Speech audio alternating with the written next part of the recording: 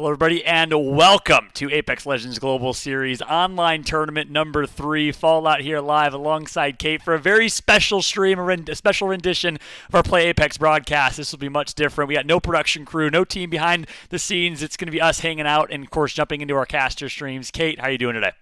Oh man, I am doing great. We are doing this without a net. We've got a great support team. Don't get me wrong. We've had a lot of technical talk these last week or so, but we are doing stuff our own way today, and I could not be more excited. Everybody needs to give a round of applause to Fallout because he is going to be the center of it all today. But of course, he's got a lot of support himself with our great casters, our great crew, and of course, some people you might recognize on this very stream. Fallout, I'm very excited. That's right. You hit the nail on the head. And as you just kind of talked about our casters, talk me through how it's going to work today with our additional casters streaming on their separate streams.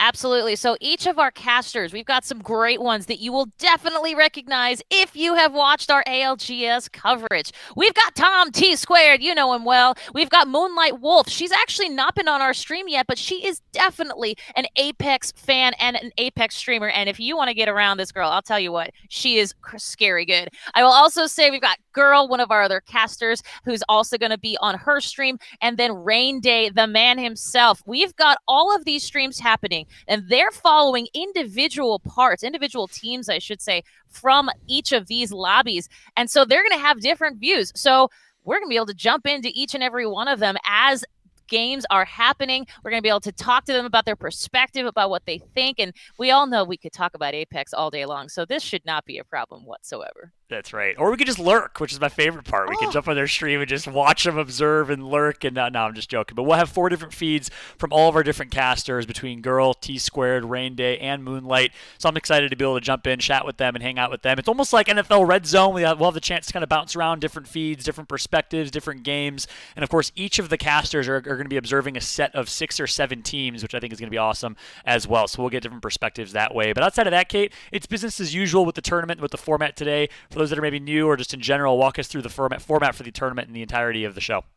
Happy to do it. We are in our 3rd online tournament for our winter circuit here in the ALGS, and it'll be actually going towards a loftier goal, the ALGS Championship, which we'll talk about later, but for right now, we are knee-deep in our winter circuit, and here's how it works. We've had our teams grinding to get to this top 20 teams out of a number that have been fielded to just get to this final for this online tournament number 3. Now, our online tournament number 2, it determined who our top 10 teams or our first teams, I should say. Oh man, guys, here we go. This is what's happening today. Just bear with us, okay? I love how we do this. We're going to make that happen, and we appreciate you being along with us for this rocket ride to the moon. So what's going to happen is our online tournament, our previous one, number 2, well, it gave us our 10 teams. They qualified to get in here, and now we've got another 10 that have qualified from our qualifications that happened over the last couple days. So we've got top 20 teams, and they are going to be duking it out as they always do here in the online tournaments for guts and glory, and of course their share of a fairly impressive $750,000 global prize pool for the winter circuit. I think top prize is $6,000 today, all the way down to the 10th place getting $750,000, which is not too bad for a day's worth of gaming. That's not too shabby at all. So we're excited to still be capturing and watching the entirety of the European broadcast, our 6-game finals, and of course, later on, we'll be watching the North American broadcast. We're also going to have some special guests on stream. We're going to do our best to bring some pro players, some coaches in throughout. If you've seen the tweets throughout the week, you've seen who we've been trying to kind of tee up to have and to get some different perspectives. And the goal there really is to grow the scene, to grow the brands of these pro players, to tell their stories, to get their insights on the broadcast. So as much as possible, we're going to try to bring as many folks as possible on the broadcast throughout. Looking to start with my man Hodsix soon. He's certainly no stranger to the Apex Legends broadcast. So we'll keep you updated on that front as well. Kudos to Kate on that front. She'll be coordinating, wrangling everyone on the back end as we go live. So same exact tournament, same format, same structure, different type of broadcast today with each of our casters streaming live on their individual feeds. And on that note, we of course are going to have Rain Day, T Squared, Girl, and Moonlight streaming on their individual respective channels. So make sure if you want to go support them and their streams, to go check out their feeds, and we'll be able to jump into their gameplay throughout as well. Now, Kate, in terms of the teams that are going to be competing today, I'm going to go ahead and share out and showcase the Liquipedia page in my browser for just a quick second. Liquipedia is the best, everybody. We love them so much. We have, if you know esports, you know Liquipedia.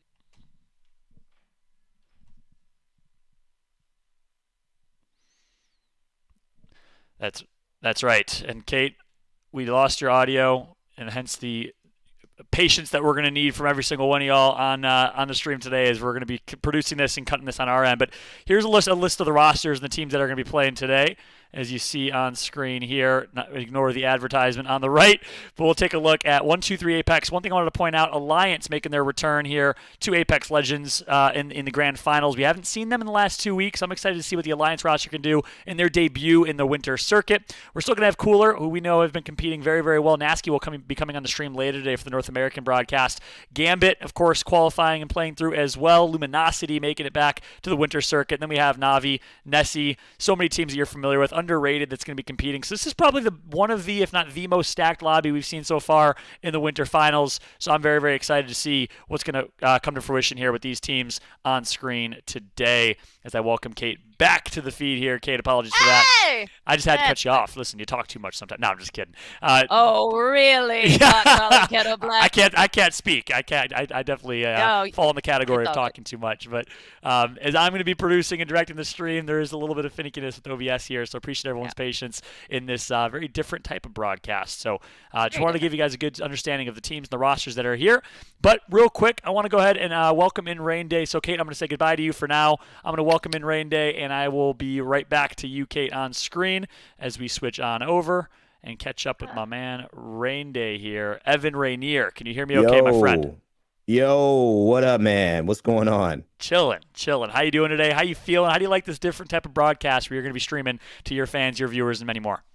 It's cool, man. I mean, I'm triple monitored out of my mind. We got Twitch and YouTube open. I mean, it was like this whole crazy, I feel like I'm manning a command station right now. But I'm excited. I'm excited to get in there and play and, at least watch these guys play and have a little bit more of a casual, work around with it. Yeah, that's right. And you're also going to be observing. You're making your debut as an observer. How do you like the tool and the client there? You feel pretty comfortable with it? If any of my fans go back way, way, way back, they know there's some very poor tournaments that I've observed on my end to get started in my casting career. It was more of like some grunt work back then. Now I'm hoping to step it up so that I'm actually deserving of the title of a professional anything. I don't know if I'm coming for James's job. He's, our lead observer, but I think I'll be able to be part of the crew after this. I love it, man. Well, hey, if you're cool with it, I'm going to bust on in your stream like the Kool-Aid Man throughout the entirety of the show, and I'll do some co-casting with you. Is that all right? Yeah, sounds great, man. Yeah, awesome. I love it. All right, cool, man. Well, good to catch up with you. Best of luck. And for those that are watching on the Play Apex stream, where can everyone find your personal stream? You guys check it out on either youtube.com/RainDayGaming, or you can check it out on twitch.tv/RainDay. I'll be on both of those. Nailed it. Make sure to check out Rain Day. Thanks so much, my man. As I will welcome Kate back on screen here. I caught her as she's mid-typing there. My apologies, Kate.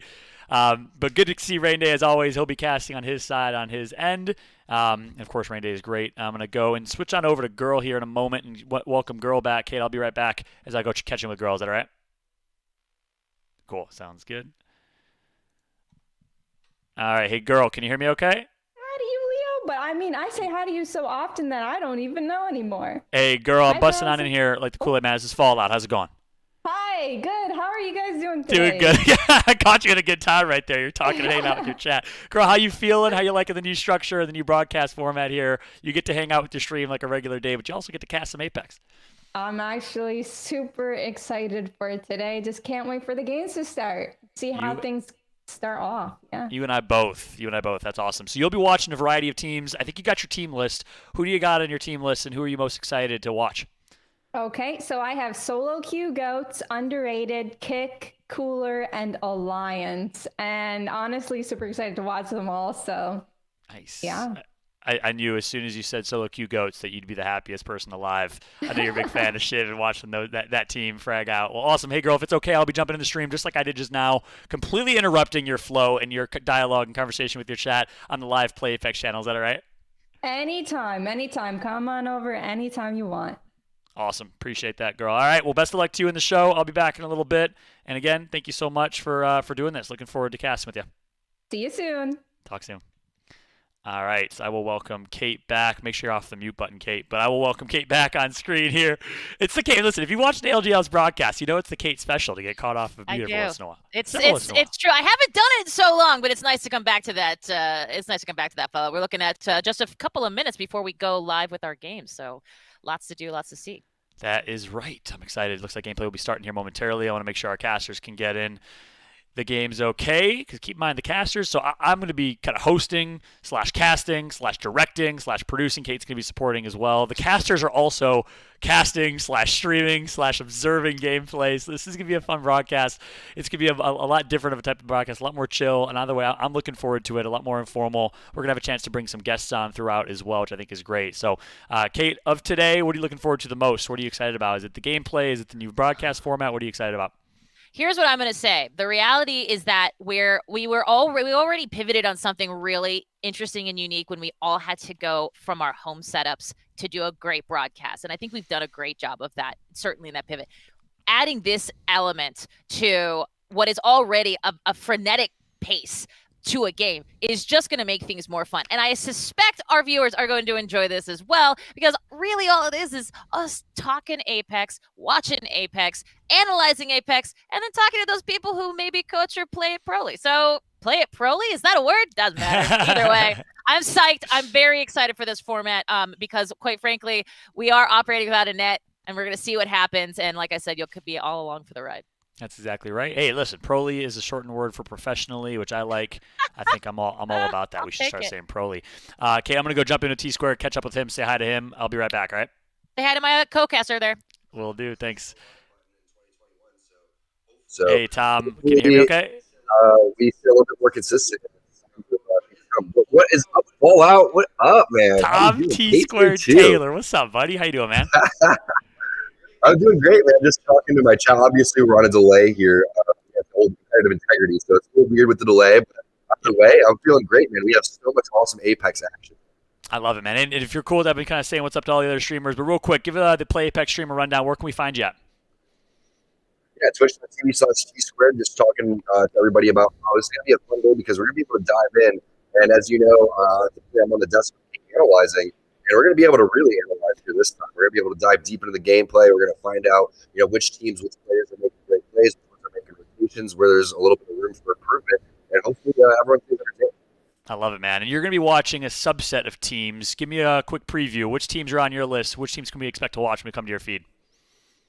Yeah, so there's definitely a lot of really good teams. I feel kind of spoiled with what I got, but obviously we're starting with the EU games. And if we looked at my NA list, I was pretty spoiled with that one too. But starting with the EU teams, I got Reply Totem Esports, Nessie, Obey, Navi, and Major for sure. Ooh, stacked, bro. If I had to pick one team from that list, I'm looking forward to watching Nessie. So not trying to say you should be biased by any means, but if I come to your feed, I better expect to be watching Nessie on screen, all right? You definitely got him. You got a good lineup for sure. All right, well, awesome, man. Thanks so much for the quick preview here. If you're cool with it, I'll be coming back. We'll be doing some co-casting throughout, but I'll be coming back to stream here throughout the day. Is that all right? Roger that, man. Awesome. Thanks so much, man. Talk soon.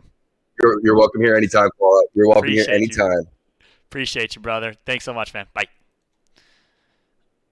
Bye.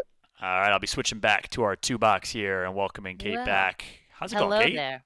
Oh, just great. I'll say this, I'm psyched. We've got Girl, we've got Tom, we got Moonlight. Moonlight's newer to our cast, and I cannot wait. I've worked with her before. She's a freaking goddess. I love it. And then, Rain Day and you, come on, stop it already.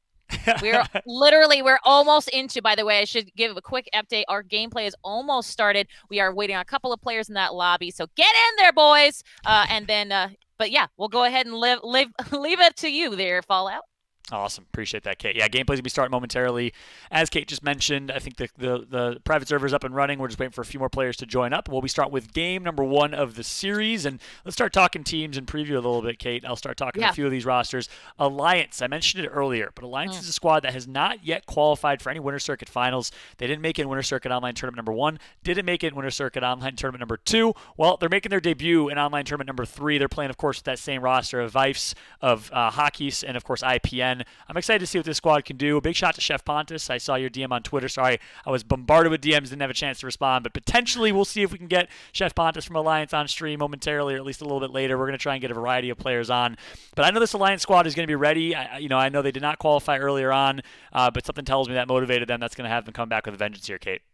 Absolutely. And I think it's a really important thing to remember that there is so much that these players go through to just even get to this spot. And I think what's interesting too is that this is the bright lights, right? These are the top 20 teams of what is often double hundreds, like more than 200 other teams. And so Alliance, yes, unfortunately they haven't been, present in our first 2 online tournaments, but my goodness, if there is a motivator, I cannot think of a better one than revenge on the system. Let's go. I would love to see what happens here. And to also remind yourselves that 10 of our teams, right, have been given they punched their ticket from our last online tournament. So they haven't been grinding for the last couple of days necessarily. So they might be a little cold. Whereas our other 10 teams that found themselves through our qualifiers to get to this spot, well, they're definitely ready to go. So we'll see if that has any impact. We'll see what that does here with our game.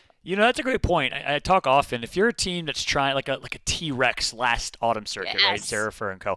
If you're a team that's trying to either like work your way up or grind your way or prove your name or develop chemistry, you're a new team that hasn't been playing together for a while, I actually think it's low-key a benefit to play through the qualifiers because it's basically the most competitive lobbies you'll get, more competitive than scrims. Everyone's obviously playing their hearts out to try and qualify for the finals, so it's good practice to play through those 3 or 4 rounds of qualifiers for online tournaments. And of course, if you get top 10 in the finals, you don't get to play through that those qualifiers the tournament after. So I think for Alliance, maybe they hit a little bit of a road bump or a slump, but I'm sure they had enough practice to make their way back. You can't sleep in Alliance by any means. First place in Autumn Circuit number 4, third place in the playoffs of the Autumn Circuit. They won the PGL Showdown way back in, I think, October, November timeframe. Alliance has been looking great for quite some time now, and if you go all the way back, to way back when they were competing, first place in ALGS Online Tournament number 2 back in March of 2020, a year ago. So they know what it takes to win. They won quite a few tournaments in 2020. I have no doubt that they're going to bounce back here in Online Tournament number 1. But let's talk about a few of these other teams that are going to be here and be competing as well. We also are going to have Gambit. If you're a fan of Hardecki, blow it up in the chat right now. Some ones in the chat for Hardecki. We know what he's capable of. He is absolutely disgusting as an individual player, Kate, but I'm excited to see what Gambit can do as well. Absolutely. And we've seen Gambit a few times over the last few months, really pull it out and be that consistent team. Not necessarily, I feel like, once again, the consistency is that silver bullet, right, that we always talk about. So we'll see if that actually does something. But Gambit has definitely proven themselves time and again. But, here we are. We'll find out if they can go up against. And again, I'm going to call this the same way that Tom would, which is this is a scary, scary lobby. It's always been scary, but then you add on to this big prize pool at the end of the Winter Circuit, the bigger prize pool at the end of the ALGS Championship Circuit that this leads into, and all of a sudden that lobby gets downright terrifying. Yeah, you hit the nail on the head. I'm excited to see what they can do. And it's interesting, perhaps a change in order of the European scene. We're used to seeing really Alliance and Gambit as the big 2, and of course a lot of additional teams got thrown in the mix throughout the summer circuit into the autumn circuit. But no Alliance in the first 2 online tournaments, and Gambit relatively quiet. 8th place in Winter Circuit number 2. I believe they got 14th in Winter Circuit number 1. So relatively quiet in the grand scheme of things so far in the Winter Circuit. So I wanted to start with the Titans in the room, right? The elephants in the room, and Gambit and Alliance. But lately they've been the mice in the room. They haven't necessarily been as loud and made as much noise. So I'm excited to see if they can bounce back here, Kate. But then, of course, to preview a couple other teams, one of the most consistent teams in ALGS, and of course in the European side of things, is Flavor of the Month. They are the longest-lasting roster. The 3 of them have been playing together, Pierre and Co., for a very long time. I'm a big fan of Taylor, Pierre, the entire squad. The fact that they've stuck together as a team, they have so much teamwork, they get along so well, they always play consistent. But the big question mark for me, Kate, is do they have what it takes to break into that kind of S tier, that A tier, that top tier of consistent top 3 finishes? I don't believe we've seen them win a championship. I don't think we've ever seen them win a tournament in a major or an online tournament. So I'm excited to see what they can do in this one, Kate. I think it bounce back. Absolutely. And I want to bring up another team that I love to talk about here, and because I know you love to talk about them, because the Poland. You know what? Here it is Sunday. This is my brand anyway, right? That's the thing. But I was gonna say the preseason invitational, and it was such an incredible moment. I got to watch it from the good old US of A here. You were actually there. A number of our casters were actually there. But I want to talk about 789 for a minute, because they're a team that they've had some changes obviously, and they did an incredible job over during the Poland Invitational, the preseason Invitational, and here we are seeing them again. And I should say it's as Desu mostly from that team that we're seeing once again.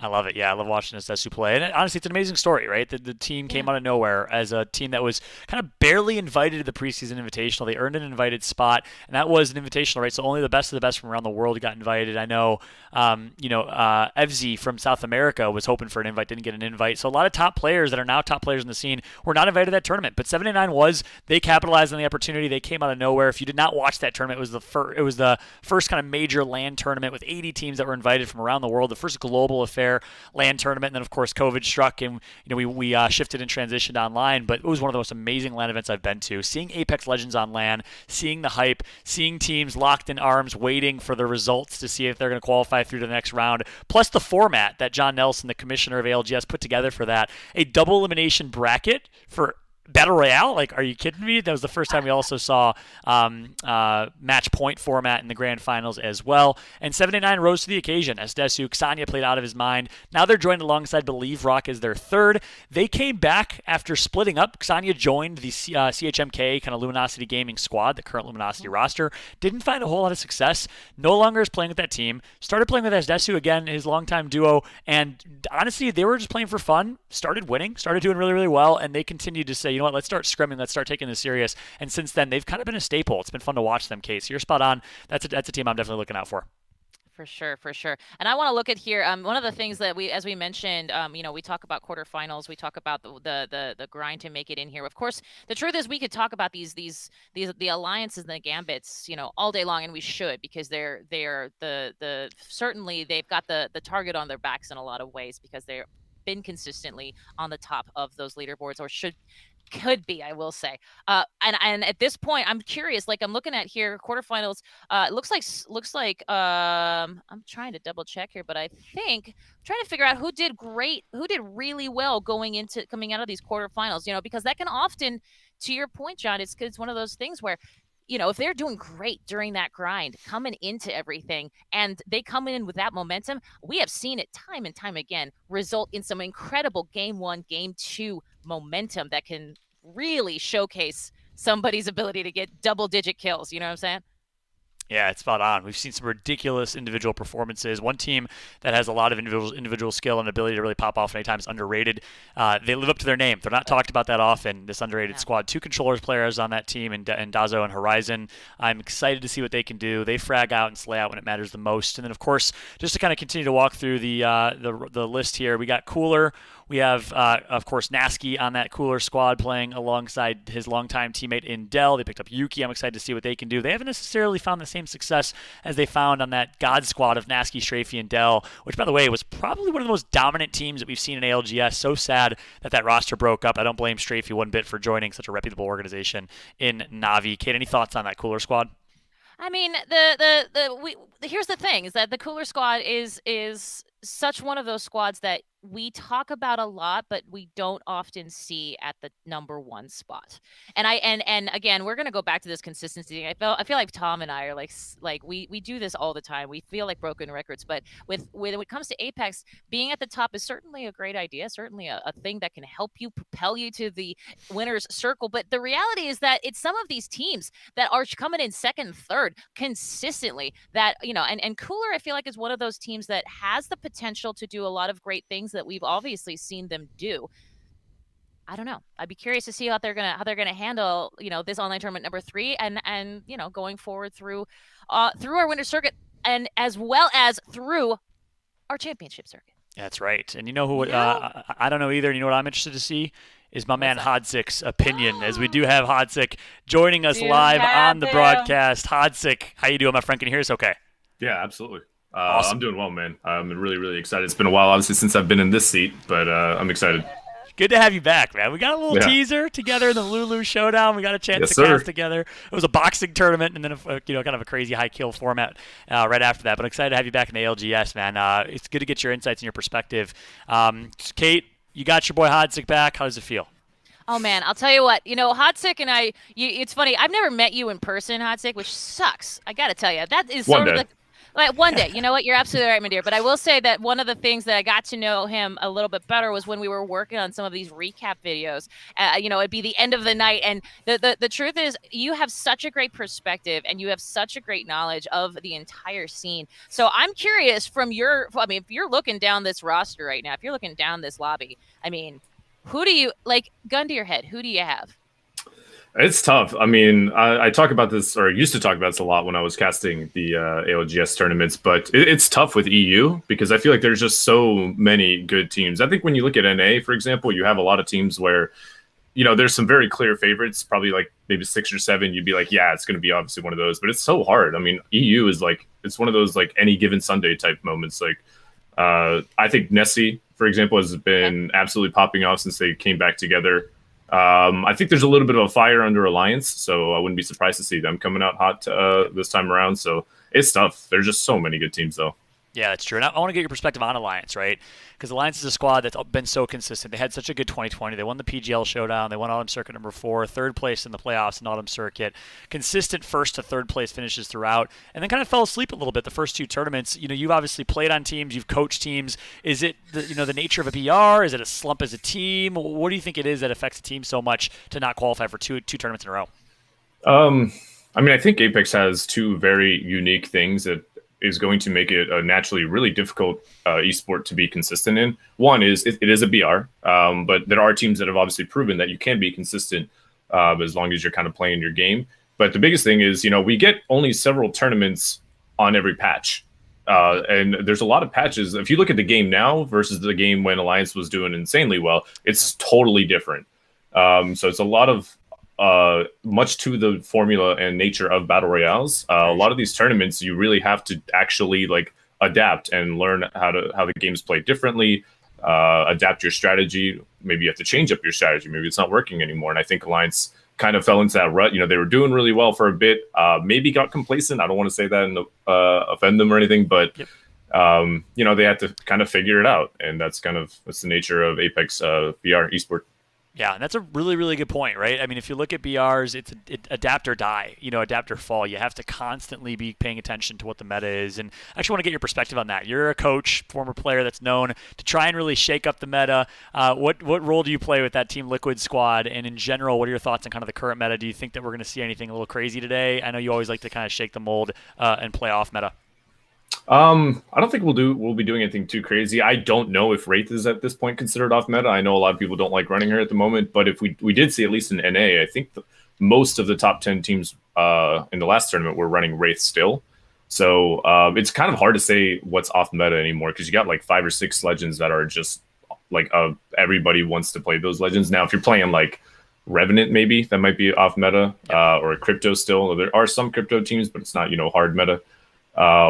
We're not running anything too crazy. We're kind of just running what works for us at our particular drop spot. Love it. Yeah, it's fascinating though how in Battle Royale compared to other esports and just in general, the meta's changing, gameplay's changing. It's this multiplayer as a service model that has been relatively recent. Of course, League of Legends kind of shaped that mold, and that things shake up and change up every single season in League of Legends. But seasons in League of Legends, they last like 8 to 12 months, right? In Apex, it's like 3 months and boom. Yeah. Obviously, quite a significant amount of changes. The map is changing quite a bit, which is exciting from a viewer perspective. Seeing teams that can adapt the most, that can modify their play style. And you're right, Alliance played really, really well in that meta from 2020, that Revenant meta. They were so good. They were one of the first teams to run Revenant in Europe. And since Revenant has not necessarily been in the mold, as of the last few months, we've seen them falter. So I'm excited to see what their team composition is going to be, what the gameplay is going to look like in the current meta. And guess what? Gameplay is ready, Hotsick. Are you cool to continue and stick along with me and cast? Absolutely. As long as you need me to, man. I'm here all day if you need me. I love it. We get to bring guest casters in. This is amazing. Kate, we're gonna say goodbye. Any final thoughts on your end, Kate, before we jump into gameplay? No, I definitely want to give a heads up to our always fantastic PC and monitor sponsor Lenovo, who have been generous to be supporting us and this cock-a-bee-me plan we have here. And in fact, I believe we've got a nice little vid that I want to make sure we get to right before we get right into gameplay. Fallout. That's all I got from me. I love it. Thanks so much, Kate. We'll be back with gameplay right after this. Lenovo Legion. Gaming PCs that are stylish on the outside and savage on the inside. Lenovo Legion is the official PC and monitor of the Apex Legends Global Series. From the outside, who would know what lies beneath? Unleash it with a machine as savage as you are. This is how legends are made. Lenovo Legion. Stylish outside, savage inside. Here we There go. you Let's see have where it. Going to New jump ended up right into dropping. gameplay over here. by We got my man Train Rain Yard. Day's So New feed. Hodsec, want to finds make sure themselves- you can hear me. You can also see gameplay okay, right? Yeah, it's a little fuzzy, but I could work with it. I love it. Awesome, man. Thanks so much for joining me on broadcast. We're going to be kicking, and we're actually watching Rain Day's stream and his perspective. He's going to be commentating and watching about 5 or 6 teams. I'll get the list of teams that he'll be watching here momentarily so we can understand what teams we might see on screen. And as I pull that up here, looks like Rain Day will be watching 789, Gambit, 123 Apex, 303 Esports, and New is the list of teams that we'll be watching here from Rain Day's perspective. They have so much history. Yeah, it's going to be pretty exciting to see. I always love watching the EU tournaments. There's usually such a like I was saying earlier. There's so you never really know who's going to be able to take it home. I think the games are always super high quality and super fun to watch from a viewer perspective. So I'm excited. There's going to be a lot of good stuff. Yep, you and I both. It looks like we're jumping on board with 789 to kick things off. They've been dropping Tree for quite some time here. It's kind of their known spot, and it looks like they're going to get that uncontested. And they're making a west rotation over to Thermal Station, so that'll be interesting to see. I know Alliance typically drops Thermal, and Alliance is back in this lobby. Because Alliance wasn't in the last online tournament, that opened the door for a couple other teams to drop Thermal. So I wonder now with Alliance back in the lobby what that's going to look like if we're going to see some early game engagements from Alliance. And actually, that's why you see now on screen, thanks to Rain Day, looks like the ring will be moving down towards Thermal Station. This is a really good zone right now for Alliance, a really good zone for 789 as we jump on board with 1, 2, 3. A lot of numbers here. Yeah, a lot of numbers. The EU must love their numbers, but yeah, absolutely a good point. So the meta has definitely shifted a lot from like it used to obviously be much in the older days of Apex. It used to be a lot more position based. You know, you're scanning the beacon and then you're instantly trying to go as fast as possible, maybe even foregoing some loot to try to get to the center of the zone because usually it was really hard to get in if you weren't in. But you're going to be seeing a lot more different of a playstyle, especially EU. I know has been doing this a lot as well, where it's more centered around basically fighting with Gibraltar and using like Bloodhound, for example. I know Bloodhound's still really big in the meta, Caustic as well. Those types of characters give you so much fighting power, and it's going to be don't be surprised to see a lot of teams kind of fighting on the edge, only moving when they really have to, as opposed to moving preemptively. Yeah, that's a great point. Obviously, with Gibraltar, you can take engagements with his passive shield. In addition to his bubble shield, you have a lot of opportunity to win trades and win those early fights. And of course, Bloodhound, we all know what Bloodhound's capable of with early scans. We actually just got a quick rundown of the legend count, and it looks like we have 16 raids, 16 Gibraltars. This is probably the highest or most active Gibraltar game we've seen in quite some time. Like you said, EU is known to rip that Gibraltar team comp, which is very important for late games. It's almost a must when you're in a late game scenario, small ring, and you're taking cover. Being able to drop that dome shield and get artificial cover is huge. And just to kind of continue the run here, we have 9 Bloodhounds, only 6 Caustics, which I'm surprised to see. It seems like in North America we've seen a lot more Caustic than Europe, which is kind of interesting because that's kind of flipped what we used to see when major pushers and a lot of teams started running Caustic last year in 2020. Yeah, and it's interesting too because I feel like Caustic certainly is like one of the strongest points he has ever been, and he's one of those characters. There's always an interesting like character dynamic in Apex when it comes to when you think about the entire lobby. There are a lot of characters that get stronger or weaker depending on how many people are running them, and Caustic is kind of one of those cases. The less people running Caustic, the stronger he is because people don't have that much outplay ability. Because Caustic kind of counters Caustic, which is one of the reasons you see a lot of pros maybe complaining about him. So it's really hard if you don't have a Caustic. It's really hard to fight against one. So don't be surprised if a Caustic makes it to the end game. If it's one of the top 5 teams and it's only one in, don't be surprised to see them take it home easily. Yeah, it's a great point. And just to round it out, 8 cryptos in play here. So I think that's a little bit of an uptick from what we saw last European broadcast. Crypto tends to be pretty popular in North America. I know we'll hopefully, fingers crossed, be having Tech join us on the broadcast later, kind of popularize that crypto meta. But what does crypto bring to a team? A crypto is one of the hardest characters to play, but I'm a big fan of him as well. I think crypto He brings that positional gameplay, the ability to play for zone, which is something that's not too existent these days. But part of the reason it's not existent is because if you aren't playing a building or wherever a beacon position is, you're not like as a Pathfinder. I mean, no one really plays Path anymore, or as a Bloodhound, you're just not going to get that zone. After zone 3, you typically don't have zone knowledge, but Crypto can give you that zone knowledge at any given spot. He's just a very difficult character to coordinate with effectively compared to what a lot of other characters can easily do. So I'm a big fan of him. A lot of people just see him as like a walking EMP when I think his ability to snag the beacon wherever he is, as long as he's within 200 meters, is his biggest shining ability. Yeah, it's crucial. I honestly, that was probably one of the biggest changes and shifts in competitive Apex meta that we didn't really talk about a whole lot, and I think it needed to be emphasized more when Pathfinder received probably the biggest nerf here. Everyone talks about Pathfinder's hitbox and a variety of things, but the fact that he was no longer the only legend able to scan beacons significantly decreased the value of Pathfinder and increased the value of Cryptos and other legends, right? So I think that was probably one of the biggest shifts and changes that we saw, and you're spot on. The mobile nature of the Crypto scan capability is significant, right? Do you think we'll ever see Pathfinder make a return to competitive meta? Do you think it's going to take a significant change or rework? I think low profile. If low profile is taken off, you might see some teams that just favored Path. That's a very difficult character to play properly, I think, because you're limited on your grapple. You are bigger than most of the characters in the game, so you have to really be very good at positioning and just know how to take angles in fights. There are obviously, I'm sure there are a lot of people know a lot of the standout Pathfinder players. I wouldn't be surprised to see them make a return to it, but I don't think that you would see a massive shift back toward Pathfinder if low profile is taken off. I just think maybe the people that were very good at it will probably take over. Yeah, I know we had a chance. Speaking of tech, he organized a traditional Apex Legends meta tournament that TSM won with Pathfinder, Wraith, and Watson. That was a ton of fun to watch as a community tournament. I love the fact that EA and Respawn have been doing that. They've been supporting a variety of those tournaments, right? And again, our apologies for the slight glitchiness on screen as we're pulling Rain Day's feed through a third-party tool right now, and it seems to be causing some issues here. So I'll just switch back and forth between me and Hodsik and gameplay when that happens, so it's a little less jarring in your eyes. But not a whole lot happening in terms of gameplay right now.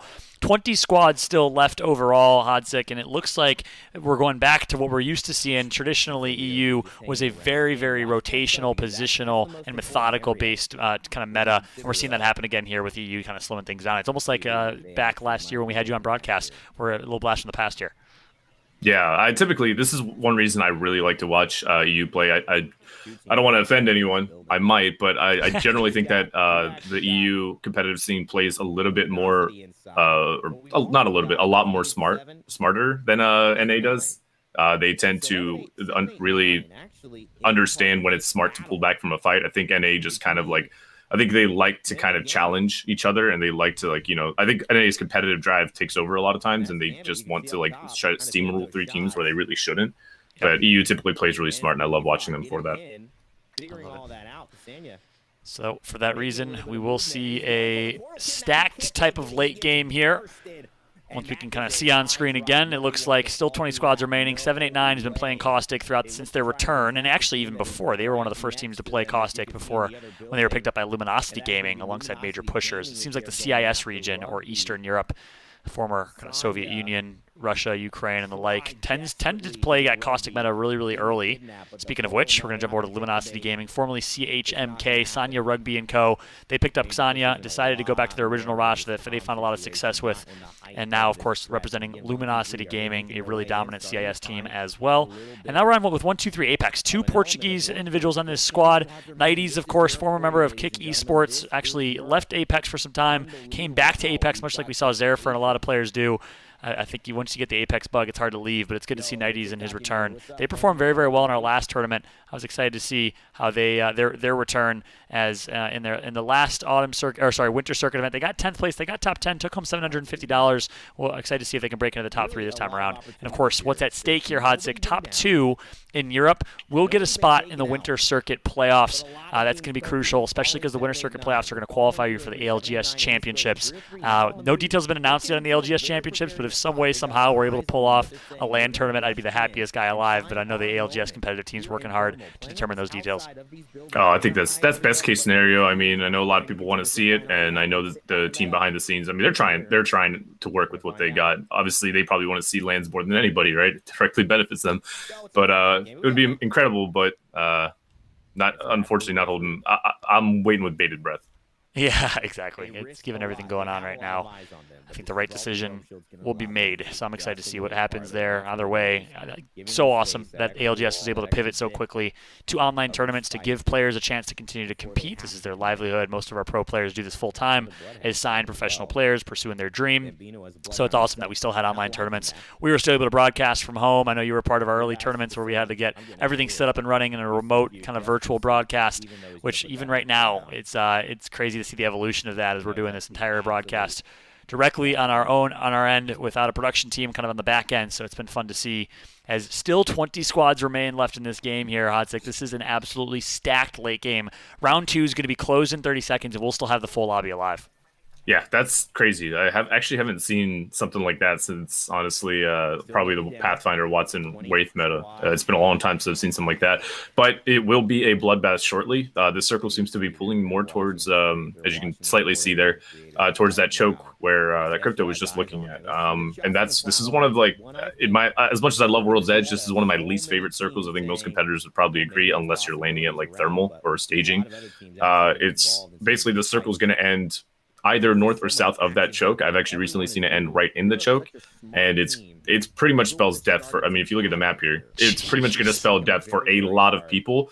The less ground you have to play, the more people are going to die within each ring transition. So even though we have a lot of squads up right now, be prepared to see that number fall very quickly. That's right, and I think I just saw. Yeah, it's going to be you're spot on. I think this late game circle is going to be absolutely insane. The fact that it's ending on a choke, not a whole lot of cover. Whichever team is positioned in that choke early will have a significant advantage. They'll be able to kind of gatekeep and maintain that choke point. And almost like a king of the hill type of scenario here, the king of the choke will most likely prevail. This is going to be a tough rotation now. I think we're going to see a lot of squads get wiped in this next ring. Tough rotation for 303, who we're currently on board with over towards Thermal. Let's see what they can do, as it looks like Rende is doing a little scan, check out other teams. It's going to be Gambit that also has a pretty far near max rotation to make here. I'm excited to see what Gambit can do. We all know how Hardeki is one of the best players in the world, let alone in the European region. Playing as Horizon, though. Usually playing as Wraith. Looks like they find themselves in engagement. Good crack's going to come through from Hardeki, doing Hardeki things. He's hitting every single shot with the Mastiff. Will finally get knocked. It's going to be all up left to Leogri right now. Can Leogri clutch up? It's looking bleak, and it looks like he will. Leogri goes huge, keeps his team alive, gets the armor swap, and what a play that was for Leogri and the Gambit squad, able to maintain control here. But they still have a long road ahead of them, as they're going to have to clean up this next team and then rotate all the way to circle. It's looking bleak for them, Hodzik. Yeah, it's unfortunate. I mean, Hardeki, putting out some big shots, big damage there. But it's the unfortunate part of when you have a circle this close, with this many teams alive, if you don't win a fight cleanly, you just don't. If you can't win it cleanly, it's a bad fight to take, because even a one fight, you got some KP, but if you won with any kind of casualties, one person going down, if you don't have that Gibraltar Dome ready to go or that Wraith Portal ready to go, it's going to be really hard to get them back up safely. As it's hard for me to tell, but whichever team we're watching at the moment, as they are smart to clean up with the remaining fight. That's a great point. You talk about an aggressive team comp when you're playing Bloodhound, when you're playing Horizon, you want to take fights. It's good to take fights in the early to mid game before round 2 closes, but once round 2 does close and you're heading into round 3, very, very dangerous to take those fights because teams are so clear nearby. It's called clustering, right? Teams are going to cluster in certain areas, and now this team, New Esports, is going to find themselves in a rough spot as well as they're making a rotation. But that's a good point. And Hodzik, when you say clean fights, just to explain to any new viewers, what do you mean by that? You mean kind of no casualties, obviously? Oh, yeah. I mean, you can take all the damage in the world, but every team that's going to be looking for these fights is going to be staring at that kill feed. A lot of competitive is literally looking at that kill feed, hearing the guns around you, seeing who goes down, and then attributing that to, that's this team here, that's this team there. We want to kill this team. They traded, meaning, they got knocks on both sides. As soon as most teams see a trade, that's when they push in and try to third party, because that means both teams are fragmented and they usually have the best advantage. If a team full clean wipes, meaning, they killed all 3 at the same time with no casualties, nobody going down, Most teams won't push that because they know that that team has all three. They have armor swaps readily available on the boxes. They can easily reset back to full, and it's typically a bad fight to take. But right there, we did see some pretty hard trading, so it was no surprise that they went and got third-partied instantly. And so really what we're looking at is 303 and 789. So, those are the watching now with 15 squads remaining. Looks like 789's one of them. It's going to be Esteja getting tagged up quite a bit. She's able to survive for now, but they find themselves on low ground with a pretty far rotation that they're going to have to make. It's going to be difficult for them, but it looks like thanks to Caustic, they'll buy themselves some time, some good gas here. No one wants to push this fight, obviously. Estesu will heal back up. She'll be back to full, and her teammates, Believe Rock and Xania, currently with purple shields, find themselves in a decent spot. Believe Rock's going to get tagged up quite a bit here, but won't take a death just yet. And this is just shambles right now, as 789 is kind of the chosen one of this lobby. They're getting targeted by two teams. Grenades, thermites, and the works are being thrown at them. And here comes the push here. Going to have to pull something out of nothing. And if anyone's good at that, it's Xania. We know what he's capable of. We've seen him do it time and time again. Looks like they decided to push the team inside. They're going to actually be able to take them out. It's going to be underrated that they find inside. Horizon knocked and eliminated. Xania has to go big. All three members of 789 still alive. Believe Rock able to pop a shield bat and survive for now. Xania's going to drop a port and actually goes for an accidental near kidnap right there, which would have been a little bit interesting, but instead they're going to get the elim right before they finally do get taken out by his former team in Luminosity Gaming. They end up on top. Speaking of King of the Hill, Luminosity is the King of the Hill for now. Yeah, that's a bit of a desperation play. I mean, it looked like they were able to pick up a bit of kill points there, but I mean, that's what when you have a Caustic and you're being targeted, if you're a Gibraltar, that makes things easy. You just drop the dome, heal up, reset. But as a Caustic, you have to do basically what they were doing. Drop a ton of gas cover so like the visual sight lines are blocked and just try to dance around all the nades. They did a decent job at it at first, but I like the call to just push and brute force the house because it's one of those calls that, you have to, as an IGL, you have to understand, hey, things aren't going our way. We have to make a desperation play here. I like the call, but it was just tough. There's just way too many teams looking at them. Yeah, that's right.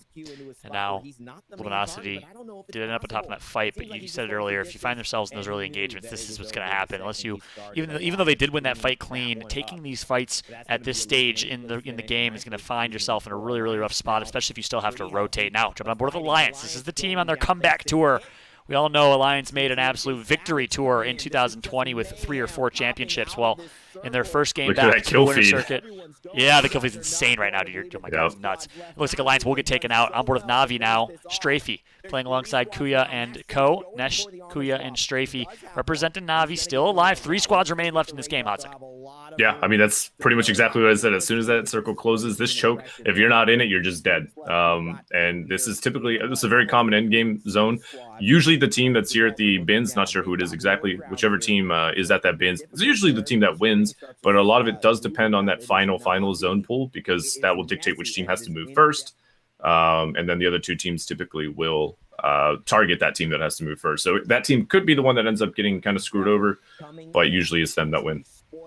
And apologies again, y'all, for the video choppiness right there as we're dealing with a third-party tool and producing quite a bit different here. We're actually jumping into Rain Day stream and pulling his feed from another tool, so you'll have that choppiness, and we'll try to avoid that as much as possible and cut back to us as we can. But we obviously also don't want to miss the late game, so hopefully that clears up here in a moment, and we'll be able to catch it as I'm looking on my screen, and we'll be getting to this late game here momentarily and seeing a whole lot of nothing right now. Again, apologies, y'all, for the technical difficulties here in this makeshift setup. Hodzik, I'm going to actually say goodbye to you for now and jump on board with another feed. You're not going to be able to talk, so I'll be right back in 1 second. I'm going to jump on board a T-Squared's point of view.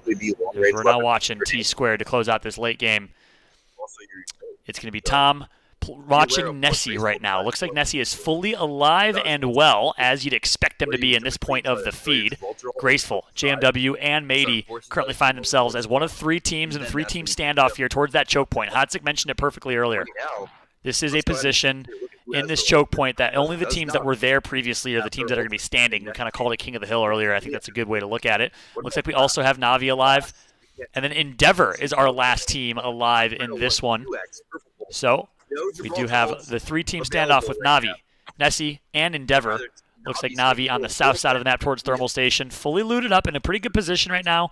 Ava 8 and R301 for Kuya, which is good for long-range poke. And then, of course, that Ava 8 will hopefully melt if the Apex gods are on his side in the close game fight. Ring's going to be closing in a minute and 10 seconds. And keep an eye at the top left of your screen. You'll see that line pointing towards the center of the circle. That's actually where the ring is going to close to. It's different every single game, but the new late game ring means it's a slow burn and a slow close. They changed that about 4 months ago in a change, which I think has been well welcomed and well received by the entire Apex Legends competitive community. Much better late game ring that will pull towards where that line goes. But that line isn't always center of the radius or center of the circle. Sometimes it pulls to the right, sometimes it pulls to the left or far north or far south. It's different every single game. Right now, well, it seems to benefit, I believe it was Nessie that was in that corner, not Endeavor. Endeavor's on the north side. They're going to have to make a rotation as well. So Nessie finds himself in a pretty good position here as we're watching to close this one out. 25 seconds remain in the ring before the ring will be slowly closing. We will determine our winner of game number 1, and then we'll welcome Hodzik back to the stream to break down the action and how things closed out. Jumping on board currently with Kuya and the rest of the Na'Vi squad, Max, Strafey, and Nesh. Slowly just trying to get some poke. Looks like they're going to get tagged up quite a bit, but they do have enough shield cells to reset. And here we go. Ring is closing. The time is now. Doomsday is upon us as these three teams will be slowly forced to fight center circle. You'll see the pings are going to come through. They're going to try and mark. Tom's trying to mark exactly where you'd expect them to close out. Here you see Kuya pushing wide left. He's going to be queuing right in. I'm not sure. He's going to actually run into a wall and have to back out and reset as there's a thermite right in front of him. The dome shield's going to come through. This is why Gibraltar is crucial in these late game scenarios. That will buy them some time, but they also do have cover to their left. And it looks like the team to their right, it's Endeavor, finds themselves in a good spot, tagging them up significantly. And unfortunately, Na'Vi becomes the meat of the sandwich. They are forced to fight a two-front war, and as a result of that, they will be taken out here momentarily. They will be the third-place team here. If Nessie can come back and clean up, yes, they will. 2 squads remain. It's Nessie and it's Endeavor in this perfect standoff. This is one of the most interesting late-game fights I've ever seen before. And it looks like it's going to be the placement of the dome shield is going to come through for both teams. And in the end, Nessie will come out on top, exactly what you'd expect. Nessie, such a clutch team. And I am so glad that this roster, these three, have returned in competitive Apex Legends. Because boy, oh boy, are they fun to watch. As I will welcome back Kate and Hodzik to the fold here as we just saw that late game finish out. Glad we had a chance to catch that. And again, apologies, Hodzik, for having to ditch you there, but I wanted to make sure we can get the video quality on screen. Hodzik, break down that late game right there. Why did we see Nessie be the team that ended up on top? I mean, same like I was mentioning, a lot of it comes down to which team has to move first. And as you saw, that circle, the final line, if you will, kind of ended literally right on them, meaning that they basically have to just kind of chill, make sure they don't take a lot of damage, give any team any reason to try to push them, and then they just watch the other two fight, and then pretty much come in and clean up. That's how that circle typically plays out. It's a very easy one for anyone that's typically at the bins. But I'm not even surprised to see Nessie team that good be the ones to take them out. Yeah, that's right. Take me through the process and the brains of a team or a player, maybe 1 or 2 rings or steps before that, right? No one is going to know for certain that the ring is going to end in that choke unless you're playing a recon class. So in that scenario, is it really just the teams that get to that choke point first that are going to win? Do the teams that are rotating or have a max rotation, like we saw 789, we saw Luminosity, we saw a few others that have to rotate, do they have any chance to make it to that choke? Or is it really the teams that rotate early that are going to have the advantage there? That's kind of goes back to what I was saying. It's one of my least favorite zones on World's Edge, is because it really does. Zone is very readable by most players. And it's one of those things where Thermal pretty much gets obviously a free rotation in. Staging gets a free rotation. Lava Fissure is pretty close by as well. So it's one of those zones that you know it's coming. And if you're not in it, it's going to spell trouble for you. You typically want to end up, instead of playing for position or placement, that game usually is not a bad idea to try to maybe play for kill points instead, because it's going to be hard to get placement points otherwise. Yeah, I think you hit the nail on the head there. So interesting late game finish in that scenario. We're going to wait to calculate the standings, courtesy of our good friends over at Liquipedia, and we'll pull them up as soon as we do have them for y'all. But something tells me Nessie will be sitting on top of that leaderboard. And of course, Hodzik, in that scenario, in that game, we did see a very interesting situation with 8 cryptos. We saw 16 Wraiths. We did see a good amount of Horizon. I know Liquid was one of the first teams to kind of popularize Horizon in North America. We didn't really have a chance to talk about Horizon too much during that game. What does Horizon bring to a team comp, and why do we see teams like Liquid, your team, and of course we did see Gambit playing Horizon over Wraith? Is it really a 1-for-1? You want to swap your Wraith for a Horizon, or can Horizon be kind of off meta outside of that Wraith team comp? It's not necessarily that Wraith or Horizon's a good Wraith replacement. Horizon brings something differently to the team, but you don't really want to put Horizon typically in place of a lot of the other characters. Like Gibraltar, you still need if you want to fight Edge, because of his ability to zone with his ult and his ability to recover with the shield. You don't want to replace Caustic with Horizon, because that's typically who you combo with that black hole and gas synergy. You can run without a Caustic, maybe like a Bloodhound instead. I've seen some teams do that as well.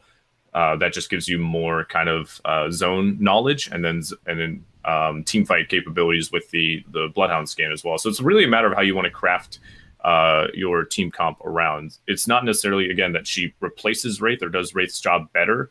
It's more just that's the most appropriate character to probably get rid of if you do it. Now, I have seen some Wraith Horizon combos, and they work out pretty decently, but again, it's just a different playstyle. That's right. And I'll also say hello and make sure to welcome Kate back to the broadcast as well. Kate, anything that stood out to you in that game? I know you had a chance to watch from the sidelines. I did indeed, and I'll say this: like I'm looking at the standings here, because that's, I get, if you've ever watched the Apex Legends Global Series, you'll know how excited I get about double-digit kill points. And I don't know, John, can we say what things are right now? Yeah, this is all so new, so apologies here. Yeah, exactly. We're waiting for Liquipedia to get formally updated, but give him a little teaser, Kate. Give us a preview. What were you looking at?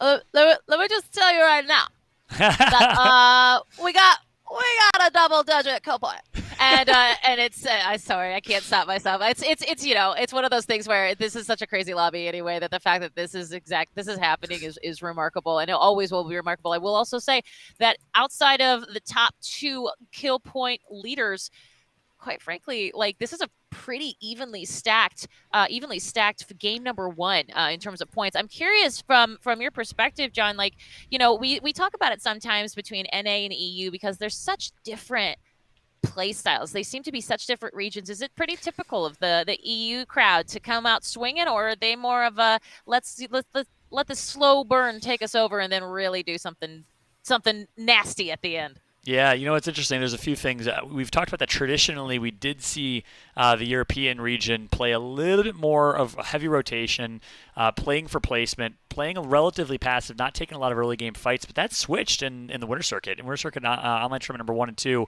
we saw a lot of early game aggression that actually almost flipped to North America. The one thing that's different, a big difference from EU to NA, though, in my eyes, and Hotzek, let me know if you agree or have any other thoughts here, but it's in North America, we really are very top heavy. We have 3, 4, 5 teams that can dominate, and typically you'll see any of those 4 or 5 teams, whether it's Rogue, NRG, TSM, I'd throw kind of Liquid in the mix there, and a variety of others that can place within that top 5, and they're always constantly shuffling within that top 5. In Europe, Hotzek said it earlier, it's really any given Sunday. It is such a well-distributed list of teams that are in that kind of S tier, that A tier, and that B tier, and there's probably like 10 to 15 teams that can pop off. You have to throw Nessie there, you have to throw Third Impact, you have to throw major pushers. They've had some very, very good showings. Magicians comes out of nowhere. They're not playing today. They didn't qualify today, but they certainly come out of nowhere as well, and that can place in that top 3 and 5. And I think we saw that in game number 1, Hotzek, with Endeavor being a team that we don't really always talk about too much, placing in the top 3. Would you agree with that? Absolutely. I mean, I never mean to demean anyone, but if you want the true insider baseball tip, I do think on average the European region, the average team in the European region, I think, is typically better than in the North American scene. I think a lot of pros would probably agree with that. Again, it's not to necessarily demean anyone. I just think that EU I think their work ethic is honestly a little bit better, and that they just take smarter fights. When they do have practices and scrims and stuff like that, they do take it a little bit more seriously than NA does or tends to. So again, like I said, not to demean anyone, but I think absolutely. I love watching these tournaments because they're just so evenly. A lot of end lobbies you never really know who's going to come out on top.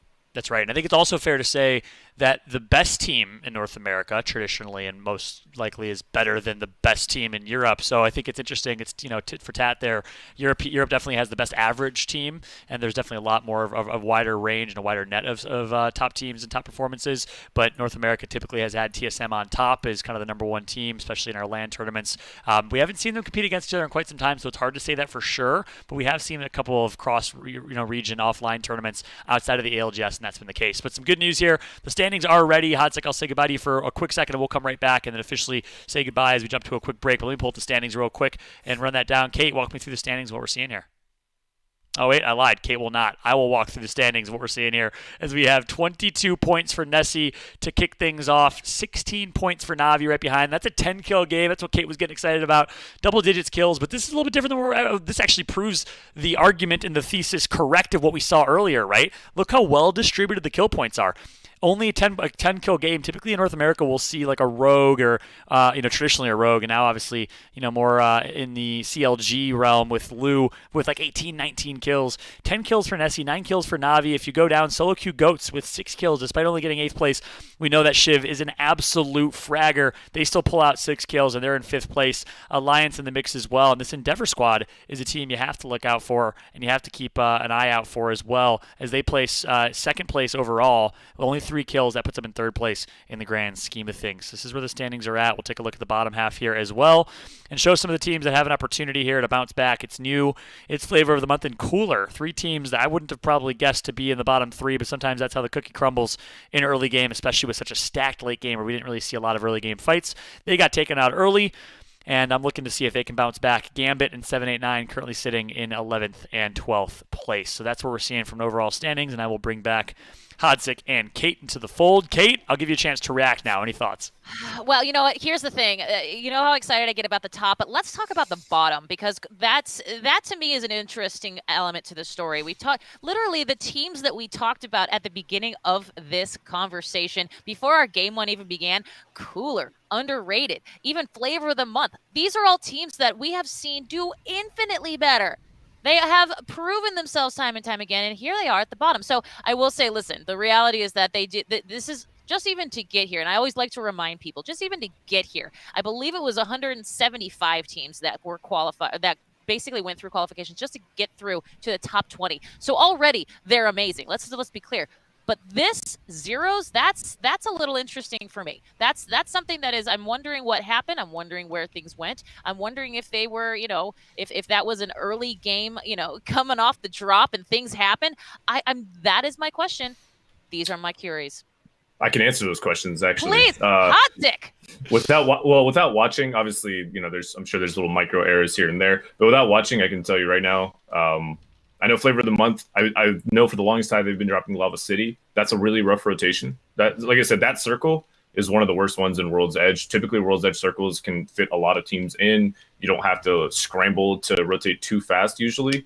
But that circle is naturally just going to kill off a lot of the teams that land on the edge. I don't know if Cooler, I know they used to drop Overlook. I'm not sure if they're still dropping there.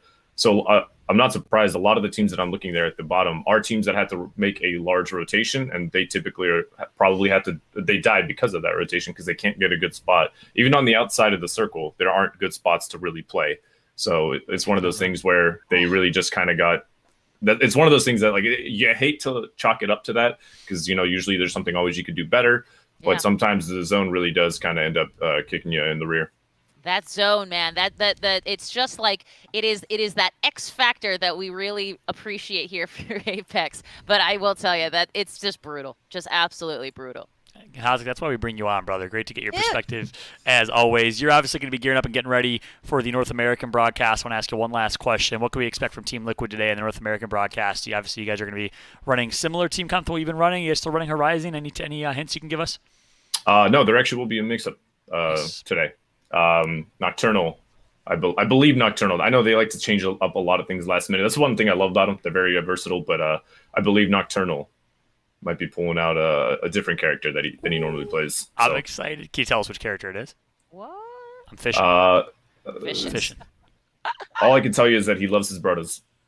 I wonder who that is. I wonder who we'll be seeing Nocturnal play. Very cryptic. Exactly. Going back to a more traditional and more conservative team composition. I think well said there. I'm excited to see Team Liquid later today. Hodzik, you'll be coaching that squad. Thank you so much for joining us, Hodzik. I appreciate it. We're going to be jumping to a very quick break, though. Game number 2 is just about to be starting. We'll say goodbye to Hodzik. Hodzik, any final words? No, just I'm excited to see the rest. I hope everybody enjoys. Thank you for putting up. This is a really, I would like to remind everybody, this is a really tough thing to do production-wise, even though the old broadcasts were as well. So just kind of give them a little bit of leeway. They're trying to make it work with what they got. Appreciate it, Aw, man. Trying to make it work and trying to make it thanks, entertaining by man. bringing people like Hodzik on the screen here. And yeah, you're spot on, man. Yeah. Thank you for that statement. Appreciate it as always. Best of luck to Team Liquid later on today, and thanks again for joining us, Hodzik. We're going to jump to a very quick break. When we come back, game number 2 will be ready right after this. Pew, pew, pew.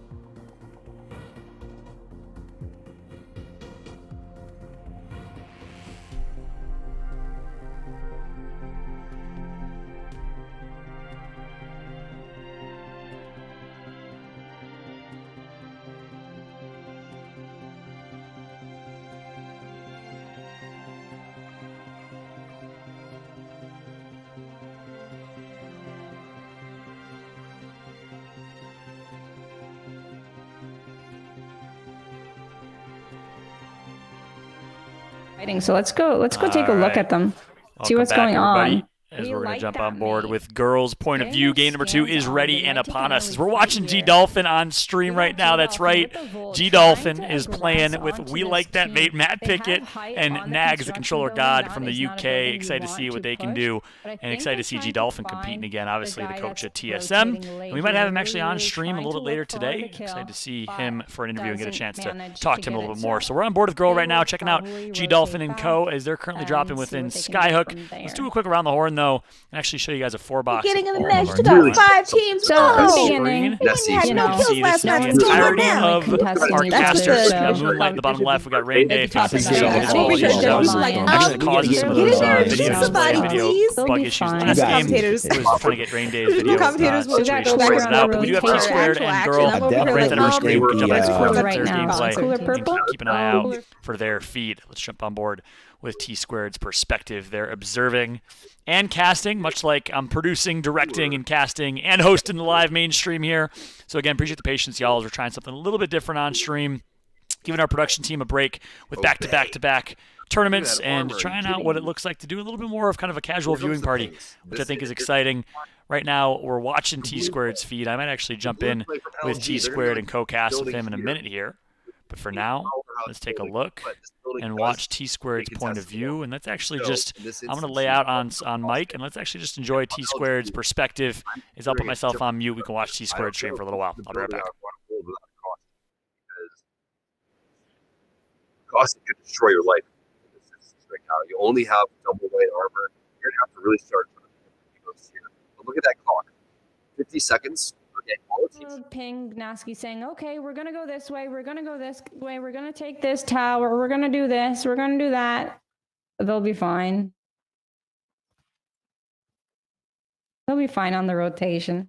Things are going pretty slow for now. Solo queue goats. They got trials this time. They got the loot, but they did not get a gold armor. And Diff's probably like right now, what is our RNG? Where's my gold armor? There's so many cryptos in the game. I need my gold armor. Bro, what is this bad luck? All right, but they're very, oh, if they could get like, if they could hold this area here, that might be really, really good for them. Let's see who's taking the building. That's Kick. They rotated in earlier. This is a very good building to hold too. They've actually scanned. Oh, it's going to go even further down. It's going to go even further down into Lava Fissure. So you're going to want to be on this side. Let's see who's got the good spots. New Esport. They're kind of on the low ground. I don't know if I would call this the best spot.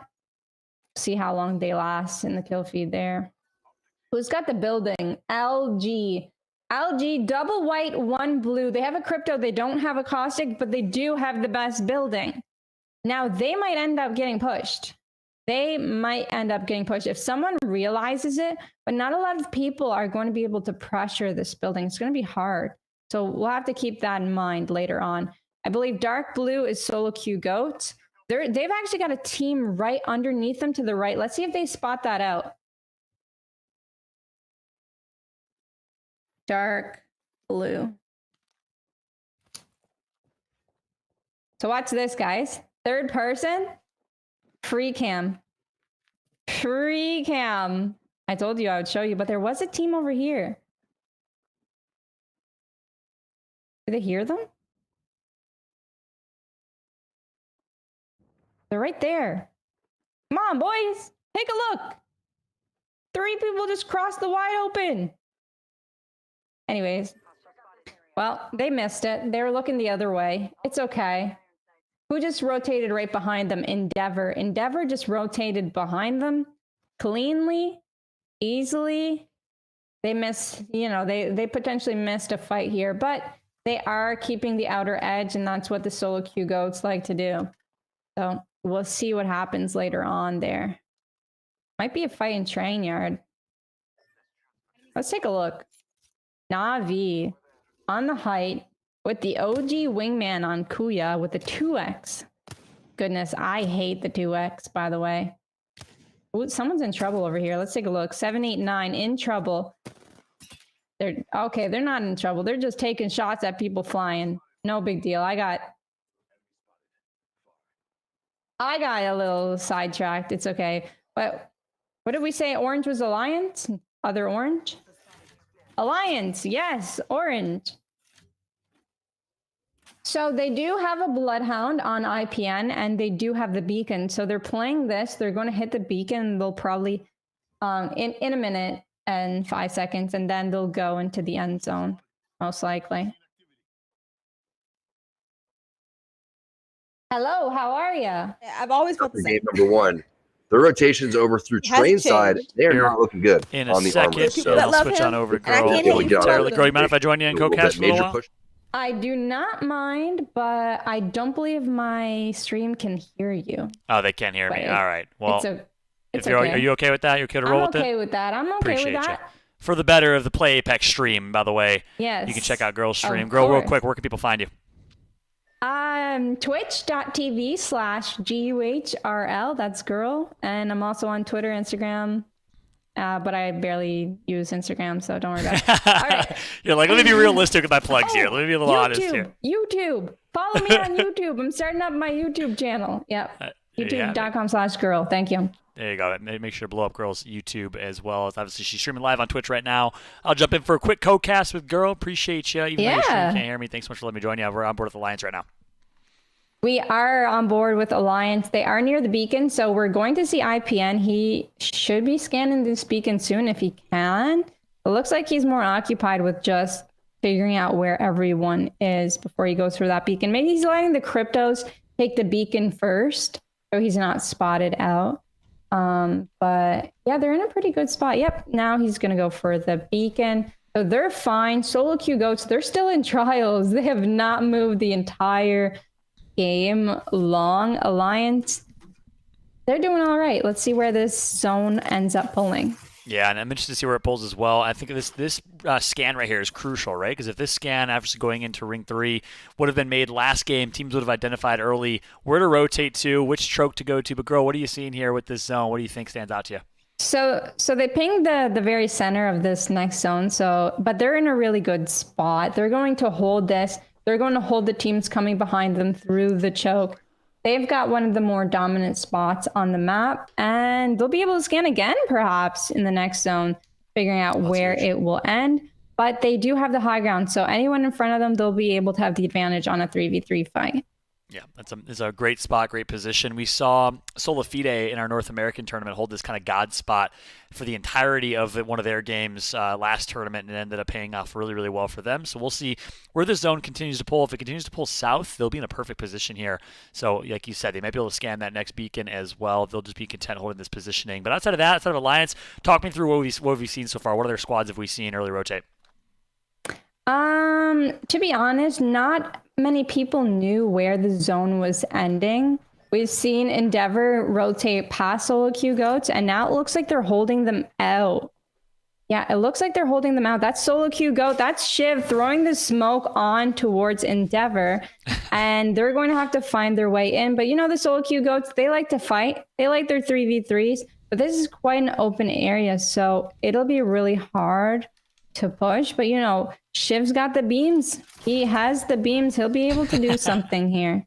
The magic Bangalore beam. Hey, who said Bangalore is not in meta, right? Shiv has proven every single one of y'all wrong right now. Repping that Bangalore team composition around Gibraltar and Wraith. This is like old. I feel like I'm watching Apex when it first came out with this team comp right now. It's like the three most obvious legends to pick were Wraith, Gibraltar, and Bangalore. And Shiv's making it work here 2 years later. Yes, he is. And there's a lot that Bang offers that not a lot of people realize. His smokes can be defensive. They can be offensive if his team has Div-G threats. His ultimate does damage, creates a lot of space. There's so much that Bangalore offers that, not every character in the game does offer. So. That's true. My favorite part is the movement speed boost at the passive. Obviously means you can be an absolute slayer, and we know that's what Shiv takes advantage of quite often as an individual performer. I'm excited to see what they can do. They're going to be barely not in zone right now, but they'll obviously make a pretty easy rotation once they need to, as round 2 will be closing in about 45 seconds. Girls, Alliance still in the same position. Let's jump back over to the Alliance, see where they're at. I'll definitely jump back. Yep, Perfect. They are in the same position. IPN on the rock, just scouting out all the teams around them. They're not going to be really contested because it's really hard to push this really high rock. It's going to be really next to impossible. And it looks like they actually scan the next zone, and they're going to be perfectly in zone as well. They're in a really good position here, girl. I think we might see Alliance end up on top here, especially if this next ring rotates towards them. Yeah, especially if it rotates to the buildings right in front of them. But I did see them ping the center of the zone in the middle there. So it might pull a little bit further than they thought. So they might end up being in the low ground when it comes to the end zone. So we'll find out there. Let's take a look at Cooler, see where they're at. They're on the edge of zone as well in Lava Fisher. They're going to have to move. Oh, and the zone has been scanned. So Alliance will have to move. No one actually has the train cart on the tracks here, which might be one of the best spots to be holding. There's a lot of open area, so this is going to get really interesting. I'm excited to see this late game. So we do have that intel of next zones. Of course, it's going to be Cooler that gets that intel. We know how good they are at rotating. Jumping with Navi now. Girl, I like that the drama of switching from Cooler to Navi. Clearly you did that on purpose with Strafey leaving this Cooler squad, the Natsuki Strafey and Dell team for that Navi roster. That was calculated, right? Well, no, it wasn't calculated. They're just the closest to the best spot in the zone. So they're really close to the end zone next circle. They've got some nice shots underneath the tracks with the charge rifle there. 92. They might actually get some free kills. He got 2 free cracks. They should be getting angles, but he ends up doming. So, they're just chilling. That's right. Excited to see as this closes out. 20 squads remaining yet again. So it's 2 games in a row. We haven't had any legend changes from last game. I know we last game had 8 Cryptos. We had 16 Wraiths, 16 Gibraltars. Same exact team compositions here and same exact scenario. No squads eliminated. As I say that, it looks like 303 might just take out our first squad of the day as they're going to be playing aggressive against OG. Good job from them so far. Yes, indeed. Now I'm going to switch back to Kick here. It looks like they're in trouble. I'm going to press 9 here. Jaku ended up going down. Densai doesn't even look like he's got armor here. So it looks like they just got revived, and Shibak's going to be the one to try and hold everyone off. Yeah, that's right. We'll see if Shibak can do it. The winners of online tournament number 2, Kick Esports. The Polish sensations played so incredibly well in online tournament 2 and online tournament 1. I think they got top 3. They've just been so consistent. As Luminosity Gaming is going to actually take out Navi. Nice shots from Kick off the rip here. They have 1 casualty right now in Jaku. We'll see if they can back out and get the revive. Not sure what's going to be looking like for Crypto on this squad. Shibak's going to find himself in a pretty rough spot here. He'll get tagged up quite a bit, and he'll just try to hopefully get a revive. But this is where he needs that Dome Shield to come through, and it will. They should be able to get the revive, but I wonder if a team's going to third party and finish them off, girl. They ended up getting a really good... Oh, no, as I was about to say it, it was a nice recovery, but they're getting shot from the high ground. And I believe that's Twitch, Matey, Lowell, taking them down, taking Shibak down, and Denzai's on his last breath. Yeah, that's going to be Matey from Nessie, our winners of game number 1. They hear the third-party opportunity, and they capitalize perfectly. Denzai's last alive. He'll be tagged up and should be getting taken out here momentarily. He's on his last breath, last life, and oh no, don't do it. Don't do it. The Crypto EMP. Can you imagine? With 2 HP, he's going to get taken out. Someone's going to flank wide left and finally shut him down. Now on board with Sir Dell from Cooler. They're in a big fight here. I've been seeing them in the kill feed for the last few seconds, but Dell took in a lot of damage. He's going to have to heal, but he did trade that damage off, so they should be able to recover here. Yeah, it's a good trade, good reset, good decision. Kind of hot and cold is so important. We don't talk about that enough as casters, but the importance of understanding when to be hot, when to be cold, when to be on your back foot and reset on the defensive, or when to be on the offensive, typically in third-party scenarios, much like we saw Nessie right there. But oh my goodness, Shiv is going to absolutely melt, or whoever it was actually absolutely melted Dell right there. Wow, Shiv's going to get a pick on JMW on Nessie. That's our winners from game number 1, and it looks like Dell's going to find himself taken out from this one. Yep, it does look so, and I believe let's hop on board with Solo Q Goats. It looks like they're pinging this area. It looks like they're trying to get in a push over here. Diff's just pinging aggressively, like, let's get some angles, let's take the spot, let's see what's going on around the map. And he did find himself a rat. Now, will he shoot him? He's waiting maybe for the 3, 2, 1 go, and they get it. 303. Paradise is out, and that's 1 kill for the Solo Q Goats. I love the team firing and the teamwork. You hit the nail on the head when you said kind of the 3-2-1 go. What Girl means by that for any of our newer viewers is as a team, you want to time that shot so you don't shoot once by yourself. 3 is obviously much greater than 1 and will melt someone much quicker. So you wait for your teammates to line up their shots, and then you do exactly what we just saw right there. Taking Paradise down in seconds was DiffQ. And it looks like we'll see if they decide to capitalize on that girl by playing aggressive and deciding to push the 3v2. Obviously, we talked about it last game on the main stream with Hodsik. You don't want to take fights at this point in the game because you're obviously going to get third-partied. So even if you get that knock, don't get baited to go for that kill. Play for the late game, play for the long haul here instead. Yeah, and that 3-2-1 go kind of just reminded me of what happened 2 days ago where I was playing ranked and the whole solo queue goat squad was in that tunnel and they were all looking at me, and it was just a split second where I saw them and then I was instantly downed and dead. So the 3-2-1 works out pretty well, especially when it's up against these kind of guys. Very true. And it's teams that come from different games in the past. Obviously, games like Halo are so important to Teamfire. 3 or 4 battle rifles on one person would get them taken out in a second. Obviously, it's team firing. I love that in Apex because it's a high time to kill. You have the ability to team fire, right? Whereas in other games, low time to kill, that one person can shoot them and take them out in seconds. Team firing becomes even more important as we're now jumping on board with underrated here. Dazo, Horizon, and Swinny, as we know what they're capable of. Living up to their name, truly one of those underrated squads. Currently playing at Horizon on K-Swinny, one of the first teams in Europe to play on Horizon. Also repping that Caustic as well. Yeah, and they might have some angles to be able to shoot down. It looks like Horizon did end up downing. Maybe they're reviving right underneath them, but it doesn't seem like they're going to be able to get the finishes. Swinny is going to use his Q to dodge the bombardment, but there are people with angles on him, so he's going to have to be careful. Yep, speaking of team firing, anyone could have taken him right out of the air right there, but luckily he wasn't seen, so he was able to back out and reset. 9 squads remain now. Looks like Believe Rock is still alive, so we got 789. We got Flavor of the Month in the kill feed, taking out Blasts. Desu gets 1 as well. So with 9 squads remaining, I wonder, we still have Alliance alive, girl? Or are they taken out? Or are they still in there? Okay, let's take a look. Here's Alliance. Okay, Alliance is the team underneath, and they are trying to take out this Crypto. I believe he just took a portal to try and escape. And they are in the zone where they are as well. So they'll be fine if they can stay alive here. That's right. We're getting a little choppiness on our end, girl, so I might ditch you here for the late game if it stays up. It looks like it's back. So Alliance will be in zone and in a good position. On low ground, not in the ideal scenario that they would like to be in, but still, with that Gibraltar Dome Shield going to be coming back here in seconds, should find themselves in a decent spot. Hawkeys is looking for some type of armor swap. They're going to be trying to probably shield up that armor for a quick swap if they need it in late game. But instead, Hawkeys finds someone right above him, currently just surviving, swapping shield bats, and finally Hawkeys will be back to full health. And there goes a team or two in the kill feed. A lot of things going down there. Not too many squads alive. Let's take a look and see who is shooting them. So that's 7, 8, 9. They were shooting them, but now they're taking a look at their back, which is Solo Q Goats. Solo Q Goats is going to have to push on top of 7, 8, 9. They're using both of their ultimates. They used the Gibraltar ultimate first. Then they're using the Bangalore ultimate second, and here comes the bombardments. They do have the wall to play. They have the smokes to cover around.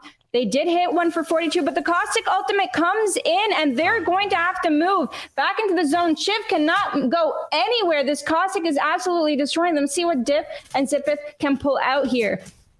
And what a heads-up play to drop that portal to give him at least a breathing chance, but it's not going to matter. They're going to get taken out. Unfortunate Caustic ultimate in a situation that looked good for them. They had the Wombo combo of the Rolling Thunder and the defensive bombardment ultimates from Bangalore and Gibraltar, but it's not going to matter. Now, we got Alliance still alive. We got Na'Vi still alive. I combined them and I said Alavi. How about them apples? As we're jumping on board with Hawkeys to see what he can do. So as Desu takes out Max Strafe and Believe Rock finishes Max Strafe. So it looks like they might be playing for second here if they're going to push each other, and Alliance is going to get this free third party. Well, the Kidnap King goes in, and he actually takes someone else's portal. So he's trying to get out of there. There's so many portals. It's just a portal swap over here. Hawkins, where are you going? Where is your portal? Can you get back to your team? Yes, you can. That was insanity. It was Portalception on screen right there. Hockey's always goes for the kidnap, but instead finds himself in an infinite loop, it seemed like. Finally able to reset and back out. Actually, an insane finish right there for Alliance. But we got 3 squads remaining here, girl. We got Alliance alive and well. Looks like the defensive Barber's going to come through, so the 2 teams elsewhere are fighting. This is an opportunity now for Alliance to play third party if they do choose to, but it looks like the fight will not ensue, so they'll wisely decide to back out and reset. Alliance does have the zone on their side as well. Hawkins is literally standing on the end zone right now. So they just kind of have to put those 2 teams in a pinch, and they are doing it. They're forcing them to fight each other. IPN does take down Kuya. They're going in for the final kills. 2 squads remaining. They're going to chase them down. The Wraith, the Gibraltar, and Alliance wins game 2. Welcome back to Alliance. Congratulations. Yeah, it's a big welcome back as they obviously were absent for games or tournaments 1 and 2. They make it back, they return, and they return to the top spot. It's a good return for them to the Kings in Vifes, in Hawkins, and IPN. Congratulations to them. Girl, thanks for letting me join you here for the cast. I'm going to jump back to Kate and our main desk here. But again, thanks again for letting me join. Of course, anytime. See you again soon. Talk soon. Thank you. Talk soon. Thank you. Hey! All right. Well, that was lovely. My gosh! What is up, Alliance? I absolutely agree. Crazy game right there from Alliance. They were well positioned. So far, 2 games in a row here, Kate. It's the team that rotates first, the team that's able to scan the beacon, and the team that's able to get positioning in late game that ends up on top. And, of course, it helped them that the ring was pulling towards them, so they were the third team to the fight, the third party that was able to come through and end up on top there, Kate. Man, I think you literally just said the magic. I mean, that is the equation, right? It absolutely has to take, it's one after the other, after the other, after the other. And if all of those things are there, well, then it's, your time to shine. That's right. And Alliance ends up on top. That'll shake things up in the standings overall quite a bit. We'll pull up those standings as soon as they are available. But Alliance was in 4th place coming into that game. So a solid showing for them so far. They were in 4th place with the 4th place finish in game 1. 1st place finish in game number 2. I think that'll certainly put them in the top 1 as Nessie was the team that was in 1st. And they got taken out in like an 8th or 7th place, I believe. We'll, of course, get that confirmation when the standings are ready. But before we do that, I want to actually also welcome in a special guest to the stream. And the name of the stream today has been bringing guests in, getting perspectives from various community members. And with that, I will welcome in Knights Raven. How you doing, my friend? For those that do not know you, please introduce yourself. Let everyone know what you're all about at the stream here. Hey guys, so I am Knight Raven, and I think most people know me as initially I was the full-time analyst for GST back in the day, and afterwards I started being an analyst for Energy, so that's really fun. Since then I left Energy. I had a lot of fun. It was great. But I was mostly looking at zones, macro movement, rotations, doing research. So that's, I guess, sort of what I'm known for in the Apex community. I love it. Quite the pedigree and quite the resume as well. And walk me through it, man. So you focus full time on basically breaking down Apex Legends gameplay. I'm sure in your brain the meta is so much deeper than it is in the average Apex player. What are some things that makes Apex unique from a competitive standpoint? What are some things that you're thinking about on a day-to-day basis? So I think what I think about a lot is pinpointing win conditions. I think that's the most important thing that teams need to be looking for. And what that means is when you pinpoint a win condition, what you do is you try to reduce RNG by as much as possible. And that's really what a battle royale is. The team that can mitigate RNG the most. And whether that means getting overlooted, right? Making sure you have the meds and the guns to fight your way through zone, and not worrying about where the zone is pulling, or whether that means rotating early. It depends on the team, and it depends on their playstyle and their strengths and weaknesses. But that is definitely the biggest thing. And also, there's a lot of other things that affect it. What characters are in the meta right now? What the strongest characters? What's in the crafting? What the zone algorithm is? So yeah, I think Apex, it's really all about figuring out your win condition and reducing RNG as much as possible. I love that, breaking down to those 2 kind of key important elements and things that we probably don't talk enough on the broadcast, right? And you just had a chance to watch that late game right there. Break it down for me. From your perspective, what was the win condition for Alliance, and how did they best mitigate RNG to close out that game? So I've watched a lot of Alliance, and hearing Hawkins speak about zones and playing zones, or early zone, his conclusion is essentially that he feels like he has more power when he doesn't rely on how the zone pulls and trying to early rotate for that. And especially this showed especially in this game where the zone was definitely a bait. I've looked at a bunch of zones, and I can confidently say that I would not have predicted that one. But at the end of the day, that's the beauty of playing edge, is that you don't have to rely on zone pulling to you and the predictability in the zones. So in that sense, playing edge actually reduces RNG in that regard. So that's the beauty of what Alliance does. They get overlooted, and then they sort of look for the path of least resistance into the zone. However it'll pull, they're going to find the easiest way for them to get into the zone. And sometimes that is, getting kills instead of trying to rotate. There are some tough zones. But for this one, they just had to sit back and wait for the zone to pull towards them, essentially. And they waited for other teams to get baited. And then they did their job of edging into zone and controlling that space from the south side of Lava Fissure where Mirage Voyage is. So very easy win condition for them to pinpoint. I think not from zone 1 and 2. It would have it was definitely a lot harder to pinpoint their win condition from zone 1 and 2. It's not the hardest, but again, the beauty of edge is you never have to worry about zones. So that's exactly what they did. So, many teams, and the kind of common sense way to play is early rotate, kind of pick the center of the circle, the center of the zone, and you should be relatively close in proximity to wherever the zone pulls. But you're saying that you think playing edge actually helps mitigate RNG in that you can kind of predict and get to a rotation a little bit earlier. Is that correct? And walk me through the reasoning there. Well, so if you're playing edge, you're on an edge drop spot, right? And even if the zone is predictable, the zone might pull to the complete other side of the map. And even if you're playing, like if you try to play for early rotates, you can never control those things. Like as much as you want to, as great as your zone knowledge is, like you could get 3 zones that pull completely away from you.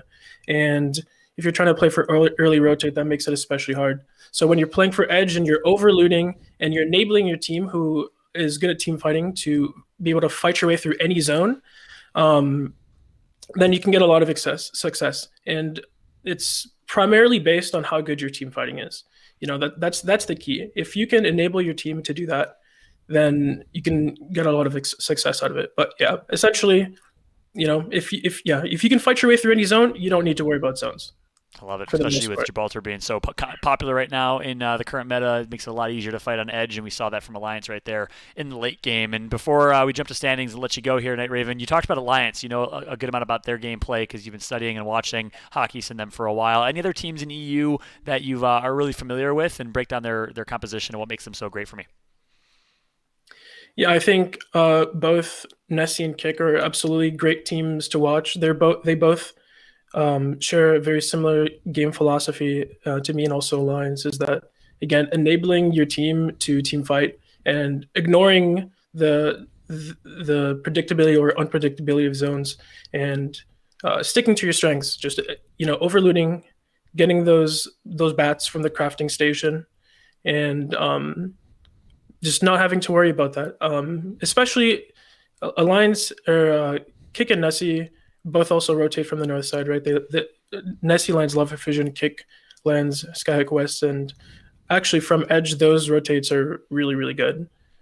It's a lot harder to rotate from edge from the south side of the map, in my opinion. So I think those are definitely 2 teams to watch for. If you're out there and you're trying to watch a team that are teams that are exceptionally good at team fighting and edging themselves into the zone, 2 absolutely great teams to do it.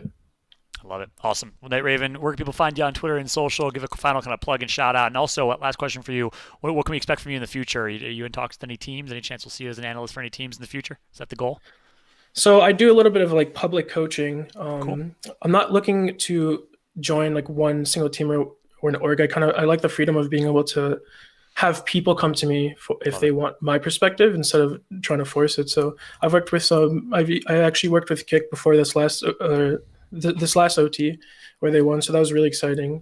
And I've talked to some other teams, but yeah, I'm just kind of relaxing, chilling, playing a little comp because that's really fun. But otherwise, my Twitter.com/NightRavensWing. Check me out. I've also been grinding my mechanics a little bit. So if you want to watch someone go through that process of getting better mechanically, check me out. Awesome. I love it. Thanks so much for joining us. I appreciate it as always. Good to get your perspective and, of course, good to give you some promotion opportunity to tell your story. It's amazing to see so many community members and analysts and coaches and players that help support the Apex Legends ecosystem. So thanks so much for all that you do and all your contribution. We'll catch you later, man. Awesome. Thank you. Awesome. Kate, I'm going to go take a look at the standings. I'll be right back, and I'll bring you back into the stream here in a second. Sounds like a plan. All right, let's take a look at the updated standings. Here they are on screen, courtesy of our friends at Liquipedia. It's actually going to be Na'Vi. We thought Alliance, who was in 4th place and got a first-place finish, was going to be on top, but it goes to show kill points are so incredibly crucial and important. As you see, Na'Vi with a 12-kill game. They had a 9-kill game in game number 1. Plus consistent placements with a 3rd place and 2nd place finish. That'll put them on top. So Navi's a team that I've been very critical of, right? Strafey left a multi-championship winning team and Nasky, Strafey, and Dell switches over to Na'Vi, and then Na'Vi decides to kind of make Strafey their lead. He picks up 2 more players in Kuya and Nesh, and now that is the Na'Vi squad that is looking so incredibly good. And let me tell you, they're off to a good start here. Nessie right behind them in 2nd with a 10-kill game and then a 2-kill game right after. So not the best game number 2, but despite that, their game 1 performance carries them to keep them tied for 2nd place with Alliance, who's in 3rd with 25 points, top 4 finish and a 1st place finish, and not the most amount of kills. They are a team that does play kind of an early rotate, center circle, and you saw it right there as they were sitting in that God spot and maintaining control. 7-8-9 with a 12-kill 3rd place game in game number 2, looking solid with Solo Q Goats right behind them. So if you're a fan of Solo Q Goats, solid performance from them with a 3-kill game. Their high kill games have been keeping them afloat here as we'll scroll down and see the rest of these teams. Major Pusher's not the best start.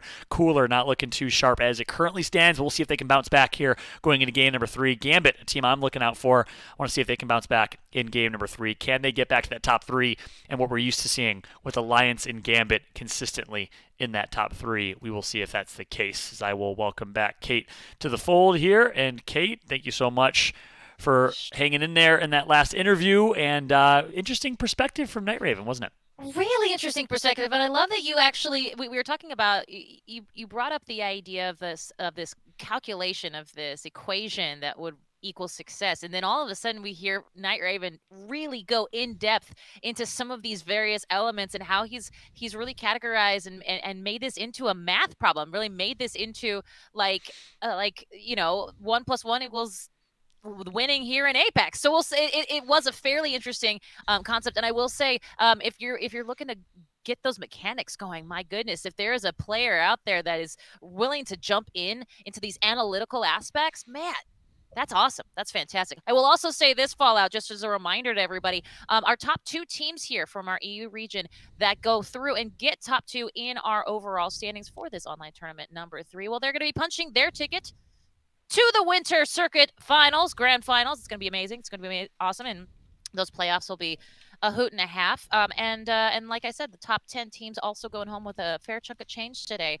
as well. So there's a lot of things on the line here, Fallout, and there's a lot to see and a lot to do. And these teams, I mean, I love going into round 3 because, as I've said before, this is where the rubber meets the road for a lot of teams. This is where maybe we'll see some team comp changes. Maybe we'll see some strat changes all around. We'll see. I don't know. Game number 3, B.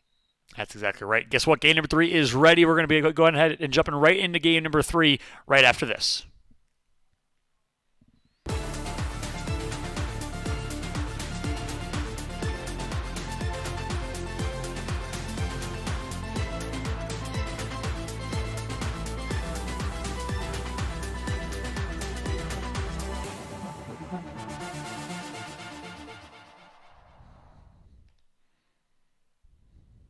On like 6 games, they have 10 points.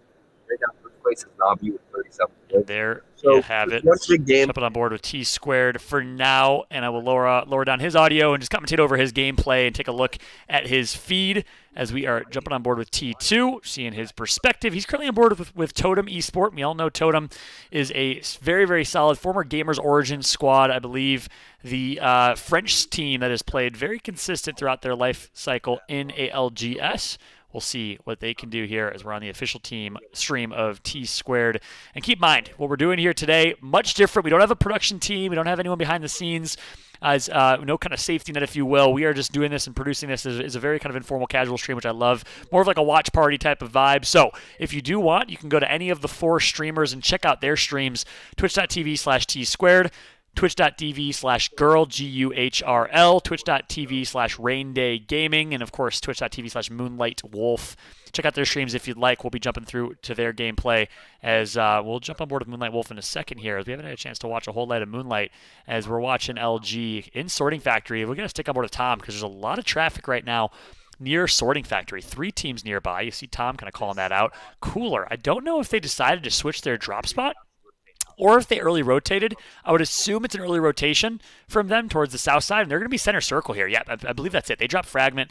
That's that kind of tried and true Nasky special that they've been doing ever since the old kind of Pathfinder meta, dropping and early rotating from Fragment on World's Edge as we're on board with them. Meanwhile, let's switch on over to Moonlight here. And Moonlight looks like she's on board with Luminosity. So we got a good little view here. It's almost like a little bit of NFL Red Zone as we got Luminosity Gaming nearby, right outside Sorting Factory, Cooler nearby, and LG is going to find themselves in a skirmish, in an engagement here. We'll see if they decide to take this. One squad already eliminated from this game, so a different scenario than we've seen in the past.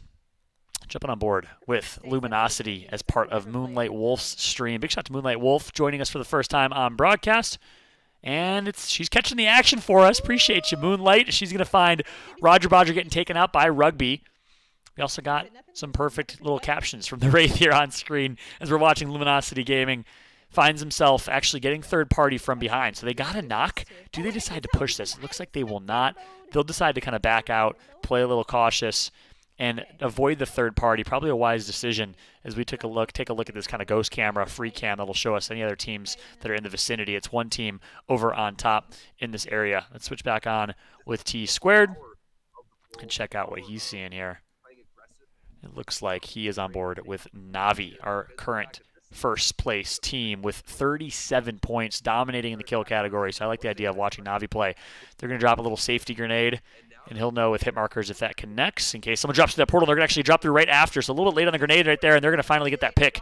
That's going to be on Endeavor, our 6th place team that got second in game number 1. They're out of this one. 18 squads remaining. 2 squads already eliminated for game number 3 as we're currently watching and seeing Navi need to heal back up. Kuya is absolutely hurt right now. Third parties everywhere. It looks like every team is realizing, hey, the last 2 games, the teams that early rotated were the ones that found success.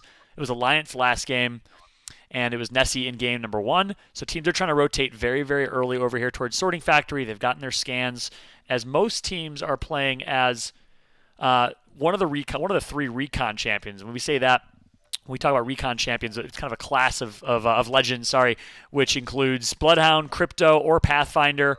Any of those 3 legends will find themselves an opportunity to scan beacons and find that early rotate.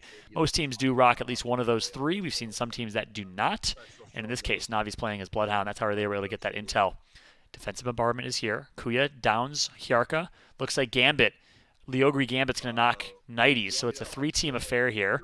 Navi has to be really careful, or they could find themselves in a pretty rough spot. And because of that, they're going to drop a portal, early rotate. But this has been an absolutely insane type of game here in game number 3. So many fights, so much madness, so much action as they're going to actually jump back through that portal and find themselves under the suppression of Gambit, who is top Sorting Factory right now. Let's go ahead and jump on board with Rain Day here and check out his commentary. Of a team. We're looking at his team in the top 5, so it matters what they're doing. But we're also giving you guys a look at what it's like to actually play these games. Like most of the time, in broadcast, you're going to see these games happen, but you're not going to know what happens in the downtime. But the downtime is the most important part. We all know what it's like to be fighting. We know what the fights look like. How do you get to the right spot in the fight? How do you set yourself up? You know what I mean? That's what this is about. What are they doing? How are they gathering information?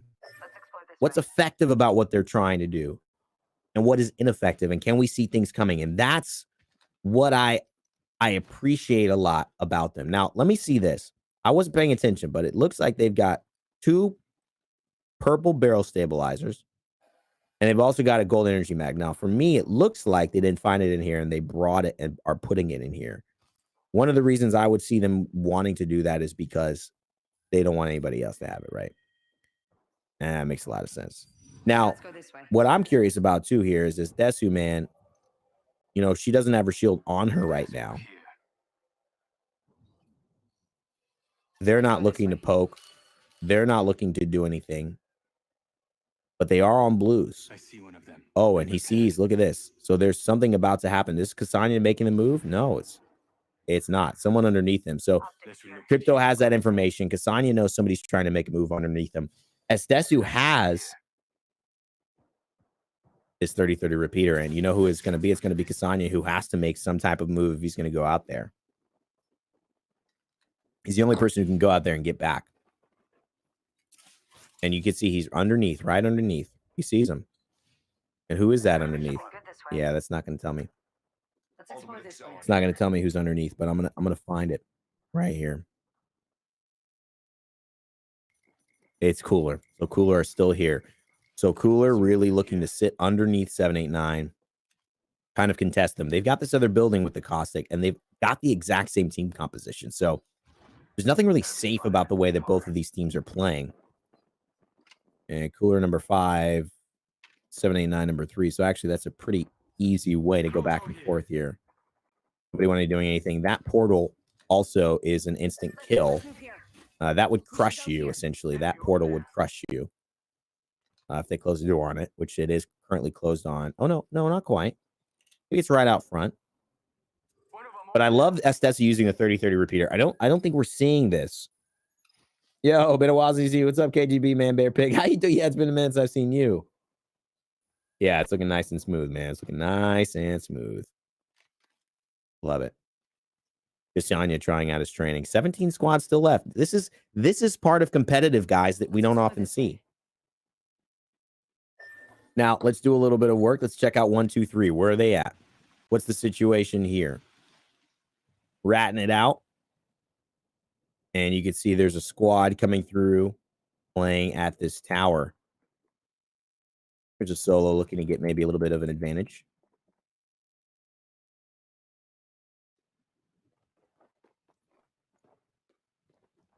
You can see them moving around each other. Take a look at the other side of Sorting Factory. Anybody up here on height? And yep, we've got. They picked a good spot, that's for sure. Solo Q Goats playing edge like they normally do. There is no one here, so we're holding angles. Sipith, nice, holding angles. Yep. No one here. You're fine. You're chilling. Right? You're chilling. Our doors opening on their own? No. We're chilling. We're fine. We're chilling. Someone's fighting over here, though. Let's go take a look.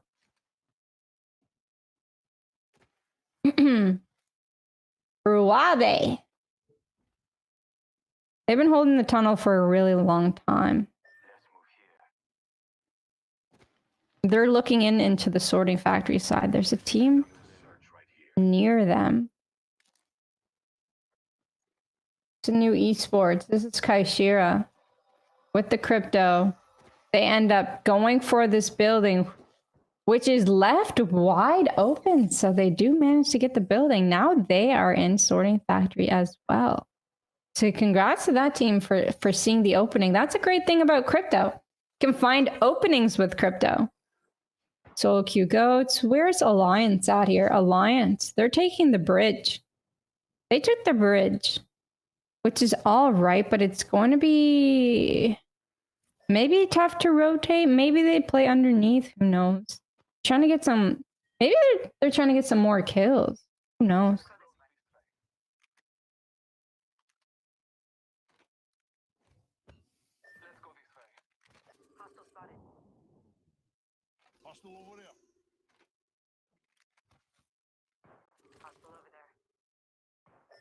All right. Might be Alliance that gatekeeps Solo Q Goats here. They've got a decision to make. Okay, and their decision is pinging inside here.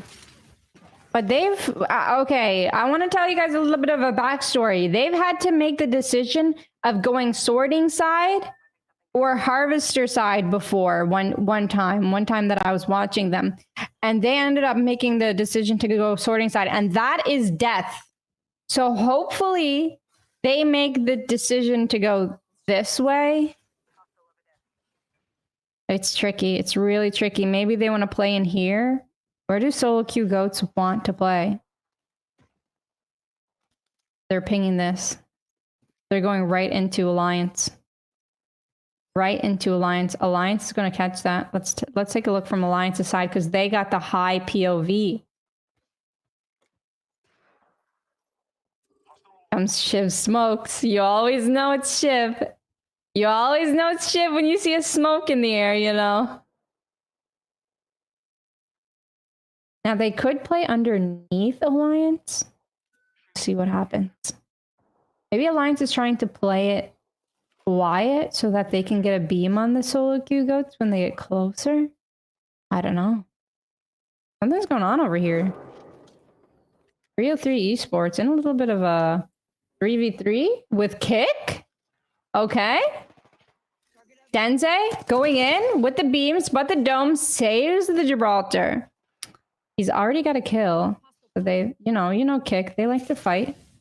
They definitely like to fight. They've got good gear.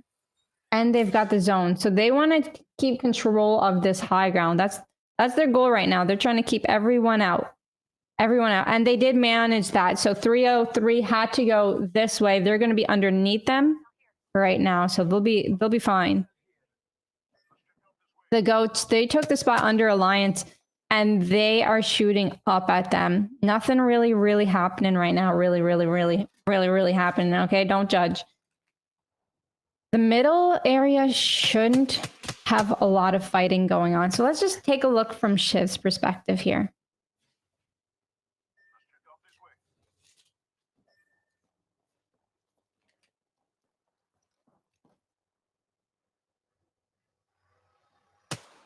Why is there a crypto drone coming out here?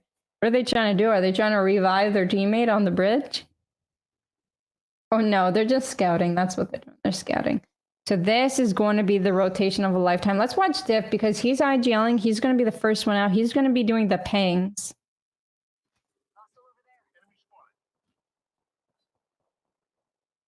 Oh, this building might be open. Oh, Zippeth taking in a lot of damage. The crypto ultimate coming through. Shiv and Zippeth down to 1 HP, basically 1 HP, right? There's a Horizon ultimate. They're in it. He can't move. They're getting stunned. What was this? All right, so we're going to put girl on mute a little bit here. We're actually going to jump on board with my man Rain Day. Let's actually switch on over as we join Rain Day on stream. Rain Day, can you hear me okay, brother? Yeah, I got you, man. What's going on? What's up, stream? I appreciate you letting me sneak in here, man. We got a crazy late game here. Walk me through it, though. Catch me up. What have I missed? Just a huge kind of positioning game near Sorting Factory. Everyone really looking to find their spots. It was almost like, I don't know if you saw that video where there was a bunch of people trying to set up chairs right when they announced the concert line, like, hey, you can now open and put your thing. People fighting each other to get the front row. That's kind of what we got right now. And everyone's just trying to get that elevated, that premier spot. And the teams I've been following, 789 pretty religiously, and also Gambit, have some pretty nice spots here setting up for this final circle with 13 squads left. Yeah, well said. We've seen that, honestly, first two games as well. It's really been about who can get that positioning first, who can rotate early. That's been ending up on top. So we've seen that as a consistent theme. You know, positioning, rotations, and early positioning has been the most important thing we've seen so far. As we're watching 789, seem to find themselves in a pretty good spot here, Rain Day, especially with Caustic. This is going to be madness for anyone nearby that tries to front. Yeah, one of the big things about 789 is that they've kind of isolated themselves in this box here. They were playing for the majority of the game in these two kind of buildings.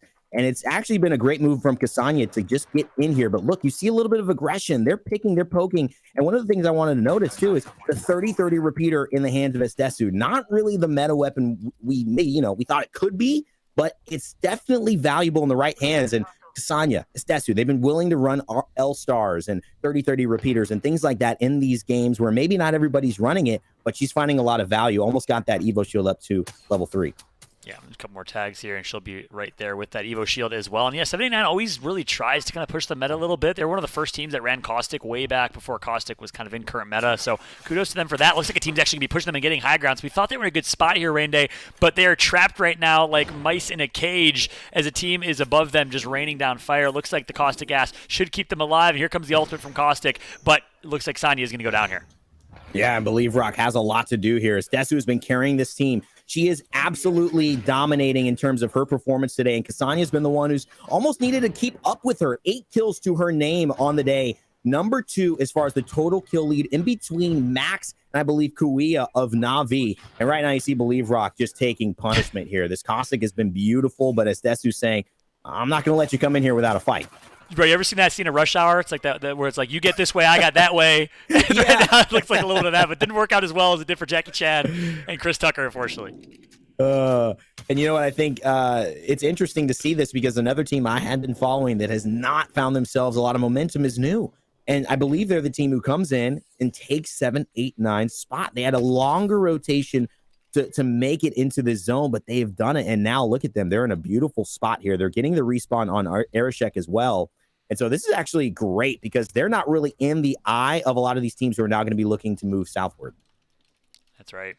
So they're going to actually take that same exact position, but it's going to be a max rotation for them. So it'll be a pretty difficult rotation, but they could play edge ring. Actually, I didn't see, do they have a Gibraltar on their squad? They do not. So it's going to be a little difficult for them to play edge here. It's going to be a tough rotation given their team comp right now.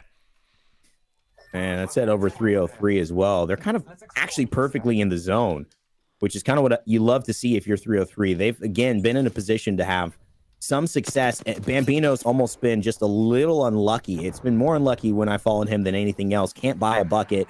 Every time he gets free, somebody else starts shooting at him. But this time he seems like he's in control. Paradise and ASCII also been in the fights and in engagement. So I feel pretty confident.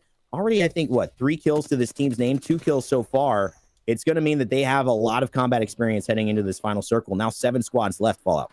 That's right, and they're in a really, really solid position. 2 squads actually going to get wiped as we say that. Looks like Cooler is the benefactor of that. They'll take out 1. Roger Bodger and co get taken out alongside Kashera. So 303, like you said, in probably one of the best power positions. And look at this. They're absolutely melting right now with those massive shots, connecting for nothing but damage. And just like that, 303 is going to wipe another squad. But they got to be careful here. Alliance down. Oh, my God, the plays are coming through. You love to see it from 303. They take out Alliance, and they take out K Swinney and the underrated squad right after. And Paradise gets back up. Gibraltar slaps him on the bum, says, come on, son. We've got work to do. That's at least 8 kills for the boys, 4 for the side of ASCII. You've got 1 on Paradise, and you've got 3 for Bambino. That is a huge play. We're now looking at 3 teams. Flavor of the month. Cooler, Dell, still alive, ratting it out in here, and kind of putting himself in a position to say, hey, you guys fight each other. I'm not important. Don't worry about me. And that actually might be what just happens here. Madness. Randy, I'm going to exit your stream for a little bit. Let you call us on your own, all right? All right, buddy. All right, brother. Good luck. Switching on over to girls' point of view, make sure we get you guys that high-quality gameplay. I think Randy had a mess with some of his video settings to try and fix that choppiness we had earlier. So, jumping on board with Girl now. Currently watching her feed. She's in that free cam view. As we call this late game here, 3 squads remaining in this one. Watching Girl, and we looks like we have Flavor of the Month alive. 303 alive. Couple of key teams that need a performance. I would almost borderline call this must-win games for both of these teams. Currently in 12th and 13th place. They need to kind of sneak their way into the top standings. This will certainly help them significantly. They only have 7 and 6 points respectively, as it looks like Sir Dell is the last alive for Cooler. He's going to try and rat his way to success, but finally going to get spotted out by 303. Now the question is, does Flavor of the Month decide to capitalize? Does Flavor of the Month decide to push 303 now that they have found themselves damaged a little bit? No. They will let 303 reset, heal back up, and we're going to have a good old-fashioned standoff, a 3 versus 3 fight. One team on high ground, though. That is the team that has quite the advantage, but the ring is going to be collapsing on Flavor of the Month. That Dome Shield will only buy them so much time here. They had to drop it, but the ring is closing so slowly that this will open up an opportunity here for 303 to play out that Dome Shield, and they will absolutely melt as a result. I think 303 has this one in the bag unless Flavor of the Month can pull something crazy. Here comes the push. Looks like nothing but a shotgun fight on the low ground. It's going to be Gibraltar that barely almost goes down here. No, it's going to be 303 that manages to go down first. Just like that, they're trading kill for kill. 2 members of Flavor of the Month down in the end. It'll be a 1 versus 1. ASCII is going to clutch up in the 1v. And just like that, it is 303 Esports as your champion of game number 3. A dominant showing from them. Kudos to them as they end up on top. And I will go ahead and welcome back Kate to the fold here. What? How's it going, Kate? Crazy finish right there. It's a crazy finish, and I gotta tell you, if you guys haven't listened to Girlcast solo for this, and John, you did an incredible job as you always do, but she was spitting some hot fire just now, and it was brilliant. Highly recommend. 303. Whew! Speaking of fire. That works out for me. Good showing Absolutely. from them, certainly, as they end up on top. And again, I mentioned earlier that was kind of an important game for them to win. They were in 12th place with 7 points prior to that. So a first place finish is going to net them at least 12 points. And I think they fragged out. We'll take a look at the standings as soon as we have them. But I think they got at least 6, 7, or 8 kills as they were slaying throughout the mid game and towards that late game there. So that's going to be a really big, at least maybe 18 to 20 point game for them. That'll put them within the top 5 for sure, Kate. Really solid showing from 303. Absolutely. And once again, remember the top 2 punch their ticket to our playoffs here for our winter finals, but also those playoffs will inevitably feed, and those points, they all go into our huge ALGS championship. So really 1 and 2 absolutely are something you're going for. Of course, the money is great. Of course, the notoriety is amazing, but punching that ticket that could ultimately net you into our $1 million ALGS championships. Nothing to shake a stick at there, friend. Nothing. That is true, and that's Kate just did a good job laying out what the stakes are. Top 2 will qualify through the Winter Circuit playoffs, is where a lot of money is at stake. Obviously, there's a significant amount of money in each online tournament as well, so consistency is important. You can rack up quite a bit of cash if you take home top 3 in every single online tournament, but the playoffs is where you have the giant lion's share of that prize pool. And I don't believe prize pool has been officially announced for ALGS championships. That will be later this year, but something tells me it'll be quite significant with the millions and millions of dollars that were announced in prize pool overall for the Apex Legends Global Series. That was, of course, the announcement before COVID-19 hit. We pivoted to this online format, and again, big kudos and shout out to EA, John Nelson, the commissioner of the ALGS, for so quickly pivoting to online tournaments, offering an opportunity for players to continue competing and the broadcast to continue as well, Kate. Absolutely. And hey, you know what? Speaking of pivoting, we've done this exact format this one time. So thank you so much again for your patience, for your flexibility as you watch. And I will say, I mean, it's great because, you get to jump into different streams, and that's the whole point of this. And to hear, at one point I was listening to both you and Girl at the same time, and it's remarkable. You guys saying somewhat of the same thing, but the tempo goes up. Everybody gets excited. Different words are going everywhere. I'm verklempt. I'm overwhelmed. And I believe, are we going to wait for our Liquipedia? Because I believe, I got Liquipedia to come. Waiting for Liquipedia to hit. I'm so excited. I know you got a little sneak preview from the ops team in our Discord here. We'll get Liquipedia updated. As we get Liquipedia updated, I actually wanted to announce we have a special guest joining us for the very first time on an Apex Legends broadcast. I'm so incredibly excited to welcome Nocturnal to the fray here. First things first, Nocturnal, want to make sure you can hear us okay. Mic check. You got us? We're good. Awesome, man. I can hear you as well. How you doing, bro? Hey, for those that don't know you on stream, give us a quick introduction, who you are, and give us a little bit of your background, your history that kind of led you to Team Liquid. I'm player for Team Liquid NA, and I've been playing for competitive since the start of Apex. Not my first game I played pro, so played Overwatch, played League, and I'm here now to play a VR game, and it's very interesting and very new. I love it, man. How'd you like the transition, obviously, from different games, arena-style games or MOBA-style games to Battle Royale? How was the transition? How obviously a little bit different, right? Yeah, I mean, this game, it's not like it has a lot of RNG factors where you have to like take them and min-max them to like the lowest part of like dealing with less RNG as much as physically possible. So in like League or something, or you can definitely take the game and play it as you want to play it. But this game, you have obstacles where you're just like, oh, I can't control this we'll just adjust our game plan. And find a way to mitigate it as much as possible, right? Which you guys have gotten Yeah. pretty darn good at. One of the most consistent teams. Obviously, you guys have been playing together. Recent pickup of Albert Lely. But before we jump into Albert Lely, walk me through kind of the background. You started playing Apex. When did you get picked up by Team Liquid? When did you guys form as a team? Walk me through those early days. So Apex or no, Team Liquid originally had 2 rosters back on the X Games days, and then they after X Games they lost Nastical, and there's a Twitter post I saw from Casper and Flanker, and I recently lost my team with HRN before Poland, and I got Twitter shout out and I got a tryout, and then one scrim day later I was playing with the roster full time. Amazing, man.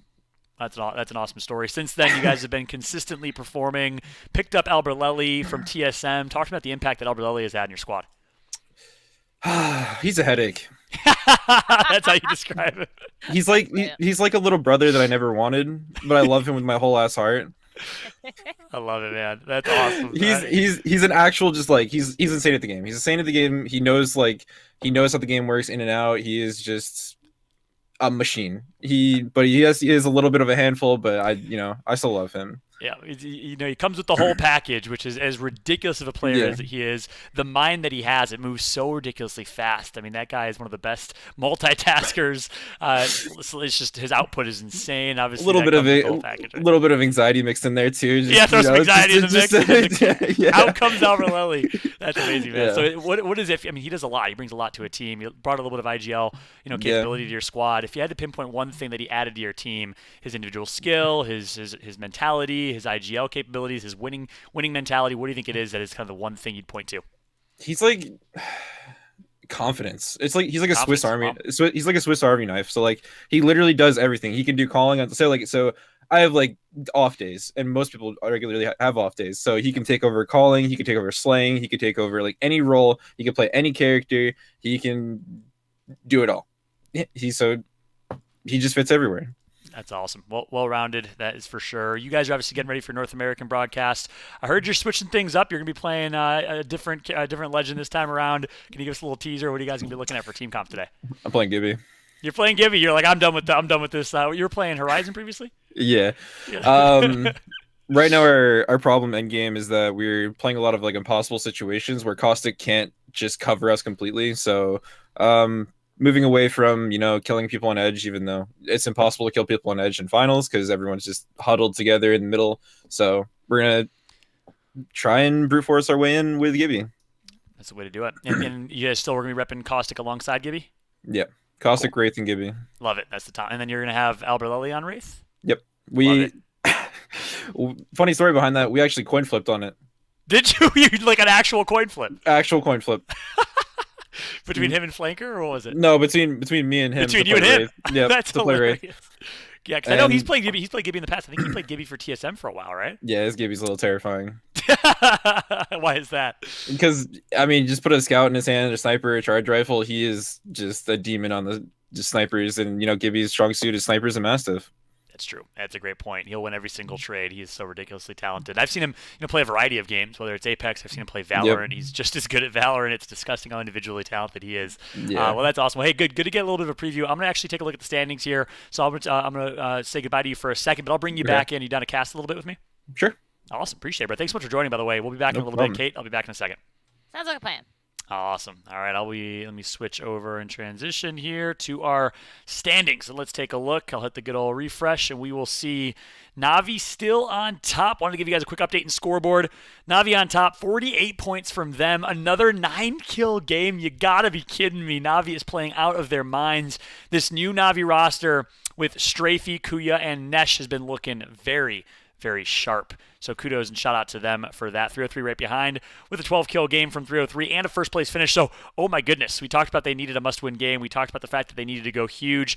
They get 12 kills plus 12 points for first. That's a 24-point game. That brings them to 31 total points, tied with Alliance for second. That's going to be an interesting shake-up there. We'll see if Alliance can continue some consistency. And to round it out, 79 in fourth with 25, Nessie in fifth. Flavor of the Month in sixth. The consistency from Flavor of the Month shows. And that's one thing I always say with Flavor of the Month. They consistently are good. I want to see them be consistently great. Excited to see if they can do that. here in this late game, as they always kind of hover around that 5th through 10th kind of range. We'll see if Flavor of the Month can pop off here in games 4 through 6. Solo Q Goats right behind them. Cooler with a solid game, 3rd place finish with 5 kills. That puts them in the top 10. And then just to reiterate the stakes here, top 2, you'll see the green. They qualify for winter playoffs, so that top 2 spot is really, really important. Top 10 will qualify automatically for the next online tournament finals, which will be next weekend. And then, of course, outside of top 10, you don't qualify. You got to grind all the way through the qualifiers again. So that's it for the standings. I'm going to go ahead and welcome back Nocturnal and Kate to the mix here. Kate, what are your thoughts on those standings? You know what? As always, this is where everything becomes real, right? The first and second games we've seen so many times that one team that comes and says, "Hey, we're going to be dominant. We're going to come out and we're going to have double-digit kills right at the beginning, and then we're going to keep that nice little crosshairs on our back going forward."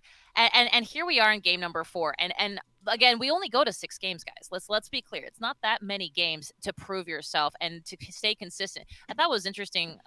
What was it? Game 2, I want to say, where Alliance, we all thought that they were like they got the win, but guess what? They did not. They're not our number 1 right now. So it's just another reminder to me, and I like to bring it up a little bit higher level here in terms of like perspective, but it's another reminder that you can be the best at this. And Nocturnal, I'm curious what you think about me saying this, but you can be the best and have your best game and still not be on the top of these lobbies. I mean, honestly, Nocturnal, I don't know how you guys do it. That's the truth. That's the truth. I'm just gobsmacked back here because it's already a scary lobby. I don't know how it's happening. Well, you can play your best, but some people can just like have better games just like through kill points. Like kill points just open up the game to anyone's possibility. You don't have to like rely on having the ultimate position to get you in an end game. Kill points can carry you, and trust me, we know that feeling. You've been on both sides of that coin. You guys have yeah, exactly. You had some high kills and you had some placement games for sure. But guess what? Gameplay is starting. We're going to jump to a very quick Lenovo break, and right when we come back on the flip side, we will be live with game number 4. I'll be joined alongside Nocturnal. We'll be back right after this. What is up, everybody? T Squared here, and in front of me I have the Lenovo Legion 7i gaming laptop. This is the official partner of the ALGS. Now, the first thing I notice is how badass it looks. You're gonna have RGB lighting in the back. You're also gonna have RGB lighting on the keyboard. It's only 5 pounds and it's extremely thin. You'll see other gaming laptops that are about twice the size.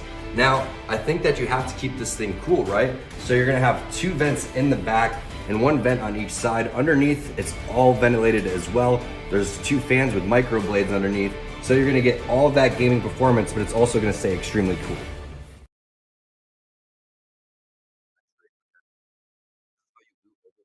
All right, so we're starting this next game, ladies and gentlemen. 303. What a response. There you have it. I'm Lower Rain Day, and welcome back, Nocturnal, the co-cast alongside me. Knock, you can hear me okay, right? Yep, we are good. Awesome, man. Cool. Well, hey, I want to ask you, as we're starting off in game number 4 here, sometimes we see games 4, 5, and 6, a team that's lower in the standings. I don't know if you guys have ever been there, because typically you're pretty high in the standings, but is this a point in the game or the tournament where you'll decide to kind of change up your style? Do you guys kind of have 2 different team comps in the bag, and you'll say, all right, we're behind, we got to play a little more aggressive, let's switch to Bloodhound? Does that ever happen from Team Liquid, or do you guys usually stay consistent with your team comp? Usually we stay consistent because we just don't like the bounce around play style of switching around comps. It's just like it's too short notice, and it feels like it's like too unprepared to do that in like the middle of the game. But I do know people generally towards like the end of the series, if you're not in like good standings, you can definitely, this is where you Hail Mary it. You have to either drop a lot of kills, you maybe rotate a little bit faster, or some teams just break. I've been on the end of all 3 of those, where sometimes you can just break and you kind of just lose out of the tournament, and you just say, go next tournament. Yep. It wasn't our day, right? It wasn't our day, but it sure was hell didn't describe us as a team. Yeah, that's a good point. Doesn't define us by any means. Yeah, good to get the perspective. I think there's 2 schools of thought there, right? Let's stick to what we know, what we've practiced. Maybe it wasn't working for games 1 through 3, but let's stay confident in what we've prepared with. Yeah. Preparation's key. Or is it, let's have a couple of some diversity in our team comp, some diversity in our strats. What about landing spots? Do you ever switch? Do you guys have like 2 or 3 landing spots, and you'll say, you know what? You guys usually drop trials, right? Skyhook and trials. Yeah. It's not. I mean, typically you get it uncontested, so you probably don't do this. But on any other teams, do you know if teams are kind of say, or have you guys ever had a conversation around, let's change up our strat, let's change up our drop spot, and let's try something different? Do you guys ever do that? Yeah, we've done it. We've like thought about it, but realistically, like we have so much firepower on this roster that we just fight off spawn anyways. We've done it in the past like 3. Nice. The past 2 or 3 tournaments, we were contested every round, like up the qualifiers going up. So we just completely fought through, and we don't like the thought of like changing the location because it changes our playstyle so much. When we play from trials, like we have so much like loot and gameplay changing. It's like literally just gameplay changing loot. So you don't really want to give that up ever. Yep, that makes sense. So you guys like the firepower of your team, especially with the addition of Alberlelli. Typically, you will, just stick to your guns and fight anyone that drops. You try to kind of condition the lobby and make sure people know it's your spot. Yeah, absolutely. Wise decision with your team comp. That's for very sure. hard-headed. Yeah, hard-headed or a wise decision. One way to look at it. Two sides of the coin there. As we're watching Rain Day's feed, and he's got a little bit, I think his bit rate's down a little bit here, so apologies if it's hard for you to watch from your perspective, and if it's too hard to watch, I'll let you go, and I'll kind of co-cast this and jump to other feeds. I've watched worse. Yeah, you watched first. I get to know, man. You're used to it at this point. Interesting. What about? I want to get your perspective on early game rotates, right? Versus playing Edge. You guys have changed your team comp up a little bit. You're playing Gibraltar. Does that mean you're going to start playing Edge a little bit more, or are you still going to go for early game rotates? We never go for early game rotates, but so Edge. we play Edge almost 9 times out of 10, unless we have a trial zone, which those are blue moons. We are just gonna stay Edge and play our own game for the most part. Which makes sense. Your team comp doesn't have a recon class, anyone that can scan a beacon, right? Since you guys are going Caustic, not Caustic, Gibraltar, Caustic, Wraith. Yeah, that's it. Yeah. Okay, so no recon class. You can't even, if you wanted to play early rotate, you couldn't because you don't have that intel, right? Yeah. Makes Some sense. zones are readable, like Ring 1, but most of the time they're, especially in ALGS, the zones are like crazy, and I just like to just play it zone by zone by zone and keep my mental a little bit fresh. As opposed to trying to predict the unpredictable. Yes, I've learned predicting zones that aren't predictable just fries your brain. So is that a thing? I mean, I've heard that before from a couple pros, Nasky and a few other pros I've talked to. In ALGS games, the zone versus scrims, which are like the day before on the same private servers, the zones are a little bit different. It's a little more unpredictable. It's been this way for like 2 years, and they say zones are completely the same. They say that every single time, and I'm just like, I've played hundreds of games on these ALGS servers, and I'm just like, are they though? It's conspiracy theories are flying. Yeah. But it's not just you. If it's a conspiracy theory, it's just a few people. But I've heard that from a variety of pros. Like the end game zones will be like parallel to scrims, but the way the zones interact, so said end game zones are just like something you've never seen before. Too funny, man.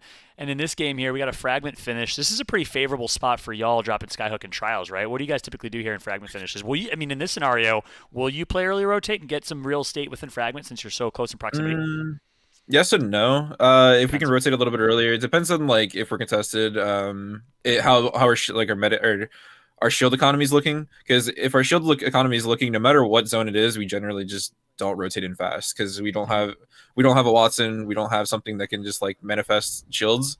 Yep, so we'll generally take our time. Most like nine times out of 10 we'll take it slow. Take your time. Yeah, I know typically you guys do go top trials. You'll sit on top of that kind of God spot mountain area, post up and see if the zone will end up on you, and then pick your fights accordingly. I think we saw that last week in the tournament. Yep. Nice. Where we fought bottom trials and we take our picks. Yeah. Exactly. And I think that was one of those games in late game. You were sitting kind of camping top trials, found a team bottom trials, dropped on them and took them out, and ended up, I think, winning that game, replacing top 2. So that's probably a favorable. You got second that game. Okay. Yeah. That's that uncommon but favorable Northwest finish. It doesn't happen very often, right? Yep. Everyone hates those, but we get them 1 out of 10 games, and I'm happy. Yep. That makes sense. We're now watching Gambit playing as Bloodhound. You guys have never ran a Bloodhound comp, have you? Non-competitive, I don't think. Non-competitive, yeah. Is there a reason for that? Even though, because Bloodhound kind of works for Edge, an Edge team that likes to play Edge and play aggressive. Is it just not fit your playstyle? Actually, no. We played it with back with Casper, but you do with Casper, okay. Yeah. I actually really like Bloodhound. I think the character is very, very good. Just never really tried it, honestly. Yep. It's one of those things you never had a chance to actually try. You guys are always pushing. I know with Hodsick, you're always pushing kind of the meta and pushing the fold a little bit. We'll get back to that in a second here. It looks like gameplay is heating up. And as I say that, we lose a little bit of the feed here. Hey, Knock, if you can get on hold for a little bit, I'm going to jump to another feed, but we won't be able to hear you. I'll bring you back in a second. Okay. Let's jump on with Girl instead. I'll do some solo casting. We'll try to bring back Nocturnal here in a moment if we can. once things clear up. But I only get Nocturnal's feed, unfortunately, in Rain Days. When I pull Rain Day's feed, and Rain Day's feed's been a little bit choppy today due to the reality of what we're kind of dealing with here. So apologies for the tech difficulties, y'all, and thank you for the patience there. We're now jumping on board with Luminosity Gaming from Girl, watching to see their perspective. And Nocturnal's still watching the gameplay here, so he'll be able to give some perspective when we bring him back in here in a moment. And we'll actually leverage him for kind of a post-game analysis if he's cool with that as well.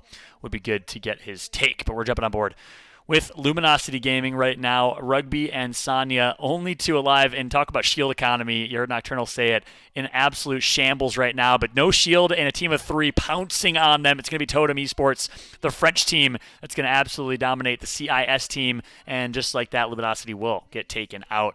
Wise decision from Totem to play aggressive right there, probably recognizing they had a 3v2, and as soon as they saw Grays, well, it was like blood in the water, and they were the Sharks that pounced as they were able to take advantage and slowly leveling up their Evo shields as well. So we'll see what Totem Esport can do as we'll jump on board with T-Squared's feed and see what he's taking a look at. He's watching the same exact thing. So we'll check out Moonlight. She's giving us a good overhead view. And it looks like we got Odin Gamers currently sitting top fragment. And then last but not least, we'll jump back on board with Rain Day. We'll welcome my man Nocturnal back. Nocturnal, unfortunate situation right there. Not the best shield economy for Luminosity right there. That's just sometimes the hand that you're dealt. You can't really change it. Not a lot you can do. I'm not sure what happened if they were on revives or they just never got any loot from the beginning. But either way, not the best situation. Now, jumping on board with Gambit. You've competed against Gambit on LAN once. You've watched a lot of Hardecki's clips. I'm sure you've seen some of the madness. What are your thoughts on Hardecki as a player? Hardecki is a... So we've had a interesting come up as like me and Hardecki. I used to we used to like flame each other back and forth, and it's very funny. Where did that start? What's the origin there? I back when I was like playing Wraith consistently, I would love to finish people in ranked, and he would just get really mad when I'd finish him. But I love Hardecki. He's very straight to the point, and he's an insane player. He is a fucking madman. That's hilarious, man. Yeah, he is nuts. He definitely is blunt, to say the least. That is for sure. And yes. Funny that you guys have a little bit of a interesting background there. Would he play over on North American servers? Why would you guys get matched in ranked? I think it was just like to find matches. Honestly. Okay, gotcha. Pred matches, I'm sure. Yep. Yeah. Lower lobbies, and he'd play. That makes sense. Too funny. So you guys got some beef, some interesting history. I'm excited. It's all under the water now. But it's just okay. it's just like you like to spark like conversations with people, and just sometimes it's just through finishing them. Yeah. So we're taking a look at underrated right now. K-Swinney, Dazzo, and Horizon, some controller players. They are currently sitting in a pretty decent spot here with Caustic and completely posting up. Is this kind of an ideal situation for y'all as well, playing as Caustic, finding some real estate, and being able to kind of camp and post up with barrels? The spot they are in right now is very kind of scary because they have to deal with the team from the West, and they don't. Is that a Gibby? They're playing Gibby, Horizon, and Caustic, correct? Yep, exactly. Okay, so they'll have issues from the East and the West team overlooking them, and it might be a very tough rotate in because right now I don't think they're safe on that circle. Mm-hmm. I don't. Yeah, they're not. They're right outside of circle as well, so that might be a little rough for them. Yeah. So they'll post these barrels up in case someone decides to push them, but they're gonna have to make a rotation. Then when they make their rotation, they'll have pressure from the East and West team. Is what you're saying? Mm-hmm.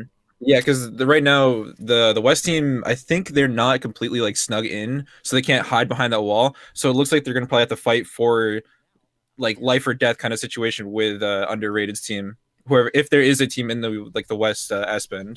Yep. And I think they might just barely be in zone. I'm trying to look here and really squint as well. We'll see if they are in a second as it's closing.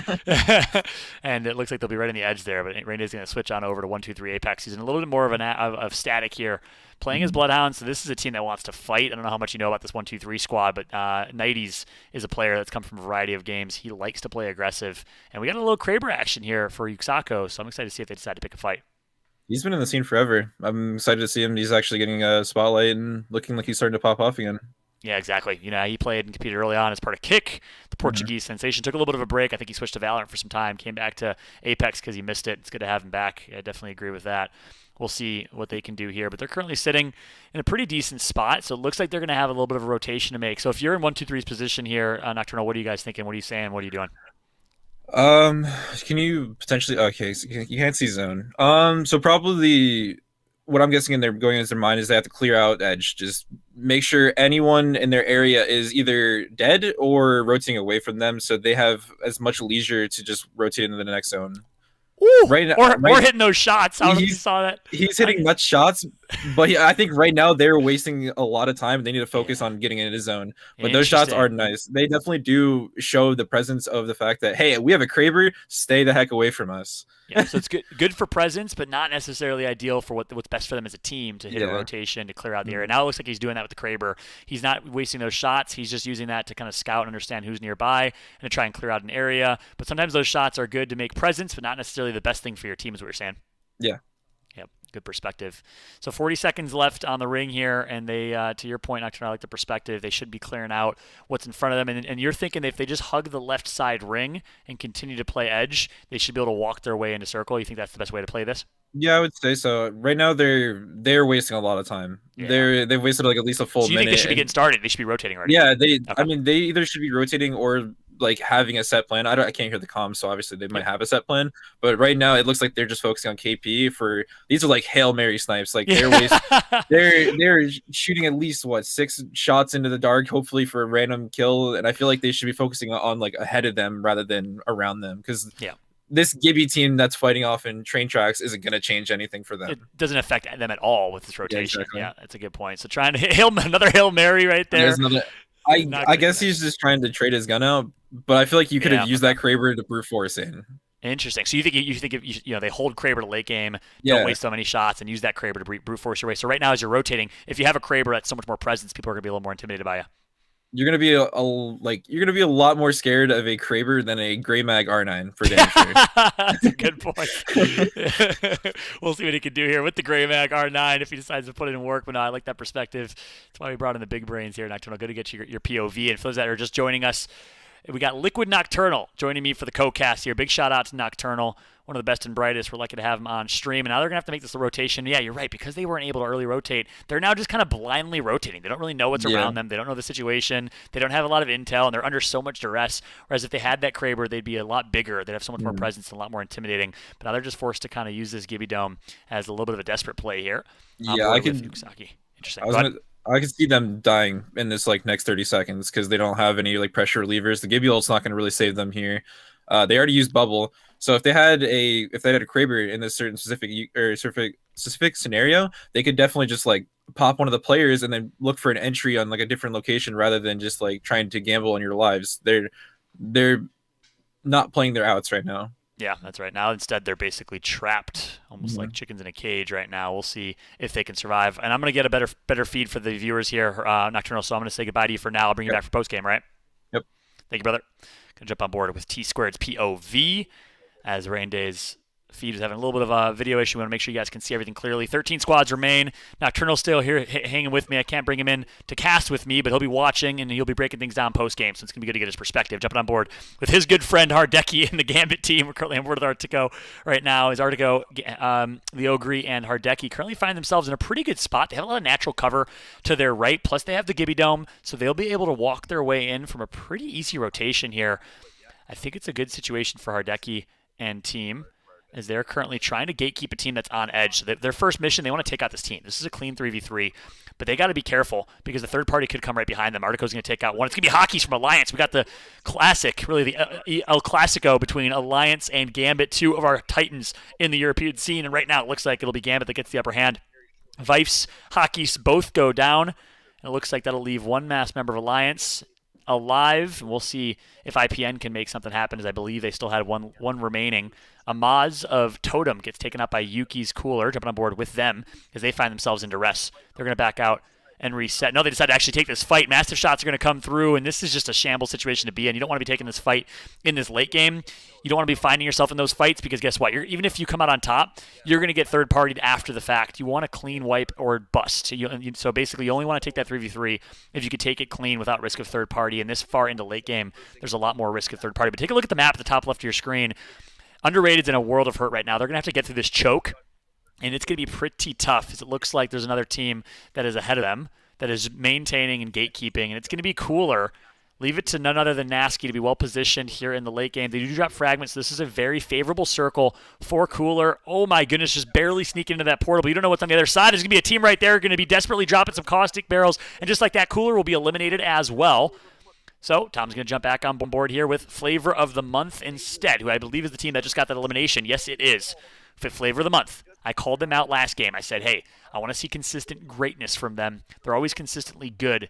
Well, hopefully they can prove me wrong here. A win here would certainly put them in the top 3 or top 4, as they're currently in 6th place with 21 points. Taylor finds himself a fully leveled up Evo shield. Pia's going to look to do the exact same if he can, so they can have some good shield economy for this late game. And now we'll watch as Flavor of the Month finds himself a team to the right. We got Gambit alive. We got one member from Kick alive. And a few other teams. Looks like, speaking of Gambit, they're going to find themselves some eliminations as well. Flavor of the Month still alive and well. Major Pushers gets taken out by Hardeki of Gambit. That's going to be a full squad wipe for Gambit. But now, if Flavor of the Month is smart, they'll see that in the kill feed, and they will try and push and capitalize while Gambit is healing back up. They're going to do exactly that as they're pushing wide left. They want aggression here. They want static and smoke. Flavor of the Month, the best position in my eyes, potentially to win this game, but they do have to make a rotation to this late game ring. This is a lot smaller of a late game than we've typically seen. We still have 1 ring to go before the slow finish, and only 4 squads remain. So things will slow down a little bit here. And as things slow down, I want to welcome back Nocturnal for a second. Nocturnal, I would love to get your take in this one from what we just saw in this late game here with these 4 teams. Right now it's ending on blue bins, so generally Flavor of the Month's position is very favorable. But right now I think most teams are going to collide in that area, so they have to just stay alive and keep themselves healthy, or else they're going to lose the game. Right now they're playing super safe and super methodical, so it should be fine for them. Do you think they should have pushed? They saw Gambit was in a little bit of a fight right there. Do you think they should have pushed and tried to take out Gambit while they were damaged? Yes and no. Like, you can do that, but I think it's mostly up to the Wraith player to get a knock or something like that. You don't want to waste any of your ultimate abilities on them for a Hail Mary like squad wipe. And if you do commit too much on that, you might lose your position, and ultimately you just lose the game for 3 KP, if you even get the 3 KP. Yeah, it's true. So let your Wraith kind of be the tip of the spear right there and do some work. Maybe make a miracle happen, or go at least scout and get some intel, and then back out with your Q, kind of get out of jail free card. That's good perspective. Yep. Well, we're watching Gambit right now. I'm going to switch back to another feed. We'll welcome you back for the post-game, Nocturnal. Yep. Thanks, mate.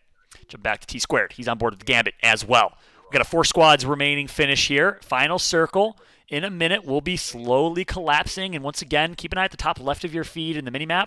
You'll see that line that is dictating where the circle is going to end. So the very center of that circle where the line ends is where the ring will be closing onto. It's not always the center of the circle. It could be anywhere.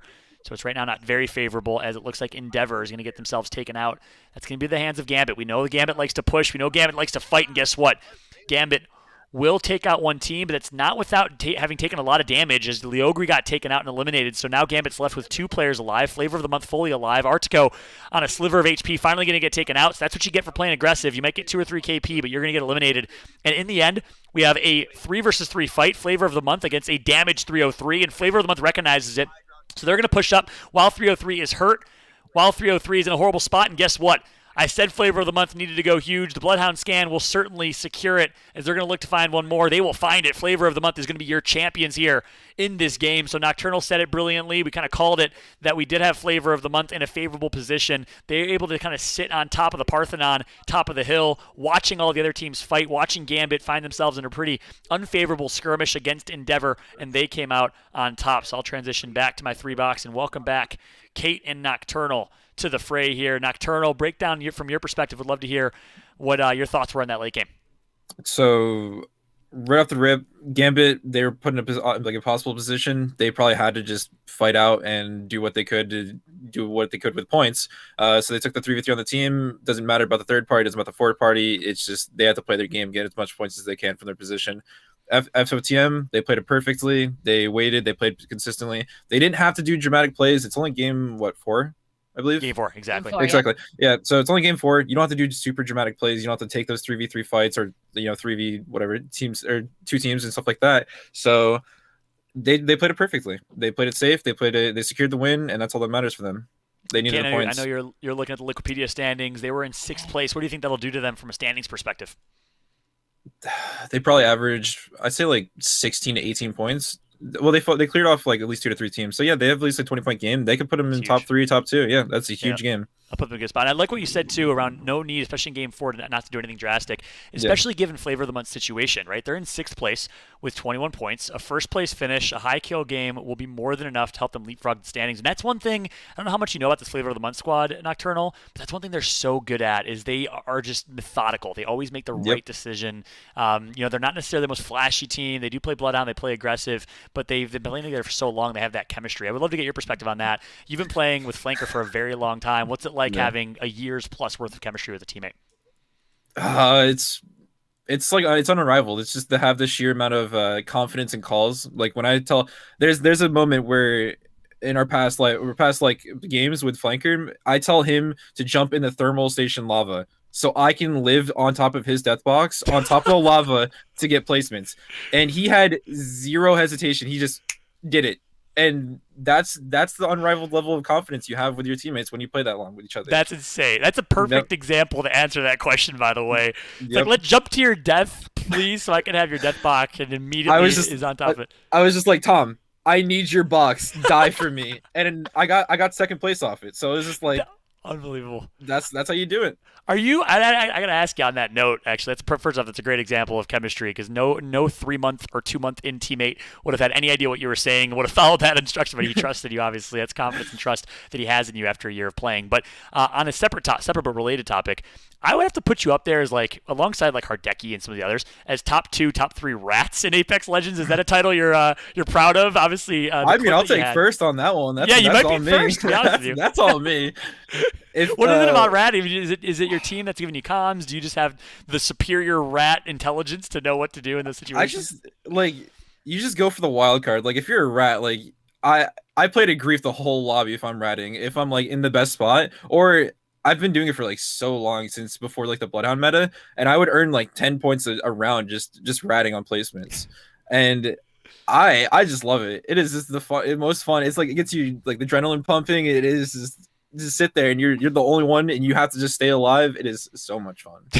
So you enjoy those scenarios. Yes. You're not stressing those scenarios. You're not like high anxiety. You're like, I'm chilling. No, I'm enjoying this. I mean, if you on top of like the play of the tournament, last tournament. Yeah, I was just chilling. I was talking about snow, like how much snow we got on top of the toilet. And I was just me and Mac are just having a casual conversation. Like, damn, I got 3 feet of snow yesterday. You're nuts. Wait, was that during? And I want to actually ask you about that as well. Yeah. Was that during the Horizon play?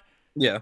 No way. I thought your comms were as hectic as possible in that situation. We didn't jump in to listen or anything. You guys were just chilling. I was hard chilling. Yeah. Too funny, man. Walk me through this. So that was probably one of the most insane plays that we've seen. You created a meme in Apex Legends, the lamppost meta. As you jumped. Yes, that's right. I forgot about that. I'm sorry. Well done. Yep.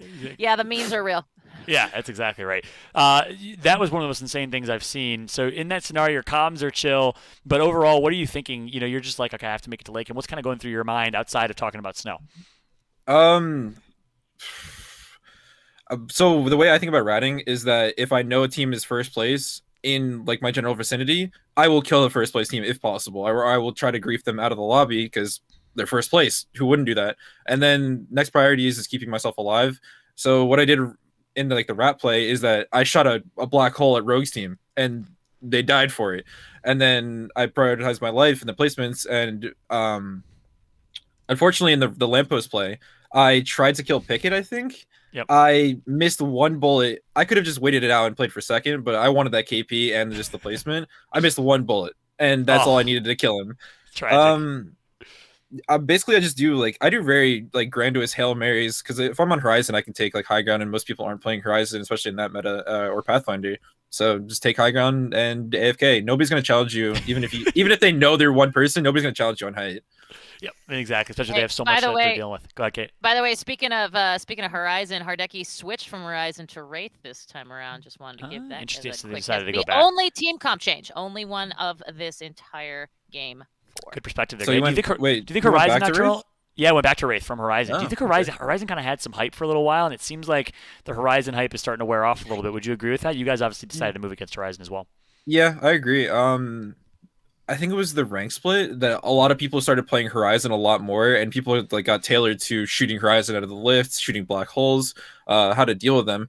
So Horizon kind of like, if you're an entry player Horizon, you're gonna feel that pain of people understanding that you can't use lift anymore. You're basically, your Q button is just gone. You don't want to use that in competitive ever, unless you're using for like positioning. But I think she's still very good, but you have to just balance of like, you want a recon character, you want a fortified character, and yeah, versus right. Do you look at Horizon as a 1-for-1 trade for Wraith, which obviously is pretty damaging for your team as well? Yes and no. I think she can fill multiple roles, but I think if it was like King's Canyon in specific, I think she could 100% just like wipe out the Wraith meta. Yep. But for World's Edge, the portal is definitely more like viable. It's crucial.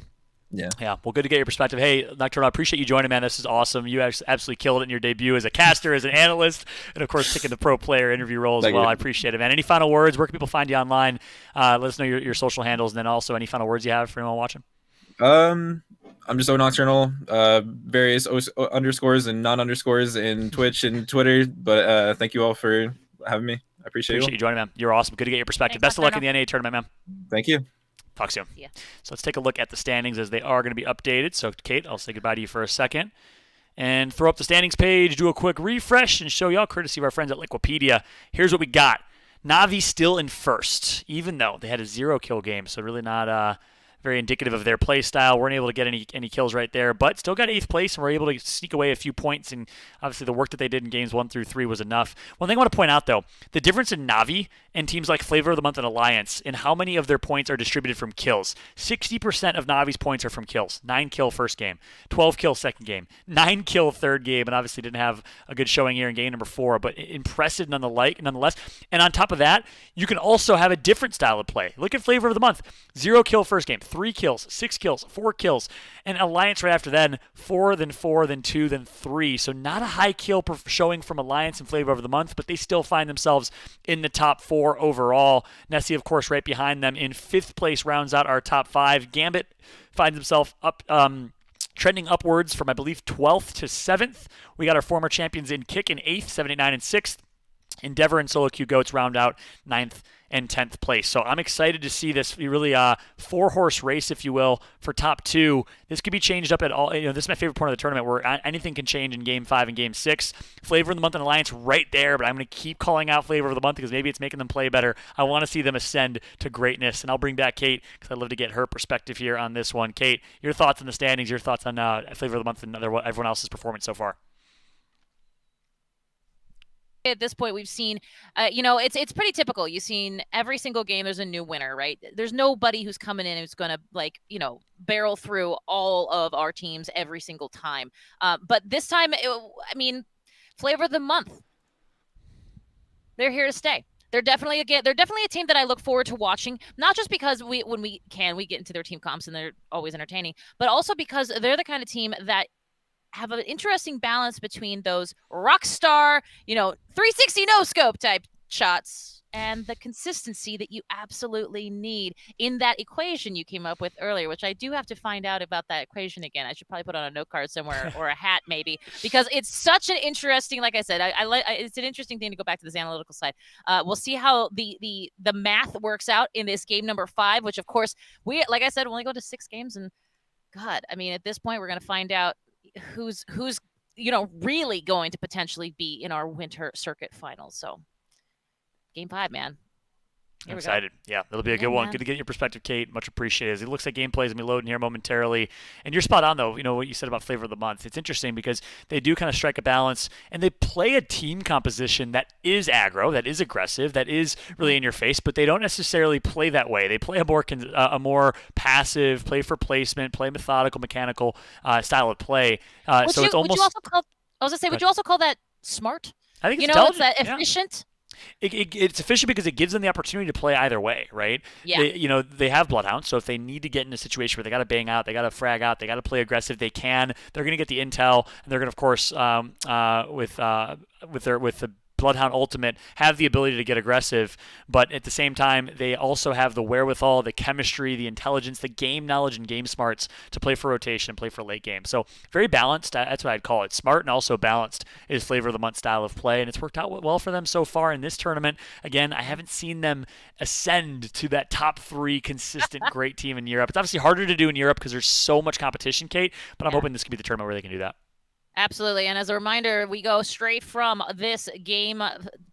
These games here for our Yi region into our halftime show, which of course features, I believe, Fallout, you are featured in that halftime show, if I'm not mistaken, or maybe I am mistaken. Can't remember. Doesn't matter. Halftime show is going to be a lot of great content, a lot of fun. So you just keep it out here the entire day. And then as soon as that halftime show is ending, well, of course, it's time for the NA region to get their time in the sun here with their finals for the Winter Circuit Online Tournament number 3.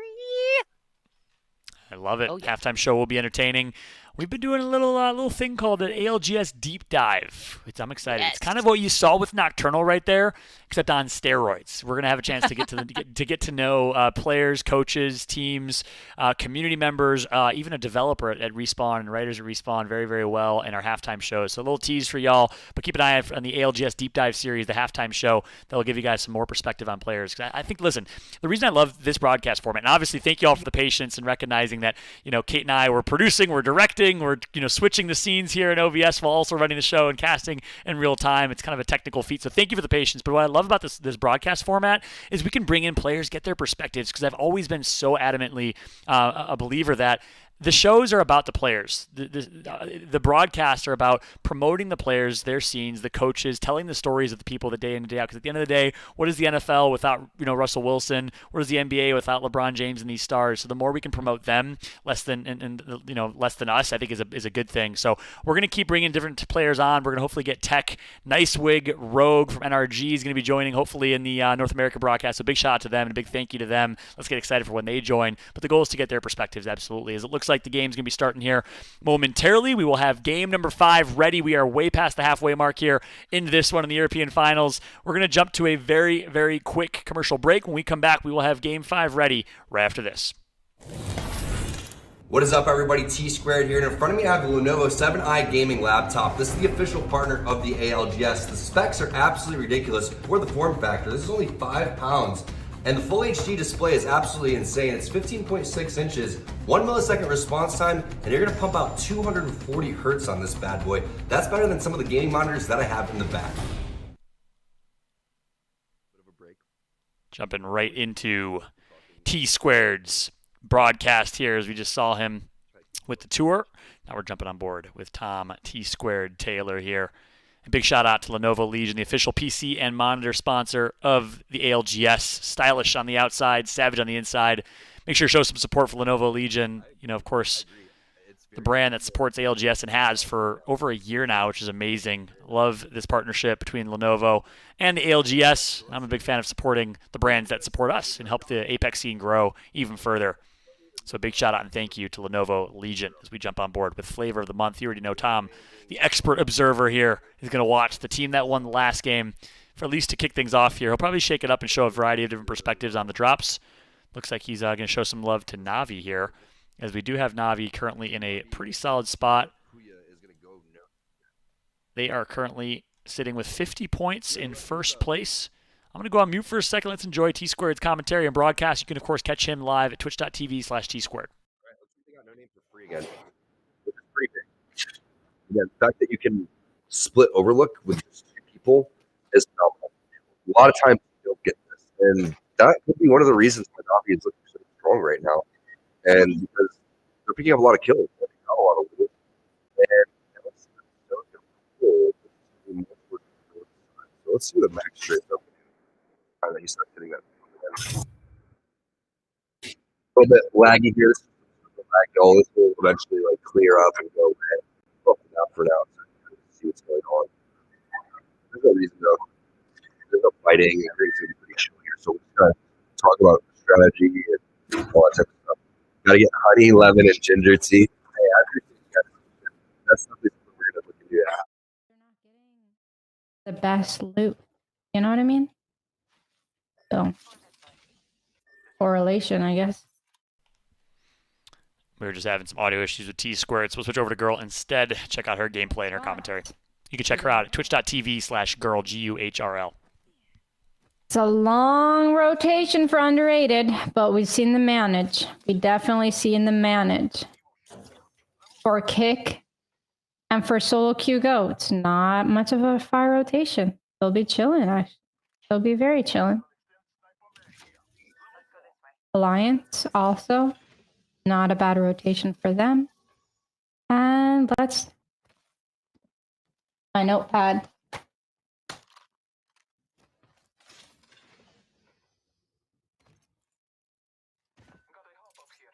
All right.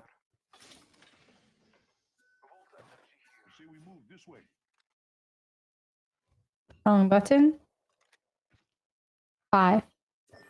Cooler. Doing the rotation. We're known to see Cooler do some fast rotations, and they normally come up this way as well, towards this balloon. Ganaski in the lead. He's the one telling them where to go. Coming right behind Solo Q Goats. Oh, we might see some action here very shortly between Cooler and Solo Q Goats. Will they get beamed while crafting? Perhaps. Sipeth scouting. And he has scouted them out. So they do know they're here. This is good. Sipeth, very good scouting. You always have someone scouting when you're... And Sipeth with the beams, and the beams, he cracked one. Will they be able to go and take advantage of that? Or are they going to fall back? Nope, they're falling back. They're not taking the height of the building, so they will fall back. Let's check back with Cooler, see what kind of retaliation they will do with the 2x. Wingman, Dell hitting his shots. Going for the 1x, putting the 2x on the Volt. I like that a lot better. There was a energy mag there. Good catch. They're going to have to be very careful here. Solo Q Goats, they want to keep their top 10, but they want to do better. Will they push Cooler in the near future? Alliance will rotate in just fine. There is a skirmish over here with Obey. Obey Alliance, they left their spot. They went and got the beacon scan, and now they know that where they landed is the better spot. But they've left it. It has been taken. Kick managed to get an early rotation. We noticed Kick often rotating a little bit earlier than Solo Q Goats, but they rotated into the trailer, ended up getting Horizon ulti, but they're fine. They're absolutely fine until they get naded. Shibak doing massive damage. Jakku taking down Ranches over there, but Jakku goes down as well. The trade goes on and Shibak goes down. It's all up to Denzai. Denzai is going to take the portal back. But they get third-partied and pinched, and they all go down. Obey comes back and gets the clean kill on Denzai. Will they be able to pick up more? Obey Alliance pushing in. They get the revive. They get the knock. They get the armor crack. They do get the knock on 9 imps. They get the knock on Cleave and Ranches, and they're all dead. Obey Alliance ended up getting zone, leaving zone, and coming back to wipe 2 squads. Didn't get all the kills quite, but they definitely got about 4, I believe. So yes, now they're about to get pushed themselves, and they're getting Caustic ultimate as well here. Who is this?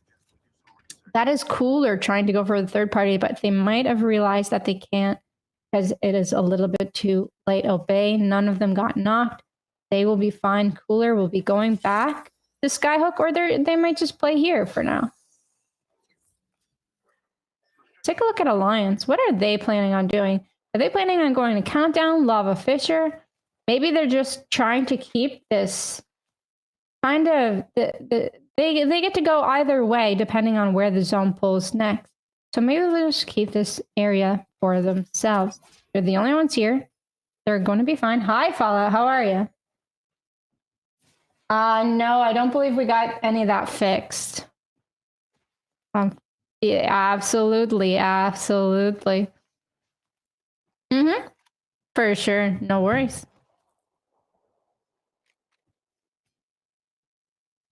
Alrighty, I'm going to unmute and join Girl live for a little bit of a co-cast here. Girl, you can hear me okay, right? Yep, I'm just going to let the stream know. So, stream, follow us with me. We're co-casting this game. If you don't hear him, maybe go check it out on the Play Apex channel. There you go. Take a little bit of a hiatus from Girls Stream, and then make sure to go right back. You can check us out on twitch.tv/playapex for the full feed. And I'm going to join Girl, my casting duo, by the way. Girl, it's something has not felt right since I haven't been casting every game with you this time. It's been a little weird. It's been an adjustment. Okay, it's definitely been an adjustment today. That's for sure. Tell me about it. I'm right there with you, doing obviously our absolute best, and appreciate again everyone, all the kind words from everyone on Twitter. I've seen a lot of kind words from folks like Das Drummer and everyone else. So appreciate every single one of y'all on the stream as we're jumping on board with Alliance here. Girl, catch me up in this game. What have we seen so far? Okay, so in this game, Solo Q Goats, they're doing fine. They're still in Skyhook right now. And then Cooler, they ended up taking this tunnel here, and they're doing just fine there. They ended up taking some shots at Solo Q Goats earlier, but decided to come back into this tunnel. They tried third-partying Obey Alliance, which are taking this blue truck right here. But Obey didn't go down in the third party that they took. And look at all these death boxes. They took out 2 teams here with one third party. And you know what? They're set for life right now. They are set for life. That's for sure. So they got 5 kills. Yeah. Yeah, to have that type of a loadout this early on is quite insane. We'll see if they can capitalize, though, because Obey has not necessarily been able to take advantage of late-game opportunities. We haven't seen them in a lot of late games. This is obviously a pretty important game for them. But for those that don't know about this Obey squad, 0-0 in Mimu, former members of Reciprocity, they got a silver medal alongside Snipe Down at the X Games LAN tournament right before the preseason invitational in Krakow. And, of course, after that, played on G2 and had, I think, a top 8 or top 7 showing at the preseason invitational. So this is a team that's no stranger to competitive Apex. They've been doing it for a while. OGs in their own right, playing alongside Rabe. This is an all-Finnish team hailing from Finland. I'm excited to see what Mimu 0-0 and Rabe can do. Absolutely. So they do have a good spot, and I believe they actually have the best spot. And they're taking not only the cart, but they're also taking the high ground right over here, as you can see with the charge rifle. So they're taking a lot of area, and this is end zone area. So we'll definitely check back with them later on. Alliance decided to play more the edge of zone. This is Alliance over here, and they've got a couple ways to get to countdown. So they're not just leaving it to one option. They're not in a hurry. Alliance, they like to play it safe, but they like to play it smart. So they're going to end up rotating a little bit later. Who else do you want to see? Yeah, one quick note on Alliance, probably the biggest brained team of really almost any team in all of ALGS, definitely in Europe, in my opinion. I'm so impressed by Hotkeys. He's actually former military in, for his country. So he has a ridiculous amount of leadership, a ridiculous amount of intelligence. We had a chance to do a kind of a player profile of Hotkeys, and I was very, very impressed with his ability as an IGL. He's one of the best IGLs I think we have in Apex Legends, and I'm a big fan of how Alliance kind of runs their ship and operates. I absolutely agree, and I've actually had the opportunity to play with them in ranked, and we had so much fun. It was pretty much easy wins. Like I kind of got, they're kind of a little bit better than me, you know what I mean? And I'm just trying to run and try and catch up with them. But they are not only big brained and skilled, but they're also super nice, super fun, super great people. So definitely shout out to Alliance and their whole squad. I love it. They'll be posting up here. Not a whole lot going on, girl. Let's jump on board and see. I know Totem was just in a fight a little bit ago.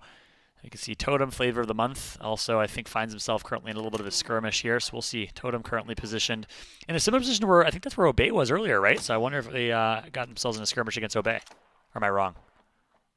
So they are not in a skirmish with Obey right now. They are not. They're actually kind of in the middle of a couple teams. They're shooting around. They're trying to scout. They have the triple take here. They're trying. There's another team that's got a head glitch on them. Let me take a look and see. Oh, that is Alliance. That's Alliance. So they're shooting at Alliance. So yeah, if you're Totem right now, not an ideal situation, right? You're gonna find yourself as the chosen one, as the target from a few teams that'll be fighting from the north, from the east, and the west. Looks like a pretty rough situation for them, as they'll have to make a pretty difficult rotation. But I love the perspective of 123, who finds himself in a fight with Gambit, and of course leave it to none other than Gambit themselves to absolutely fly at every member of 123 like maniacs. We know how aggressive Artico, Leogri, and Hardeki play, and it looks like Usako is gonna be the last alive of 123, currently just trying to survive in Skyhook. Yep, you're absolutely right on that. And Solo Q Goats, they're actually right underneath a team right now. They're not going to be fighting just yet. I thought that might have been a close fight, but we'll actually jump on board back with Gambit Esports. Yeah, they're just trying to find that last member of 1-2-3 who's able to sneak away. There's another team nearby, though, so they want to be careful not to get too tunnel visioned on Uksako, because it could get them taken out by another squad who capitalizes in third parties. I do know who that other squad is, and that other squad is Cooler, and oh my goodness, they just spotted the Solo Q Goats. So that is not one way that they're going to want to rotate. They will have to get past Gambit, though, here, and they might have to actually fight them to get on out. Yep, and this is one thing that, we talk so much about, like things like this, right? Being able to hit the mobile beacon and scan, getting some intel. We talk about the value of crypto with his EMP. One thing we don't talk about is the value in this like mid to late game and just simple recon, getting as much intel as possible and scanning and planning out your rotations in advance. We last game had a Nocturnal on the stream, girl, and he was talking about the importance of kind of clearing out, scouting out, then clearing out your rotations. With crypto, you can quite literally have the exact rotation path cleared out before you even make it. You can know exactly where to go. That is huge. And I think it's something that's understated is the ability to leverage crypto for rotations. Yeah, I agree with you. That's there's 3 beacon characters, so everyone knows. There's Bloodhound, there's Crypto, and there's Pathfinder. And the reason why Crypto is played more so over Blood, well, there actually is a lot of Bloodhounds, and we can tell you why later. But over Pathfinder is that he just gives that intel, like you said. He gives that intel. He actually does a bunch of damage with his ult as well, can charge up his armor, and he's just more of a game changer when it comes to team fights. Yeah, very true. And we know Cooler used to play with Pathfinder, replaced Pathfinder for another recon legend in crypto, but plays the same way for the most part. Still drops Fragment. That Nasky Strafe Del squad drops Fragment, early rotates, and then uses crypto for recon is typically what we see on screen. So we're now jumping on board with Nessie. I like the switch up, girl. Nessie, a team that started really, really strong in this tournament. You thought it was going to be yet another I stand with Nessie type of tournament, but since then has really calmed down quite a bit in the overall standings. They currently sit in 5th place, and they've last 2 games got 16th and 14th with only 3 kills total. So they've quieted down at least a little bit here, girl. Oh, but they do have a chance to make it back in this game, and they do have a decent spot in the zone as well. Yep. So we're going to see them scouting out perhaps Alliance over there, and they might be able to get these kills on the 2 teams that are left in Skyhook. That's right. 16 squads remaining in this, so it's going to be a pretty crazy rotation here. And it looks like, actually, I think it won't be that until the next ring. We're going to have some of the teams from Skyhook that will be safe. A lot of teams, for the most part, are relatively safe in Circle right now, so I think it'll be the next ring where we see absolute madness. But as I say that, it looks like Cooler finds himself in a fight with Flavor of the Month. That's huge. 2 members of Flavor of the Month are going to go down to the hands of Cooler. And again, having that knowledge from the recon of crypto beforehand put them in a really good spot to kind of have the upper hand against Flavor of the Month. And just like that, Taylor, Pia all go down. So does Noth. All of Flavor of the Month will be eliminated from this game. Those were some really nice shots. I just switched over to Serdal, and he headshot someone just in the corner of his eye as the last shot, and that was absolutely incredible by Serdal there and Cooler for taking out. Oh my goodness, the zone pull. The zone actually pulled towards Skyhook a little bit. This is Countdown Skyhook area. Wow. This will be a favorable situation for Cooler. This could take them to be in a pretty good spot from 12th place now into a decent position here in this next game. I'm excited to see how they play this, but if you are in Skyhook, it looks like there's 2 teams there. The other one's going to be Gambit. Thank you for switching over, girl. That's perfect. We got Gambit versus Cooler in a potential skirmish. The winner of this fight will just be straight chilling in this next zone because no one's going to come through that choke point, and they should be able to maintain Skyhook control. So I wonder if these 2 teams are going to engage. They actually have to engage here in the next minute or so. So Gambit, I'm not sure if they want to be the aggressors or they want to let Cooler come on out first and then shoot them. But something's going to have to happen here, and I just don't know who is going to start the fight. That's right. And I just looked and saw you're spot on. None of the real estate or buildings within Skyhook are in the next zone, so that will force a fight here. EMP in the hands of Cooler will help, so they will have the ability to break ice in that fight when they choose to do so. I'm excited to see how they play this. They actually are in a little bit. Oh yeah, they are going to be in that corner. The building actually might be in, but they don't want to be stuck in a building. Yeah. Actually, both buildings are slightly in. Take a look. I think. Yeah. Hardeki with the R99 spray. Cooler is actually trying to aggress on them. They don't want to be stuck in that small part of the building. Yep. Yeah, I think they said, you know what, we're going to have to deal with them eventually. Why not deal with them now before we have the rest of the lobby third-partying the fight? And I think that's actually a wise decision, especially, again, with a crypto on your team.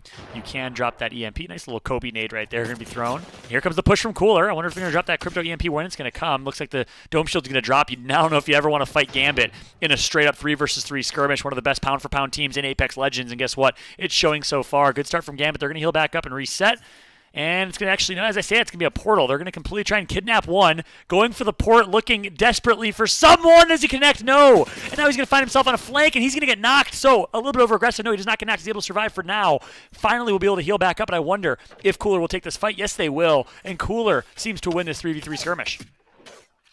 But Hardeki has been known to clutch things up. He might be able to get this armor swap off and then push it. It's a 1v1. Hardeki going in, 2 hits, 3 hits, and yes, he makes the clutch. That is Hardeki for you. Cooler is out. Unfortunately, they were able to get the 2 kill points before they went out, and Hardeki last one alive. Are there any res beacons, though? Someone's got to be carrying a res beacon. In the crafting, there is a res beacon, but maybe not. Maybe not. Wow. That's insane. I said it, pound for pound, Gambit, one of the best, if not the best team in Europe in skirmishes, and that obviously dwindles down to 1v1s just like it does 3v3, especially when it's Hardeki on the side of Gambit, one of the best players in all of Apex Legends.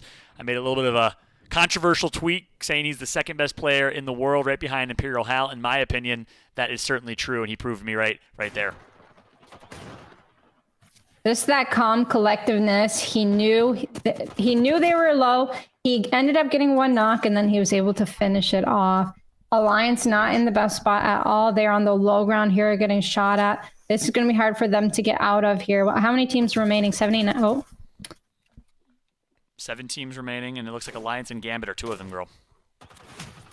Yes, and Hawkes is getting shot at, but I don't believe anyone's going to drop down on his back to finish him off. We have Nessie, we have Gambit, we have 789, Alliance, LG, and we have Rat on Reply Totem Esports. Yep, that's right. So a lot, especially the 789 versus LG drama. Obviously, Xania's former team. Excited to see, and of course, the 789 roster's former org. They got the org snatched in favor of the former CHMK squad. So we'll see who can come out on top here. One squad's going to be wiped. It looks like it will be Totem that is getting knocked out by the ring here momentarily. 789 gets taken out as well, I believe. At least one member of 789. But here comes the push from Alliance. They're going to find LG and take them out. And just like that, you blinked, you missed it. 4 squads remain in this one, girl. He was able to get the armor swap off in time, but he's just like, do I stay here? Do I leave? I think he's deciding to leave his team. He's trying to go for a different spot, but maybe staying there was the right decision. Yeah, look at that. Maybe he has the wherewithal to snag the pick on Hockeys. That's a huge pick right there because Hockeys would have been in a good spot to be able to heal back up. So kudos to Mady, one of the best trackers and individual players in Apex. In that same tweet I mentioned earlier, there was a lot of people chiming in and saying, how about Mady? You got to put Mady at least in the top 5, top 10. A ridiculous individual player that does not necessarily get enough respect as being one of the best individual players in Europe, hands down, let alone in all of Apex Legends. Very true. It's so hard to compare people individual for me, but it looks like IPN is going to take out Noises. Blast takes out Vibes, and IPN is indeed taken out. So that is one of our teams taking out. 3 squads left. That was a really good push by them, but unfortunately, JMW actually got the knock onto Blast, and here comes the push. Nessie is too good at recognizing when they should push, when they have the advantage, and here we go. Nessie's going to get the first knock. They break ice, and they leverage that cracked ice to actually push and get the elimination on Blasts of Endeavor. Looks like they'll try and find a few more squads, or a few more players within that squad if they can, but they're able to back on reset. So we got, I think I just saw we have one. Do we still have 1 rat alive from Gambit? We only have 2 rats and a full team left. That is Interesting. Yeah, it should be a This is GG Nessie's win. For Nessie, hands down. But they did put down the respawn beacon. You know what, Hardeki? No, there's no way Hardeki's going to get up here and respawn. If Hardeki gets up here and respawns, then I'll lose my mind. That'd be insane. I'm fired. Yeah. She said it here first, friends. Girl will be fired. No, jokes aside here, Nessie should be able to clean this up. It's a matter of who's going to get second place, and it looks like it will be Hardecki, who knows he's dead, knows he shouldn't even try and fight this. He's just happy that he was able to get the KP and get the second place finish there, girl. Yeah, that is a really good pick by Nessie with JMW's beam across the small field there, and they ended up wiping it. Getting that kill on Hardecki might not have been the hardest kill, but hey, getting there was the tough part. Yeah, and Hardecki's happy based on the fact that Hardecki now gets a second place finish and 9 points to go towards their 36-point total. And they got a couple kills to boot as well. So, girl, thanks so much for letting me join you. I'm going to go back to Kate on the desk, but thanks again for letting me join you. I appreciate it. All right. Thank you. See you later. Talk soon. Talk soon. All right, I'm going to welcome back Kate to the B. What a finish right there. Nessie cleaning it up quite easily, but it wasn't easy prior to them. They had to put themselves in the best position to close that one out there, Kate, which they did. Beautiful tracking, great kills that were picked up, long range from Nessie, and really good wherewithal to recognize, hey, let's try and get these picks. Let's make it hard. And they're actually a big part of why there were only 2 rats remaining in that fight, because they kept picking up so many long-range picks. They did, absolutely. And there's this, this is one of those times when you start to realize that, the what's that called with the curd and the whey and the thing that comes up from the milk or something like that. I have no idea where you're going with this, but I like it. Excellent. It's I obviously am lactose intolerant, which is why I have no idea what I'm saying. What I will say is that this Nessie's, they've won 2 games. That's what I'm trying to say. Horrible vomit. Yes, Indeed. They won 2 games. They're doing a very good job of sandwiching this entire Winter Circuit Online Tournament number 3. And I gotta say, it's great to see them on top so many times. I don't remember the last time that we've seen Nessie at the top of the final circle here twice in a single online tournament. That's right. Yeah, and the big reason for that, well, they broke up as a squad, which broke my heart. 2 times I've had my heart broken in Apex. First time was when Aski, Strafey, and Dell broke up as a team after being one of the best teams in Europe. Second time was when Nessie broke up and went to that North team. I'm glad to see the full squad back with JMW, Matey, and co. as they return as a full Nessie squad, because something about the 3 of them is so good. And I'm not sure if anyone's a big fan of Dream Teams by Shane Snow. It's a book that talks about the importance of dream teams, but something about putting 3 players that are all very good together on one team, very similar to the Russian Olympic hockey team, dominated the Olympics in the 1980s and 90s. They all went to the NHL as individuals and did not do very well, and a very smart guy in the Detroit Red Wings brought them all back to one team, and they won a couple Stanley Cups after that. I look at Nessie as the Detroit Red Wings of the 90s, of Apex Legends, as they are so good together as a team, and it shows why. 2 games won in this tournament so far here, Kate. You're absolutely right. And I will say, I really appreciate that both of us are metaphorically speaking. Yours seems to be a little bit more put together. Mine's just, I think, yogurt. From curd Fun to yogurt. fact. We're progressing here. We're evolving, at least in some way, shape, or form. Nonetheless, a really good showing right there from Nessie. We'll get the standings calculated ASAP here, and we'll let y'all know where we're currently at in the grand scope of things in the standings. But Nessie was in 5th place with 29 points. That'll certainly help them quite a bit. And then, of course, Navi did get eliminated in 14th place. They'll only get 1 point. And again, the last couple games here, Navi's been relatively quiet, the last 2 games at least. Another 0-kill game for them. So it's going to come down to game 6. Kate, I think we're going to see an insane finish here, as Flavor of the Month was relatively quiet. And Nessie and Alliance both are going to get propelled into the top 3. We're going to see a 5-team race in game number 6 here, I think. You're absolutely right. And Fala, this is the favorite question of mine to ask Tom around this time, but I've never been able to ask you because we've never really been in this position or haven't been in this position in a very long time. Former player. You're an analyst. You're a guy who knows what it's like to be in these tough situations. You are one of those teams that are, they're tracking 8th, 9th, 10th. We're coming in 15th. What are you, in your mind, looking at down the barrel here, going into a game 6? I mean, I love Nocturnal talking about Hail Marys. That's my bread and butter. I love those. But is that something you're going for? Or is this more of a let's methodically make our way? Let's not, throw the kid out with the bathwater, baby? Doesn't matter. Either way, but tell me your sort of where you are as a player coming into this game 6 when you know everything's on the line. It's actually interesting. I wish I had some hero story to talk about in multiple championships that I won, but I actually have a story of failure, because I used to be really bad in these scenarios as a player. I'll be humble and honest right now and admit it. I got 2nd place in multiple championships and multiple tournaments, was not able to take over. And the reason for that was I went into game 6 with a small seed in my mind of what if this goes wrong? What if this goes bad? What if we're not able to get a good position or a good spot to be able to close the game out? And when you go into game sixes, you have to have nothing but envisioning in your mind of you winning, holding that trophy, ending up on top, ending up with the championship or the victory win in that late game. If you let even one negative thought creep in your mind, it's going to manifest itself. Whereas on the flip side, if you go in thinking there's not a chance in the world you're going to lose a game, you're so much more likely to come out on top. And that's what Nocturnal actually mentioned about what Albert Lilly brings to the team is confidence and a winning mentality. Talk about what Tom Brady did with the Tampa Bay Buccaneers, and of course Albert Lilly on Team Liquid. By all means, not calling Albert Lilly the Tom Brady of Apex Legends, but he does bring that level of confidence. Fine. Exactly. He does bring that level of confidence and that winning mentality to the team, which really makes such a big difference here. Mentality is everything. It is, and I will say, and I believe it was Nocturnal that talked about it. I believe it was, but we were talking about when that zone pulls in a way you were not expecting, right? I think it was Nocturnal. And that, we talk about the zone and that X factor being such an important part of how teams find themselves back in our final circle.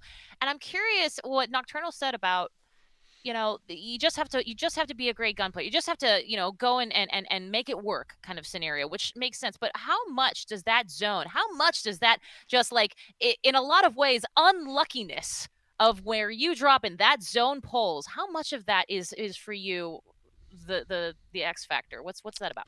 Yeah, a big part of it, look, it's the game mode that we play, and a big part of being a top player and top team in Apex Legends is mitigating that randomness, mitigating that RNG, putting yourself in a position to mitigate it, and understanding where to go to help mitigate that situation. Early rotations as well. So, yes, RNG exists in Battle Royale. We talk about it often, but the fact that TSM was able to win 5 tournaments in a row says something. The fact that we consistently see the same top teams in the top 5 in North America, and even in Europe, we see Na'Vi, Nessie, Alliance, Gambit, Flavor of the Month. These are teams that have been doing it consistently for years. Goes to show that randomness isn't the only thing that kind of plays a factor. Certainly, there's a slight luck of the draw and a slight situation where the zone's going to rotate towards you.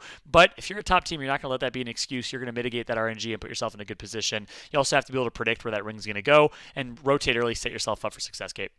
Absolutely, and that I believe, as I understand it, really only comes from experience. That's exactly right. And we also do have the standings ready. So, Kate, I'm going to take a look at the standings here. I'll be right back. Go for it. Let's go ahead and tee up the standings here in a moment. Let people know exactly where we're going to be sitting as we jump into our standings. We'll show you a crazy finish here in game number 6. Take a look at this. 51 points for Na'Vi in first place, all the way down to 37 points for Endeavor in 7th place. So we've seen some 20-plus point games. Any of these teams in the top 7 can break into the top 2 and can qualify through. I love these game 6s because that means it comes down to whoever is going to clutch up. Just like Kate said, in the moments of game 6, have the confidence and perform when it matters the most. Who has ice in their veins? If I'm a betting man, I'm going to say it's going to be Gambit to clutch up in the late game here. We know what they're capable of. And then I think Nessie will clutch up. We've seen them do it time in and time out as a squad. I think those are the 2 teams that I'm going to call to perform here when it matters the most. But hopefully I'm proven wrong. Hopefully we'll see Flavor of the Month, prove the rhetoric that I've been sharing on them incorrect, for a couple games now. I want to see them again transcend into that kind of top 2 spot. They haven't necessarily earned a qualifying spot, but keep in mind what's at stake here. You'll see with the legend on the far right, top 2 in the green. Well, that qualifies you for the Winter Circuit playoffs. You want to try and secure that spot. We also have teams that are going to qualify through ALGS points, and that will give you a spot in the Winter Circuit playoffs, which will then help you qualify for the ALGS championships later this year. So a lot at stake here in addition to our prize pool as I welcome Kate back to the screen here. Kate, your thought on our standings and what we're seeing going into this Game 6. Well, first of all, y'all heard it here first, Gambit Nessie. Okay, you heard it from him. He just said it. He said it. You know what? I'll be honest. Here's the thing: when you come to I feel like when you come to this game 6, you always have it's the am I gonna choose someone that's gonna break my heart, or is that potentially going to make my day? And there's a part of me that really wants to bet on Na'Vi, and for obvious reasons, they're the top. It's a pretty safe bet, but the reason I say I don't want heartbreak is because we have seen time and time again when that team on that pedestal is knocked off in that final game by a team that just pops off. So, I'm going to say Na'Vi because that's, gun to my head. But the reality is that this is where the fun is. This is those Hail Mary plays. And sometimes they work. And that's when the game 6 really takes a turn. And that's when they really impact the overall standing. So, yep. That's true, Kate. Honestly, I think you're spot on. Navi plays a go big or go home style of play, kind of a Hail Mary style of play. It is go big, get 9 to 12 kills per game, or like we've seen the last 2 games, 0 kills, a 14th and 8th place finish. So kind of a flip of a coin, and it's hard in Game 6 to have the steel of nerves to be able to play as aggressive. It takes a certain type of player, an X Factor type of team to be able to play that aggressive. So I'm excited to see if Navi can close it out. They've been in first place throughout the entirety of the series. We're going to jump to a very quick break, though. When we come back, we will have game number 6 right after this. Don't go anywhere. Game 6 will be crazy right after this. Get hyped!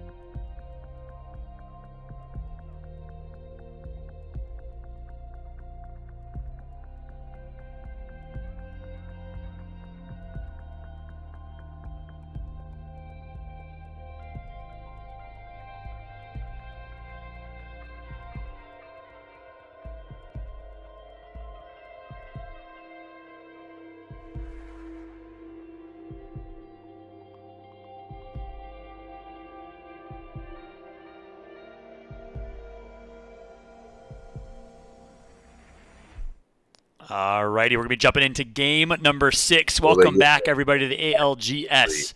Game number 6 tournament here as we're on board with T-Squared's point of view for now. And I'm also, in a moment here, going to be welcoming a very special guest. Very excited to be having Gentrifying from Solafide joining me in a minute as he gets set up in broadcast. So that's going to be awesome to get his perspective and his take in game number 6. But for now, we're going to be just taking a look at a variety of feeds here. It looks like Navi's dropping over in, I think that was Respawn Village. I didn't have a chance to take a close look right outside of Fragment. Yes, it was. They're going to be doing a split drop. 1 Respawnville, 2 an Overlook. As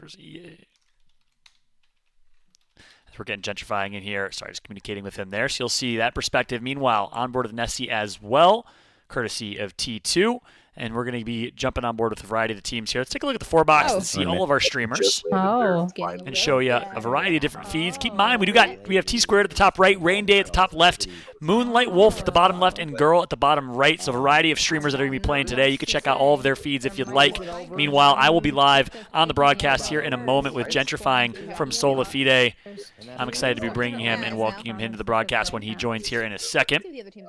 But for now, taking a look at each of the 4 feeds. And I believe, as I do say that, I do have Gentrifying joining me from Solafide. Gent, can you hear me okay?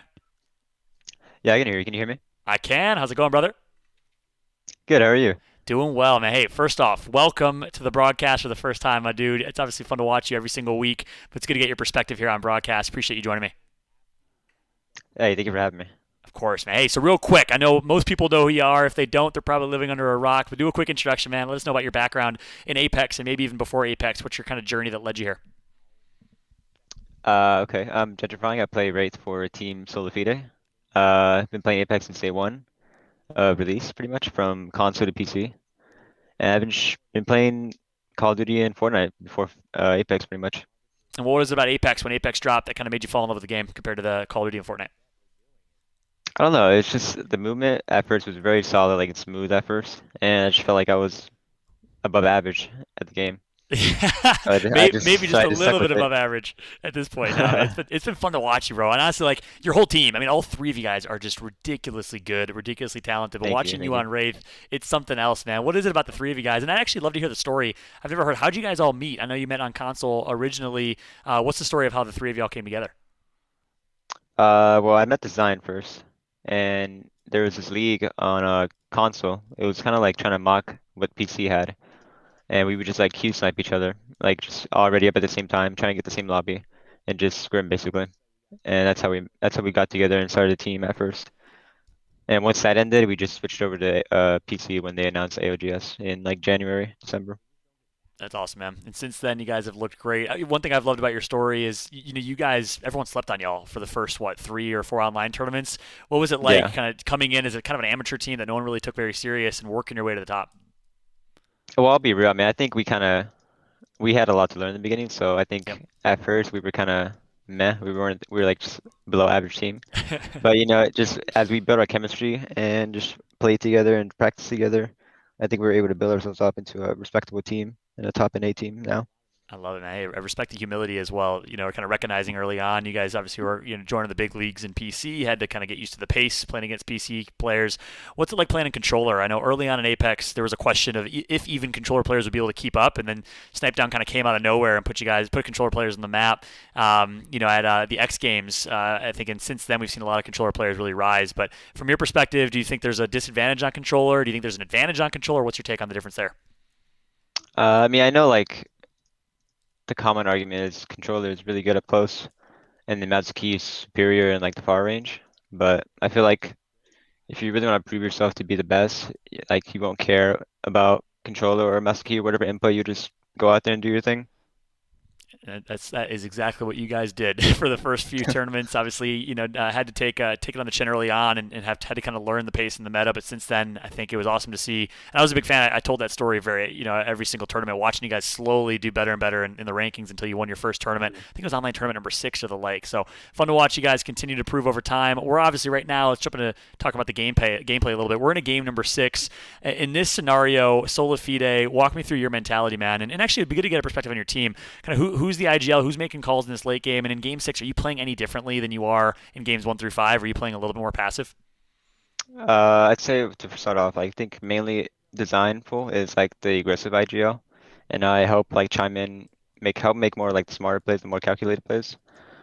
And as far as like the game 6 like strategy, it kind of depends where we are in the standings sometimes. If we have to play more safe, or if we have to play like more pop off kind of game, you get a lot of points, then we'll play it very differently. So you'll adjust based on your situation. It's kind of situational from that perspective. Yeah, that's a good perspective. Do you guys ever change team comps? I think I've seen you guys a few times change team comps, or I might be wrong on that. Like if it's a game 6, if you're behind in the standings, will you run a Bloodhound or change it up a little bit to play a little more aggro? I think it depends on like what other team comps like other teams are doing, because I know Design likes playing Bloodhound, and I know he had to switch to Caustic because a lot of other teams are playing Caustic. So it mainly depends on what other teams are playing and what Design feels like playing. That makes sense. And what was that like? I know I was actually one person as a caster who, when you first made that change, it was right before the Caustic Mania kind of started. And I was like, you know what? I'm not sure if I get it. You know, Bloodhound fits their style of play so well. What was that decision like? Was it just trying to follow the meta? Do you think it fits Design really, really well? Because it seems a little off-brand for y'all, since you guys tend to play a little more aggro. Caustic's a little bit more of a defensive character. Do you play Caustic a little more aggressive? Yeah, we try to use his ult to like help like push on a team and close the gap, and yeah. Playing a lot more aggressive from that perspective. Yeah, good to get that take on Caustic as a player. And jumping into this game here, 18 squads currently remaining. I know the feed's a little bit blurry for you and the quality's a little low, so I'll try and talk you through it as much as possible. But right now we're on board with Nessie, and they seem to be perfectly center ring. And in this situation, and I can't remember offhand, Solifide, typically you guys drop where? Thermal Station. You'll drop thermal. So this is a favorable circle for you, right? It's a thermal station end game. What are you doing in this scenario? If you're dropping thermal station, you're able to. Do you guys run a recon? You guys run Wraith, Caustic, and who's your third? Is it Gibraltar, right? Yeah. So you guys don't run a recon character that's able to scan for zones. So are you just kind of taking a stab in the dark and trying to predict where the late game's going to be, or how are you playing this late game? Yeah, whenever it's like we don't have like a beacon character, we try to set ourselves up where it's like a good spot in the circle, but also where we would like to get like kills. So I think in this circle, we'd probably go above thermal station on those 2 houses. I'm not sure what to call them. Yep. And then you'll kind of sit there, position yourselves for starters, but then also try and find third-party opportunities to play a little bit more aggro, a little bit more for kills. And that's interesting because a lot of Caustic teams, you watch 789, for example, in Europe, they'll take Caustic, they'll early rotate, and they will simply just post up with the Caustic for some time. You guys tend to play Caustic a little more aggressive in those scenarios. Yeah. Awesome. It's good to get that perspective. Well, we're on board now watching Rain Day's point of view. It looks like we do have 789. Speaking of which, they're taken out. Same with Cooler in this late game. So unfortunate. We like that mate is also out of this one. G-Dolphin made his return to competing in Apex Legends, and unfortunately they are out here in game number 6 as we're now jumping on board with Navi. We'll be keeping a close eye on them. They've been absolutely fragging out. And you actually, it's interesting because Solifide started really competing and making noise after LAN competitions.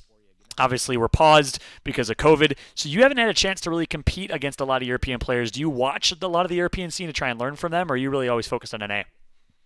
Mainly just focus on NA, but I do hear that like EU has a lot of like I feel like they were the first in starting the Caustic meta. Yeah, that's spot. And it's interesting. They were the first in starting the Caustic meta with like major pushers. 789 was playing, Caustic, and then major pushers obviously split up, and Maliwan went to Magicians, and they did the same thing. And now it's actually flipped. I don't know if you know this, but North America actually runs more Caustic on average than we see Europe run. Are you enjoying the current Caustic meta, or would you ideally love for a little bit of a shakeup? Would you guys rather play Bloodhound or someone else? Honestly, I think my favorite meta has been the Wraith, Gibby, Hound. Like that, I feel like that meta is not too much like ability. Like I know you have to focus on bubble and ult, but I think that's way better than Horizon and Caustic in this meta. Yep. And it's funny you say that because everyone's always talking about Path, Wraith, and Watson meta. And I got to be honest with you, man. I am not the biggest fan as a caster of that meta because it's so like scan a beacon, rotate, and post up with Watson fences. It's not fun to watch. Doesn't seem like a ton of fun to play, but I respect the fact that it's a little more consistent, right? Yeah, very passive, and so you have to really focus on rotating really early and getting the spot that you want. Otherwise, most likely you're just gonna end up rotating into just death. Yeah, exactly. And you and I are controller players, so obviously we have a little bias against rotations and passive style of play, and I'm a commentator, so I want to see some action. So I'm actually right there with you, man. I love that you said that was your favorite meta, was the Bloodhound meta, and it was really strong. You saw Complexity do it. You guys did it really, really well. It was a lot less ability focused, and it was really, really gun skill, a lot of early skirmishes, 3v3 fights consistently, and you guys were obviously really good at that, so it's fun to watch. But let's jump into gameplay here. 303 on board with Bambino right now. Finds himself a nice little crack with the triple take right there. So that's an initial damage that's done. And it looks like they have one knocked. Askey's going to knock once. This is going to be an opportunity for them to push up and play for these kills. But in this scenario, I'd love to get your take, Gentrifying. Do you want to take fights this late into the ring? You're at kind of ending round 2. There's risk of third party. Are you still fighting with aggression here, or are you just aware of your surroundings and deciding that way? Yeah, it kind of depends on what spot of the circle that you're fighting in. If you're in a spot where there's most likely not many third party potential, where everyone's already in the ring or in a safe spot, then you would want to take that fight. It's just free kills. I love it. Fight. Yeah, and for those that maybe aren't aware of the terminology, there's an area of the ring that's called dead side, right? So let's say the ring, in this ring, let's use this example, is near thermal station. On the southwest side of the map, towards the thermal station corner, there's not going to be any teams there. So if you're in that scenario, if you see a team that may be rotated from tree, you're probably going to take that fight, Gentrifying, because there's probably not another team nearby. Is that a good way to look at it? Yeah, it's basically at the edge of the circle where teams have most likely already rotated through, and there's just you two there. And you guys are obviously almost always confident in that 3v3. I mean, is there any team that if you recognize it's, you see them in the kill feed, or you see their legend and you try to avoid a fight, is there any team you'll respect and you won't push, or do you guys have no fear and you feel confident in every 3v3? No, we don't care who it is. If you're in our way, we'll just push right past you. I love it, man. So it doesn't matter if you're playing TSM, doesn't matter if it's Complexity, Reptar, Monsoon, or Cracked, you'll fight that 3v3 every time. Yep. I love it, man. That's what's so fun to watch your team play, and that's what's so great about the Solifide roster. So kudos to y'all. Obviously, you guys get picked up by Solifide. Would love to get your take on that. What's it been like playing under the Solifide banner since you guys got picked up from the Aim Assist days? It's been good. They treat us well, and yeah, there's a great group of people to work with. Very involved in the community, a lot of great streamers as well. Big shout out to the entire Solifide organization, as we're still keeping an eye on 303 here. Gentrifying, I'm going to switch feeds for actually, no, we can stay here. It looks like we can watch 303 in a pretty good God spot. They got a max rotation, though. Looks like they find a team right in front of them near Harvester.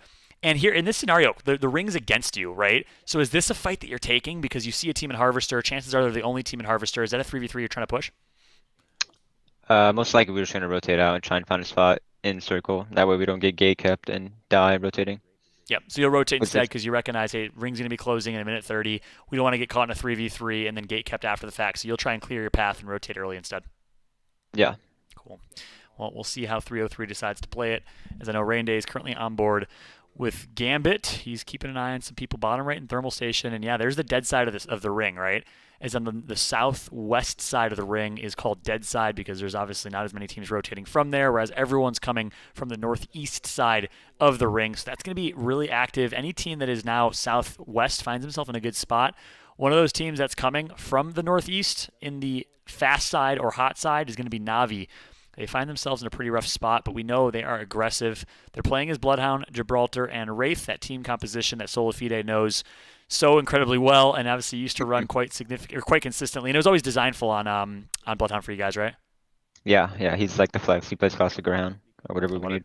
Well, let me get your take on talk to me about Designful a little bit, and both your teammates. I would love to get your perspective on both of them as teammates, Designful's and IGL, and your entire squad. I mean, Design sometimes he'll have like a great decision, a great idea, and it'll sometimes pull through, it'll work out. But then there's times where he's said something and I'm just like, no, pull it back, hold up, let's do this instead. Think about it. And Jordan he's really good. Like also he helps us take a step back, take a breath, and like really evaluate what we're gonna do. And he's just a good rock as Gibby, good anchor. I love it. So it sounds like a really well-balanced team. And, of course, yeah, it's good to have your Gibby be the calm one, and Jordan obviously being a little more calm and collected and keeping you guys at bay because they, of course, any Gibby can get you out of a bad spot at any time, right? Yeah. So currently watching is Rain Day.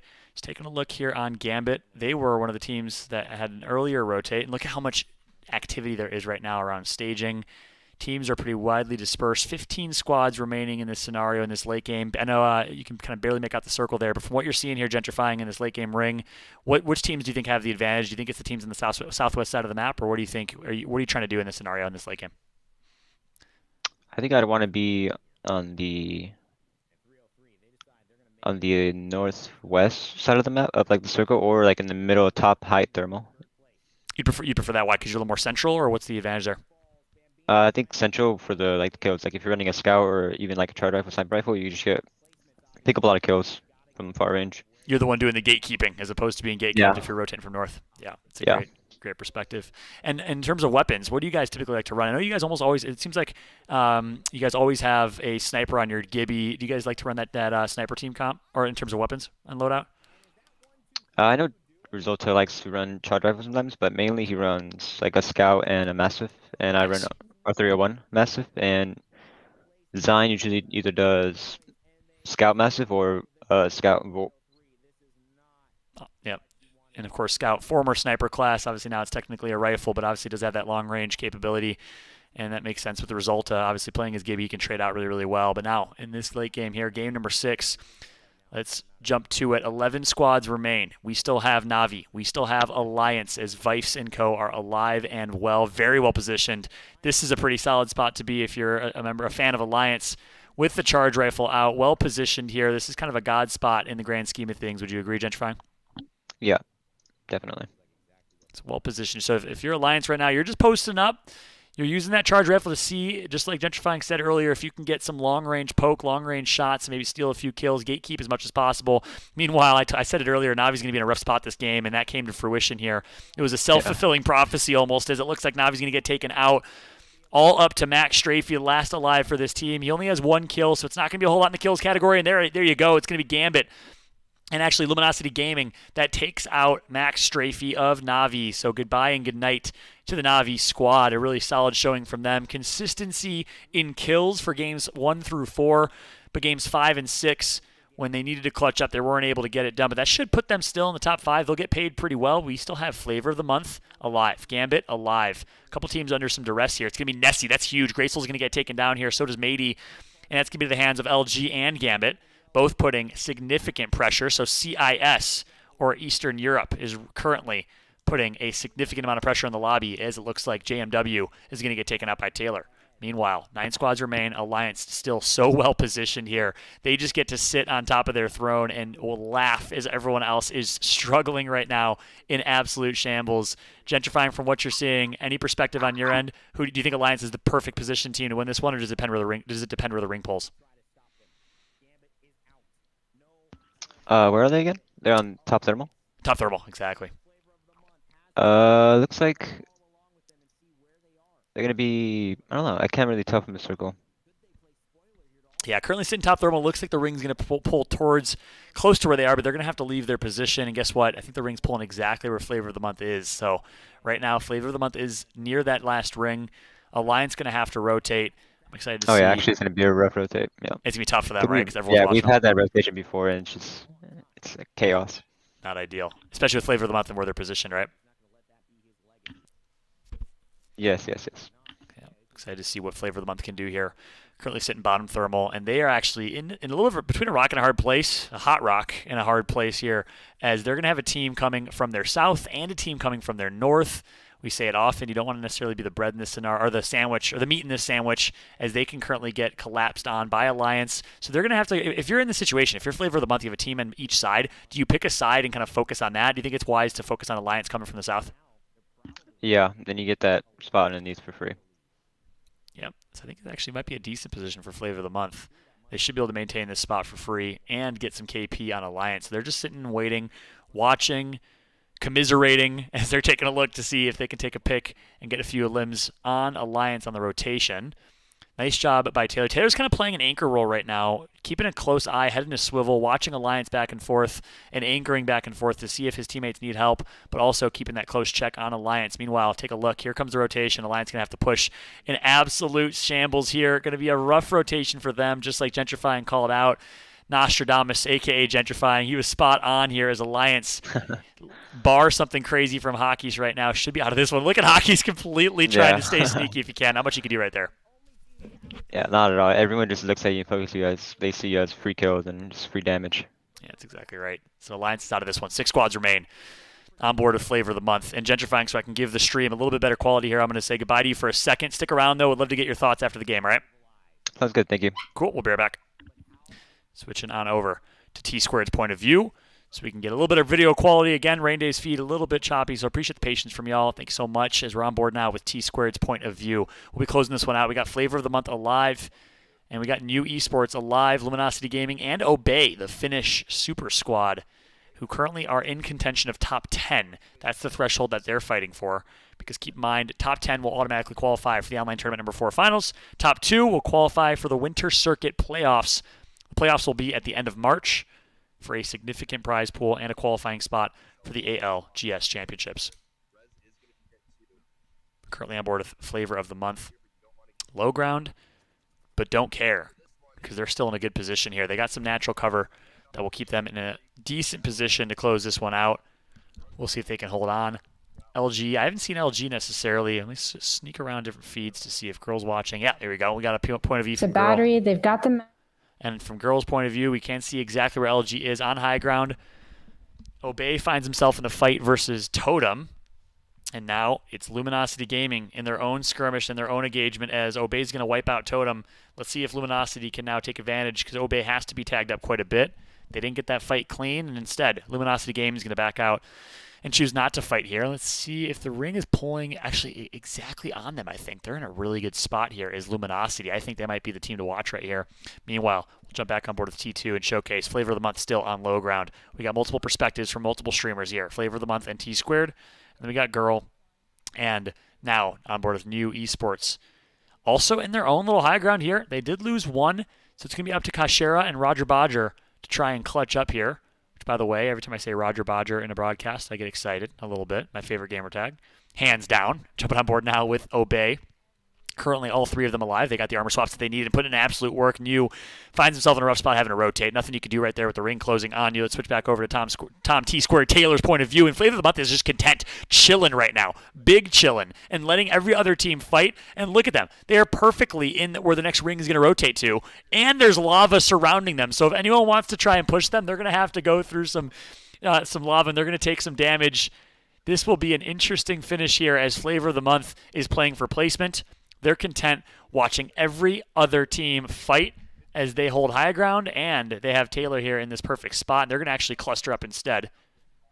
They do have a Gibraltar to their name, so they will have a dome shield here in a moment. Meanwhile, look at this. Luminosity, Obey, find themselves in such a rough fight, and Flavor of the Month gets to just laugh and watch. The defensive bombardment is also going to pick up an elimination for them. That is huge. Flavor of the Month plays this so well, as we're used to watching them do, and they're obviously not in a good spot right now, trying to survive if they can. Now it's a little bit of a heel-off. I did not expect game number 6 to end in a heel-off, but in the end, it is going to be Flavor of the Month as your champion to close that one out. I can't wait to get the perspective of Gentrifying, because I know he was watching. Gent, let me bring you back into the feed here in just a moment. Give me 1 second as I'll pull Gentrifying back in. Can you hear me okay? Actually, I think I may have lost him. I take that back. I will bring Kate in instead, as I will jump into a 2-box. I love myself a heel-off. I love a heel-off. And come on, like how often it's almost storybook in a way. It's just very very dramatic. Like they're being a little dramatic. Oh, really? Lava? Are you just gonna wait for people to find themselves third party? Oh, I guess here it is, Flavor of the Month. Sorry, just thought I'd add a little flair to that because that was that was hot, as they say. That was hot, indeed. I like the finish, too. Listen, I've been calling out Flavor of the Month. I've been saying I want to see them break into that top 2. That might do it. I don't know if they got a whole lot of kills. I didn't see where they're at in the kill category overall. But a first-place finish, 12 points. They had 39 going into it. That'll put them at 51 points. And I know Navi was at 52. Nessie was at 48. I think that might put Flavor of the Month in the top 2 here, Kate. It's going to be a crazy finish. It is going to be a crazy finish, and I think there's so much to sort of unpack in that last game, and it was interesting, you know, that we talk about tough rotations, right? And that's actually been sort of a theme in our discussions all day today. And the one thing I keep coming back to, and we've heard a little bit of, you know, different perspective from our different players. How do you outplay a tough rotation? And I feel like so many times today we've seen somebody do exactly that. Yeah, that's right. You know, it's honestly a team that's going to rotate. Alliance was in such a good position for that game, right? I mean, they dropped Thermal Station. The ring ends exactly in their drop spot. They think that they're going to take one of the best spots in the game by holding that God spot, and they think that's going to put them in a good position. But the ring pulls slightly away from them, and again, they didn't necessarily have the team comp. They didn't have the beacon knowledge to know where exactly to position themselves, and as a result, they got taken out. So they go from 4th place in such a good situation with, generally speaking, at first. They're like, this is a thermal end. This is a perfect scenario. But unfortunately, the ring pulls slightly away. Flavor of the month is in the perfect spot, the advantageous spot, and they take advantage. That's the name of the game at the end of the day, Kate. It is indeed, and I will say, hard won. You guys were talking about when they came down to sort of that sandwich area. Which way do you go? You can't. There are two roads, and you cannot go them both. Are you going to take on this team or the other? So they've made a couple of great gambles, and they've paid off throughout this entire last game 6. So we'll see what happens. That's right. Standings are being calculated here by our friends at Liquipedia, so we'll get that update here in a moment. Looks like they're in the final stage of pulling that off, but I'm thinking Flavor of the Month will be sitting in a good spot to take home a potential first place. I wonder if Navi's going to hold on to second. Alliance, I believe, had 53 points, just one behind Navi, so that might cost them a spot. Would have been crazy to see Alliance bounce back here in their first online tournament showing and place top 2 to show that they're still here to play. But hey, I gotta say, Alliance played well throughout, Kate. They really proved that they're still, of course, a top S tier or A tier team in Europe. Absolutely, and I'll say it once, I'll say it 1,000 times.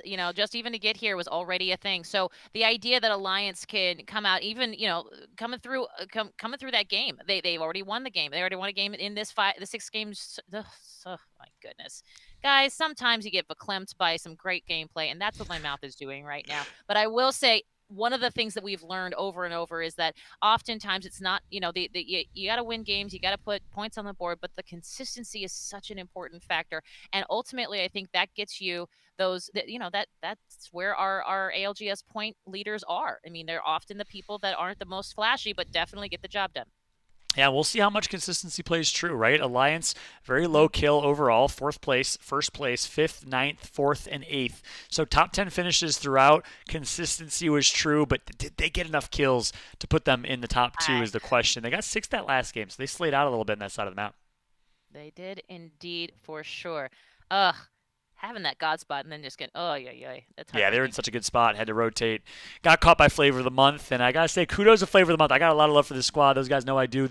I'm a big fan of rosters that stick together, tried and true, and throughout any kind of challenge that they've gone through. They're the only team, no other teams that have been together since the Krakow preseason invitational. That was way back in September 2019. In a world of esports where roster shuffles and roster mania is so consistent, to see them stay together for so long is awesome. Obviously, Alliance is a team that's been together for a while as well. Gambit has been doing it for together. I think Apex, more than any other game, has consistency in rosters more than any other game, I think, from what I've seen across Counter-Strike and a variety of other games, Kate. I think you're right, and I think there's also an element too where, in those other esports, there are big, roster shuffle moments, right, in the season. There are things that they have to be locked here, and then they go and they compete and everything. And the truth is that we have locks. It's by game time. so that's, the truth is that they can. It becomes a thing where you really play with the people you want to play with, because otherwise you can just get somebody else in. Where I think a lot of the other esports, you're locked in contractually for some of that season, or if all of that season, depending on the game. So it is a really interesting aspect to Apex, and it's one that I really appreciate, because the truth is that we have all of these, these different patches, these different updates that bring our team comps into a different light, and then, but we also have the potential of the change in roster, because that's just the way the cookie crumbles, Yep. And so there's, and then you add orgs onto it, where people are being paid to be here, and it all just adds up to some excellent gameplay that we're all privileged to watch. And I hope that doesn't sound contrite, because it really is how I feel. You're spot on. As a result of that excellent gameplay, we got the standings ready as well, so I'm excited to see in result. I'll say goodbye to Kate and show you guys Flavor of the Month in first place. They did it. I believe, if I'm correct, one of their first champions, maybe if not their first, their second championship in ALGS. They take it home with the first place spot. Huge congratulations to the former Virtus Pro squad, Taylor, Pia, and Noth. They did it with a first place spot. And look at their showing. 2 victories in this one, Game 4 and Game 6. And, of course, a variety of kills throughout, but just consistency was the name of the game for them. They take home first. Navi's just barely able to hold on to a top 2 spot with 54 points. Alliance in their debut in the Winter Circuit right behind them in 3rd. Nessie in 4th. 303 in 5th, and Gambit just right behind them in 6th, as you see the rest of the squad here. And, of course, the other important thing to keep an eye on, Solo Q Goats just barely not making it to that top 10. Same with 789. As Totem, the French squad, and Luminosity coming from CIS, they're able to take top 10 And there you have it for our standings overall, as I welcome back Kate to the broadcast here before we close out. Kate, your final thoughts here on the standings, and then your final thoughts before we jump to a quick halftime here. I will say that up until this moment, Flavor of the Month was not on top of our leaderboard. And that is a 5-point jump. That is a 5-place jump, I should say. And that is definitely something to celebrate. So GG, well done, Flavor of the Month. And, I will also say this, gang, GG to Fallout, who has been doing an outstanding job of spinning more plates than I knew could be spun. So while we get excited for our halftime show, we got a lot of great content. We've been hearing a lot of your feedback. You want to go deeper, as Fallout mentioned. You want to hear more from the pros. You want to know more about the game. You want to hear ways to make it better, ways to get your game up. It's coming up here in our halftime show. And then, of course, North American region is coming up right after that. But well done to Flavor of the Month, and seriously well done to Fallout for keeping all these plates spinning. I appreciate that, Kate. Very kind of you. Right back at you, my friend. Thank you for helping out. Of course, we've been trying to coordinate and get as many players in here as possible. So coordinating the players and bringing them into the stream to make sure we can get their perspectives has been great. Big shout out and thank you to Gentrifying for joining me on stream. Not easy to do to jump in on broadcast. And he, of course, gave some great insights and perspectives about the Sola Fide roster, some behind the scenes, their story, their come up. If you're a fan of a team that had to work their way from the bottom, you should definitely be a fan of Sola Fide Aim Assist. So thank you to Gentrifying. Thank you to, of course, Nocturnal and Hodzik from Team Liquid, Knights Raven for joining as well. And, of course, massive congratulations goes, most importantly, to Flavor of the Month for taking home a championship. First place finish with Navi right behind them. We're going to jump to a quick halftime. When we come back, we will have North America right after this, but take a look at our first deep dive. That'll be coming up as we'll take a better look and closer look at a lot of our different players, coaches, and people behind the scenes. We'll be back with North America right after this halftime break. Think you have what it takes to play against the pros? Squad up with your teammates and head on over to battlefy.com/ALGS. Sign up for the LCQ and take your shot at earning a spot in the Autumn Circuit Regional Playoffs. To kick things off, in honor of Black History Month, here's a look into the creation of the new Black Lives Matter badge that you can access for free in-game. When you look at Apex, it's not a matter of imposing a certain worldview or a mission. It's about reflecting reality. Hi, my name is Tim Lewinson. I'm the development director at Respawn Vancouver for Apex Legends. So June of 2020, around the murder of George Floyd. Respawn as a team, coalesced quickly and, decided that we had to do something. We're not going to stand for it, and we're going to create some messaging as part of Apex Legends that's based on addressing, deep-rooted systemic discrimination against the Black community. What it really came down to was we wanted to make sure that people understood that expressing that visible outward support means that using a badge on your character, which everybody sees on their Gladiator cards along with their stat trackers, etc., when you enter a game, is a conscious decision that players can make to demonstrate that they're throwing their support behind Black lives as part of this incredibly inclusive, diverse, popular game that millions of people love. One of the great things that we saw on social media after the release was player after player after player speaking about how incredible it felt to see this kind of unapologetic representation and support in such a high-profile title. As of February 5th, 1.6 million players had the badge equipped on their characters. And by February 8th, that number had climbed by another million to 2.6 million. So the response has been amazing, just more than we could have asked for. When you look at the characters and you look at the lore and you look just at how many people have really invested themselves into the characters that we created for Apex Legends, you can understand why, because people feel that they can see themselves. And the reality is that there are many different people in this world of different races and persuasions and genders and the sexuality spectrum. These are all very real things. And Respawn as a company has made a point of saying, look, we're going to reflect what reality is. Having worked at many different places, some have talked a very good game and others haven't even bothered to be at a place like Respawn and Electronic Arts as a whole. The saying is, if you're going to be about it, be about it. Respawn is about it. The one thing that I want to say to the community is thank you. Your love for the game, the care and attention that you've shown our characters, how much they mean to you, means the world to us. It's just a blessing to be part of it. And so thank you for that. Now, Let's hear from our very own T Squared as he gives us insight into his backstory with Apex Legends. My name is Tom Taylor. A lot of people know me as my gamer tag T Squared. I've been involved in Apex since the beginning, and now I'm fortunately with the ALGS on Apex Legends. The best way to explain the ALGS, the Apex Legends Global Series, is exactly that. It's a global event. It's where anybody can go and compete to see how they stack up. And when it all comes down to it, we have the best players in the world in every single region going at it. And it's one of the best things in all of Battle Royales, especially in Apex.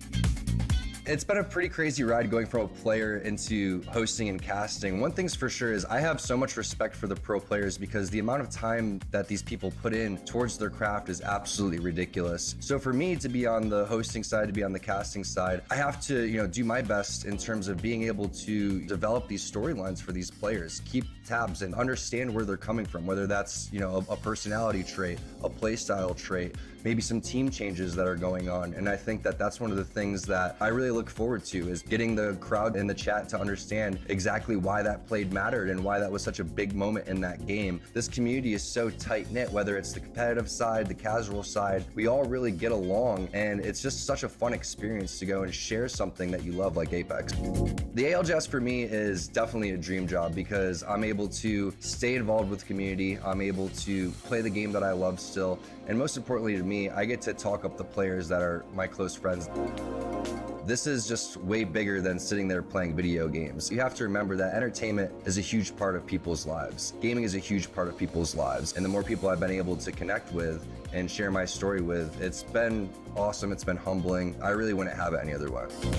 My name's Tom Taylor. My gamer tag is T Squared. You can find me on Twitter at T Squared, on Twitch at T Squared, and on twitch.tv/playapex for all of our ALGS tournaments. Right now, you can get the Freedom Fighter skin for Fuse with Prime Gaming.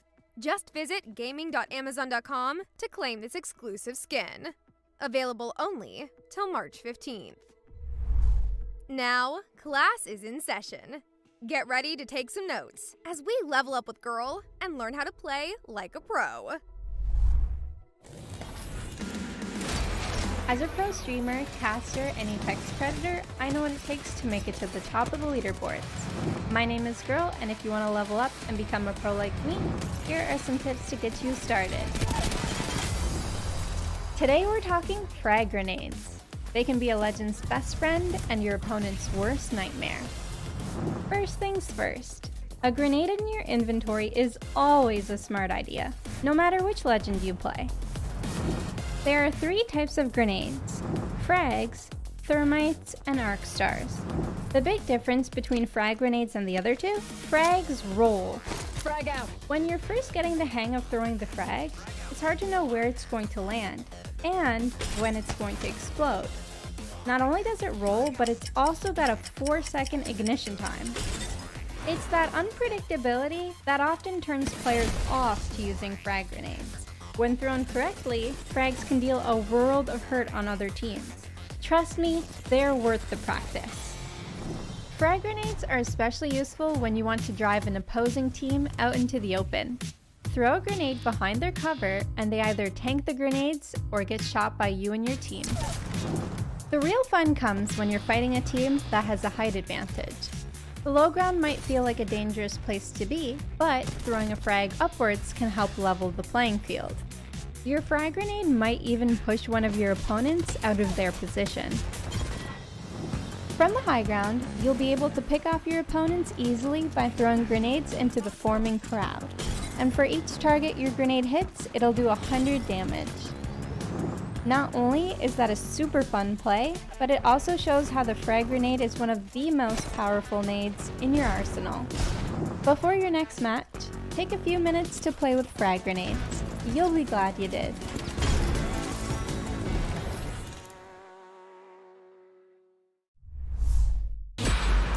Когда вышла Apex Legends, я поняла, что эта игра создана для меня.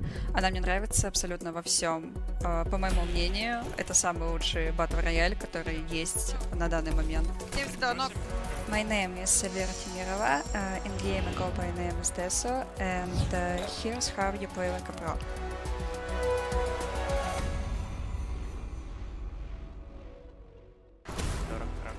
Мой мейн-персонаж на данный момент — это Кавустик.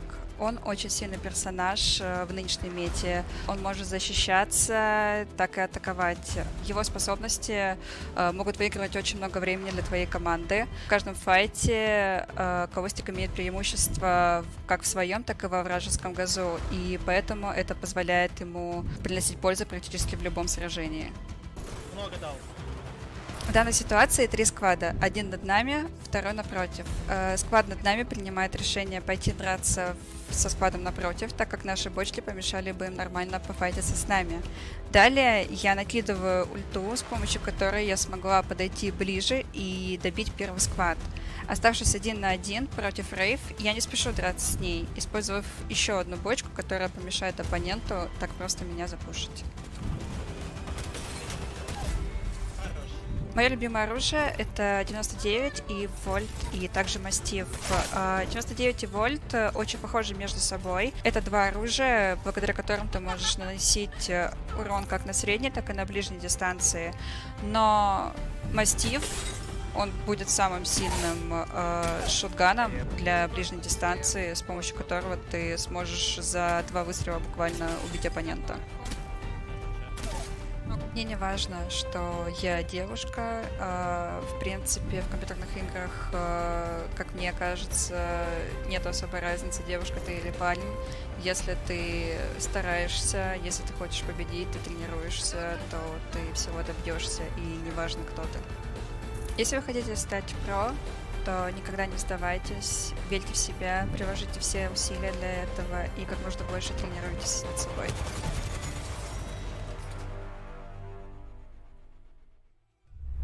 Next, let's take a look back at North America's featured match from Winter Circuit Online Tournament number 2. What are you most excited about going into this game 6, and any predictions on your end as we drop into the game? I don't like making predictions because I don't like cursing teams, but... No, you have to be, listen, you're a commentator now, girl. You got to be able to make predictions. You got to make bold predictions. It's part of Bold the job. predictions? Okay, Yep. well, I predict that a bottom 10 team will make it into the top 10. Wow, that is such Wow. a bold prediction. That's one of the craziest predictions I've ever heard in the history of predictions, girl. And I predict that team to be SF. There you go. They're the one that's in 11th. I hate you so much. I take a look at my standings here. Girl with the least bold of predictions. Meanwhile, TSM is angry, very, very angry that they've gotten griefed or pushed by this team. And guess what? It is the brawl between the two of them. Neither of them are backing down. And once again, we see a fight here between both teams. And it's just interesting that TSM says, you know what? I don't care if we don't place well in this tournament. I just want this team to know who's boss.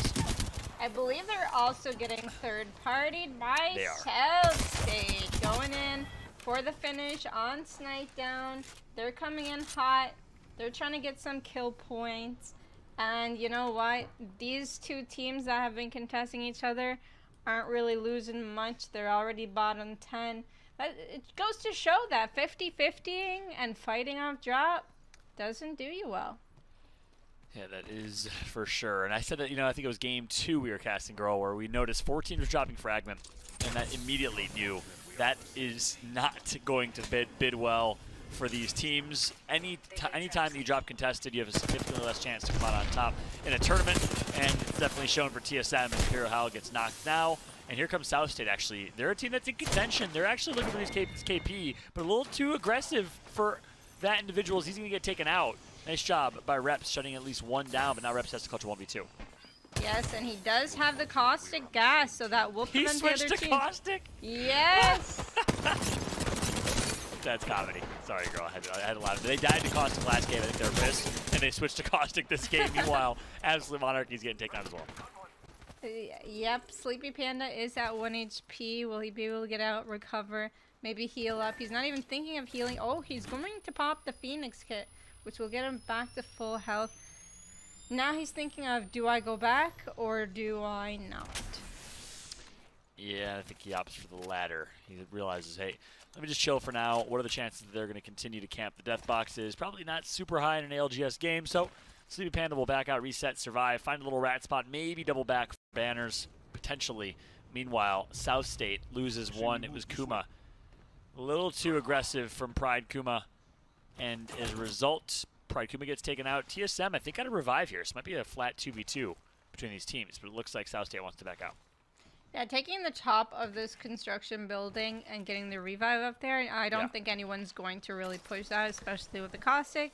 So, yeah, no teams have been fully eliminated just yet, so they're all going to be making recoveries. And the reason why TSM probably opted for Caustic is you just got to fight Caustic with Caustic. That's why Caustic's so popular. It's the only way to do it. That is for sure. And that's where Caustic thrives, in a lobby of more Caustics, because obviously you won't get affected by gas the same way. So there tends to be a snowball effect with that Legend. And TSM, I think, just said, you know what, sick and tired of dying to gas. We're going to fight fire with fire. Meanwhile, jumping on board with CLG, currently sitting in first place. 64 points. They've been playing so well. First 2 games, they went back-to-back wins. 13 kills in Game 2, 9th place in Game 3, 7th in Game 4, 7th in Game 5. So consistent. And fun fact, they have half their points are from kills. That's 32. Half their points are from placement, also 32. Just to go show how well-rounded this team is. Yeah, and NRG actually has more points from kills than placement, which is the only team that has more points from kills than placement in the top 8, which is really, really neat. So they're fraggers. There are some fraggers on NRG. That's the truth. And both NRG and CLG in our top 2, well, they both have 13,000 plus damage. The only teams with 13k plus damage. So that goes to show if you perform, you will stay on top of the leaderboards. That wasn't necessarily the case in EU. We saw a couple teams in EU with a lot of damage, but not necessarily faring well. That was Gambit was one of them, but definitely has been the case here in North America. Meanwhile, Team Liquid so well kitted, as they always are, leaving trials, but they're gonna have to back out of this fight. Defensive bombardment, ultimate from Gibraltar is going to keep them at bay. They'll back out and reset. This is obviously a crucial game for Team Liquid, right? They're trying to qualify through. They're currently sitting in 4th place with 43 points, so they got to make it to late game. They got to get some kills along the way, girl. Yes, and they are doing so. Flanker got the kill on Crummy. They're getting the finish, going for the armor swap perhaps. Yep, gets the armor swap off, and there they go with their first kill point of the game. They've got really great loot, like always. They've always had really great loot because of their landing spot. So now they just got to focus on playing the game and getting to that end zone. That's right. Team Liquid in a solid spot. Keep in mind, for anyone that's watching, maybe new to ALGS or not sure of the format here, what's at stake? Top 3 teams will qualify for the Winter Circuit playoffs at the end of March, and then teams from the Winter Circuit playoff will qualify for the ALGS Championship, in addition to teams with cumulative ALGS points throughout the entirety of the Apex Legends Global Series, since, of course, the pivot to online with the Summer Circuit, the Autumn Circuit, the online tournaments previously, and now, of course, the Winter Circuit. So top 3 qualify to the Winter Circuit playoffs. Top 10 qualify automatically to the next online tournament, which is next weekend. We got back-to-back-to-back tournaments here over the next 3 weeks. A lot of Apex Legends to come, and then our last chance qualifiers will be coming after that. So if you're a fan of Apex, if you're a fan of ALGS, buckle up for the next few weeks. Put it in your calendars, because guess what? We got a lot of gameplay coming. Indeed, and the top 10 also gets some prize money that might buy them some groceries, might buy them a new PC, you never know, depending on their placement that they get here today. South State getting that rotation on. It seems like they've definitely figured out a pathway. They might go through the train tunnel there. But there will definitely be teams guarding those tunnels, guarding those choke points like CLG right here. They're just waiting for someone to jump down. That was interesting. So, one quick heads up. Ranked is harder. Said, you know what? We tried this whole Octane Revenant thing for a while. They made a change from Octane to Horizon. Zero Plus is back on Horizon, which I think is great. Dropped from Revenant to Gibraltar. They're going back with that same team composition that worked so well for them last online tournament. They're currently sitting in 10th place, so they want to guarantee a spot in the ALGS finals for the next online tournament. They don't have to go through qualifiers. So they're like, yeah, maybe we should start using a more in-meta team composition in Game 6 to try and close this one out. Prize money is on the line here. I mean, a couple $1,000s. Yes, of course. NRG, they're just chilling. They figured out a place to stay in. Team Liquid, you could tell by the way they're moving, they're just eager. They want to get in a fight. They want to catch someone out of position. They're just so very eager. They have all of the gear that they need. They're just looking. Hello, anybody here? Anybody on the map? I need some kills. Can somebody pop out for me, please and thank you? Yeah, things are going to be a little bit slow here, and a lot of teams are actually bundling in already, as We do have a zone near Harvester to close this one out. And teams, of course, in Game 6 aren't going to take these early game fights. Are going to want to avoid third parties. Things are going to slow down quite a bit. And they haven't found anyone to fight just yet, but they have been scanned. So there is somebody on the low ground now. Albreleli's taking a look at that. But here we jump on to Team Complexity. They've got some beams through the window. Shiny getting a few damage off. And they're going to try and take more angles. Monsoon going up, but getting cracked here. He's going to put barrels down just to secure himself from getting pushed. Hey, I'm a caustic. I have barrels. Please don't push me. I have an ultimate. You don't want any of this. So he is able to recover, and they're still thinking, what do we want to do, boys? Yep, oh, there are some nice angles you can get if you climb up on the wall of the side of that building, but it seems like they've been taking too long. You never want to poke for too long because you know there's going to be a third party nearby. So they tried, they attempted, and they're out now. That's right. So if they're playing still in that Bloodhound team comp, they probably would have taken that fight, but playing as Caustic, a little harder to, you obviously can't scan through walls, you can't get the intel, and they're playing against the Bloodhound who's going to get the intel, be able to kind of get those wall hacks for some time with the Bloodhound Q and the scan. So wisely, Complexity is going to back out and reset. They're not going to take that fight. They're going to opt for a rotation instead. Wise decision from them. And here we are with South State going with 2 Gibraltar bubbles. A lot of stuff happening here. The Arcstar is going off. He's going to have to reload his Prowler here. Last one alive on his team. He's got no armor, but nice 180 spray with the Prowler. That gun does a lot of damage. And he's going to heal and try and push back in. That's right. South State's been in a state of hurt all game long, starting with TSM in that fight in Fragment, and now again as Mercy is knocked. Bronzy is out in South State, who is looking to make a little bit of a Cinderella story with a sneak into top 3. Not looking great right now. Meanwhile, the Wally Catchers, who is our Cinderella story of last tournament, placing top 10. They're currently in 15th place. They're going to have to do something big to get into that top 10 here and make Girls' bold prediction come true that one of the bottom 10 teams will make it to the top 10. I predicted SF, okay? I predicted SF. Yeah, Solo Fide.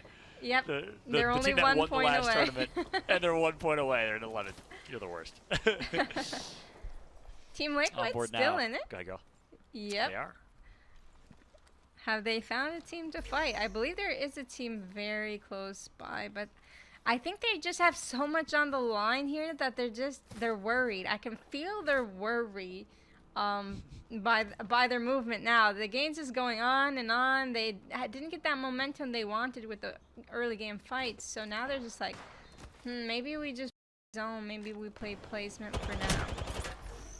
Meanwhile, so much action is ensuing over in the train yard as we have multiple trains converge, and this time it's unfortunately the Complexity train's going to get taken out. It's all up to Reptar backing out and resetting, but there's 3 other teams, so he's got to be careful. He's going to try and rat his way to success. Reps is still alive, as Reps did get a pick. He's the kill leader with 3 kills. They just want war, his TSM, as they made that known by playing Caustic this game. Circle's going to close, and in the end, CLG will be gatekeeping. This is an interesting spot for CLG because they're going to gatekeep here this fight. They're going to be kind of posting within this tunnel, within this choke, and they're going to be maintaining control, and they should be able to get a couple kills as a result. Are you getting the crosshair bug, or is it just me? Because I'm just laughing at the crosshair going left, right, left, right, left, right. But a hideouts is on the case. Anyways, I'm just kidding. Yes, back to Team Liquid. They're not in the best position, so they're going to have to figure out their rotation right now. Kraber on Albreleli. This is huge. He's going to be able to pick up some kill points along the way. We have South State Pride. He wasn't able to get his teammates banners, but he was able to survive, and that's one thing. Let's go this way. Yeah, and he South State was up by 4 points over Team Liquid. They had 47. Team Liquid had 43. So, barring something crazy from Pride here, going to be looking a little bit bleak for them as Team Liquid is fully alive and well kitted in terms of shield, and then of course the Kraber in the hand of Albreleli. Meanwhile, Snipedown finds himself two picks from Snipedown with the shotgun work, making it look easy. Hal's back up, Reps is up, TSM is in full force. That was an amazing recovery by TSM. Reps being able to get the knock on the team third-partying them and pushing them off. was an absolute clutch, and that's what you expect from one of the best teams in the world. Unfortunately, they got contested this time around. Didn't get as good as a placement as they wanted to, but they are surely pulling it through on this last game. And that's what competition is all about. You just never give up. That's right. One thing I respect about it, competitive Apex, every team playing to their fullest in late game, and obviously there's reason for that, right? People don't realize what goes into team drops. When you drop in a spot, you need to condition the rest of the lobby and the rest of the community for future tournaments to say, don't you dare drop fragment, it is ours. So TSM's not going to give up. They're going to continue to fight for that spot, and it shows. Meanwhile, we got some 30-30 repeater action from mouse and keyboard. It's Frex's. Yes, and the more that they perform, the more ALGS points that they can rack up. You can get in with your points. So getting to that top 10, getting some ALGS points, maybe that's the goal instead of the prize money or a certain placement today. Just got intel from my Christian Bigbook that's on Twitter. Ranked is harder is using no comms from the last game of ALGS as a challenge. If these guys troll anymore, it is actually fascinating how they are so successful as content creators and ranked players coming over to ALGS, finding almost just as much success, and now playing with no comms, different team comp. They're back to the original team comp at least. That should be interesting as we're now on board with TSM. Let's see what they can do.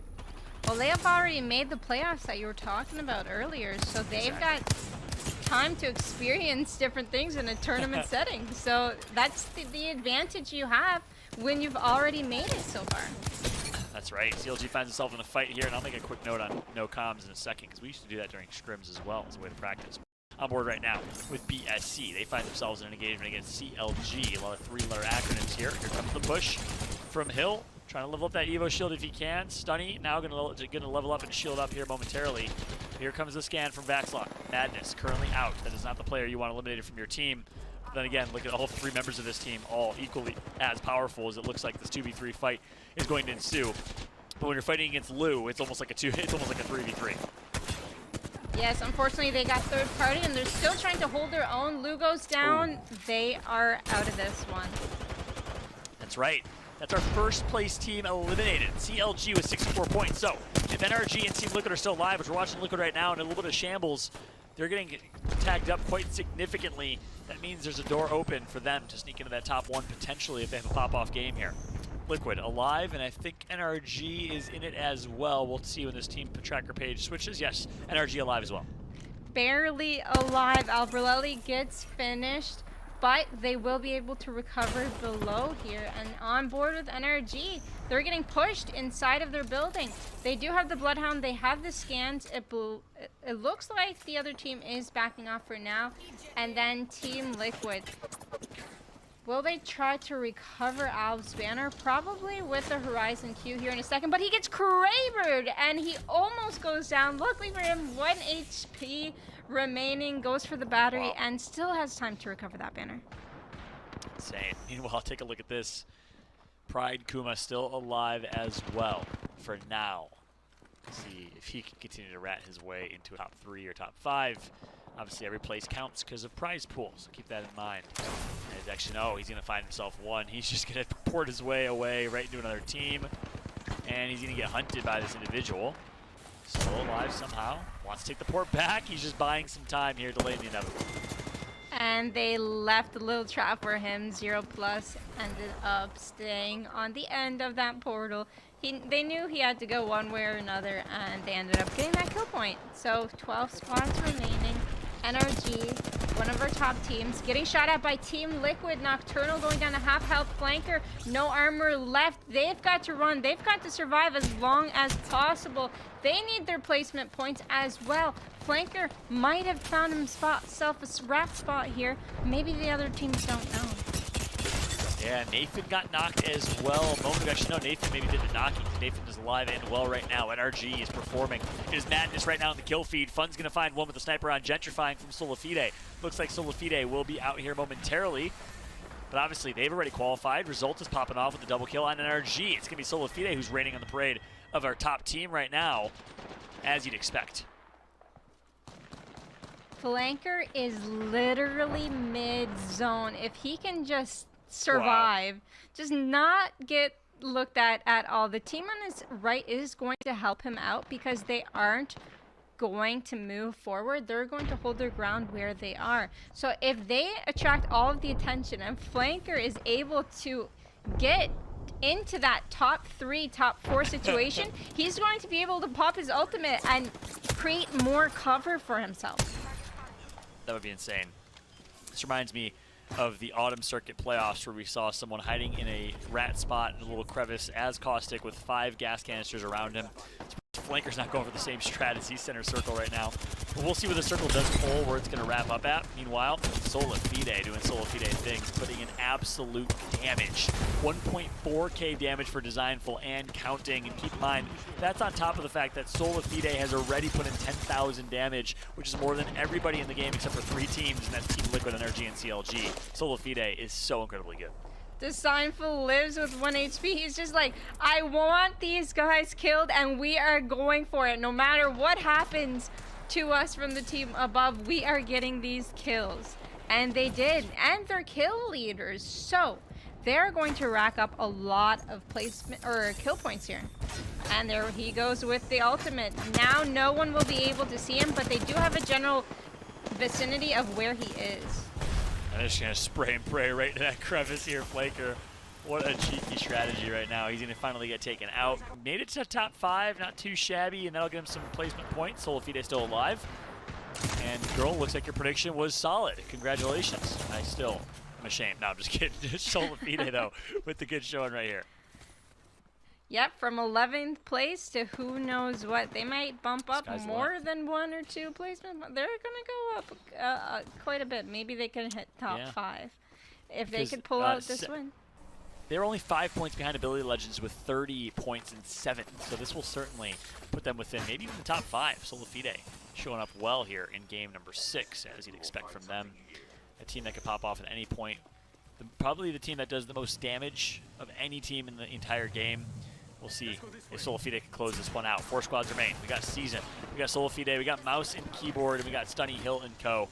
alive in wrapping up this one. We have a variety of legends left, and every team is a full team. We're going to see some Crypto ultimates. We're going to see Gibraltar ultimates. We're going to see Caustic ultimates. It's going to be who can walk into the end zone the latest. Klein looking to make a portal, but he's only 1 HP. That portal's not going to connect. And will he be able to go back? He might be able to go back to get revived there. Yeah, that's interesting. Trying to go for the rotation. And he should be able to get revived. You'll see here, like 4 points into Diamond. We got BSC. We got Mouse and Keyboard. We got Season. And of course, we got Solafide to close this one out. Game number 6 here, Fallout alongside Girl. We're getting ready to wrap up our final game. 30-30 repeater out for Frexes, and he is putting in shots right now. As of course, he's going to take out one squad eliminated that season. It is such an open end zone, and people are getting down on all 4 of the teams here. Frex going for the revive. 3 squads left remaining. Who do you think's going to win this one? Solafide is, if I had to pick, Solafide, but BSC is really well positioned, so depends who can try and force this fight or stay alive long enough to be the 1/3 partying. That team will come out on top, so whoever can draw this out long enough, but Solafide is going to have no cover. They do have a Gibraltar, though. That Gibraltar drone should help them, but I think they actually popped it, so that Gibraltar is going to be on cooldown. That's huge. Mouse and Keyboard lost 1. Zenial is out of this. 1 Frex is tagged up. Clarify barely is alive. He's going to get knocked as well, just like that. It's going to be Gentrifying taking out Clarify. Hill, however, is single-handedly taking out every member of Solafide. So in the end, it will be BSC that should be able to close this one up. They are your champion of game number 6. Coming up, Fallout has a conversation with Team Liquid's head coach, Hodzik, in this week's edition of Deep Dive.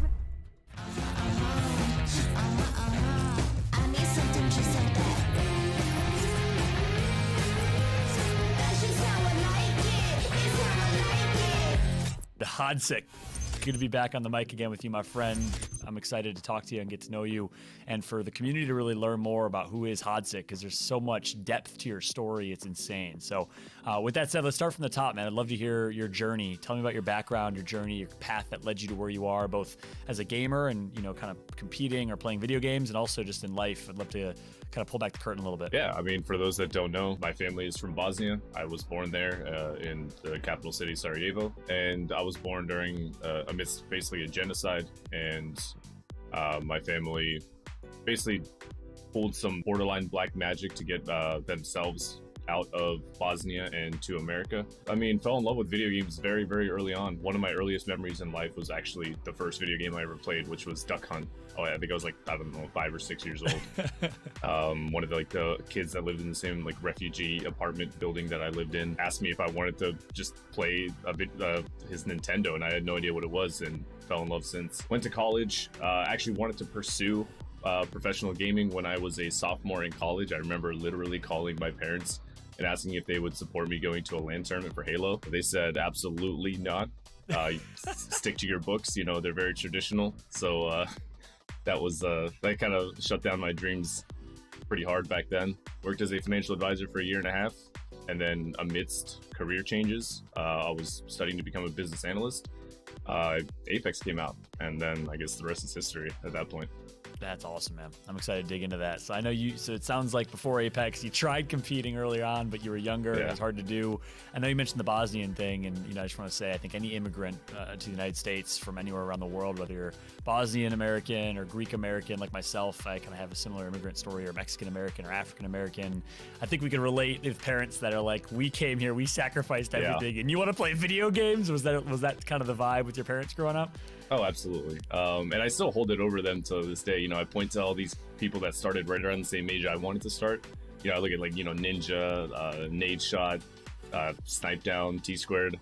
You know, I point to all of them and I'm like, oh, look at everything that they've done. I wanted to start at the same time. I put myself in their shoes as well. If I was in their shoes and living what they had to live through and what they had to do to get my family, or get, I guess, their family in America for a good opportunity at schooling and all that, I probably would have made the same decision. So I don't hold it over them, but I'm just glad I was able to at least break out somehow. Yeah, that's amazing. And breakout you did. You know, Apex Legends comes out. You obviously played a variety of games. Halo, I know you competed in a Gears of War LAN tournament prior to Apex, but then Apex comes out. You know, you fell in love with it, I know. What was it about Apex that kind of drew you in? I mean, same as probably most people. All I wanted was a company to come out with a battle royale that was functional, worked very well, was polished, and Apex, I think, floored everybody when it first came out for that very reason. It was such a good blend of movement and gun mechanics, and it was so fluid. Everything, like just the flow of the game from like the ping system, I remember being revolutionary. All of that stuff, it just felt so good. And it just swept me away the second I played it. You obviously started playing, you really loved the game, you talked about. What made you want to compete at a top level? What made you want to pursue it professionally? Was it just the fact that you were good, or what was it that kind of made you want to pursue it at a professional level? I guess just realizing, hey, maybe I could actually do this. I've always competed at a relatively high level, like every game I've ever played, but I never ever saw myself good enough to take that next step and actually be pro and actually do something with it. But it wasn't until, you know, a couple of my friends started going like, hey, you want, like, we found some scrim discords, let's get involved. And it was the very first day of the Apex Pro League. If for those that don't know, it was basically a Discord ran league where we would queue snipe each other. We'd all queue at the same time, and we didn't get any points for kills because there was, you know, 1 or 2 groups of players that weren't actually part of these queue snipes that would be in our lobbies randomly because we didn't have customs. It wasn't until the very first day of that league that I actually played with Monsoon and his teammate at the time, Bert and Urban. I filled in for Bert because he was not able to make it that first day. And we were the only team to win, I think, more than 1 game that first day. And we won, it was 6 games a night, and we won all 6 games. We decimated them. And we had, by far, we like tripled the points of any other team that was even close to us. And that day is when I realized, like, hey, this isn't, like, they're not my team, I was just filling in, but this might be something I could actually do. What was it like getting signed as a pro player for the first time, and talking about that roster? I mean, when I woke up one day and all these players around me were constantly getting signed, right? In the beginning of Apex, like there was such a huge boom of people getting signed, and it was super cool to see the people around me. But, as a competitor, as a pro player in a new scene, the more people you see getting signed, the more you think, oh man, that's, less chances for me to get signed now. So it's definitely a big rush. I remember waking up and all of a sudden, just like I checked my Twitter and I had a ton of notifications. And one of them was from the Knights CEO at the time saying, DM me. And I was like, holy crap, this is kind of crazy. I also had checked my Discord, and I had a friend that worked for the Pittsburgh Knights. He also was like, hey, I check your email, and I got an official hey, we're interested letter from them. And it was surreal. I was wigging out all day. I was going crazy. I was calling my family and my brother. I was showing my brother. They still didn't believe it at the time. They were happy for me, but in that kind of yay, I'm happy for you, but what are you actually going to do for for work? But what's your job going to be? You're like, right. No, but this is the job right here. Right. And it was crazy because I live in Pittsburgh. I met with them a couple days later. I walked in the office. I didn't have a team coming into it, but they basically were like, all right, we're going to sign you. Now find 2 other players. And then, of course, you guys are playing together as a team, and the Knights get an invite, to the preseason invitational in Krakow, Poland. You have a chance to travel globally to compete in Apex Legends, and I know you ended up picking up turns as kind of a fill-in for that event, but how'd you prep for that tournament, and how'd that tournament go? What was that experience like playing on LAN in Apex Legends? Unlike any other, man. The first day was miserable for us, but the second day was probably the best day of my life. One of them, for sure. We thought we were pretty well prepared. I think going into it, we had the 3rd most scrims done and participated in of any team in Poland. So we definitely we practiced our butts off. We tried really hard to make sure we were prepared. But I mean, LAN, LAN's a different beast. And like I said, it showed for us first day. The first day we got 4 points and instantly got sent down to the losers bracket. It was an abysmal performance. Made us kind of wonder, hey, are we really cut out for this? Do we waste our time traveling all the way to Poland? Or do we waste this org's money? I felt terrible. The next day we woke up and it was very quiet. No, we didn't really say much to each other because we were probably all thinking, well, I guess we got to do it, right? We get there and we instantly win the very first game. And the mood just instantly shifted. And we ended up slaying out pretty much the next, I think, 3 rounds and just doing super well.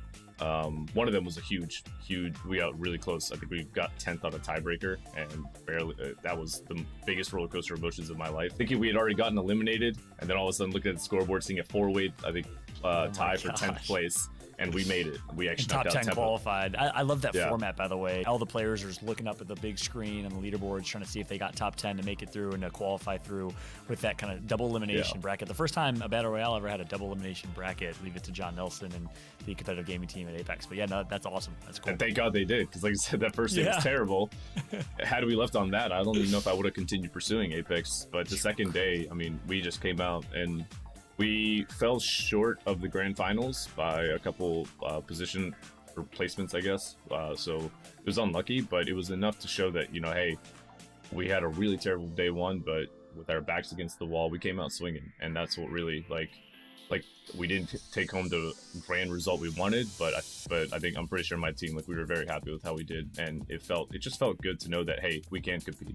So what kind of drove you away from competing? Was it, you know, you made a decision to no longer compete, or just the opportunity to jump on the ALGS broadcast was too good? Money, actually, straight up. Put it simply. Yeah. I got the opportunity, so I was planning on playing in Online Tournament 3, but Nocturnal messaged me randomly and was like, hey, do you know any analysts that, you know, and I was like, for what? He's like, duh, for like a coaching spot. And I was like, me? What do you mean? He's like, oh, do you want to try out for it? I was like, yeah, sure, why not? Let's see what happens, you know? Because Team Liquid, you know, I mean, that's been one of my favorite orgs since the very beginning, since I knew what esports was. I coached them for 3 days before Online Tournament 3. I didn't change the way they drastically played in terms of a macro sense, but I definitely refined a lot of things that they weren't doing at the time. For example, picking up snipers they didn't do at the time, picking up Evo armors before, back then when you had a choice of Evo or normal.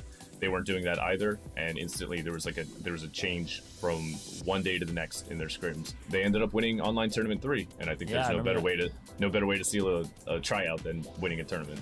Yeah, that's awesome. And you were also doing ALGS broadcast at the time and officially get the Team Liquid coaching offer and then do that full time. But when you were on the ALGS broadcast for 2 or 3 shows, what was that experience like? Learning how to cast, how to analyze, how to be on air, on camera as talent for the first time. How'd you enjoy that?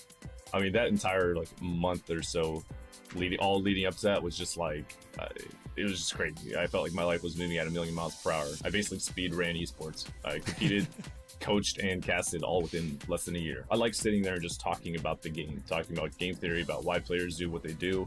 I always thought that stuff it's super fun to talk about and analyze. And I figured it would be a really, really fun thing to do and at least try. And I actually liked it a lot more than I thought I would. You played professionally, and then you were a broadcaster, commentator, caster, analyst. Now you're a coach for Team Liquid. You've also streamed on Twitch for quite some time, and you do YouTube content creation. You do VOD reviews. Talk to me a little bit about your brand in Apex. What is your brand? How would you define your brand? You're one of those well-versed people, but if you had to kind of describe your brand in a few sentences, how would you describe it? The only thing I could think of is the way other people describe it is either boomer, first and foremost. I hate like saying it because it seems very self-inflating, but a lot of people call me like the biggest brain in Apex, which I don't like to think of myself that way. I just think maybe I'm the most notable person that's kind of like a very analytical thinker.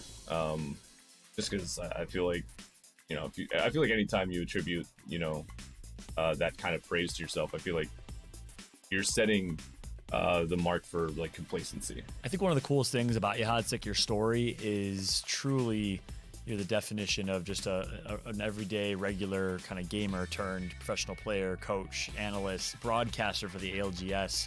I mean that in the best way possible. I think you're very relatable, and I think that's really powerful. That said, what words of advice do you have for anyone that was kind of in your position 2 years ago when you were just an aspiring pro player, pro gamer, coach, and aspiring to be in the esports scene, and now you're at the front and center of one of the largest esports titles out there? What advice do you have for anyone trying to become a pro coach or a pro player? You really don't want to burn bridges with anyone, but you want to make sure that you're keeping as many roads open, because you truthfully don't know, maybe a year or two down the line, who's all of a sudden going to be, in a position to be able to help you as well. I'm not saying, I don't want that to sound like, to be two-faced about things. Just be nice and respectful to everybody that you're taking part with, especially if it's in a new and emerging esport. Like, I remember I was making so many friends in Apex and I still feel this way, that I just want everybody to get along, and I just want everybody to do well. Like, I genuinely feel that, and I think it's important for people to kind of exemplify that, because, if I was like toxic in Realm Royale, or example to anyone, that could have easily burned my bridges, because somebody from Realm Royale helped me get into the Pittsburgh Knights. So it's a connection I never thought that would have been possible, and it's a connection I never thought would have been used or whatever. I didn't think I'd actually talk to him outside of Realm Royale. Just be nice to everyone, man. Respect everybody, because you never know how your kindness could get repaid down the line. Hodzic, man, this is a pleasure, dude. Seriously, I enjoyed it. The opportunity to chat with you, get to know you. Any final words, any final shout outs before we close out? Just shout out to the whole Apex community, man. I literally wouldn't be here if it wasn't for everybody being very supportive of the VOD reviews. Kind of what got me to both the ALGS broadcast and coaching. So just big shout out to everybody that supports not only me, but supports all the other players as well, for allowing us to be able to do this. We might not always have the nicest things to say about the game or each other, but at the end of the day, I think all of us are really grateful. I know I am for where I am, and for this game basically changing my life for the better. Couldn't agree more with that. Where can people find you, man? On Twitter, YouTube? Where can people find your VOD reviews? If you're not looking at his VOD reviews, trust me, you should be. You'll learn a lot about Apex Legends, but where can people find you? And we got Legend guides and everything on the way. I got big plans. But anyways, that's just Hodzic on literally everything: Twitch, Twitter, YouTube, HODSIC. It's all pretty easy. Hodzic, thanks so much for joining me as always, man. This was awesome. We'll keep catching you. Coaching Team Liquid as your day job, grinding YouTube as your hustle on the side. But either way, we're grateful to have you in the community, man. Thanks so much. Thank you for having me, man. This is fun.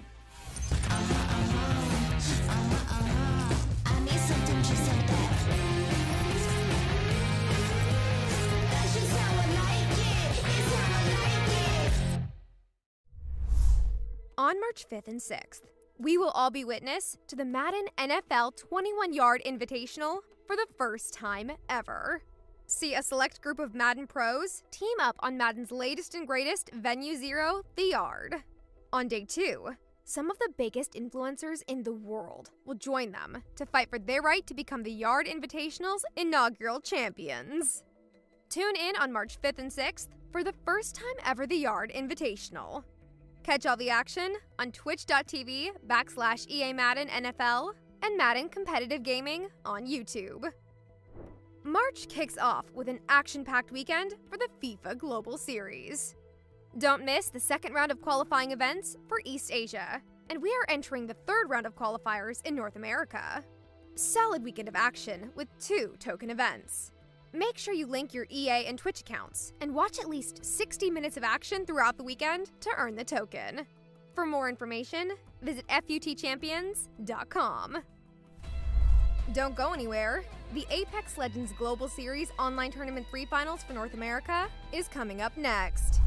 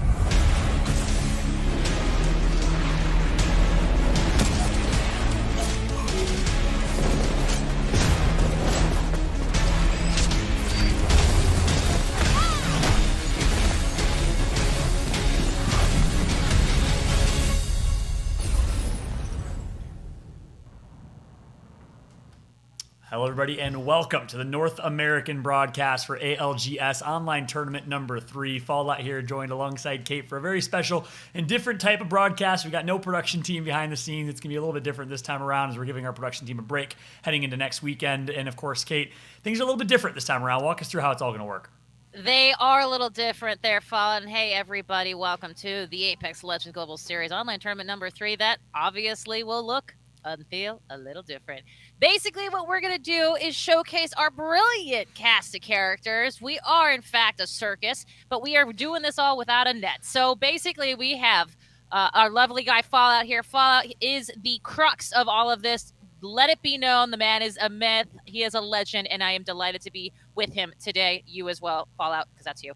But also, we've got Tom, T Squared. He's going to be streaming on his channel. We've got Girl, our fabulous caster. She's streaming on her channel. We've got Moonlight Wolf, an incredible caster herself, and also definitely someone who is very familiar with EA and with Apex Legends. It's definitely someone you're going to want to check out. And finally, the man himself, Rain Day. All 4 of these streams are live, and they've got different perspectives on different teams as we go about our 6-game roster? No. What's Series, that called? Finals. Series. Grand finals. Got all those things. You know, again, on brand for me. I just, word choice. At any rate, today, like he said, is going to be a little different. We're doing this all ourselves with the help, of course, of our great crew, but there is a supportive role right now. We're trying to do this without a net, and we did okay. This morning, I think we made it work.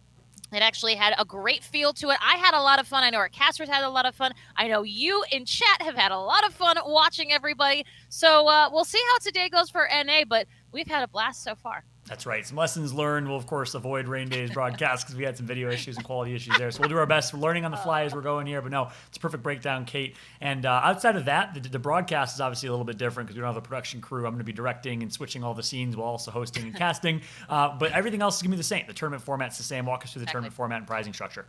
Well, I'm more than happy to. Yes, as you know, the way that it works is that we have our online tournaments for our winter circuit. We are in the third of those online tournaments. And they, of course, will lead to our playoffs. And those playoffs, well, they'll lead to a much bigger ALGS championship. We'll get to that in a bit. What this is going to work on today is that we've got teams that have made it through from our top 10 teams from our last online tournament that have made it to our top 10 teams to this online tournament. But guess what? We have 20 teams that are fielding these 6-game series, and that means we need 10 more teams. So those teams have been grinding all the way through our qualifiers, and they have made their way through a lobby of more than 100 teams to find themselves here today and doing exactly what they do best, which is, throw down Apex style.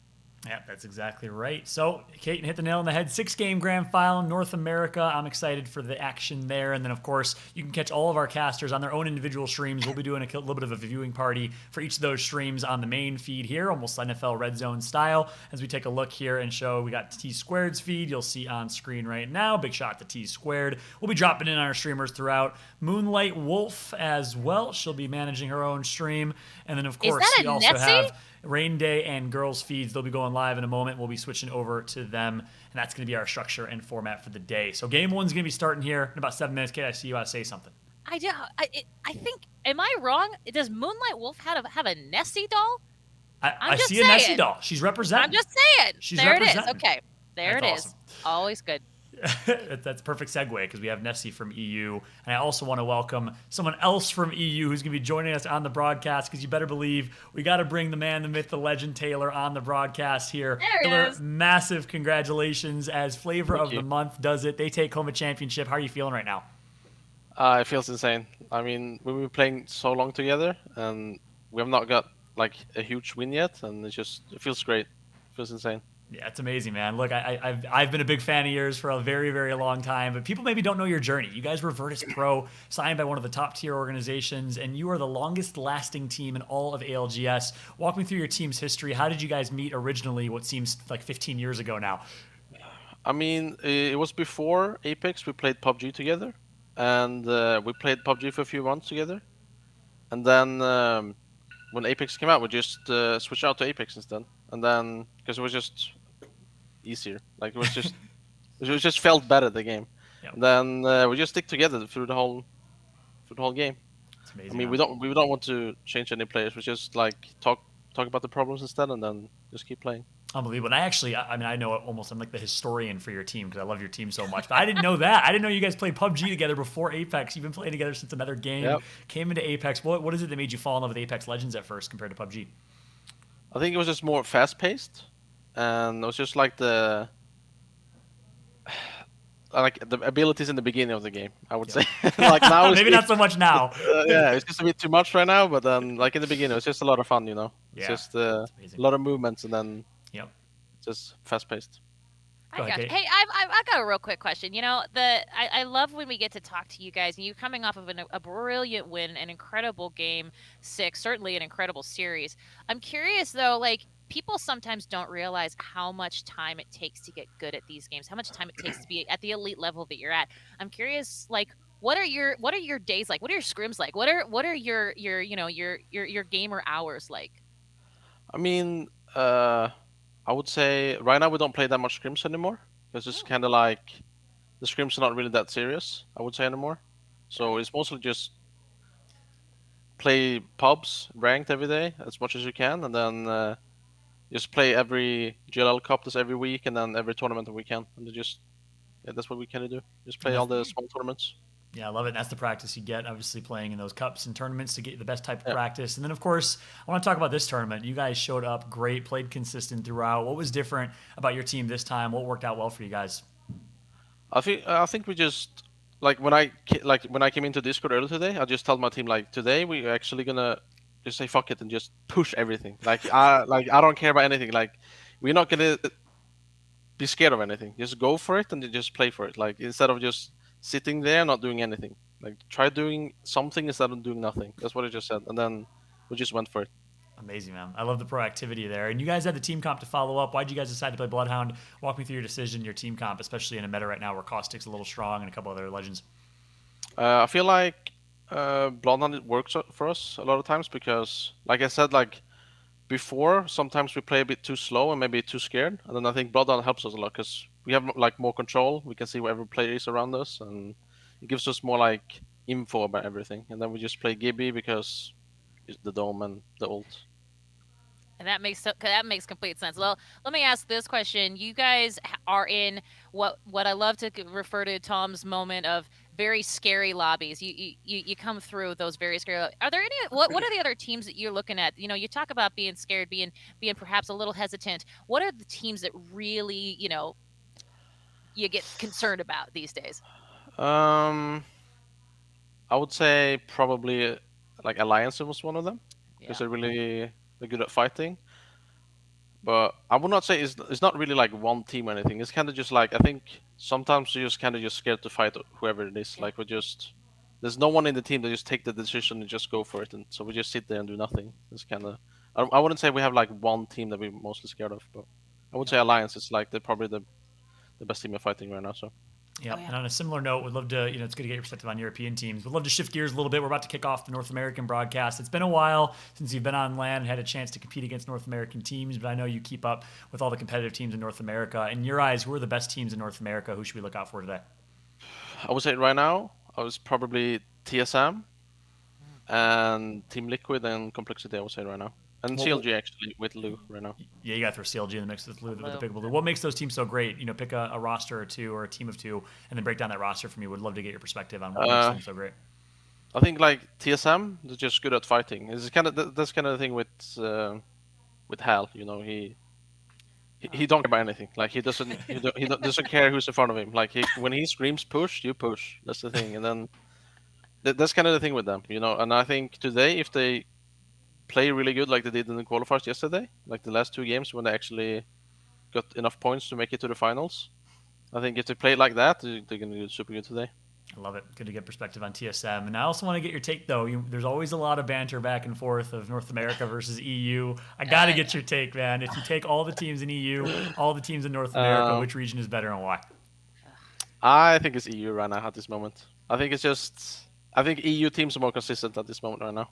That's what I think. Hey, it's a good take. I will say I got to agree with you on the consistency piece, right? And it seems like in EU, there is a wider range of teams that can pop off. And there's 10, 11, 12 teams any given Sunday that can pop off. Today it was you guys. Obviously, congratulations to that. In North America, it seems to be a little more top heavy with the 4 or 5 teams that you mentioned in CLG, Complexity, TSM, and Team Liquid.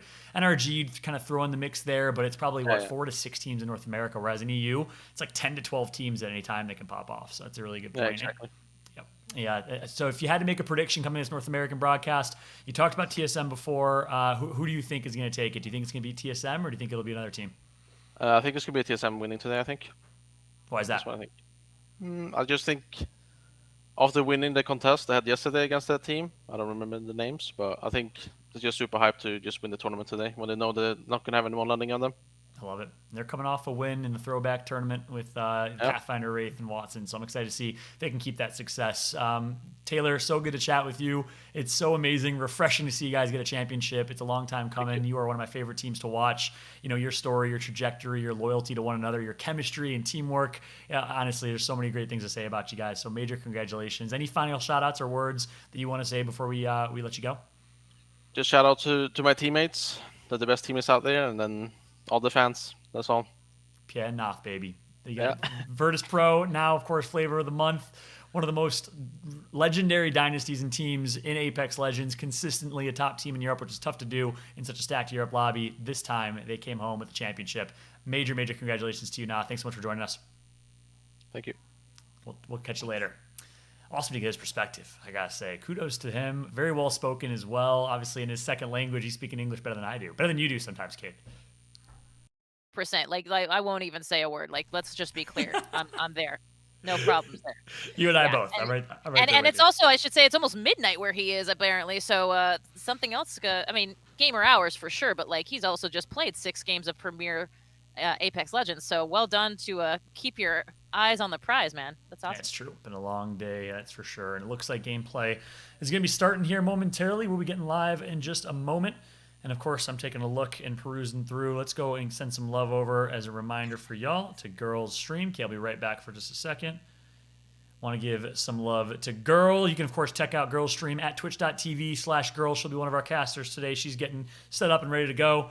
And then, of course, Rain Day's stream. This is it right here. He'll be right back. My man Rain Day going to get started here in just a second as we have Rain Day's feed.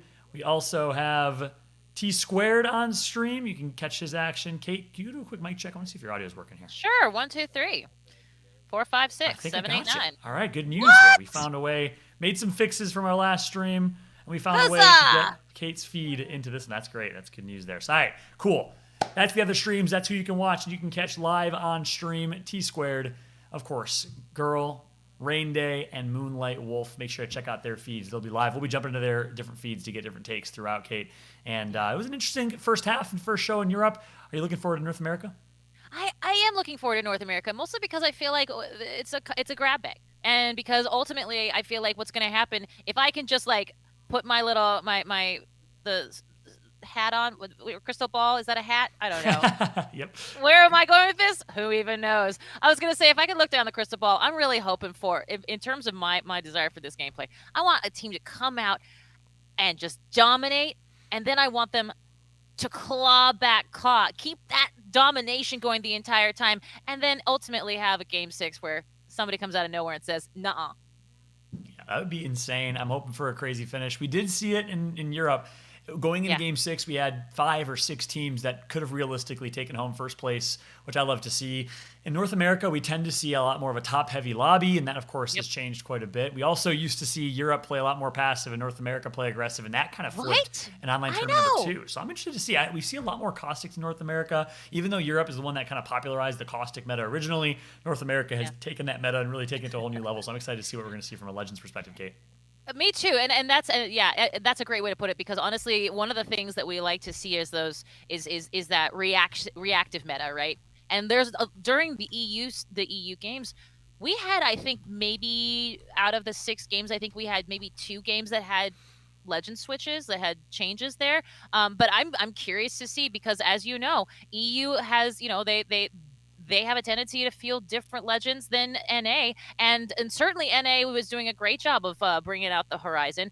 EU did a great job, and then today we kind of downshifted back from Horizon comp. So I don't know, that the team comps are always so fascinating, because they're such a strategy moment, but a strategy moment that is so personal to each gamer, to each player, because ultimately you have to be really great to survive this lobby, and that takes practice and that takes skill. That's right. And then it's good to get your perspective, Kate. I'm actually going to jump. I want to go get T Squared's perspective. Let's jump into T Squared's feed. I'll be right back after this, Kate. Sounds good. Awesome. Tom T Squared Taylor. Can you hear me, my friend? I can definitely hear you. I can hear you much better than I could last stream as well, too. So it sounds like we're getting some things figured out for second half here. How you doing, my friend? How was the first show? Sounds like you had a lot of fun. Yeah, I actually had on one of my teams to watch was Flavor of the Month, and fortunately was on board with them for a majority of the time. And what an ending there, just sitting there and watching the gold armor go to work. The fact that they didn't have to fight anybody, it was pretty awesome. It was pretty awesome to watch how all that went down. But yeah, I enjoyed it a lot, and it's good. It seems like the vibes are pretty high in the chat too, so I'm digging it. Love it, man. Great to hear. And yeah, I completely agree. That was an interesting late game. One of the most unique game 6s I think we've seen. We came into it with a lot of hype. 6 teams could have won. And the way Flavor of the Month did it, by just finding themselves the best position on the map, posting up there and really securing themselves a first place finish was interesting. But we're shifting gears now to North America. You said Flavor of the Month was a team to watch for you. Going into NA, give me a couple teams to watch, and we'd love to hear a prediction. Who do you think is going to win it? Yeah, so the teams that I'm looking after and the teams on my list right now are obviously CLG. CLG winning last tournament, you have to give them a lot of respect. But on my list, I have South State, I have Season, I have NRG, and MST. Got a chance to team with Six for a while, played with him a lot. I'm also looking forward to watching how Bronzy plays on South State. They got 3rd place in the previous one, so I feel like they're very underrated. But some kind of dark horse teams, too, to look out for would be a team like Bottom 20. You got to always give respect to TSM. I'm not really calling them, a dark horse team. But Bottom 20 is probably one of those teams to look out for.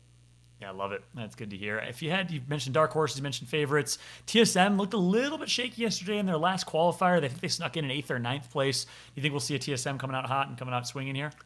I'm sure that they probably went to the drawing board and kind of talked about what was going through. And I think that's probably the best thing for them is to go through these phases and go through these growing pains. And the more practice is always the better, the more situations you get put in.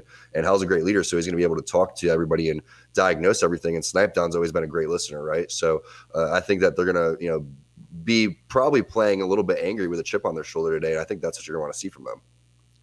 I love it. And, it's Complexity is a squad that last tournament was not able to necessarily show up as big as they would have wanted to. What do you think we can see out of Complexity today? Yeah, same thing with Complexity. I think that they're going to be hungry. I think that everyone's going to be terrified that they, anyone landing over towards that refinery overlook area survey, it's basically signing a death wish. So you got to be careful. And that's one of the things that I was just discussing is the importance as game one actually is getting underway here is the landing. So watch the map. Find out who's going for 50-50s. You have to secure your spot. Otherwise, you're going to have a hard time going through the rest of these games. I love it. All right, well, good to get your perspective, Tom. If you're cool with it, I'll jump back on the end of this game and we'll do some co-casting. Is that all right? Cool. Awesome. Sounds good, brother. Thanks so much. All right. Big shout out to Tom T-Squared Taylor. We're going to jump to game number 1. It is loading up and getting ready to go. Of course, before we do that, we got to go ahead and take a look at none other than the Lenovo Legion, official PC and monitor sponsor of the Apex Legends Global Series. Let's take a look. Lenovo Legion. Gaming PCs that are stylish on the outside and savage on the inside. Lenovo Legion is the official PC and monitor of the Apex Legends Global Series. From the outside, who would know what lies beneath? Unleash it with a machine as savage as you are. This is how legends are made. Lenovo Legion. Stylish outside, savage inside. Fun stuff. There you have it from Lenovo Legion as we are jumping into game number 1, showing you a 4-box right now. As we got our 4 streamers live. We got Randy at the top left, T-Squared at the top right, Girl at the bottom right, and Moonlight Wolf at the bottom left. We'll be jumping into their feeds throughout. We can see a couple different perspectives right now. Let's go ahead and get kicked off and show some love to Moonlight Wolf on her stream here, as we do have her gameplay live and ready. We'll take a look and show you, as it looks like she's jumping on board with mouse and keyboard to kick things off. They're working their way over towards Thermal, I believe, as they're going to be making themselves a little rotation through. It's a little choppy on my end, so we'll switch the perspectives over to T-Squared. So here's the 50-50, guys. This is We got crazy. some good broadcast here from Tom T-Squared Taylor. So he just mentioned this is crazy. We got a 50-50 off the rip here. We'll, of course, keep a close eye on this, and it looks like that 50-50 is going to come to fruition, as it's going to be CLG taking some damage already, as one member of CLG is going to be knocked. That is going to be Lou. Unfortunate start for Counter Logic Gaming as they find themselves 50-50 in this early fight. We'll see now if they can find a way to pass this, be able to revive, recover the banner of Lou, and revive him over in Fragment West. They're, of course, in a good position. It's probably the easiest respawn area that they could probably have if they can get the banner of Lou. And, of course, typically pretty safe because it is up on high ground. You can kind of fortify up and post up quite a bit. So we'll see if they decide to go back for that banner here momentarily. We'll see what they decide in general. I want to get T-Squared's take, though. Let's go ahead and mute up here so we can listen to T-Squared. Man is scouting right now. He's going to go single fire maybe. Oof. Nice. So good shots from Madness. He gets an armor check right here. He does have some cells to hit, but this team is going to get aggressive. Fortunately, Vaxon is going to be able to hit scans and show exactly what's happening, but this is a tough situation to be in. They don't have an opportunity to get the banner. This banner is going to be camped big time, and you can see they've given up on that. They're just going to loot, say sorry, and be able to give that. But we do have another team that fought off the rip. That's going to be Keon picking up 3 kills. He's the kill leader off stream. I believe that is going to be, which team was that? AM gets eliminated early. They're going to be the first team out, and very, very impressive 3 kills. Let's see. Rare Excellence. His Watson, our boy His Watson, who was in the chat a little bit earlier. Rare Excellence, very aggressive team coming through with the first squad wipe. Now CLG, and it looks like Sentinels is hopping into a fight too. So I want to see actually what's happening with Sentinels. Let's also see what happens with the map. So, man, okay. This is super interesting. We got really caught up in CLG right there. Apologies. Again, they won last tournament, so I really wanted to see what they were doing. But we should have been really focused on the map and the rotations right now. And we know that CLG used to land Skyhook. That is where the zone's going to be. That's going to hurt and sting just a little bit more now that they've lost that player. We know that Liquid typically is over towards Trials. That's going to be them again, still over there. Let's find out who's starting to prioritize the smart buildings. Now, Tech always puts his team in a really great position. It's going to be Crummy and Dropped as well. Ability Legends playing over there and towards this market building. Now, I would say a majority of the zones that do end Skyhook and inside the market building, a lot of times this would be Watson meta type of stuff. They don't have a Caustic over here, so it is going to be a little hard to hold for the Ability Legends, but this is one of the best spots. M&K, they've set up here fairly early. They're looking like they're in a very strong spot as well. South State, now, this is a team on our list. South State has Caustic here, and they're prioritizing this building where this is another really smart building to hold. They could do a couple different options here. They can hold the middle, but the way that they're tossing the amount of barrels here that Bronzy is just finger rolling out of here, they think that this zone is going to continue to pull back here. Now, that's an ending. There's an ending right at this train station here. There's an ending right here, okay? And there's a lot of endings over towards this market side. So this is when we're talking about you got to get a little bit lucky, but it's also very calculated luck that you're going for. You've been through these scenarios and you're really hoping that you do get that pull towards your way when that crazy pull does happen, right? So we've seen that a lot today in EU with round number 3. This is what South State is banking on. South State is banking on a pull over here, while a lot of other teams will heavily favor the market side. Now, the question is, with Ability Legends, will they be able to hit scans for us? Looks like Tech's already in his drone. We know that the zone's pulling up there again, but will he get to this beacon here? I think that he will. So we'll have to always stay on board with Tech because he's going to constantly be able to show us where these zones are going to be. And this is the power of the crypto that we're talking about. And Tech is one of, if not the strongest crypto. It's pretty bold to say, but he's got one of the most experience. He's got probably the most experience in tournaments out of any crypto. And he's been doing it for a long time. I remember back when we were teaming, that was something that I was really interested in, was playing and being the crypto for our team because he would play a lot of Wraith. So going back and looking at the compositions, we can try to see who's ditched Wraith. And really, it's only Hal. Hal has continued to stay off of that Wraith and has gone on over to Horizon, which is going to make Horizon even stronger. Keone is also playing Horizon, but they are going with an aggressive composition without a recon character here. So that's not surprising because that's a style that Rare Excellence loves to play. But other than that, in terms of team compositions, we're seeing a lot of straightforward and standard stuff. Let's see where this fighting's happening over towards the Skyhook side. We do have fights happening inside this building, I believe. That's going to be M&K. No, are they fighting or no? Everyone's just going to post up in these buildings, and that's just how Skyhook is. This is going to be, again, another very slow-paced game. Every single one of these buildings is going to be taken, and then all these slow rotators may end up just coming in, playing on the outskirts right here. But there's so many different spots, and these teams are so skilled and so disciplined that they're not going to really fight here. If you fight, it's not going to stop. The fighting is not going to stop. All you're really doing at this point is trying to, and that's why we're stuck in the map.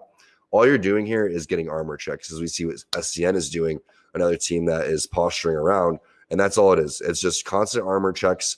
It's constant trying to charge up your Evo shield, et cetera, et cetera. A lot of times the forefront of that is going to be your Gibraltar, and that's going to be fun, and that's why I'm glad that he's playing this very aggressively and out there, because a lot of times when people get inside the buildings, they start to turtle, and they start to kind of just play it super, super safe, and they're not confident enough to poke out because they feel like they're just going to die randomly. But when you do that, you're missing opportunities to charge your Evo shield up, opportunities to find kills, and opportunities to get information. So the really experienced players are going to, show that, and they're going to be out in the open doing things like Fun is doing right now. Granted, he has the high ground. He's playing on Gibraltar. He's got that extra 50 armor shield, but it's very easily he could be doing what he's doing right there, sitting in the window, doing nothing, scared that he's going to get shot at from the side. But he's fully aware that if he gets shot, he's going to have his bubble, and he's also going to have support, and he's also got more than white armor, so he's not going to get 1, 2, 3 immediately. He'll have enough time to react. So all of those things are super, super key. And that's why you're going to see, Kenny sitting inside with his drone. He's gathering information. Clayne's job is basically to watch around and see what Fun doesn't see, and just basically watch Clayne.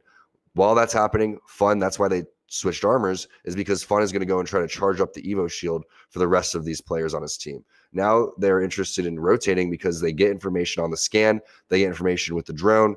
They also have their bubble if they need to use it. It's exactly what Fun does. They also Alrighty, so good to get some perspective from Tom T-Squared Taylor. And of course, in the middle of that, I did have a chance to bring over the one, the only, the legend himself. It is Nasky joining me on stream. My friend, how you doing today? I'm doing good. How about you? Doing well, bro. It's great to have you on stream. Let's go ahead and jump right into gameplay, man. You're going to be joining me for a commentary for the very first time. You excited to make your debut as a caster, as an analyst at least? I am. I'm a little bit nervous. I'm always ready for something like this. I love it, bro. Yeah, hey, listen, my first time casting, I was nervous as well, but we'll keep it casual, bro. You know Apex really, really well. I want you to talk to me like we're talking in a Discord late night, and we're breaking down gameplay. Does that sound good? All right, sounds good. But without the swearing, of course. Without the swearing. My man, he knows. I didn't have to say it. He knows. I appreciate that, bro. But real quick, as we're watching some gameplay, before we jump into the gameplay, because it's early game, give me a quick introduction. For those that don't know you at home, give me an introduction. Who are you? Who do you play for? What do you do? And what's your background? My name is Nasky. I play for Cooler. And yeah, I've been playing Apex since it came out, and debuted in Poland and played pretty much every tourney. I love it, man. I tell this story all the time on the official ALGS broadcast because it's one of my favorite stories. I hope I don't make you blush or embarrass you, but I'll never forget it. When I met Nasky for the first time, was on the bus on the way from the hotel to the venue in Krakow, Poland, the preseason invitational, and you had, bright-eyed and bushy-tailed is probably what I would use to describe you, man. At the time, you were kind of an up-and-coming player, right? Alongside some pros. You were just excited to be there, I could tell, and you obviously competed in that tournament. Talk to me about your journey, man. From then until now, you really grinded from the ground up with your team, Nasky, Strafey, and Dell. Yeah, well, going into Apex competitive scene, I never, I didn't have I didn't have a name for myself from other games or anything like that. So I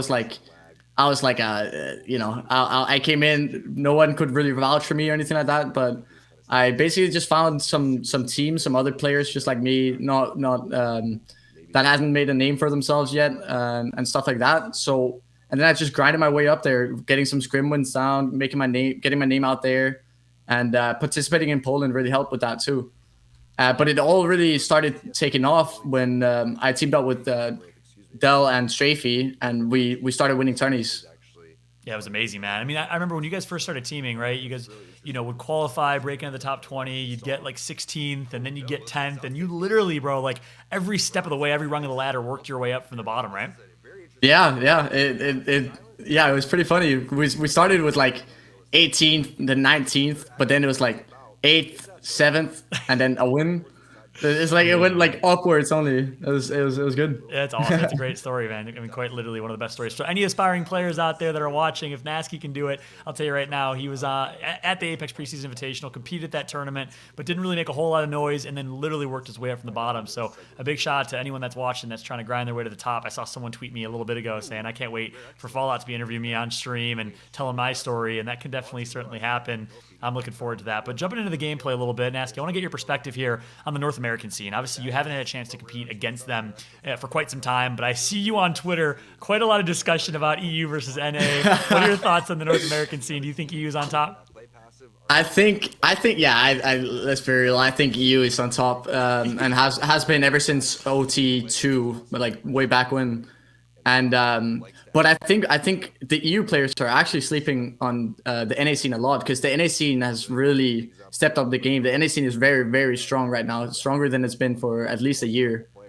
Yeah, you're right, man. Because honestly, for a while there at NA, it was TSM, maybe Complexity. There was two teams that were in that S tier, but now you have CLG. You for sure, CLG in the mix. There's a lot more teams, a lot more competition, right? Yeah. There are very many good teams that are to watch out for sure. Yeah, That's right. Well, we'll talk more about that in the post game here, but let's jump into gameplay because it looks like things are getting a little bit crazy. 18 squads remaining.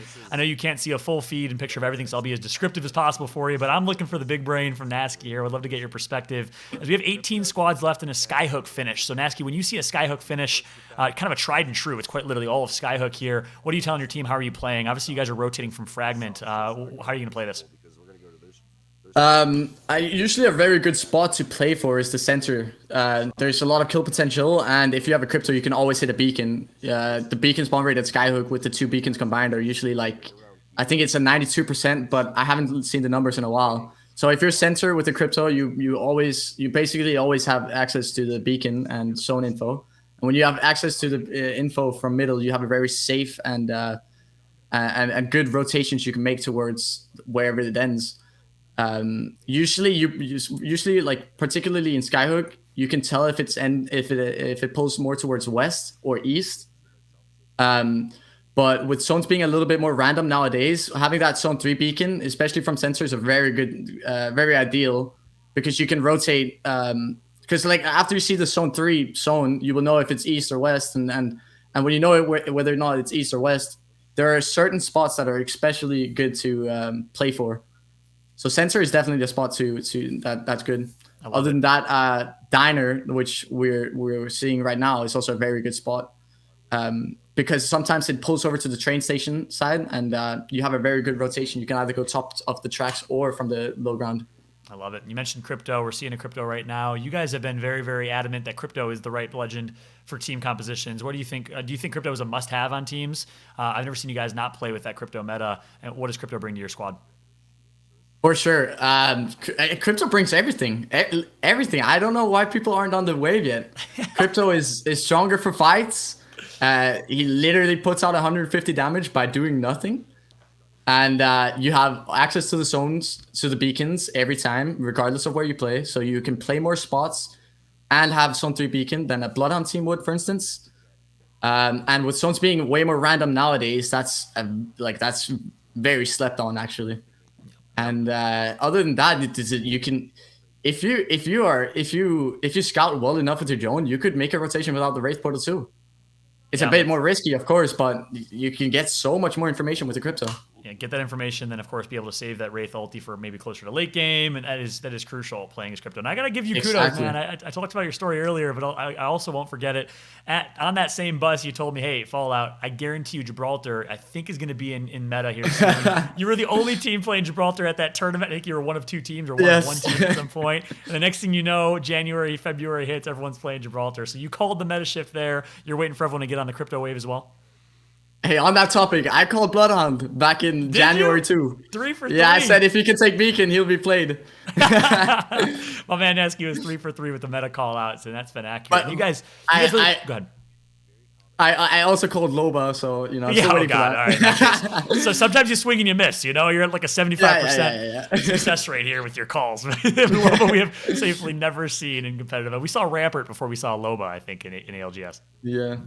If Loba gets a little bit of love, she will get played. Mark my words. I love it, man. That's great. Yeah. Let's jump right back into it. We got Mr. Greek God picking up a pick on Resulta. That's actually huge. So a member of Solafide is going to go down at the top right of our screen here. Mercy going to take out Sanox of Sentinels. And it looks like Gentrifying is going to bounce right back with a pick on Mr. Greek God. This is all from the kill feed at the top right. Sentinels Retzi is going to go down as well. So a little bit of activity in the kill feed right now. But here's the team you talked about that's very, very well positioned. It is Season. This is the spot you mentioned, center Skyhook. This is the power spot. This is where you want to be, Nasky? Center position? Yeah, for sure. I can't really tell what the zone is pulling, but it looks like it's going a little bit northwest, right? It is. Yep, towards exactly. Market? Yeah, Market is a very good spot to hold, especially if you're caustic. It's a bit tedious to hold with the Gaby, because usually what happens is that teams flock towards Market and you will get attacked from multiple sides. But Caustic especially is good as that, because he can hold out teams from both sides without even taking damage. So Market is a good spot, but hard to hold if you're not a Caustic. Yeah, that's exactly right. We're now jumping on board with Season, who's currently center map.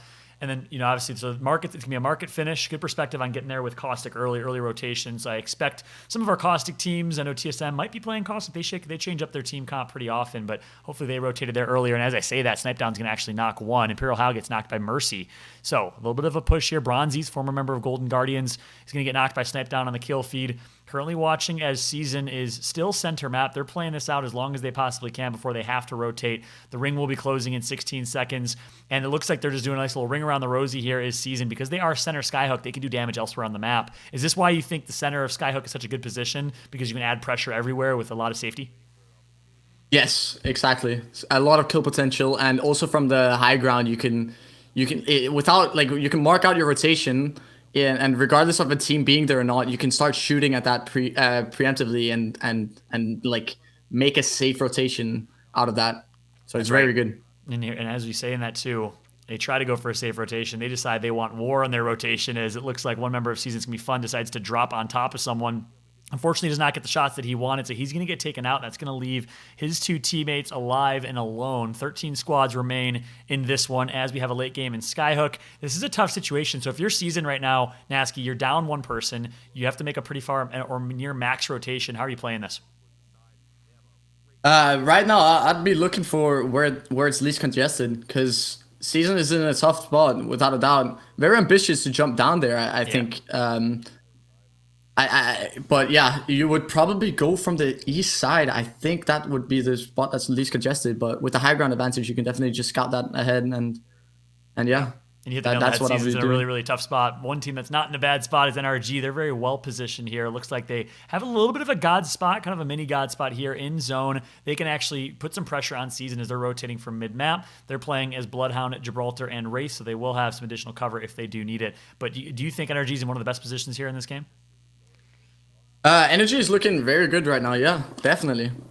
It wouldn't surprise me if Energy even takes the win here, because Diner is where you want to be. Yeah, so it looks like it's pulling northeast of Market, right?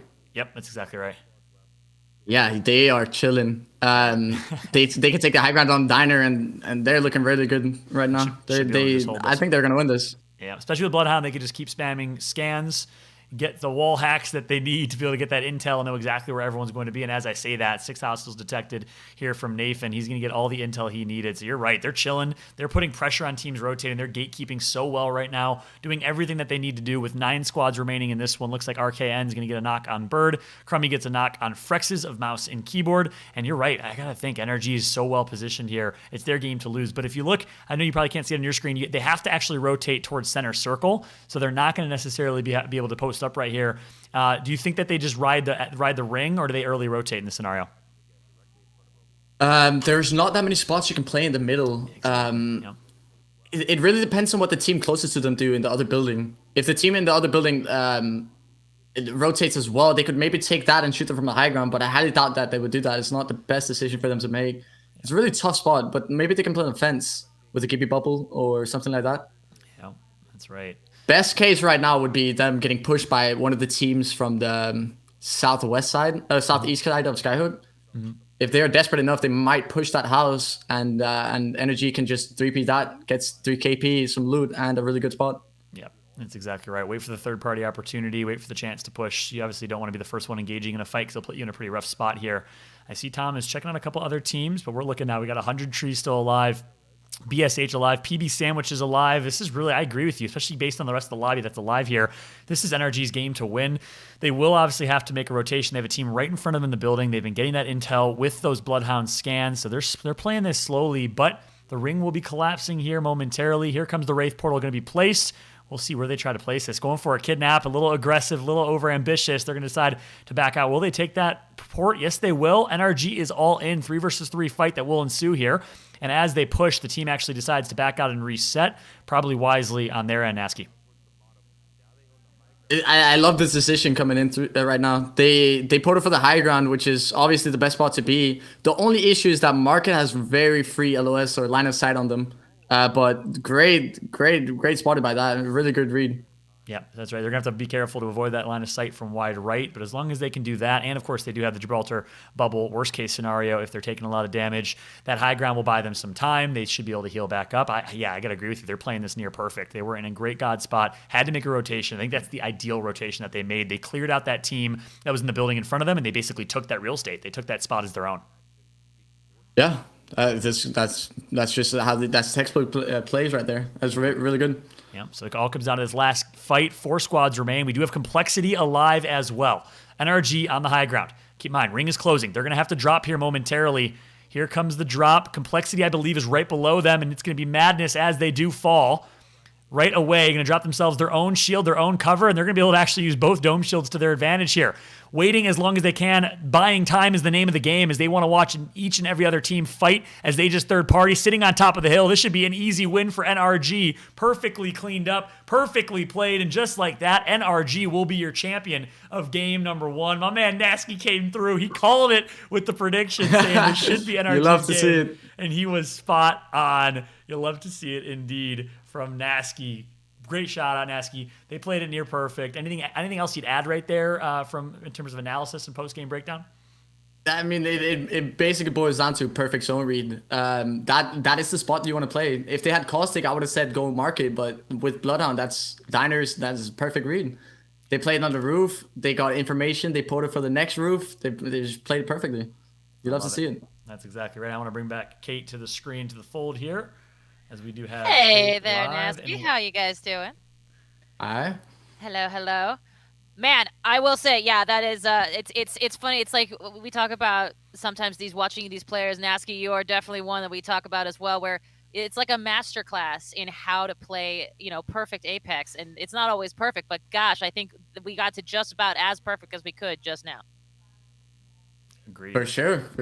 Very well done from NRG right there in that scenario. Nasky, I want to ask you though, a couple things. One about your squad. Obviously, great job from NRG. I think you hit the nail on the head with the analysis during the game, so not a whole lot to talk about right there. We'll get the standings pulled up in a second. But as the standings are being calculated here, I want to ask about your trajectory. We talked about your history and your come up, how you went from grinding and working your way up, rung by rung on the ladder, to being a top team and a top player. Nasky, Strafey, and Dell. Strafey leaves, enjoys Navi. Was there any bad blood there, or did you respect his decision? We had previously talked about how we would be okay with someone else leaving for an organization, because obviously being a free agent is not the best.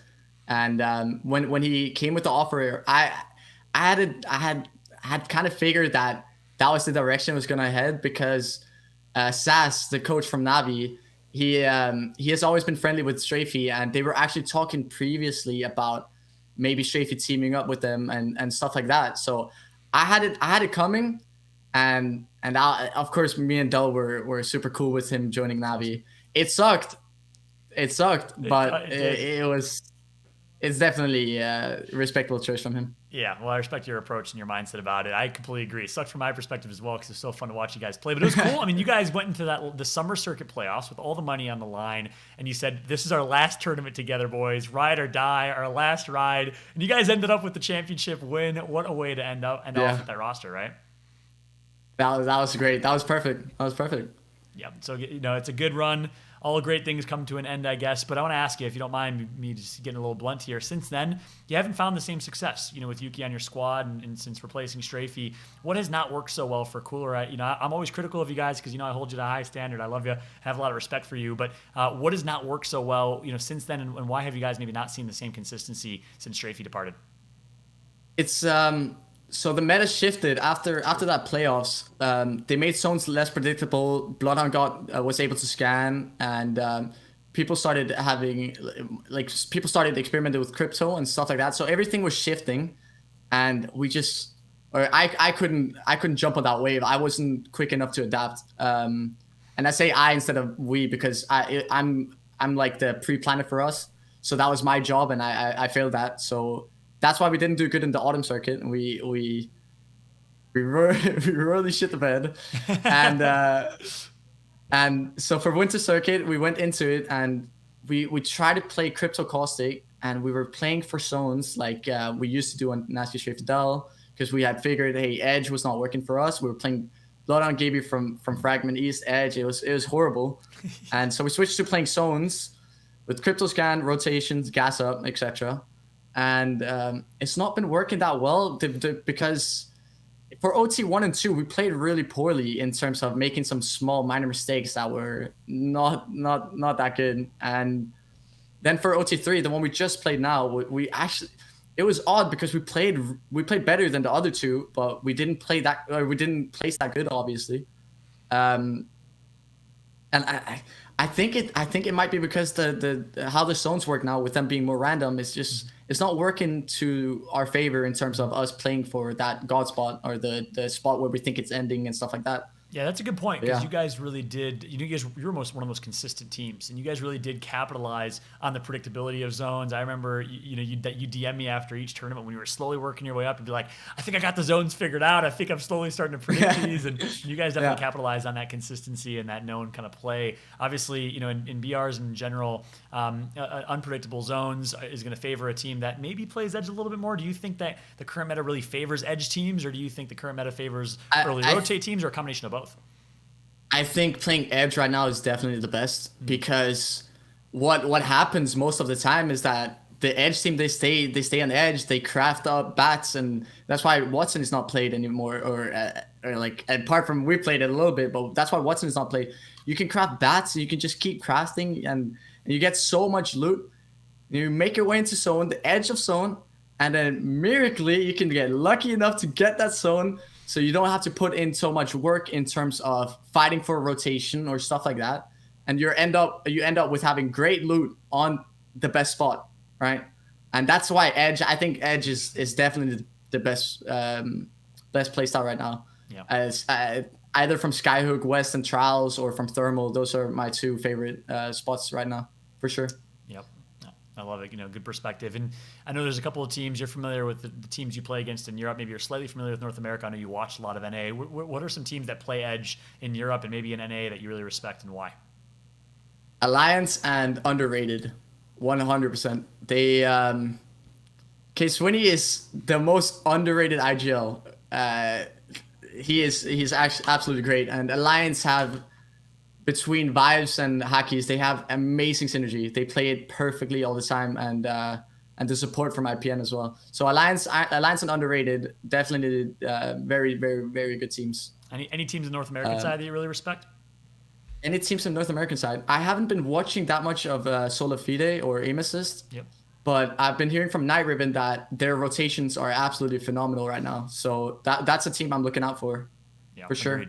Because they play from Thermal. Exactly. Play from Thermal, then they play Edge from Thermal. It's interesting. They play Edge with Caustic, and they actually play a little bit more aggressive on Caustic, whereas a lot of teams that play Caustic you guys did it yourselves in that meta where you play Caustic in crypto, early rotate, post up in a defensive position, and almost use Caustic in the same way you use Watson back in the traditional meta. They play a Caustic and they W key with or left stick up, since they're all on controller, on Caustic with aggression. And I know, Kate, you had a chance to hear from Gentrifying, who joined the broadcast earlier. Big shout out to Gentrifying, and we got to hear his perspective on that. It was really kind of cool hearing his POV on how they played Edge and how they rotated, right, Kate?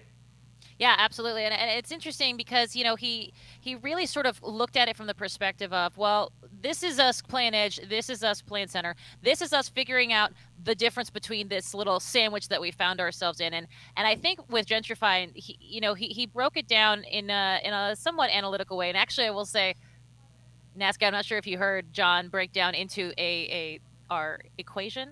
Do you remember what that equation was, Fallout, that you had? That was just so. Oh my God, so am I. But anyway, that maybe that's my question there, Nasky. I mean, there's so many X factors, and you said it right. No, it was the difference of playing kill heavy versus playing placement heavy. And the breakdown of how many points you get from kills, how many points you get from placement. You guys have always traditionally been a placement heavy team, right?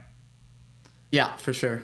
Have you shifted? I know you tried a little bit, of a change in meta. Have you shifted a little bit to playing a little more kill heavy? Do you think you might try and experiment with Edge? Or are you instead thinking, we know our strengths. We're really good at rotating early. We're going to keep playing to our strengths. What are your thoughts on how you guys are going to evolve along with the meta? We've been talking with Gambit about switching spots with them, and they land sorting, and then we would definitely be playing for more Edge type of stuff. Wait, you guys is that how it works? You guys all have your drop spots, and you negotiate and you trade and you barter drop spots with other teams? We did it with Kick, and then we were like, "Hey, you guys want to swap?" Because it's way better. The alternative is you have to fight for 6 months, 1 year. Yeah, exactly. To prove dominance and to get them to leave. Yeah, I remember you did that. I remember early on in the online tournaments, you guys would drop Fragment East, and you would continue to drop there just to prove that you had to fight for that for like 5 months, and then you finally got it. Yeah. It's funny, it's not fun. So now there's a barter system. That's good to hear. Yeah, yeah. So we've been talking with Gambit. We won't be doing it yet because obviously OT4 is next week and the playoffs is really close, so we won't have enough time to practice it. But But yeah, You're in talks I to would switch to definitely be Skyhook, huh? switching. Interesting, yeah. Yeah. You said Skyhook, right? No, so Gambit goes sorting. Well, obviously Sorting, we want that's what I Skyhook West more. Yeah. But I already talked with Kick, and you know they They're not don't want to gonna do give it, and you know. Too funny, mate. Well, it's good to get your perspective, Nasky. I appreciate you taking the time to join. The scores are ready, so as we take up the scores here, we're going to say goodbye to you, Nasky. Where can people find you on Twitter? And any final words as a shout out to anyone out there? Shout out to my teammates, Yuki and Dell. They're great. I love it. And Much respect, man. yeah. Hey, Nasky, thanks so much for joining us, man. Good to get your take and your debut on the broadcast. It was so good to hear your story, your background, and of course, your mind, your brain. You look at this game in such a different way than so many people, such a brilliant way, and I have nothing but respect for you, your trajectory, the fact that you literally started from the bottom, worked your way to the top. It's really admirable, man. So kudos to you. Thanks for joining us. Thanks for having me, and thanks for the kind words. Appreciate it. Always, mate. Talk soon. Okay, I'm going to take a look at the scores. I'll be right back in a second. Nasky, we'll talk to you soon, mate. All right. So switching on over to the standings, we'll take a look here at the overall standings. And interestingly enough, in first place is 100 Trees. They were able to take out 8 people, get 8 kill points as a result. Third place finish means that they got 7 points on top of the 8 from kills. That's 15 points total. But we have a 3-way tie. So technically, I believe the tiebreaker is going to go to the victory royale or the victory team. So NRG with the victory with the championship in third place will technically be in first. But 3-way tie means things are close. Below them, we got Ability Legends in fourth with 9 points. Complexity with 9 right after that. In Complexity fashion, they got 4 kills and slayed out quite a bit. South State getting a few kills as well. South State's become quite the staple in ALGS here in North America. I've been really, really impressed from their gameplay. That rounds out our top 6. Solifide, a couple more notable teams.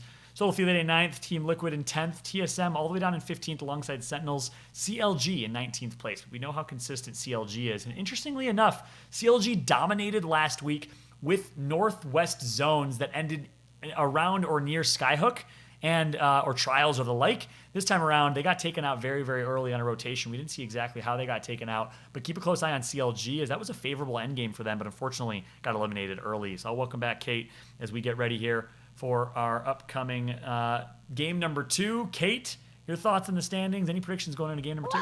You know what? It's interesting because I feel like we talk a lot about TSM and you know they've got such a magnifying glass on them simply because because we all know their potential. We've all seen, and obviously we've had a little bit of a roster shift, but we all know their potential. I mean, they used to be this empire, and we know that they individually and even together have that potential. But I'm looking also here at this team comp. Looks like TSM was the only team not playing Wraith this time. So we are, as we had mentioned, seeing a lot. Now that we're in NA, going back to that same Wraith comp, which is interesting. I think that kind of an aspect to this game is rather fascinating, and we'll see what the next game holds. But you know, I'm not going to make a prediction. I feel like I got robbed. Yeah, robbed last time. So I'm not funny. doing it right now. I'm just going to enjoy some darn Apex and like my life right now. I like the sound of that. All righty. Well, guess what? Game number 2 is ready. We're going to go to a quick Lenovo Legion commercial break. When we come back, we'll have game number 2 right after this. Lenovo Legion. Gaming PCs that are stylish on the outside and savage on the inside. Lenovo Legion is the official PC and monitor of the Apex Legends Global Series. From the outside, who would know what lies beneath? Unleash it with a machine as savage as you are. This is how legends are made. Lenovo Legion. Stylish outside, savage inside.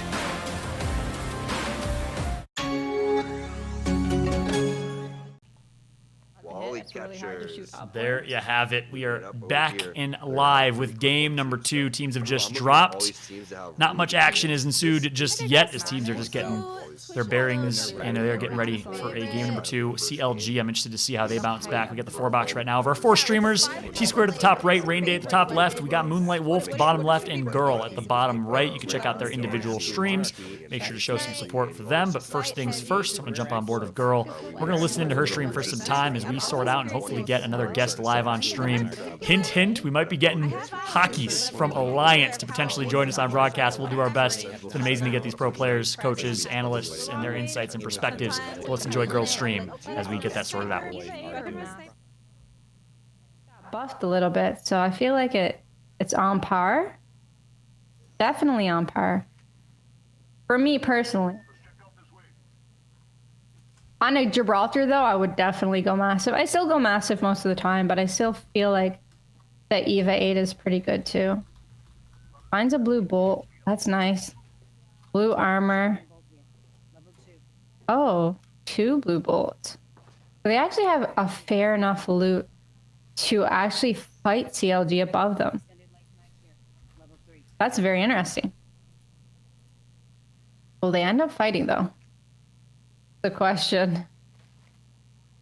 They need to take different angles as they push up.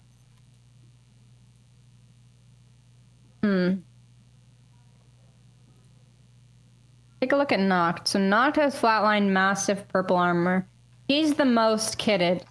So if anything... Oh, they actually could get some shots on him. The other team knows now that Noct has purple armor. They know. Nathan and Sweet taken out in the kill feed, so Energy is actually the first team to go out in this game too. NRG is out. Let me show you. Energy's out. Right here on the left side. Oh, you can't see because my webcam's on it. Sorry. Amateur caster here. All right. It's just a stalemate here. This is in chess what you call a stalemate. No one's moving. No one's able to move. It's not actually a stalemate in chess because they actually are able to move, but you know what I mean. All right. I don't want to go off of them because I do think they're eventually going to fight. I feel like the moment I go off of them, it will start fighting. And here we go, 60 entry with Noct. He managed to play it safe. He goes back into his own dome. He has the massive out. This should be a wipe for them. This should be a wipe for Noct and his team, but he actually goes down. Naughty goes down. Zach Mazer, last one alive. Can he clutch this? Can he clutch this? Can he clutch this? He clutches this. Zach Mazer with the clutch. 1 HP. Let's go. Noct getting revived. Naughty still down on the floor. What a clutch by Zach Mazer. CLG down. I thought they had the armor advantage, but as soon as I saw Noct go down with his purple armor, I was literally mocha-us in my head. You know what I mean? Like, oh my goodness.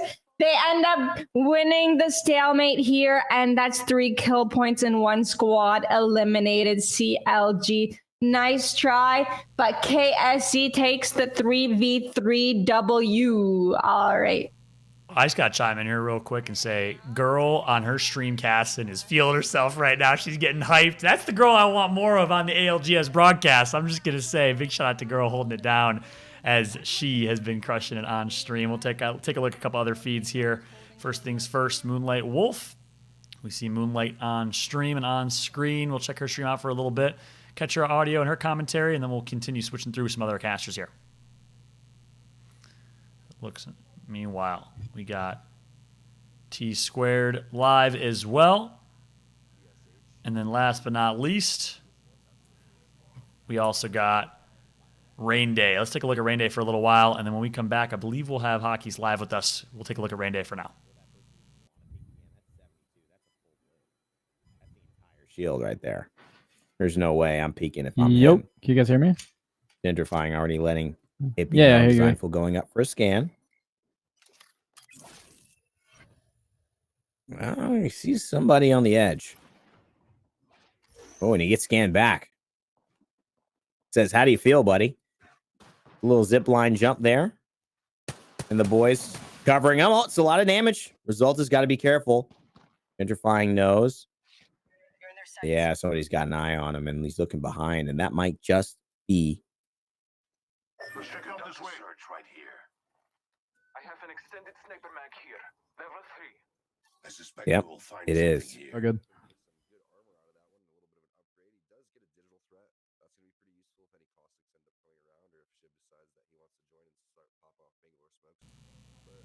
Alrighty. We are back and live, and as I come back, I want to also welcome Hockeys to the fold here. Hockeys, can you hear me okay? Yes, I can hear you. Good to have you on the stream. The captain in IGL for Alliance, one of the best teams in Europe, let alone one of the best teams in the world. It's a pleasure to have you on the broadcast, mate. For those that don't know you, I just gave you a high-level intro, but give us a little bit of your background, your story as the captain of Alliance, and of course, your journey as a competitive gamer. Yeah, man, I don't know. I'm just kind of exhausted from the tournament there today. You're just tired, man. You're tired. Yeah, no, I am getting third today. We really wanted second since we didn't make the first 2 tournaments, so we really wanted to get top 2, but being just 1 or 2 points short was it was exhausting, to say the least. I don't blame you at all, man. Exhausting is one word to use. Heartbreaking is another. It was obviously you guys are so close, but so far. But hey, you should be proud of the top 3 finish. Obviously, you're taking home some of the prize pool, which is great. And it's going to be, I know you have to now grind your way through the next tournament to try and qualify through. So a top 2 finish next tournament. Given how you played today, though, I feel confident, man. I mean, you guys, I would love to hear your perspective. You didn't qualify for online tournament 1 and 2. What went wrong there? And give us some perspective on the last couple months of your team. So yeah, we had 2 pretty bad tournaments. The first one, we made it to semifinals and we couldn't get a game, to be honest. We just played pretty bad overall. We were trying some new things out as well. Wives was playing Wraith, I was playing Horizon. We swapped around a little bit, and yeah, we couldn't really catch a momentum, so we didn't really make it there. And then the OT2, Winter Circuit 2, we ended up getting hunted a few games, so it was very hard to deal with, getting targeted. We should have been able to deal with it, but we didn't, so we ended up falling short. Yeah, it's interesting. And then what was your team composition today? What type of shift did you guys make for today's tournament? So we actually tried out playing Bloodhound now instead of Caustic, so IPN played Bloodhound for the first time in a big tournament, and it went really well. It gives a lot of information to the team. So the intel is the reason you guys play Bloodhound. It's not necessarily to play aggressive and play for kills. Is it the intel, or is it the fact that you guys are an edge zone team, right? And Bloodhound is one of the best edge zone legends. Is it a combination of all of those reasons, or why did you guys choose to play Bloodhound? Yeah, so Bloodhound gives you a lot of information. It also gives you the opportunity to scan, and we feel like lately there's been a lot of increase in edge teams. There's just a lot of aping on the side right now. So playing edge is it's gotten very harder. It's gotten much harder. Before, when you only had like 1 or 2 teams that are actually playing full edge and you can actually work your way around it, it's way easier. But nowadays, when like half the lobby is doing it, then it just ends up being a cluster at the edge of the circle. So it's very hard to get in. So we decided to try it out a little bit. Get beacon scan, try to play somewhat of a rotation. Like Bloodhound is still one of the best edge characters, so you can actually mix it up. Like you can both go for zone and you can play edge. And it just honestly depends on the zones. So if you have a zone that goes across the map, then obviously you want to play edge. But if you have a zone that comes close to you, then you want to play for position. So you are able to adapt to every zone, and you still are able to adapt very well. While when you play Caustic, you don't have that option. You're always edge because you don't have a scan. Yeah, good. I think that's actually an interesting take, because you're right. Bloodhound does give you the diversity, right? The ability to play edge, the ability to play zone, because you do get the intel or from the beacons that you can now scan. So interesting, diversity and different ways you can play with Bloodhound. And on the North American side, we do see a little bit more Caustic, surprisingly enough. And I was talking to Gentrifying from Solifide earlier. He was mentioning that they play Caustic, which you guys obviously used to play Caustic traditionally, and obviously deciding not to play Caustic now. You guys kind of did a swap. Solifide used to play Bloodhound, now plays an aggressive Caustic. You guys are playing Bloodhound, which is what Solifide used to do. What's the difference there? What do you think? Why'd you guys decide against Caustic? It's just like I said, the amount of teams that have joined the edge now. There's just so many teams there that are playing it. So rotations are actually a lot more free now. Before, when everyone else played rotation, you were kind of forced to play edge, especially since we dropped thermal. Like the biggest thing that people don't understand is that you have to play around your drop spots. Like if you land fragment east and you're center of the map and you can be early to every zone, then of course you should play for rotations. But if you drop at the edge of the map like thermal, skyhook, stuff like that, and we're only going to be able to make 25% of the zones anyway. So playing edge then is way more consistent. Since 25% of the games we can maybe get zone, and then 75% we're forced to play edge anyway. So you just got to play around that and try to be as consistent as possible.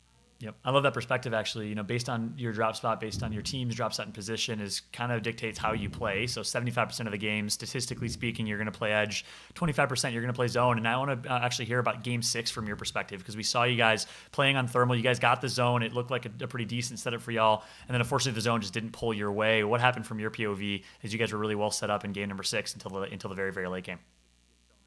We had a really good game up until the last pull, where it went up towards the houses at the respawn beacon instead of down into the lava. Yep.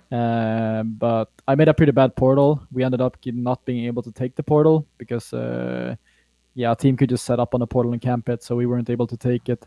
We definitely should have saved the portal and just gone later, but we ended up having a lot of teams on our side that we didn't want, so we kind of just needed to play more aggressive early on so we don't allow people to come that close, because when you have a lot of teams trying to rotate the same way, then it's just a cluster, and it's basically just, you just gotta get lucky to survive, to be honest. It's just like, at that point when you're 5 teams running it the same direction, it's not enough to skill anymore. It's just about luck, who gets targeted or not. Yep. And who we gets definitely chosen. Exactly. Yeah. And we ended up unfortunately in the for middle of y'all, that. you were the team that was kind of chosen on that rotation. Obviously not the easiest rotation in the late game, but as we jump into gameplay here, I want to talk about this one. We had 16 squads remaining, and we do have TSM Alberlelli taking out Zach Mazer, who did qualify through despite his tweet to me a couple days ago saying, we probably won't qual, so I'd love to join you on the broadcast. He's going to make it through. Big shout out to Solafides. Zach Mazer, got a lot of love for him. And, of course, the former member of FlyQuest, teammate alongside Lou and Monsoon in that FlyQuest squad early on. Switching over to bottom 20 now. With 15 squads remaining, we do see an interesting zone. I think you could probably see it from your end. This is a pretty favorable zone for you guys coming from Thermal Station. If you're playing in this game right now from Thermal, how are you playing this? Are you early rotating? Yeah, we definitely want to get into launch site for sure. It's there's an incredible amount of chokes in launch site, so it's very hard to get in if you're late. You have to either run uphill from sorting, or you have to take a sip across. It's just uphill all the way, or choke in tree. It's just like, the easiest way to get in is of course from Dome, but even then Dome is a very open area, so you can get sniped by everyone that's already set up. So this is not a fun zone to be edge on. Yep. So I think Solafide right now is the best position. Yeah, and Solafide actually also drops Thermal. So, lo and behold, the 2 teams that dropped Thermal, we got a good perspective from one of the best Thermal teams in Europe. And Hockey's joining us right now. Solafide drops Thermal and got there rotated early as well. And good to get that take, actually. It's a good perspective in terms of how many chokes are over in launch site and how difficult it is to rotate through late, which makes it important to rotate early. And obviously, you guys playing Thermal means you're going to be one of the first teams to rotate here, much like we saw Solafide. So I'm interested to see how these teams that did not necessarily have a chance to rotate early play this. Currently, Season finds himself in a pretty bad spot here. They're down 1 player, and we're on board with Fun. Alongside his teammates, they're going to be trying to survive. Nades are going to be banked in. He's going to have to get tagged up by that at least a tiny bit. Interesting fight, 2v2 skirmish going to ensue here. I'll pick up the play-by-play because I know you can't see everything, and you'll give me some analysis post-game, but it looks like a rough situation here. Season's backs are against the wall. They have a team up in launch site that are already well-positioned and a team right in front of them. Hockey's, if you're in this situation, are you aping the team in front of you? Are you playing aggressive and trying to take this 2v2, or are you trying to play time? It's all about clearing your backs here. You have to make a clean rotation. If you try to rotate with someone, you're most likely gonna die. So you definitely have to go for the fight if you want to make your back clear. That's all it takes. You don't want to be the team that runs with everyone else. You want to be able to rotate by yourself, so you don't get that focus on you. Yep, that's a good perspective. So expect Season to hopefully take this fight if they are wise, like my friend Hockey's here. And obviously, it was much easier to take those fights when you guys were playing that Revenant team composition that works so incredibly well. Do you miss Revenant meta at all by any means, or are you glad it's over with? No, I miss it a lot. I miss being aggressive. I miss being super aggressive. Yeah. It's just a little bit too many caustics and too many critters at the moment for us to play Revenant. A lot of defense and a lot of gas and a lot of EMPs. Yeah, that is very true. I gotta be honest. I want to ask your perspective because you played during the Pathfinder, Wraith, Watson meta. You also played during the Bloodhound and Revenant meta when that was really popular, the more aggressive meta. Which is your favorite? I mean, I personally, Gentrifying was on earlier and said he actually really liked the Bloodhound and Revenant meta. Which one did you like better between the 2? I think the best meta that we've ever had is honestly the Wraith Pathfinder GB meta, when everyone was playing Wraith Path GB. Yep. That is honestly the best one, I think. So I know January a lot of people 2020 when online tournament number 1 and number 2 happened, right? Yeah, exactly. I know a lot of people miss the Watson meta, but I honestly think like it's a lot of gun skill and stuff like that, but it's just like when a lot of teams are playing position and you have 20 teams rotating zone 4, zone 5, it's just that cluster I've been talking about. It's almost impossible to determine who is going to survive because it's all about who gets focused or not. And I think the game is played way better when less teams are alive. So I actually prefer a WK meta where people are playing aggressive and you actually have a lot of space to move around with. Because when you have these 20 teams collapsing in the same area, it's just like, it's not skillful at that point. It's just RNG on who survives. It's chaos. I mean, the one word to use is chaos. And speaking of chaos, we got a bit of an insane fight right now. The kidnap was attempted with the Wraith portal, and gas blew up as the Caustic canisters obviously exploded after that. And despite that, South State playing as Caustic finds himself in a pretty bad spot. So looks like Team Caustic will be getting taken out in this case, as Pride's the last member alive for this team, doing what he can to try and go out with a bang, but he's going to get shut down. And it's going to be to the hands of Designful, so good job from them. But now as things slow down for a second, I have to say, completely agreed with you, Hawkins, there. I think, it's interesting that the meta of Watson, Wraith, and Pathfinder was so late game focused, and it is absolute chaos in terms of who gets chosen, who gets focused on the late rotations. So I do personally also completely agree with you, and all I got to say to that is preach. A little more aggressive early game meta, I think, was certainly my favorite, and that Revenant, Bloodhound era. It's going to get. I forgot about kind of the Gibraltar Wraith and Pathfinder meta that existed kind of in January 2020. That was probably a good happy medium. Yeah, the meta didn't last for very long. It was like a month or two only, and then Bloodhound came into the play, and people started realizing that the Pathfinder with low profile is not as good as a Bloodhound with scan. That is the sad reality. It's exactly right. I do Things miss all Pathfinder a lot changed. though. Things all changed from there. And speaking of which, looks like this game is about to wrap up here in a moment. 4 squads remain, and we'll close this one out in a moment. We'd love to get your thoughts in the post game here, but I'll carry and talk a little bit of play-by-play to close this out. We got Wally Catchers alive and well. PB Sandwiches, 2 games in a row that they're able to make it to late game. Sentinels is able to bounce back, and Hockey's mentioned him earlier, but Sola Fide, a team that's been doing such a good job playing edge meta from Thermal Station, plays a similar drop spot to Alliance in the North American side of things. Excited to see what they can do here in this late game as we have 4 squads left. I gotta say, Hockey's one thing I can't wait for is when we get back to LAN competitions, and we're gonna have Sola Fide that drops Thermal Station and Alliance that drops Thermal Station in one lobby, but that won't be for some time, I think. Yeah, no, I can't wait for Lance as well. I can't wait to prove ourselves. That is the only way to show how good you're in the world at the moment. It's through LAN competitions. I agree with that, man. It's been obviously a rough past year, but at the end of the day, I'm glad we're still playing, still competing. And right now, Ring is closing, minute and 25 seconds. And you'll see at the top left of your screen the line that is pulling center circle. So the ring will close essentially towards the very center of the radius of this circle. So it'll be a pretty fair last ring for almost all teams that will have to make a tough rotation. Defensive bombardment raining down here. It's going to be Resulta that's going to be able to get a pick on Mr. Greek God. Sola Fide, so well positioned, such a good team in this current composition. They are actually rocking Bloodhound today, so deciding against Caustic, playing Bloodhound instead. I got Gentrifying's take on that earlier during the EU broadcast, and he said Designful loves to play Bloodhound just as much as he enjoys obviously playing Caustic and taking advantage of the current meta. And this time, they're going to opt for the Bloodhound pick. So interesting decisions from Sola Fide. It's paying off for them right now as they are playing fairly aggressive. They got a knock early, and they know right now they are closest to center circle, and they got a pick. So I believe it's a 3v2. And actually, no, all 3 players of each team alive, as you see 12 players alive at the top right of your screen. Hockey's, before we jump into this late game here, if you're Sola Fide, do you think Sola Fide is in the best position to close this one out? It's all about who starts the fight first. You always want to be able to come in late and go for the third party. So it all depends on who has the most cover up until the late game and who can come in the last. So we'll definitely see who's able to come in the latest and just try to slow play it out.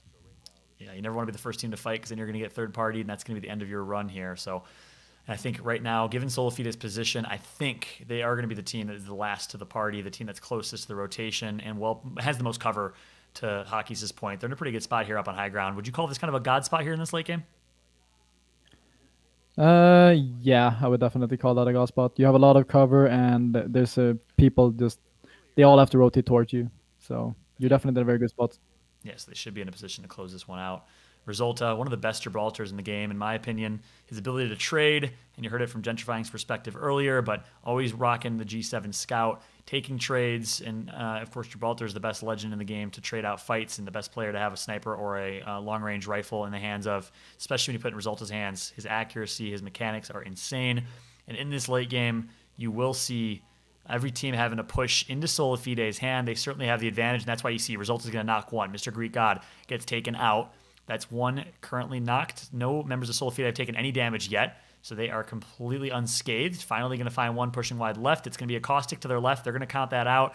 And it's going to be Gentrifying getting the good shots. And look at the team firing. Look at the team work from Soul Fide. I love the fact that we saw Gentrifying right there, playing Wraith perfectly, the tip of the spear, doing the damage to set his team up for success, and then queuing his way out of danger. And right when he comes out of that queue, guess what? He is perfectly positioned to just rain down fire. This is perfectly placed from Soul Fide. I can't wait to get Hakis' take, but this is near textbook from Soul Fide as they await this final member to close this one out. They'll just have to sit center circle. That person is stuck on the low ground, and Gentrifying wants to end it with the bang. He's going to try and close it out as he does know there's a Wraith portal nearby. And in the end, the Wraith will try to queue their way to success. Might be a slight heal off, but not going to matter. It will be a win in the hands of Soul Fide. They had the positioning, they had the high ground, and in the end, they ended up on top. Hakis, would love to get your analysis and breakdown of that late game. Anything Soul Fide could have done better? Honestly, it was near perfect. Nah, they played almost perfect. They made the space. They denied everyone high ground, and yeah, they played a textbook. And it was a good job from Resulta. Breaking Ice getting the first pick. I believe it was on Mr. Greek God. And talking about the Wraith play from you saw right there from Gentrifying. And I know you don't have a chance to compete against North American players often, but I personally would put Gentrifying in my top 3 in North America as a Wraith. Breaking Ice, getting the initial damage in. Is that exactly how you want to play Wraith? Depends. It's like if you have a heal off, then you definitely want to be the Wraith should be the one staying alive, and the other two should be dropping. But since they had zone anyway, it didn't really matter. So at that point, you just gotta go down, do some damage. You get the kill points in the storm. So just get all the points. Yeah, that's a good point. Trying to drop and get those points and getting from those final kills, especially because there's a couple people knocked. So if you get those kills, since the other team was dead, you actually steal the kill points, right? So that would have been a pretty clutch play right there. Trying to make that play from Gentrifying. Well done from him as I welcome Kate back to the fold here. Give me just 1 second. And Kate, hello. Welcome back. Hello, gents. Hello, Hakis. How are you? I'm doing great. How are you doing? Oh, just a delight. Just absolute delight. I was actually coming in because I mean, obviously I'm, here, I do stuff. But I had a quick question for you, Hakis, because I feel like there's so many times that we see teams it's the reaction, right? It's what we just saw TSM change back. We just saw Imperial Hal change back to Wraith from Horizon. There's not a lot of team comp changes like this, but I'm curious, when do you decide whether it's maybe it's game 5, maybe it's like coming into game 6? When do you decide to change up your strat, to change up those team comps, change up, and react to what you're seeing in the lobby and make those big changes? Because I feel like a lot of times we talk about those Hail Mary plays or those reactive plays, but I'm curious from your perspective, when is that time for you? It honestly just depends on the lobby, how the games are playing out. If I see that we have a lot of teams playing Edge, then maybe I want to play more Zone. If a lot of teams are playing Zone, then maybe we want to play more Edge. It's just like reacting and adapting to the current, to how all the other teams are playing, basically. You always want to be the most consistent, so yeah, you gotta change your you gotta change your playstyle, you gotta change your comp, you gotta play around it, see what works or not. And correct me if I'm wrong, Alliance is typically a team. I asked Team Liquid this earlier. Nocturnal was joining the stream, and he was like, yeah, we actually never change legends and compositions because we want to play who we've practiced. Alliance is a team that will react and will change their team composition in like a game 4 or 5 if things aren't going your way, right? Yeah, I mean, I think that's one of our biggest strengths. We can literally play anything and we can adapt to anything. So we are not afraid to swap around if we have to, if the games are feeling different. Hey, speaking of swapping, we heard from Nasky earlier about the barter system for the drop zone. Is that something that can I ask? Is that something that you guys basically claiming your real estate and where you drop? Is that is there an economy here? And then because you guys have gotten Thermal Station uncontested for pretty much the entirety of the last few seasons, right? I wouldn't say uncontested. People have tried to contest us, but it all comes down to like claiming the spot. To be honest, we don't really do trades or gentlemen's agreements. We just alpha the spot. We contest for it, and if we win enough games, then people they leave. That's just how you take it for granted. And that is the most effective way to do it. So yeah, exactly. Given the fact that you guys are the only team dropping Thermal Station right now, something tells me you typically win those fights and you condition the region appropriately, huh? Yeah, I mean, you don't want to contest the teams that are consistent at the top. You want to level out your chances. You want to contest someone at what do you want to? if someone is like at the bottom, not consistently making finals, then you want to contest them, because then your Dropsop you might not have to contest them for finals because they're not gonna make it most of the time.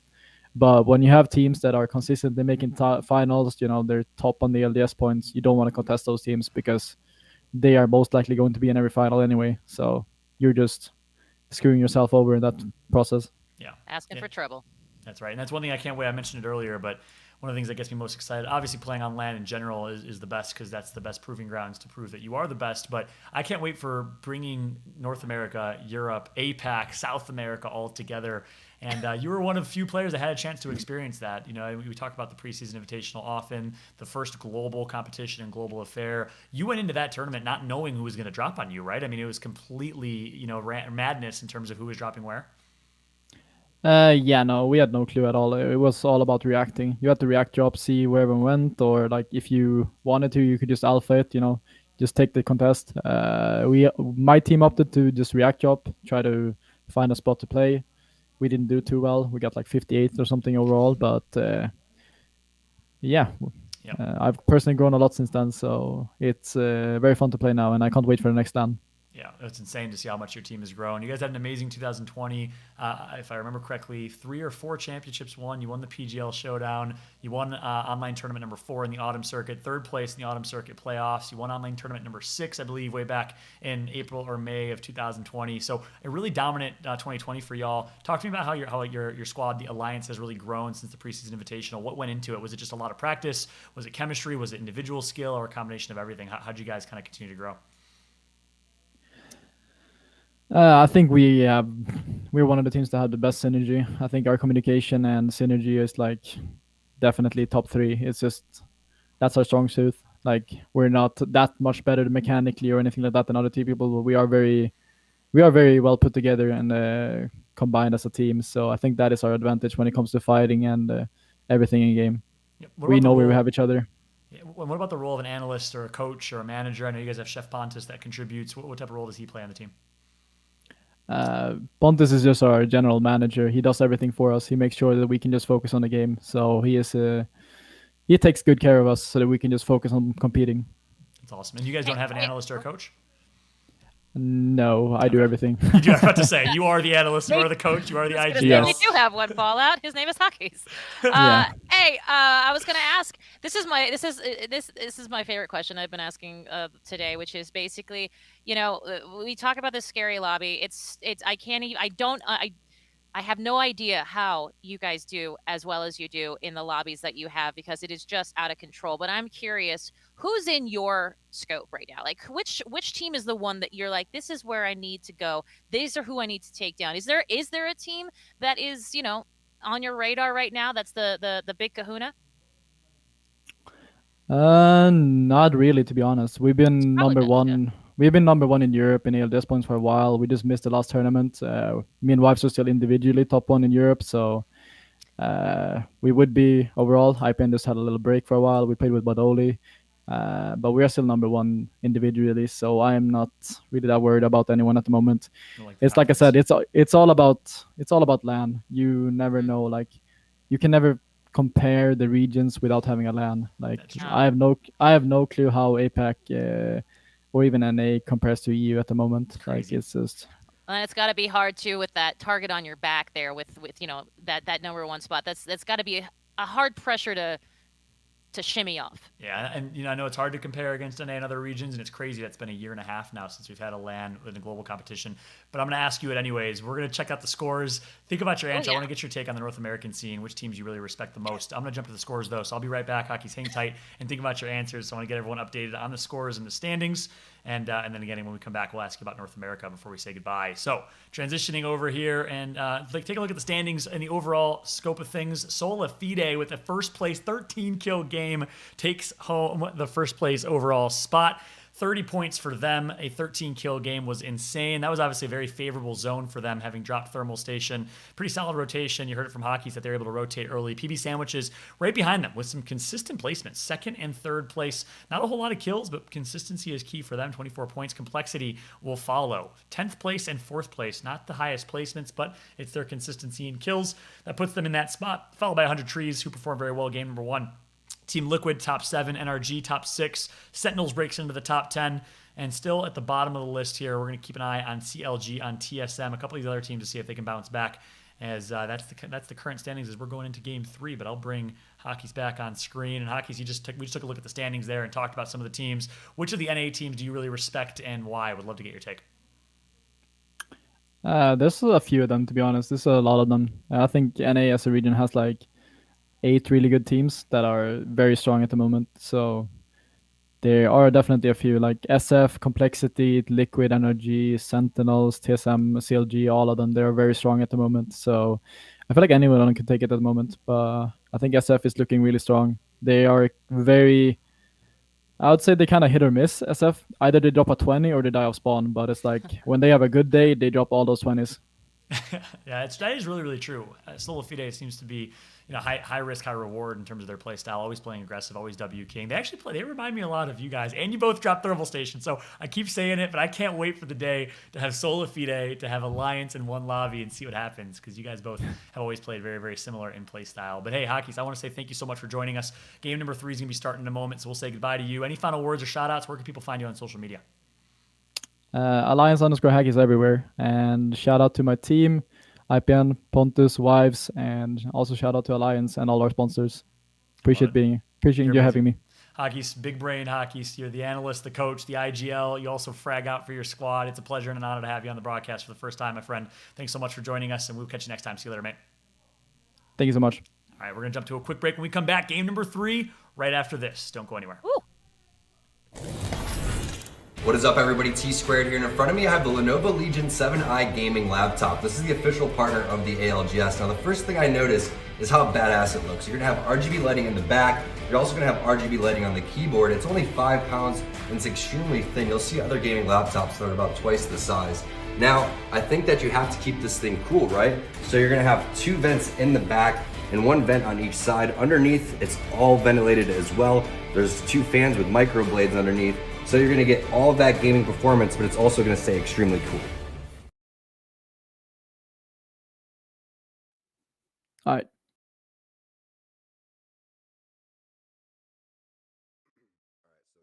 All righty, jumping back into gameplay for game number 3. You'll see the dropship flying across map. So we're going to kick it off with T-Squared's perspective to start, as it looks like he's jumping on board a CLG. I like this. We get to watch CLG dropping Fragment West to kick things off. We know that TSM typically drops Fragment East. I don't know where they've been dropping throughout, but they haven't necessarily found the most success.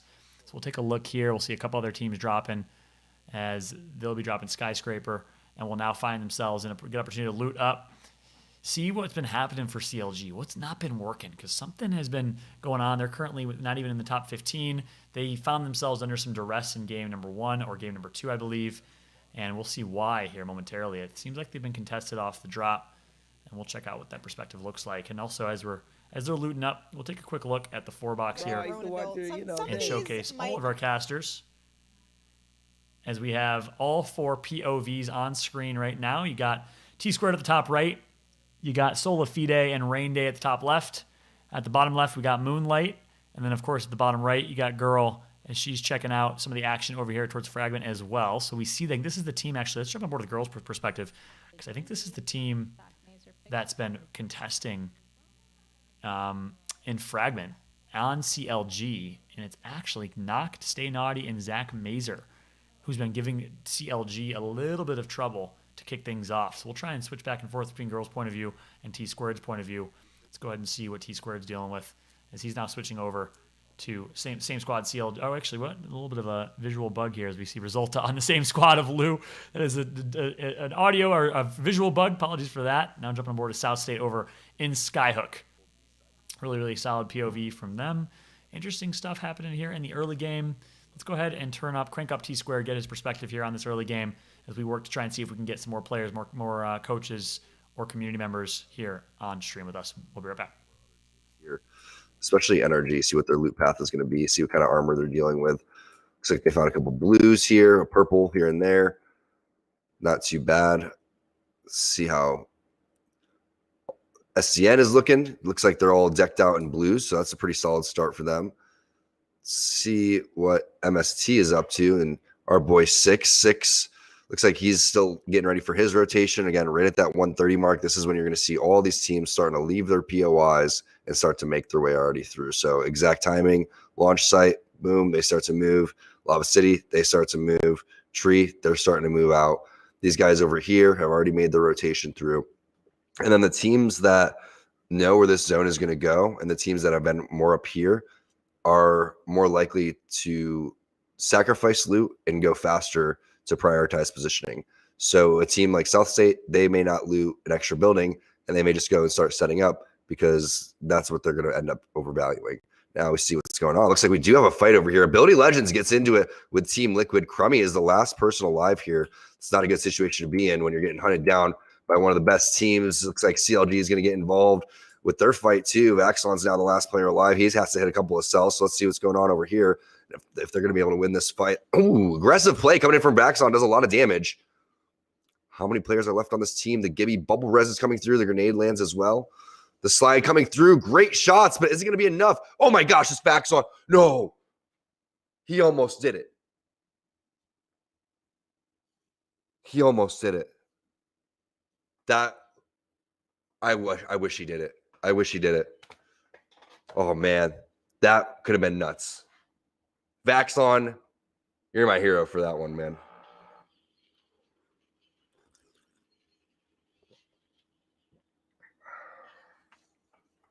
The third party comes in from Sentinels basically immediately. Naughty's last guy live, most likely not going to be able to get out of this one. So that's a really tough situation to be in. He's just going to dip out with his Bloodhound ultimate, and he's not going to be able to get banners. He's going to be Enchantment Rifled in the side. It's going to be a super tough situation for him. But wow, what another great fight. Vaxilon almost pulls it off. Start to look at where these teams are starting to rotate now. We know this is pulling more probably over here. So I really like this positioning over here. And this is a very interesting fight. This is going to be SDN getting involved. This is where I feel this zone is going to end, is directly right out here. And this team is definitely aware of that. There's a couple caustic traps coming through. Huge damage coming in from over towards the side. They're really interested in pushing over towards this bubble. But a great heads-up play from Fun. He's not interested in staying any longer. He dips out. Kenny's able to survive too. What a play from Fun. Super, super heads up right there. Not to stay behind there. You need to make moves. But, oh no, NRG is inside. It's Nathan. Nathan does a lot of damage, takes a lot of damage in return. Now it's just one player alive. He's going to get finished off as well. Oh, man, NRG with the quick reaction right there. And Season's going to be taken out. 17th spot, especially for Oh, man, T-Squared killing it. Let's go ahead and switch over. Get a look at Girls POV. See where she's at, see what she's taking a look at. They like top of Skyhook. I think it's a great way to get some kills. See, TSM. TSM takes down Zenials. Imperial Howl, specifically. They're also in Skyhook. A lot of teams in Skyhook. Like I said, I didn't say train yard. I said Skyhook. I said Skyhook. Can't tell me otherwise. There's no proof.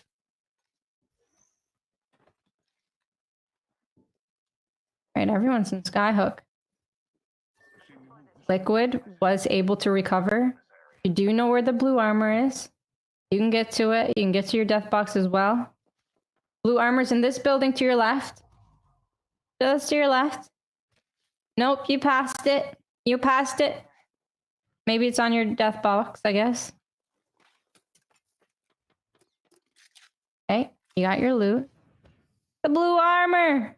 No! It's okay. You'll be able to get back later on. No problem. Okay, so. Complexity. How are they doing? We haven't checked out with Complexity in a while. They're playing Edge. They like to play Edge. See a team from far away. Doing a little scouting. Trying to hit some shots. Kind of hard to land those shots. They're very far. Everybody knows Complexity likes to play Edge. I think Complexity might want to get this fight with MST. Do they see them?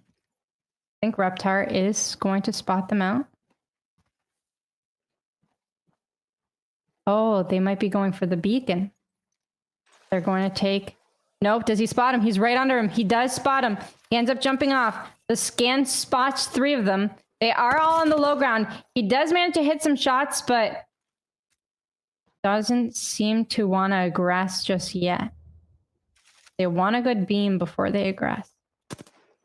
Monsoon trying to take angles.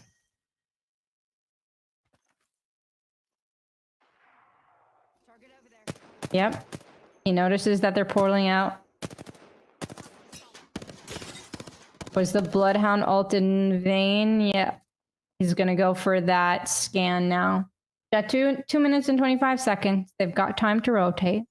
It's not a big deal. They're going to focus on scanning and seeing the next ring. Jump on board with another one of our teams. Team 19, TSM. Drop their armors. They don't want to get crypto ultied. Same thing over and over again. If you're in a safe spot, you can drop your...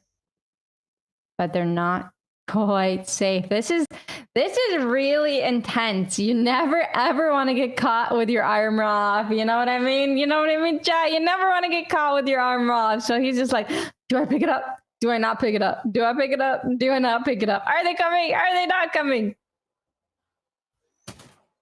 Oh my goodness. This is have the composition for it. That's why they have the Bloodhound. That's why they have the Gibraltar. They know that Skyhook's going to be taken already. All righty, gonna be shifting on over and jumping on board with T Squared. Tom, thanks for letting me join you, brother. Hey, what's up? How's everyone doing? Chilling, man. Hey, thanks for letting me hop on. How are things going so far? Catch me up with this game. What are you seeing? Yeah, it's another Skyhook zone. So the question is, which area of Skyhook is it going to pull towards? And if you can remember in game number 1, there was, I think, 15 teams inside of Skyhook. Every single building gets taken. They start to coexist with one another, et cetera, et cetera. We can go ahead and look at the map right now and see where the middle is. And there's already 3 teams that are just coexisting in this area. Yep. So you have BSH that's on top of one another. And I know South State and Bronzy are directly below them as well. So Bronzy's just been kind of running around trying to charge this up. But it's going to be an interesting game, Fallout, because Skyhook zones, especially after you've already had one, a lot of teams are going to reiterate and remember how to play these zones. And Bronzy takes a lot of damage right there, but he's just running around trying to charge his Evo shield, and they're just trying to get this caustic into the late game. So it's going to be pretty explosive. It's going to be slow for a while. You're going to see these Bloodhound Gibraltar teams on the edge probably fighting. You're going to see Complexity, MST, probably Solafide, all these teams that are very slow to go in and are kind of just looking for fights. They may end up running into each other, and it may be like last man standing eventually gets to push their way into Skyhook. But that's kind of their play styles and what they look for, while the rest of the teams just really start to posture inside of Skyhook. Yeah, you're right. And honestly, it's interesting. We did see a northwest finish last time we saw Skyhook over towards Diner and towards Market. This time it looked like we were just on board with the team that had the beacon and a scan. It looked like it was going to be a northeast finish for Skyhook, but nonetheless, another Skyhook finish, which means for teams like Solafida that drop a thermal station, they have to do kind of a max rotation up. We did see them actually in the kill feed take out one member of NRG, I believe, so they're already under some duress on the rotation. We'll see how they can force their way in. As I say that, it looks like Solafide is going to take out 2 members of NRG. Yeah, I've been keeping tabs with NRG after they won game number 1, and they played game number 1 so well. One of the things that we saw is very similar play styles, the way that they ended the game, and there it is. Solafide is going to end up taking them out. But they had a couple good kills on the NRG side. They ended up taking out one of the other teams that I was watching too. SCN started to rotate over towards the train and caught them off guard. But pay attention to the ends of these games and how you always want to force the action directly in front of you. I think that's one of the big things that, we've been seeing consistently the last couple games, especially, is you want to make sure that your back's always clear and you're forcing the action directly in front of you. And that's what we're seeing a lot of these top tier teams do. Unfortunately for NRG, the fact that they just got eliminated, plus they weren't rewarded for nearly a good game 1 as they had. Only 3 kills with the dub when they basically played that game perfectly, and you couldn't really ask for a better ending. You had 3 teams tied at 15. What's up with that? Yeah, I was going to say, crazy finish here. And, one thing that's interesting, I'm glad that you're on board with South State right now. Playing center Skyhook is a good situation, good place to be in, especially as a caustic. You can obviously post up, play a little bit more defensive, but then you can pop out and get some poke long range, much like we saw Solafide get a long range pick earlier on. Now it looks like South State's doing the same thing. So they're well positioned. I don't think they have this intel because they're not running a recon class, but they are actually going to be center of the next zone as well. We got that intel a little bit later. It's going to be pulling, I think, a little bit to the east here. So they should be center circle, I believe, if I did see that correctly. And a pretty good spot right now is South State, Tom. Yeah, there's so many different endings that happen over towards the Skyhook side. There's an ending that's directly on the opposite side of this fence over here where they're at. And then there's endings that kind of end in between there and over by the train too. So we don't know exactly which one is going to be. Like, I love to see these cryptos fly around and hit the scans. And a team like Ability Legends showed us really early what you can do when you go and hold up and set up over towards the market, even though they weren't rewarded with the win right there. But one of the things that Bronzy is doing is even though he's trying to charge up his Evo Shield, you see how many cells he has. Like, if he didn't have a ton of cells right now and if he didn't have great loot, he wouldn't be able to take these opportunities. And the good players look for these opportunities. Yeah, it looks like he's taking a lot of damage, but keep in mind, when he's going and adding this pressure, it stops the other teams from basically being able to communicate, because you have to and formulate plans. And we're talking about formulating plans on rotations, where they think the zone's going to go, et cetera, et cetera. And it also starts costing them resources. So, that's one of the things that more experienced players like Bronzy are able to do. Well said, Tom. Well, hey, thanks for letting me jump in here for a little bit, man. Wishing you the best of luck in closing this one out. Where can people find you from the mainstream if they want to come watch your feed? Yeah, I'm on my stream, twitch.tv/T-squared, man. Awesome. Appreciate you guys hanging bro. out. We'll catch you later. Thanks, man. Later. Yourself some meds, you know what I mean, Monsoon? All right. We're gonna shift gears here and switch on over to girls' perspective, as it looks like Complexity finds himself in a fight. Tom was giving some good perspective on South State, but I did see in the corner of my eye Complexity fragging out and fighting here towards the train tracks, and it looks like they do find at least one hostile and able to take out one. So we'll jump on board with girls' feed for now. When I come back, we're actually going to have G Dolphin, the coach of TSM, joining us. But for now, let's let girl rip, and we'll take a look and listen in on girl. Wrap around again. Are they going to take the balloon and fly in? Perhaps. It seems like they are. Do I hear a rat? I did. I heard a rat, and that's the Bloodhound. Almost taking out Reptar, taking zone damage. Reptar down to 1 HP, flying into the zone. Might not be the best idea. He's going to have to cut it short. Nope. Yep, Reptar is definitely going backwards. He is going backwards. He could not make it with his team. There is absolutely no way he could have made that further. Otherwise, that team would have seen him and he would have been beamed. But the team's seen him anyways.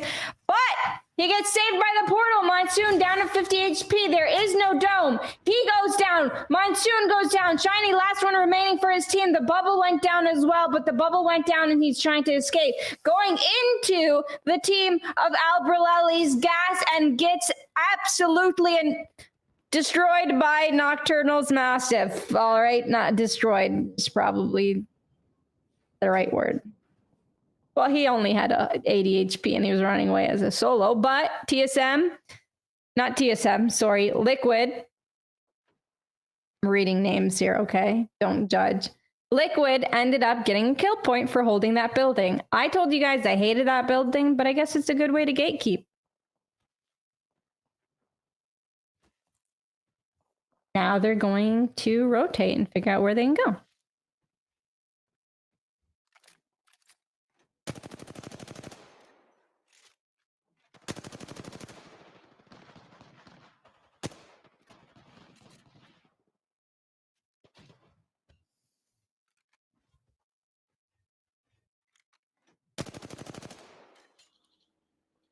Alrighty. Well, of course, good as always to get girls' POV, Yes, good to get Tom's POV. And we're actually going to go ahead and welcome in G Dolphin, the coach of TSM, to join me live on broadcast. G Dolphin, can you hear me okay? I can hear you. What's up? I'm chilling, man. Good to have you on stream. Good to get your perspective. Real quick, for those that don't know you in the chat, give me a quick intro. My name is Dolphin. I'm 25 years old. I'm from Denmark. I'm the coach of TSM. Played a lot of Apex. Played since the game came out. Love what you do here and play Apex. And love you guys. So yeah, what's up? I appreciate that, bro. Hey, that's the perfect intro. Can we just rinse and repeat that every time I ask? I like the positivity, man. Hey, it's good to have you on broadcast for the first time, dude. You've obviously been a force to be reckoned with in the Apex scene for a while. You're one of the most loved individuals. Listen, if you're not going to brag, I'll brag for you. If you talk to any pro player, they absolutely love interacting with you, hanging out with you. So, hey, I appreciate you joining us on broadcast, mate. Thank you. Thank you so much, man. Yeah, of course. So, we're jumping into a late game here. 12 squads remaining. Game number 3. You obviously coach TSM, but you're a European player. You competed in Europe, and then you actually played with Snipetown at some point as well. So, hey, real quick, what was the connection then? What was your trajectory or journey like? What was it like playing in Europe originally, then playing with some North American players?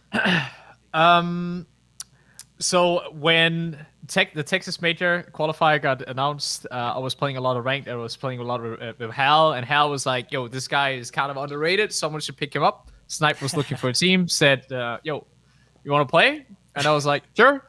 And it was me, him, and BCJ. The only problem is that there's a region luck when you try to play together. You know, you have to be in that region. So I flew to Vegas, crazy, to play the qualifier, and we got a second place. So we couldn't be happier, but then sadly it got delayed or canceled because of Corona.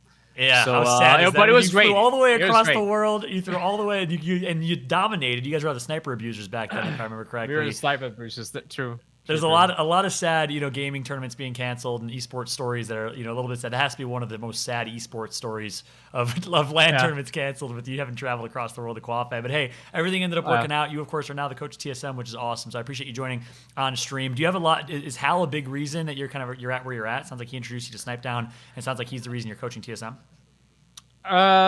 Definitely. Awesome, like, no, esport is it. I mean, of course, you got to know your stuff, but it is a lot about knowing the right people. It's always going to be like that. And this opportunity came out when TSM was searching for a coach for a while. I had already been getting into the whole coaching thing. Yep. I actually talked on the stream about it earlier, how that whole thing happened. And I just applied, and we talked back and forth, and then it happened. So.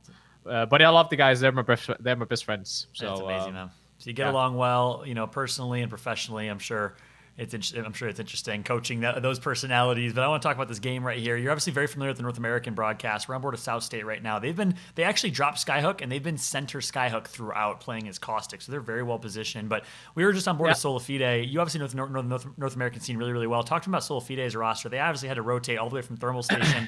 But what's your synopsis on Solifide from your perspective as a coach? Give me just a second here. So I mean, Solifide is one of those teams that can kind of, I suppose, hit and miss in my opinion, because Solifide they're three really, really good players, but they're all on the sticks. And when they go to town, they usually go really, really hard, and they get like high kill games. But they're usually not that consistent about it. They're consistent enough in tournaments to usually plays in top 5 plus, but sometimes they have those days where they kind of like place under. So that's what I expect from them. I expect high kill games, but usually not that consistent. But when they're on a roll, and they will literally dominate anyone in front of them because they're so good in close combat. That's true. That seems to be a common theme. High risk, high reward from SF. They're able to take out a few individuals here. Looks like they're going to take out Reps and a couple of others. They're finding themselves in a good position. They rotated all the way from Thermal, found themselves in a favorable spot. They were actually in zone. And here we go in our last zone of the game here. On board with South State right now, who came from center Skyhook. It looks like it's going to be one member that goes down for starters.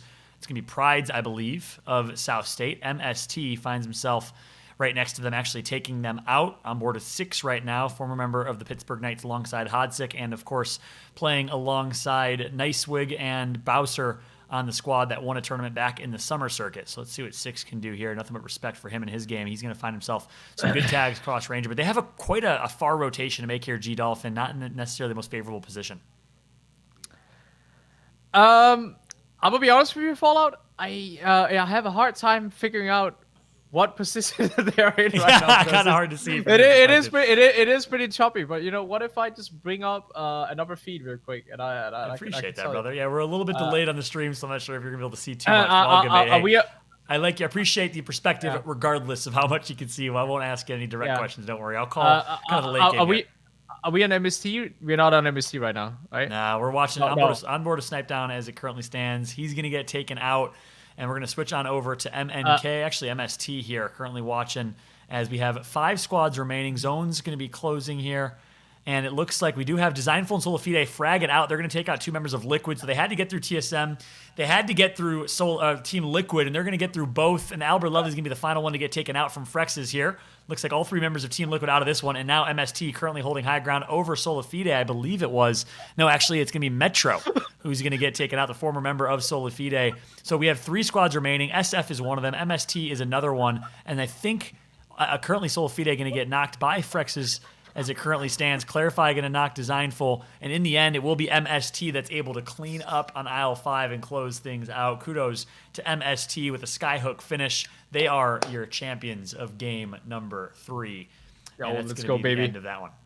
MST, go, let's baby. go, Hey, let's so go. I want to ask your perspective on a skyhook finish, right? You know, TSM obviously drops mid-map. You obviously played in the tournament today, and you competed yourself. You're making sure you're not rusty, and you're dusting off the dust by all means. But a skyhook finish, is that going to be favorable for a team that drops skyhook and ends up just kind of playing zone, or do you think that's favorable for a team that's playing edge and rotating from far away?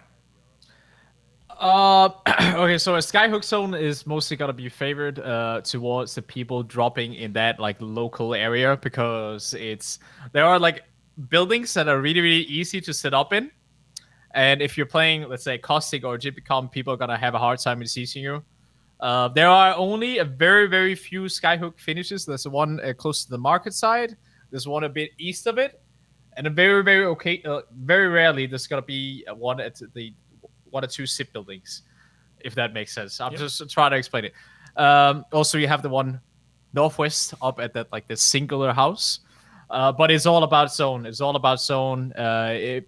You'll see a few teams kind of fighting their way inside late game, somehow managing getting a ton of kills, but very, very rarely it's a team that so it's a zone that heavily favors people that are already in the zone. So it's so important to rotate early, like both zones.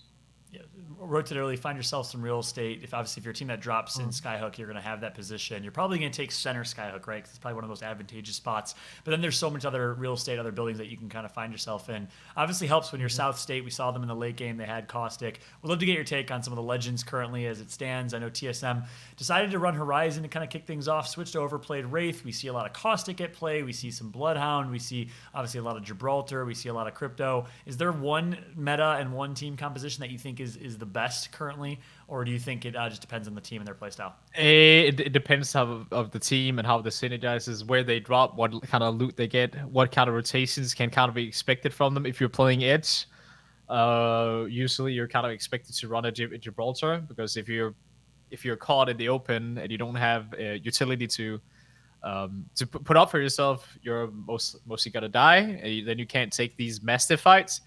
If you're really, really good on rotations, you will typically play a Caustic that can set up in buildings and such. Horizon is a really good pick right now instead of Wraith, because Wraith is not that needed in any game anymore because it closes differently now.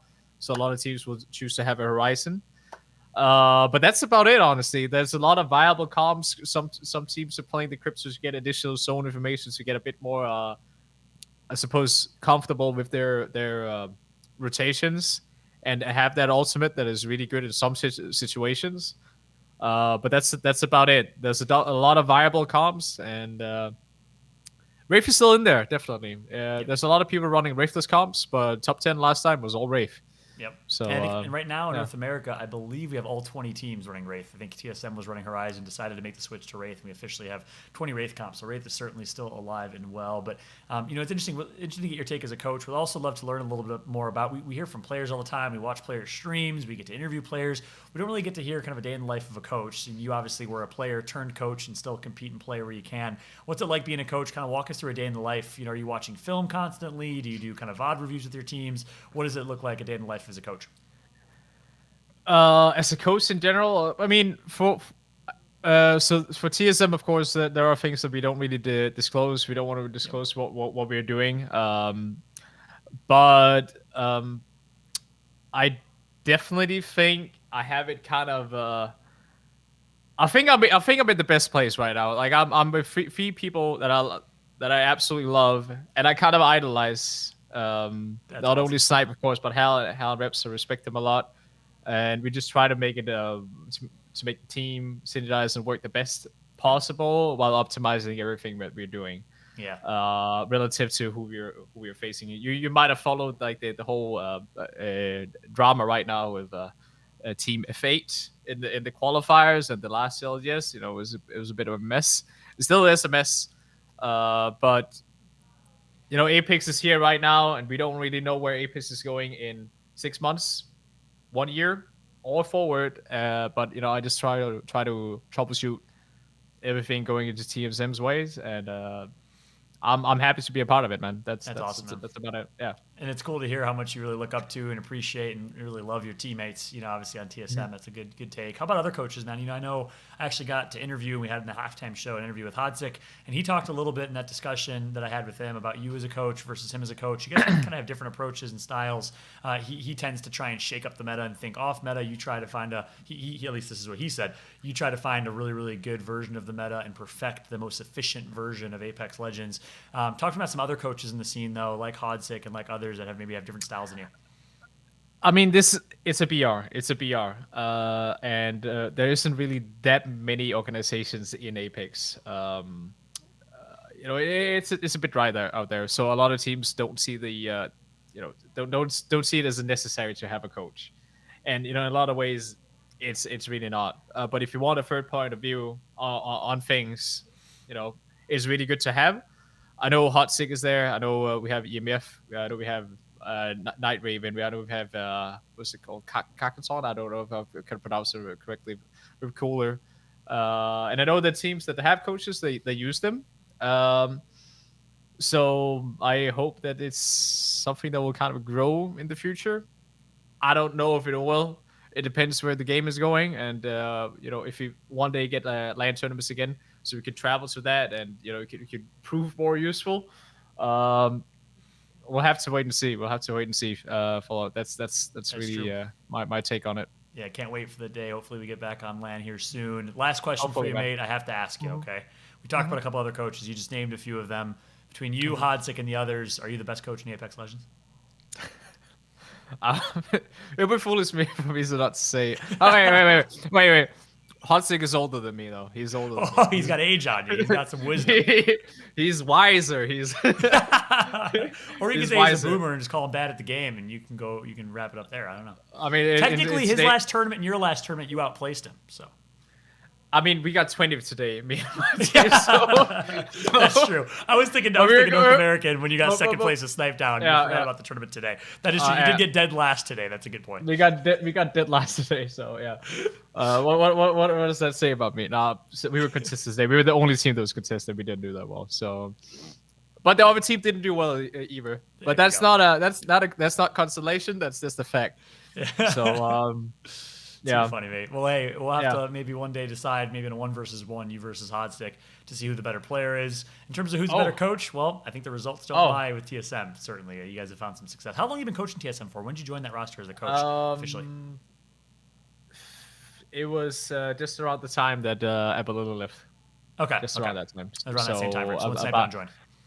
Yeah, so about 5 months. Yeah, awesome, man. You guys have found quite some success since then. And obviously changed a lot. The meta's changed a lot, and you've evolved with that meta. Obviously, you can't disclose details. You can't disclose the secret recipe or the sauce that works out so well for y'all, which I respect. But clearly, you're doing something right. You guys are evolving with the meta. TSM currently finding themselves in a pretty rough spot. We'll see if they can bounce back. But G Dolphin, thanks so much for joining me, mate. I really appreciate it. Where can people find you on Twitter? And any final words or shout outs you want to give? I didn't expect to be able to shout out at G Dolphin on Twitch TV. I'm number 1 Octane. No cap. No cap. No cap. All right. King of the Kraber. Go check it out. I love it. Thank you. Thank you for having me.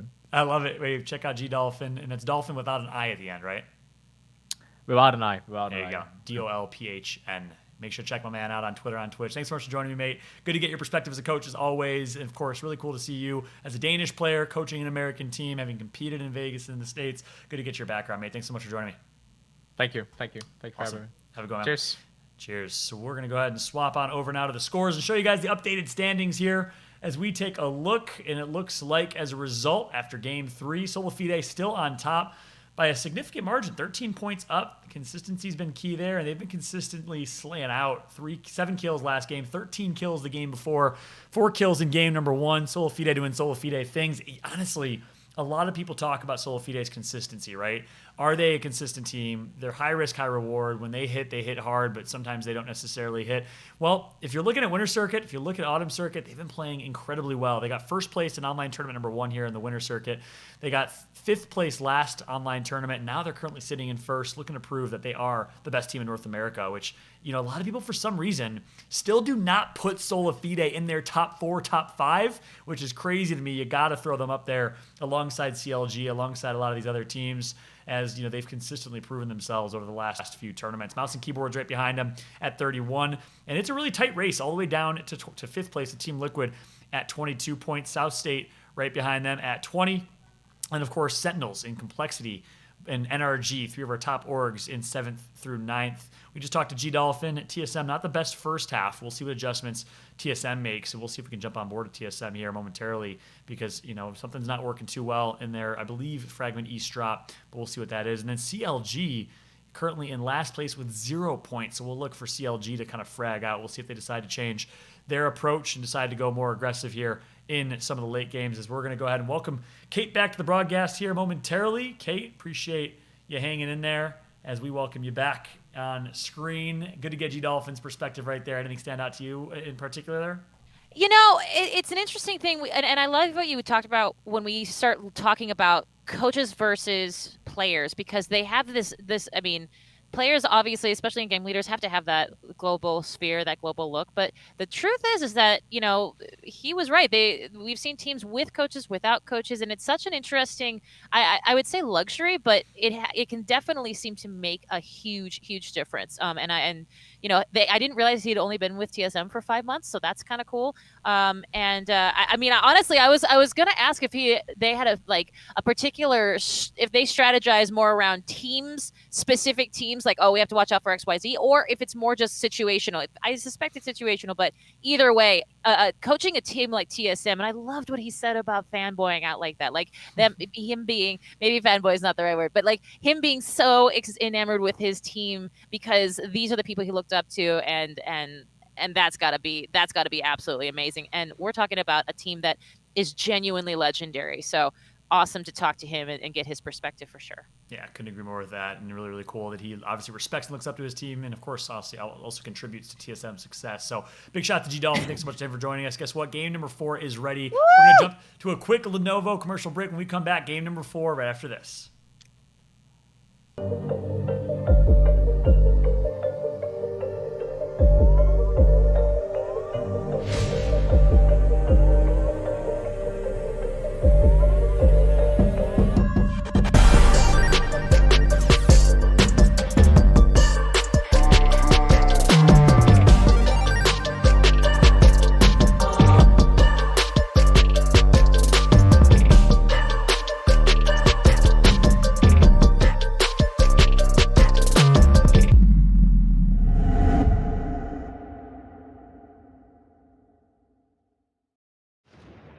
Oh, that was a really nice nade too. Ladies and gentlemen, welcome back as we head into game number 4 of the ALGS online tournament.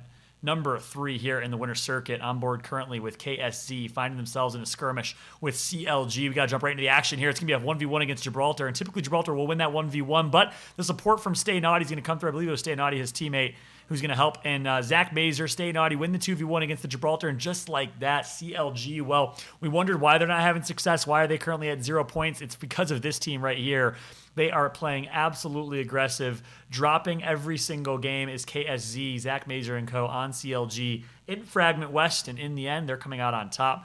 I love that we're going to have a chance to jump on board with TSM here and Girl, as we're currently watching as TSM making their rotation. This is a pretty favorable zone for them, right? They dropped Fragment East. It looks like they've been uncontested. So you wonder what's not working well for TSM. Well, hopefully we'll stay on them. We'll find out, because I think they've been dropping Fragment East uncontested. I don't see any other teams there. KSZ is dropping Fragment West alongside CLG, so they should be having it for free. Now TSM, currently at the top of Epicenter right there, is going to be very well positioned in the next zone, and they're going to find themselves a favorable spot. And they're actually going to go, notice how they're rotating all the way north to the dead side of the circle. When I say dead side, what do I mean? Well, it's the side of the circle that is essentially close to the edge of the map and guarantees that less teams are going to be rotating from there. Fast side or hot side is going to be the south side of the circle because everyone's rotating from launch site, from tree, from thermal station, lava city, sorting factory, and the like. So you want to avoid that mess. You want to avoid the clustering that happens on the south side of the circle and instead take a north side location. That's exactly what TSM is going to do.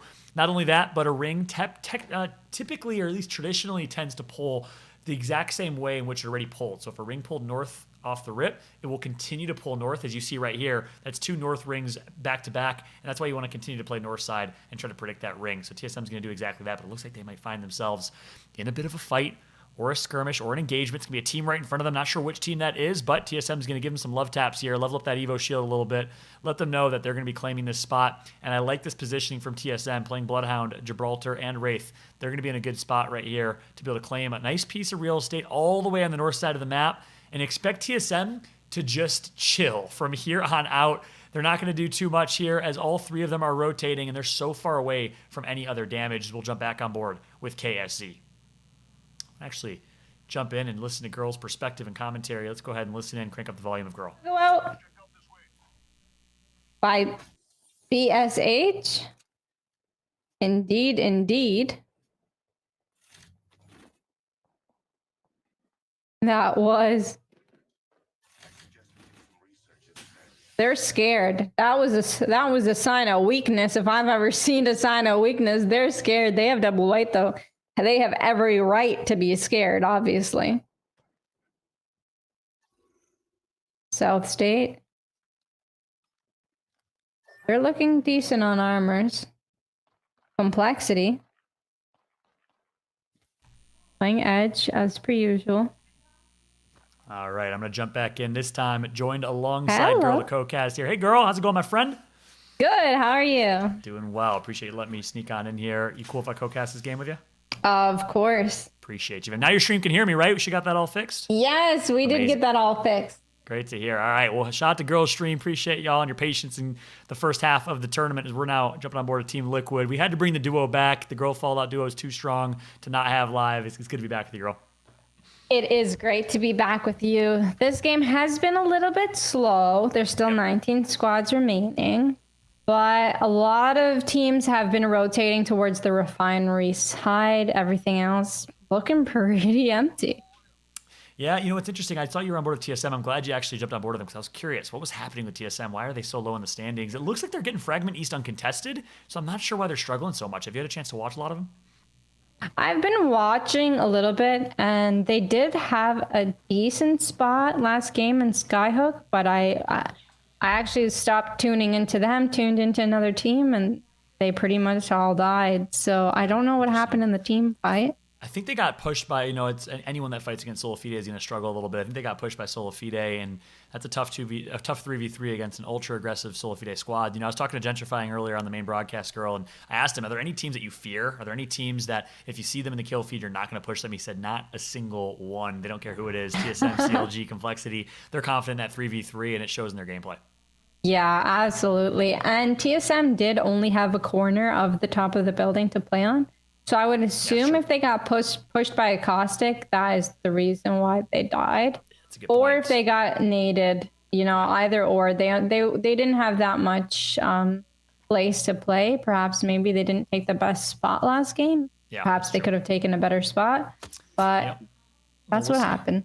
We'll see if they can bounce back here. I mentioned it in my broadcast here, Girl. I like the way TSM's playing this. Early rotate, and they're going north on the dead side of the zone. I like the fact they also brought up the map. Good timing. Notice how teams are starting to cluster towards that dead side, right? You want to rotate there. 1, because the ring's going to collapse there most likely. And then 2, because dead side is the safe side of the zone, you get to avoid third parties and the craziness from south rotation. So TSM's going to rotate, but they're going to find themselves in some trouble against Complexity, who does typically drop Epicenter. So that's the one team I knew if they were rotating north side, they're going to have to be careful for. It's going to be Complexity that is going to grief Imperial Hal. Goodbye and good night for Hal. No, as I say that, but the nick of time, it's going to be Reps that's going to come through and get the clutch dome shield and revive. Hal is back in this one. Hal is back indeed. Unfortunate, but these charger rifles, I've been watching them all night, and they're hitting some nasty pumps like 80, 100, 70. It's so easy to get some knocks with these big hitters. Yeah.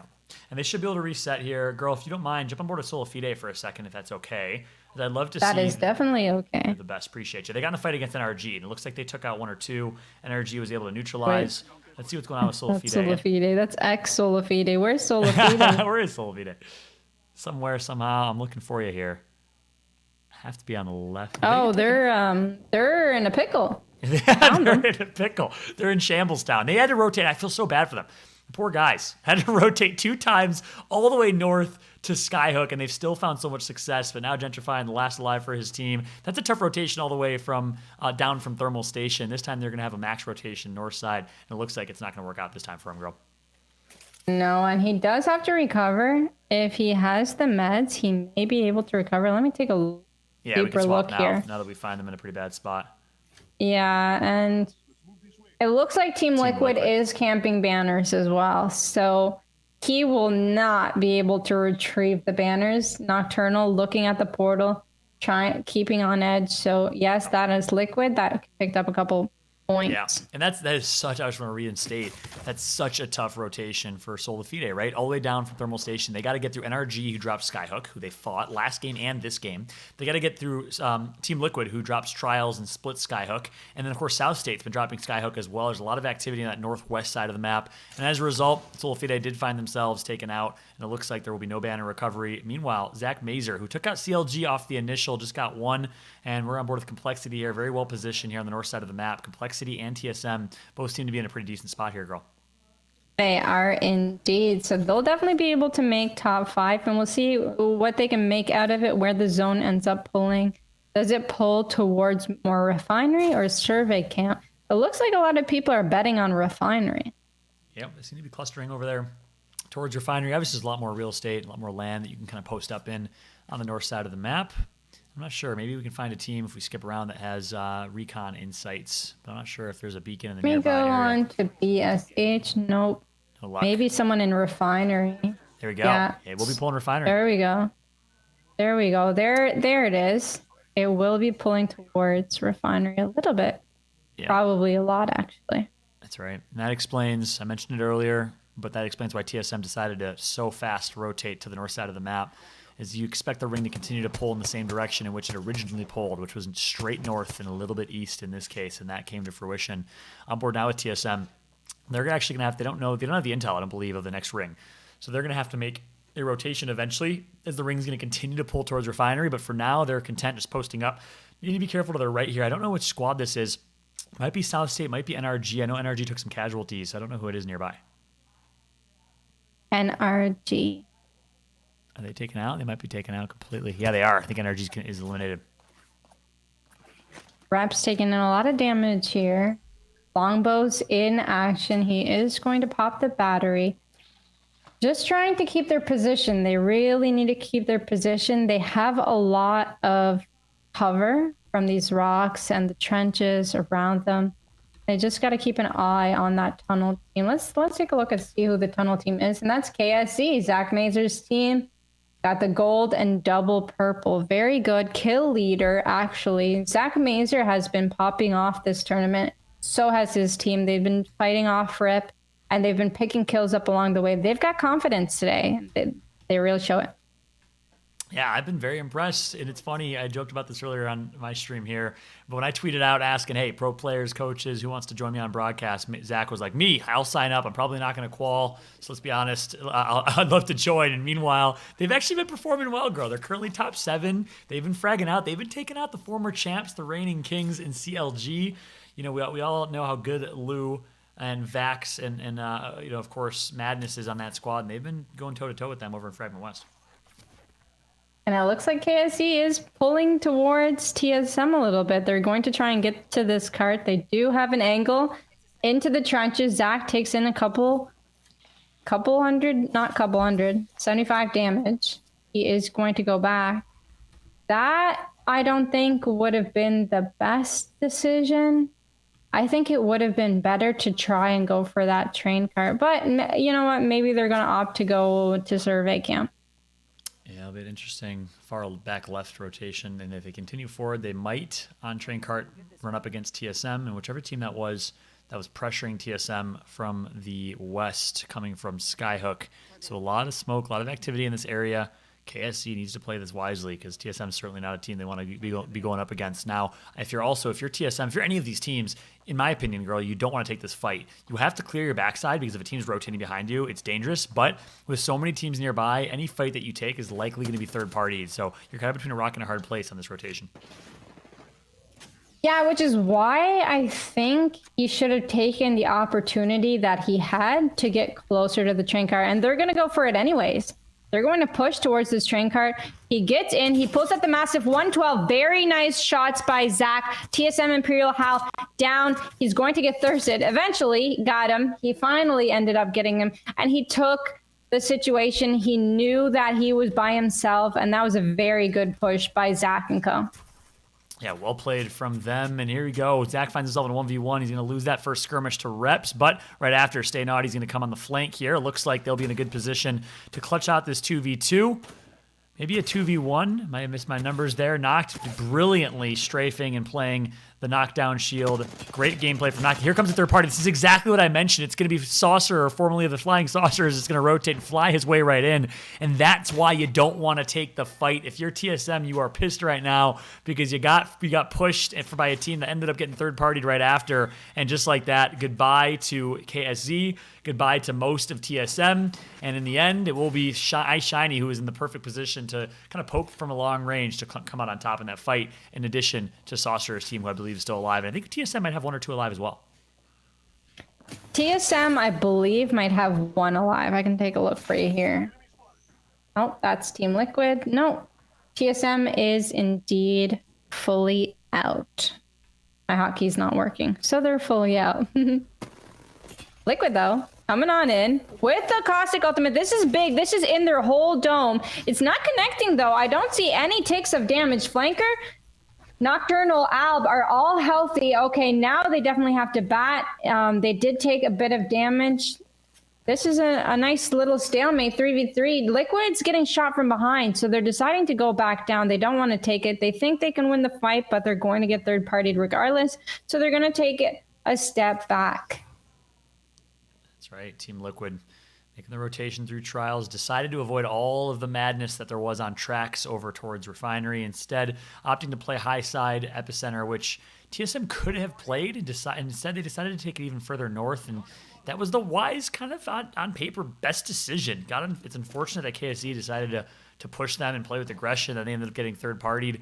And now Team Liquid, who did play Epicenter instead, find themselves in a little bit of a high ground, slight God spot, but they will have to make a rotation, so it's not necessarily ideal, as this next ring is going to be closing here in about 50 to a minute and a half.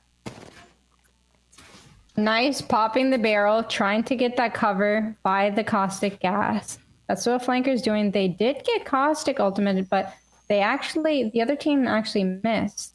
They're going to be okay. Let's see if Nocturnal has his dome. He uses his dome. They're getting bombarded, and they will be okay for now, but they are still getting pinched, and they're wondering, okay, what do we do? Where do we go? Do we stay here? Do we have to push one of the teams to our right, to our left? Are we getting shot from the back anymore? I don't think so. 12 squads remain here, girl. I gotta think, Team Liquid need to be so careful because they got team right behind them. They are currently sandwiched by the north and the south, and it looks like it's going to be Katagami who's going to get at least one pick on Nocturnal. Shiny's going to take out Pow Pow, formerly of that CLG roster. Stink's going to take out Nocturnal, and unfortunate for Team Liquid here, they do find themselves in a pretty bad spot on Epicenter, as they did have teams coming from the hot side, and of course the teams that early rotated towards dead side on the north side of the map. And in the end, it's going to be Alberlelli forced to rat out by his lonesome last member alive for Team Liquid. Let's see what he can do. I want to see him pick up a Kraber and start knocking the whole squad. And oh my goodness, those scout shots, incredible. I want to see him open that. I just really want to see him open the care package and pick up a Kraber, but they won't let him heal. Let Alberlelli heal. Unfortunately, he won't be able to heal, but he did find himself a nice rat spot. There are a bunch of Cryptos and Bloodhound. Don't peek. Don't peek. If those two see you, you might get pushed. Oh, no, he's going to peek. He's going to get the knock. He's going to try and get the knock, but he actually got Caustic ultimated, and that put him in a very bad position. He does have his Q in 1 second. He will be spam pushing it. He is okay for the time being, and he did find himself the Caustic that actually ulted him and ends up going down to Kodagami. Yeah, Alberelli wanted war right there. You're like, don't peek, stay where you're at, and instead he does the exact opposite. We know Alberelli's not one to back down from a fight, but obviously in a tough position right there. Spotted out a couple of those teams that were far away, saw him, and not much he can do in that scenario as he gets taken out. Katagami's going to get the revive of Mr. Greek God as Wally catchers. Kind of, in my opinion, the dark horse of the entire winter circuit. They've qualified for every single winter circuit online tournament and just quietly have been a consistent team, qualifying team. I've been enjoying watching their gameplay. As we got Mr. Greek God, my fellow Greek brethren, playing alongside Katagami and Stink. They're going to be back healed to full health. They took out Team Liquid, and they're in a pretty good spot here with 8 squads remaining, girl. Complexity, speaking of good spots, look at this rotation from them. This is a perfect endgame zone for them. Complexity, I believe, has the best spot. Perhaps if a team has a Horizon and gets the top of that dome, that dome area, perhaps that might be a better spot, but yeah, it's hard to say. They're definitely in one of the better spots. Yep. They've been placed here the whole game. They've picked themselves up 4 kill points. This could be a big game for them. That's right. And I think it'll all determine where the final ring is going to pull to, right? If it pulls even further northwest where they're at, they find themselves in a really good position to close this one out. If they have to rotate, well, they do have some cover in front of them. They do have some rocks, some natural cover, and then, of course, they have the dome shield to put down some artificial cover. I think Complexity's in a good spot here, girl. If I'm a betting man, I'm taking Complexity to win this game, which is obviously important given that they're in 9th place right now with 18 points. They needed kind of a pop-off first-place finish to break into the top 3. I'm excited to see if Complexity can do it. I think so as well. I'm on board with you. They don't have anyone towards their back. They might be able to get some free kill points here by sniping away at the enemy team in the open. And yep, there's 1 kill, at least 1 kill picked up. They are now at 6 kills, I believe, and they're pushing on through. Monsoon didn't even heal his armor. He could get 1 pump. This could be dangerous. Monsoon loves to live on the edge of danger, and he ends up going down. But Shiny always with the quick revive. Not going to take any chances. He picks him right back up. No gold bag this game. Not just yet, so he will heal back up. And you know what I love about that, girl? Their decision. So many teams would not have done what they did right there. They would have just stayed passive. They would have played not to lose as opposed to playing to win. But they recognize, hey, we still have some time in this zone. Let's actually try and take advantage and be proactive now while we can, so we can put ourselves in a position where we're not, essentially you give yourself 3 lives, right? Monsoon had a life right there. He lost it and was able to have a second life here. Might even have a 3rd life. Brilliant play for Complexity to be proactive. That is stuff that only Complexity does. And keep in mind, this is an important tournament in the grand scheme of things for Complexity, girl. Why? They haven't necessarily performed up to their standards. I feel like confidence is kind of at an all-time low for a very confident Complexity squad. So they came into this online tournament number 3 with a chip in their shoulder, time to prove that they still are the same Complexity that we knew from the autumn circuit and the summer circuit. And guess what? They're playing great so far. This is really a staple game for them. Yeah, and Monsoon is also kind of like Alberelli, one of the more aggressive players, one of the more confident players. Yeah. And right there, I don't believe he actually had a shield battery. So that's why he used his portal. He went to go loot for himself and his team, which was actually very clutch because he had no armor left. And the zone will pull in. No one behind them. They got free angles. Yep, and look, a Horizon squad, like I said earlier. Ooh, baby. We haven't seen a whole lot of Horizon. I think only 2 or 3 Horizons being played in the lobby. But just to back up that point I made, some statistics for y'all. Complexity did not qualify for online tournament number 1.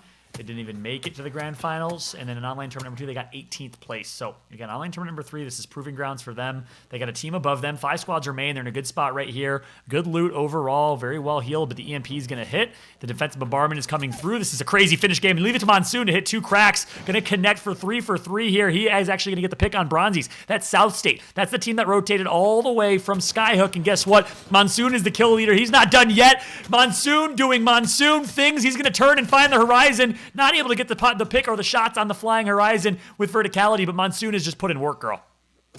Monsoon needs to try and stay alive, but he couldn't find a place to stay alive. So Reptar and Shiny will have to clean this one out. One person left, and oh my God, Complexity is the champion of Game 4. This is Game 4, right? Game 4 indeed. Yeah, good way to confirm that. All right, I got that right. Hey, you and I guessed it. We guessed it both. Complexity had the best spot. They had the upper hand. They picked up a lot of kill points, and I think they managed to catch up to at least top 5 here. Well played, and GG's from Complexity, girl. I mentioned it earlier, a must-win game for them. Mentioned that it should be their game when there were 9 or 10 squads left. Predicted the first place finish. They came out on top. A crucial game for them, and that will do so many things, wonders for them in the overall standings, girl. I'm excited to see where they're at. Absolutely. And I could imagine how happy they are right now. Monsoon doing Monsoon things. Ended up getting those heals for him and his team, and they ended up aggressing, getting so many kill points, breaking up so many at the end. Congrats to them. That's exactly right, girl. Thanks for letting me jump 11 on with kills. you. Yeah, oh my God, 11 kill game. It's good to get the stats in real time. 11 kills plus a 12-point first place finish. That's going to put them at 23 points on top of the already existing standings and points that they had, which I believe was 18 points. That's going to be huge. That put them in the top 3. Complexity needs a top 3 finish to qualify. They haven't had a lot of series points or ALGS points overall, so they need a top 3 finish here, and I think they might just get it if they can continue to perform consistent, girl. What are your thoughts? Do you think Complexity is going to take the tournament if you had to make a prediction here, or do you think Solo Fide is going to close it out? I think they're going to manage a top 3 spot. I think after that game, they've gained their confidence back. They've been playing well. I've been noticing that they've been playing zone. They've been playing edge a lot. And good thing for them that they got the best spot early on. And hopefully RNG is still on their side and they're going to be able to pick up another win. We'll see if that's the case. Well, hey, girl, thanks for letting me join you. I'll probably jump back here in games 5 and 6 if you don't mind. Oh, of course. Anytime. Come on in. Talk soon. Thanks. All right. See you soon. Bye-bye. All righty. And welcoming Kate back to the broadcast here. Kate, Complexity with an insane game. I know you like high kills. We got that from Complexity. I'm excited for the scream. I mean, well, come on. Like, it's how do you not like double-digit kills? I'm telling you, we keep talking about this. This lobby is stupid good. 20 of these are the top teams. They just are in NA. That's final. That's it. And to be in that same environment and to come out with double-digit kill points, it is not an easy thing to do. That's all I'm going to say. Absolutely insane showing from Complexity right there. And then, of course, that's a zone. That's a game that they should win. That's a zone that favors them. They typically drop Epicenter or Refinery, the north side of the map. They're able to rotate early and able to get the best position in the game. I mean, honestly, TSM really had their pick. TSM could have picked a position, and it was kind of a coin flip between where TSM dropped and ended up getting position and where Complexity did. Complexity picked the best spot, so a must-win game for them, a game that they should have won, and guess what? They executed. That's the most important thing. And in a game number 4 that was really important for them as they were kind of lingering in that top 10, they performed with a huge win, Kate. And I got to imagine, for a team like Complexity that has proven themselves, that has found themselves at the top of our leaderboards before, that is a storied franchise, there's got to be a lot of pressure to really perform well. And I can only imagine, as you were talking about confidence coming into this game, the must-win aspect, I'm sure, was overwhelming. And so the reality is that now, to your point, now that they've actually, the recipe was right. Right. The setting was true. They knew exactly what they were going to do and they executed. Of course, I will say it was, a hard fought execution. Don't get me wrong. But I think I can only imagine that when it comes to momentum, they've got it now, especially since this came out in game 4. It's not like they were like cold and coming into game 1 and found themselves on top, which we've seen before. No, this is game 4. They have been grinding. They are in the zone. They are warmed up. They are ready to go. So game 5, as per usual, will be fun to see, and I definitely assume that there's going to be that crosshair on the back of the Complexity player's head going forward here. That's true. Yeah, we'll see where Complexity is at in the standings overall. I think if you're Complexity, if you're Solo Fide, those are the two teams that everyone's going to keep an eye on the top right of their screen on that kill feed for. Everyone knows Complexity drops Epicenter north side. Everyone knows Solo Fide drops in Thermal Station. Obviously, where the zone ends up is going to play a big factor here, and I think to help determine whether it'll be Complexity, it'll be Solo Fide, or maybe another one of these squads, right? You can't sleep on mouse and keyboard. They had 31 going into it, MST as well. Oh man, that's the thing is that the joke always is once we get into game 5 and game 6, it's like, okay, cool, you're at the top of the leaderboards. In fact, we saw it in EU. We saw Na'Vi top of the leaderboards most of the games. Most of the time there. And then all of a sudden, there's Flavor of the Month jumping 5 spots in that last game to win the entire tournament. So it's yeah, you're absolutely right. Don't sleep on any of this, okay? Things are just getting heated up is what I'm going to say. That's right. And as you talk about late game circles, it's interesting. Solo Fide, and so far, if you think of where the late game circles have been, right? I'm trying to remember here. I think we've had 3 zones that have ended north side of the map. We've had 1 zone end on the south side of the map over towards launch site. That was, of course, the game that Solo Fide was able to clean up quite easily. But despite that, Solifide dropping on south side over at Thermal Station, the southwest side of the map, has been pretty successful. 3 out of 4 games, obviously the 1 game that they won, 2 out of the 3 games that went north side, they were able to actually successfully rotate along the west kind of coast of the map, take some of their fights. They played against NRG a few times. That's a hard team to fight against. They fought against TSM, won that fight. So Solifide is certainly earning it. I want to see Complexity do the same thing. I would love to see a potential south, if there is a potential south, not trying to, curse Complexity by any means, but if there's a south side zone, I want to see how Complexity manages it. Can they find success and consistency? They've had some decent games.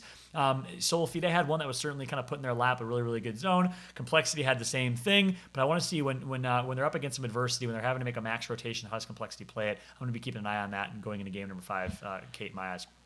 Absolutely. And I don't mean to bring this up, but I'm gonna. I like CLG. I've been a fan of CLG for a while now, and they have obviously been they've been a great storied franchise. They've been certainly a talking point for us throughout the tournaments. I am gobsmacked right now that there's still zeros in their total kills. I'm just like I'm, and I know I can't listen. Let's be clear. As I've mentioned before, these guys have an incredible amount of talent. That's already been done. But I'm like, CLG, what is going on right now? What is going on? That's right. Yeah, we'll see what they can do. It's tough. They're getting dropped, and statistics show any team that gets dropped on or contested early game, significantly less likely to win that game. It's tough to do in a situation with, against Zach's squad, right? KSZ, Zach Major's squad. They kind of have nothing to lose, right? They're coming in here. Yeah. Zach is obviously a streamer for Solifide, former pro player, obviously alongside Flacos. I'd still throw him in the pro player ranks, and they're playing like they have nothing to lose. They're getting contested at Fragment West, so yeah, it's easy to kind of look at CLG and see where they're at in the standings with a big fat donut. I think that donut is still true, and say they're not playing well, but they're getting contested off the drop. It's a tough situation, but they should be winning that contention. So I think there's one thing to be said both ways here, Kate. You know what? Absolutely. Oh, absolutely. We have. Oh my goodness! Is this Sorry. No worries. Hey Kate. guys, it's live. Just an FYI. So I think do we have a Nicewig on here? Nicewig's gonna be joining us. That was a surprise. Nicewig's gonna be joining us here in a moment. Hopefully he can share a video out, and we'll get him on screen here in a second. If he can share his video feed and his webcam. If not, how about this? Let's just do a little audio action from Let's a man. do it. We're you know what? We are like I said, hello. You've got a great voice, man. Whatever. Oh, what's Wig, up? Is he there? Yeah, you can hear me or what? I can hear you now, brother. What's up, my dude? Oh, really? Appreciate Okay, you cool, joining, cool. bro.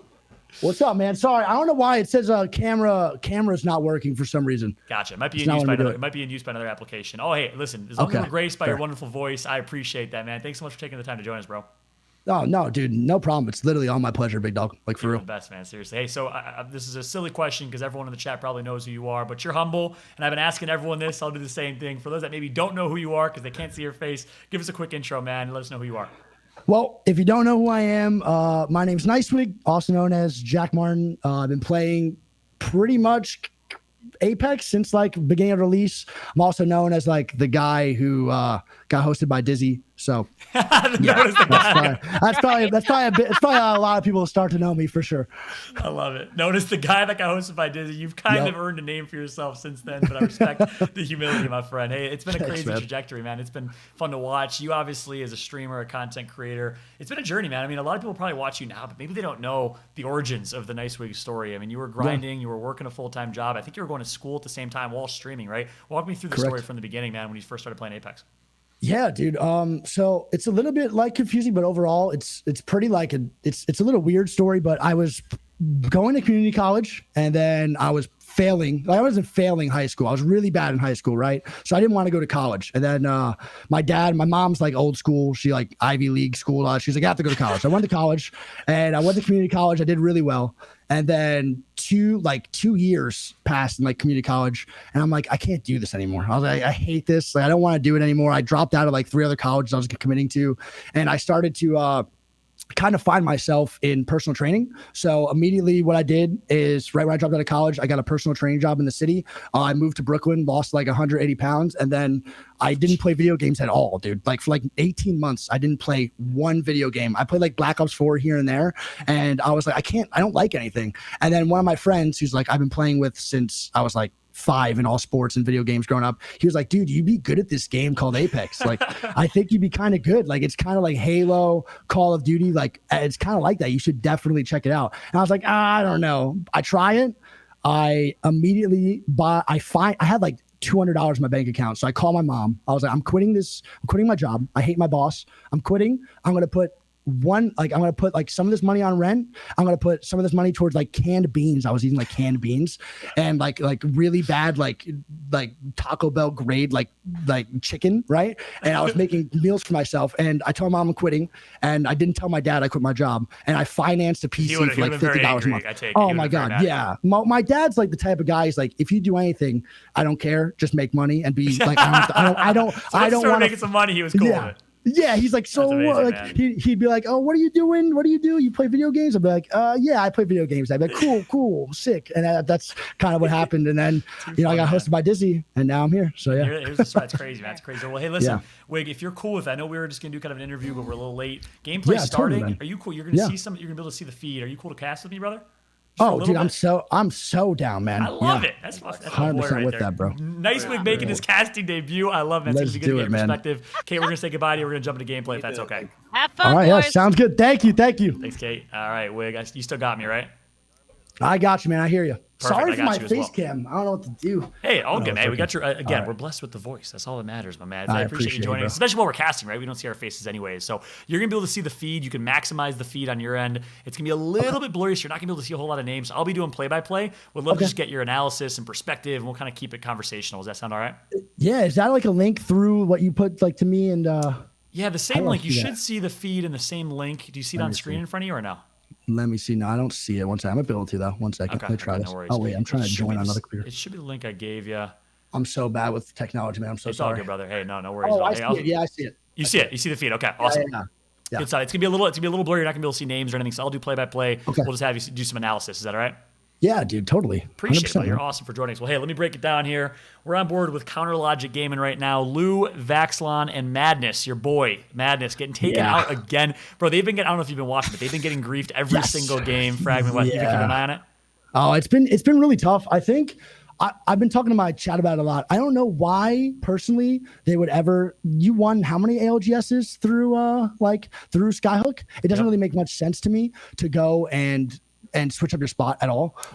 Because if it's working, right? And a lot of the zones lately in the finals games have been more towards Skyhook zones, right? Like they've been trials, Skyhook, survey, refinery, and it makes no sense for me at all for them to switch it up this late when everything's working for them. I don't really get it, to be honest. Yeah, that's interesting. And you know what I think it was? I don't know if it was a GA or Gentleman's Agreement or what, but we've had a lot of static in Skyhook, right? I'm not sure if you've seen, but NRG, South State, and Liquid obviously split Skyhook in trials. So there's a lot of activity at Skyhook. I wonder if they decided not to drop for that reason. But I either way, I agree. You're the Kings. You should be the one choosing where you want to drop, right? You're the one that won the last tournament.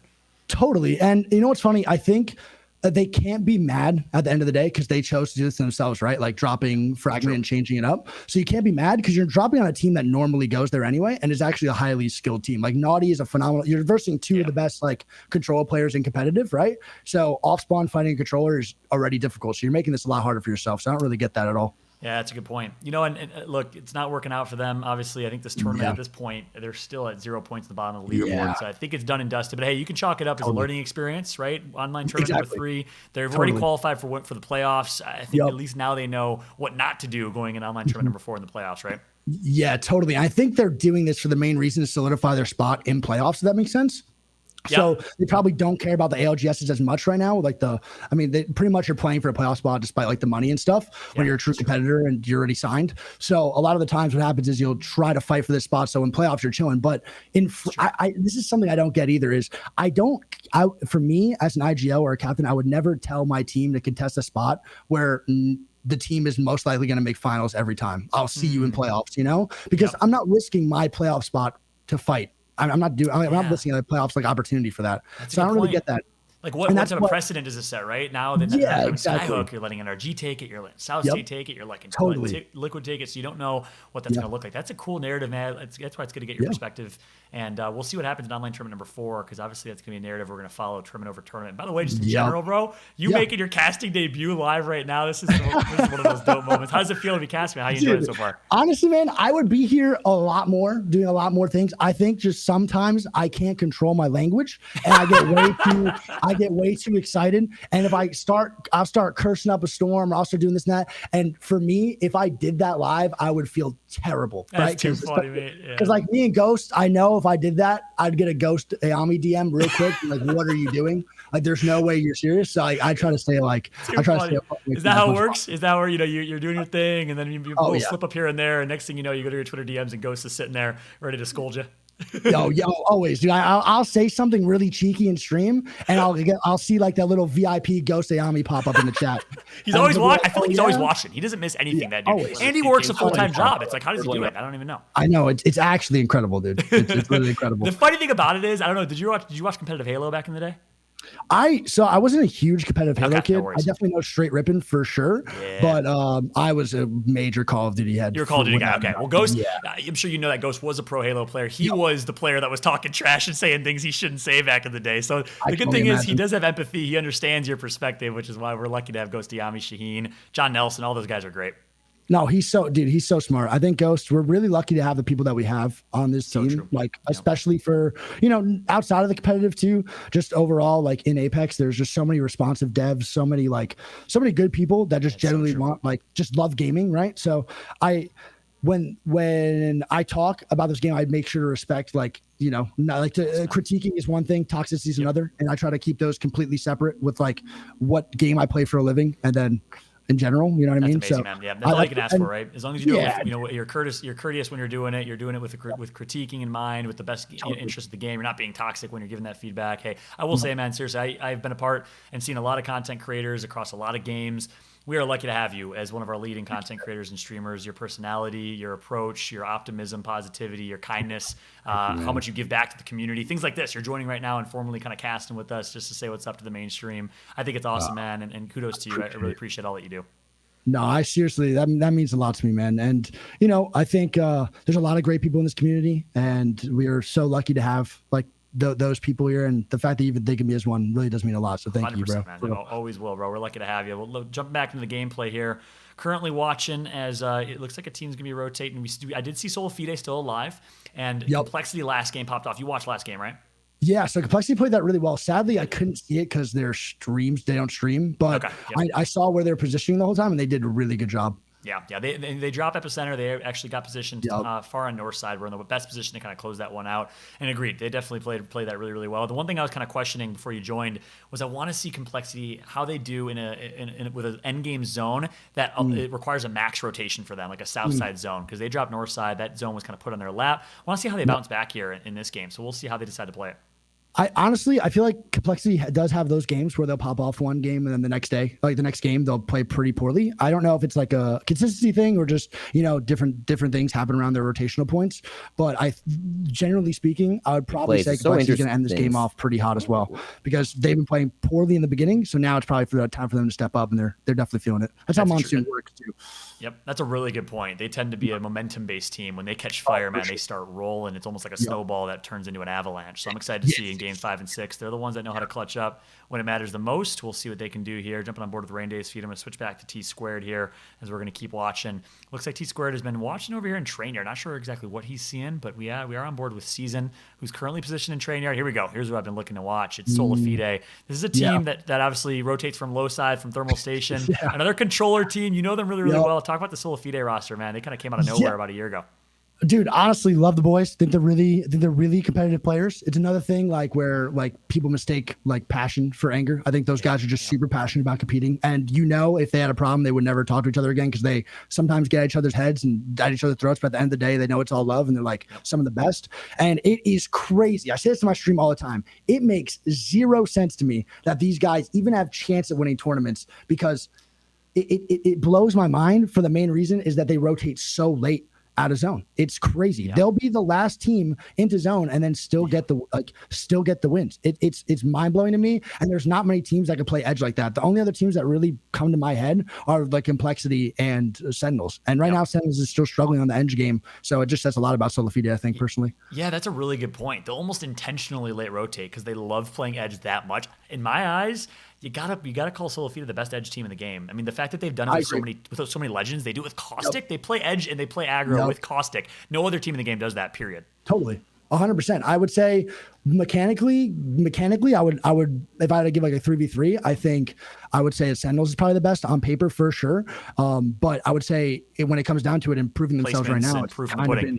Yep. Yeah, it's kind of been SF for sure. And it's funny because it's a controller squad. So you don't really hear mechanics and all this talked about with controllers. You know what I mean? So it's really cool to see. I know that makes you happy. I want to say a nice little urine chat for that one. You know, I'm sure you get excited about the controller boys being I love it, man, for sure. Anyone that like, that is just coming from like a console and just performing on PC to me is pretty amazing in my personal opinion, because console definitely is nowhere near, and like not to start a war here. Oh my God, I probably did. But console is like nowhere near like the competitive nature as to what PC is. It's just that's just proof in the pudding, right? There's no Dizzies or Asus on like console, right?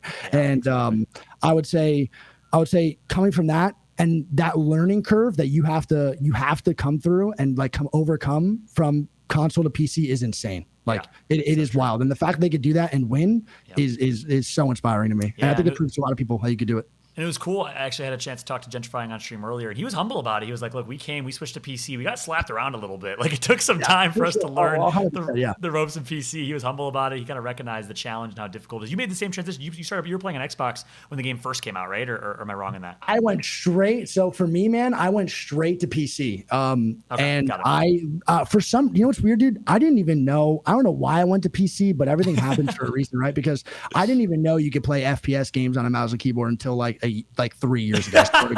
So for some reason, I guess because my friend complete console pleb, I'm guessing it sounds like completely like I was that kid, dude, like stealing mom's credit card for like $10 wager matches and like UMGs, like Call of Duty games, right? And like I literally I woke up one day, I find some PC and I was like, I think I just want to do this for stream. And then I was like, you know what? I'm not gonna just stream like my console game, but I might as well just stream on the PC. So you made the switch. It's before even realizing why you made the switch. You made the switch. Little did you know the best decision you ever made is obviously the whole Dizzy thing happened because you were on PC. Back then we didn't have cross-platform, and the rest is history, man. That's great. 100%. It stirred up a lot of controversy, but it was good. It was good controversy. For sure, man. Yeah. Well, hey, jump back into gameplay here. We got 16 squads remaining.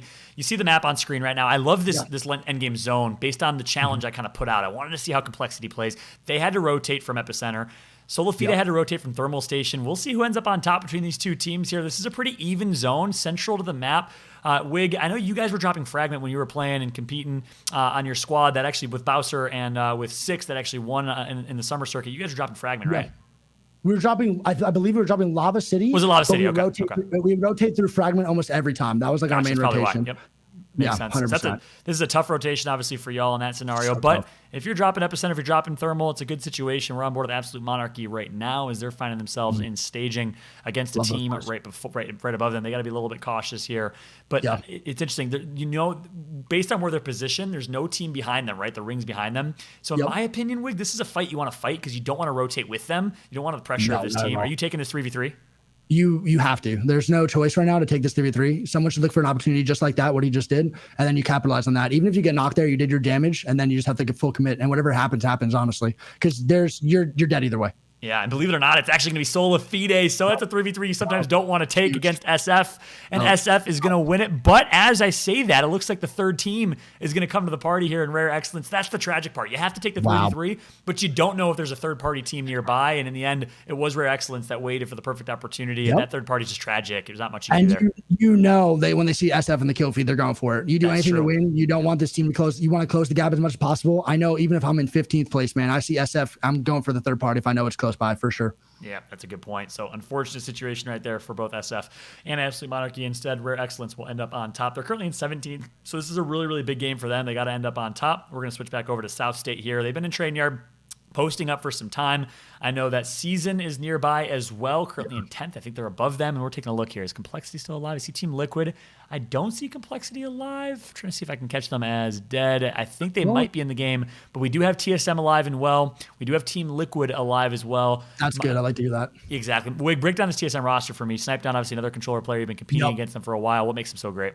I mean, honestly, I really do think that TSM is by far I think Snipe Down was by the best pickup that they could have got for TSM at the time, especially when Hal announced that he was, Alb announced that he was going to pretty much just take a break, right? And I think Snipe Down was the obvious choice for anybody to make in that situation. The fact he wasn't signed was pretty weird and didn't have a solid it was strange team. with Rogue back then. Yep. Definitely very weird. And I personally love that Rogue roster. I think as a player, Snipe Down's just purebred killer. Like he always is looking to fight. He just thrives in action. And I think Hal is starting to get used to that a little more and kind of using Snipe Down as a little puzzle piece like Sweet did. And the more Hal gets used to that and telling Snipe Down a little bit more micromanaging, the better they're going to get as a team. And I was watching a VOD earlier from yesterday of the semifinals game. And the main thing I'm realizing is these guys, Reps and Snipe Down, they trust Hal with everything, but sometimes there's slight hesitance. But when they don't hesitate, they literally dominate. It's clockwork for the boys. So I think they just need to start fully committing on every call that Hal makes and no second guesses, because they're all smart and they all know that they can make their own plays. But I think sometimes it just gets a little bit disconnected. Interesting. I actually love that perspective because, Snipe Down brings a little bit of a secondary IGL to this team, right? He's able to call shots. Reps obviously can call shots as well. Yep. So, I wonder if it was just growing pains, right? Getting used to the fact that you got to have that one IGL, the final kind of definite or absolute voice. And I agree with you. I think it should be Hal. Yeah, I definitely think it should be Hal. To me, Hal is the number one IGL in the game. There's a couple IGLs I think that could maybe compare, but it is super tough. I think Sweet is one of those. I think Nosuke is one of those over in EU, and I think they're all very comparable in play style and how they dictate their team in very micromanaging ways and making sure they're all on top of their stuff. I think it's super, super, super important. Yeah, agreed. I'd throw Hockey's in there as well from Alliance in EU. Oh, for sure. Yeah, he is nuts. His comprehension of the game is insane. But yeah, I agree. Hal's definitely, you got to put him as the best IGL in the game, and I think it makes sense to kind of listen to that. I like that perspective, kind of going all in and committing and fully kind of going in on any call that Hal has, as opposed to hesitating, right? I think that's cost TSM a few games here as we now jump on board with Season and confirmation. Complexity is still alive. I think we saw Shiny either get a knock or get knocked, so we still do have Complexity in the mix. We have NRG in the mix. We have a variety of teams here in this late game. Wig, it's going to be a crazy finish. 14 squads remain. Near train yard finish to close this one out. It's going to be a ridiculous finish. Oh, this is going to be fun. This is exactly like the Refinery last game. That was really fun to watch as well. A lot of the top teams in the top 10 just here right now, and it's going to be a fun end game to see. I love looking. This is the best time to look at the kill feed, literally, for me. Exactly. Give it a couple seconds here. 30 seconds, ring's going to be closing. You'll see that kill feed absolutely get lit up. And you mentioned Sweet earlier. It's only opportune that we jump on board with Sweet, as currently Rocker is knocked. Sweet's going to find himself tagged up quite a bit. And it's interesting. Energy's in circles, so they're in zone, but they're under duress because they're down in kind of the valley there, getting shot by people above them. They're kind of being targeted by a variety of teams. So I don't know if they can get that revive, even if they wanted to. The only chance would be getting a Wraith Portal, which we'll see if they decide to go for that. Rocker actually looks like he's going to get pushed by a squad right in front of him. Not looking too good for NRG. Nice wig. Yeah, honestly, I hate that blue bin. I've seen so many teams play there, but the angles are just ridiculous that you can get destroyed from there. It's definitely one of my least favorite spots, and they get wiped there. Yeah, that's exactly right. Not the best positioning. It's actually going to be TSM that takes them out. So speaking of one IGL, great IGL in Sweet versus another in Hal, and it looks like obviously TSM is in the better, more advantageous position here. But as I say that, Reps is going to get taken out. Hal is out, all up to Snipe Down, last alive here. Has to go huge some way, somehow. Going to be difficult to do because he finds himself in the mix of the entire madness, and it's going to be Snipe Down getting taken out as well. Complexity is the next to go. Look at the kill feed. You predicted it perfectly, Wig. 18 teams died in the kill feed, man. So you love to see. It's absolutely hectic, and that's why I love competitive, man. There's nothing like it. Ranked, just pubs, they'll never get anything like this. The chaoticness, the how fast you have to think. There's nothing like it, dude. It's so unique to Apex. I love it so much. Yeah, these absolutely stacked late games. You got to be able to act on your feet and clutch up when it matters. Ice in your veins. You've obviously been there as a competitor. Been fun to watch you compete over the years. And this is interesting. You're actually seeing a little bit of a free cam that shows you it's almost like a firing range. 3 or 4 people up top on the hill pushing down. That's exactly why you mentioned it. The blue bin's right there. Not the best position to be in, and not the most advantageous. The teams that are going to be able to hold high ground will be on top here. And it looks like a lot of our big teams. We saw, I think, TSM. We saw NRG, and we saw Complexity all go down there in a matter of seconds. Yeah. Is Liquid still alive? Does it say at all? I think Liquid did get taken out. So I'm looking here. No, they are still alive. 2 of them still alive. I take that back. Good looks. Yeah, that's the gap. So this is the game that they need a gap close on. SF being out early there, not really capitalizing on placements and maybe a couple kills, but 3 points is nothing. So they have they have this good game here, and they could definitely capitalize. And same thing with Frex's team if they're still alive as well. This is like the game that you really need to make sure at end game you're just alive. Yeah, that's a really good point. I know South State currently in 7th, Liquid in 8th with 30 and 25 points respectively. Both of them are still alive, and I'm looking here. PB Sandwich is in 4th, still alive. So yeah, this is a really, really good gap closer type of opportunity here to narrow down that deficit for Solifide, 50 points in 1st place, out. Complexity, 2nd place in 41, out. I don't know if Frex's team, Mouse and Keyboards are alive. We'll try to keep an eye on if we can see that. So yeah, our top 3 teams might be out of this one. Yeah, I mean, honestly, this is like the game that when you're sitting there and you're watching the kill feed, you see these teams out, you get a smile on your face. You know you can just capitalize right now. Yeah, a lot of these teams are going to take advantage of that. 8 squads remain. Here comes the madness. Here comes the push. 2 squads going to get eliminated from this one. Crummy is going to take out Kuhn. Klain goes down by Scurry, and now it looks like we will have Ability Legends. Last one alive is going to be Crummy of the squad. Of course, they had to name themselves Ability Legends. None other than tech to do that, of course, by the way. Of course, yes. Classic tech. King Troll Without himself. a doubt. Yeah. Meanwhile, Albert Lelly going to take out Klain at the top right of your screen. Flanker going to take out Kenny. So you hit the nail on the head, man. A little bit of foreshadowing from Wig. He called out Team Liquid to go huge, and guess what? They're doing exactly that. 2 potential eliminations that they're going to pick up here momentarily. Mouse and Keyboard is alive as well. So all the teams that you called out are playing well here, Wig. I think you got the hot hand here. Yep, 100%. And this is when these are the games that you could literally just that 30-point mark, 1 good win, 20 kills is just a wrap, dude. You can just capitalize right there, and it doesn't even matter what they had before. Love to see it. Yeah, it looks like Fun of Complexity still alive as well, but his 2 teammates are out. Talk to me about Fun as a player real quick. I know you've had a chance to play with him and watch him a lot. Oh, yeah. He's a great guy. Good dude. Incredibly skilled as an individual. One of the probably most individually talented players. Fun to watch him play. No pun intended there. Mouse and Keyboard currently well positioned here. And it looks like if you look at the top left, the ring will be pulling central to the last ring. So I don't know which team is kind of currently standing there and has a good position in this late game. We'll see who's in the most advantageous position. But you got to think Rare Excellence is up there. Playing as Horizon, that's how they've been able to get this verticality for free. And now they're going to actually drop that black hole, push up off the rip. The Jibby Dome is going to drop right after. This is nothing but smooth pickings for Rare Excellence. Finds himself an opportunity to get such good cracks here. Look at the long-range Mastiff play, and they'll be able to get at least a kill or 2. But they got to be careful. Another team's nearby. Yep. That was tough right there. Bad play right there to get knocked. Way too aggressive. Teammates not even close to him right there. Yeah, exactly. Especially with the Horizon on your team, you could easily get verticality and high ground back for free. So yeah, a little over aggressive right there. Now Wraith's going to get knocked right after, and sometimes that's how the dominoes fall, is by one person kind of making a little bit of a misplay. So Rare Excellence was in such a good position to win this one, and they honestly did not execute as perfect as they could have. They kind of dropped a little too early there, Wig. No, I totally agree. Hard agree with that. I think they dropped way too early. I think they just got a little too excited, like thinking that this would be free kills when it's usually not that simple, right? Caustic abilities, all these different things can come out and play. And now you see how hard it is for them to even finish this fight. It's just taking so long because of Caustic. Yeah, exactly. With Caustic right below them, with 6 squads still alive, tough situation. Obviously, leveraging the verticality and the movement. So probably Horizon, one of the most slippery characters in the game. Going to get himself alive for now, but buys himself some time. Misses a couple of crucial shots in the dome strafe, and it's going to be a missed opportunity right there for Rare Excellence. They could have had an opportunity to clutch this one. This could have been actually a victory in a game 1 for them. Instead, the team that took out Solifide earlier is going to be eliminated, and also the team that took out Absolute Monarchs. Wow, interesting. Yeah, definitely like to see it. Honestly, I think that Horizon team could have played that way better. They could have stalled out that fight for a long time.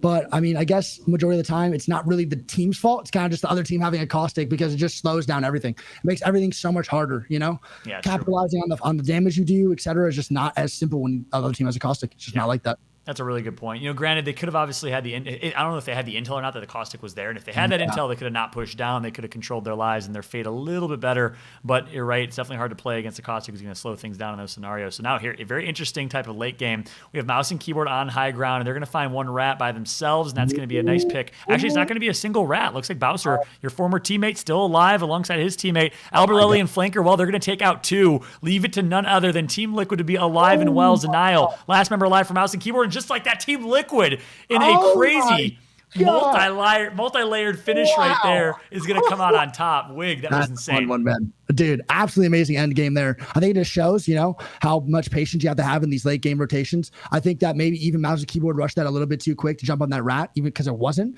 and they were just too quick on the thoughts.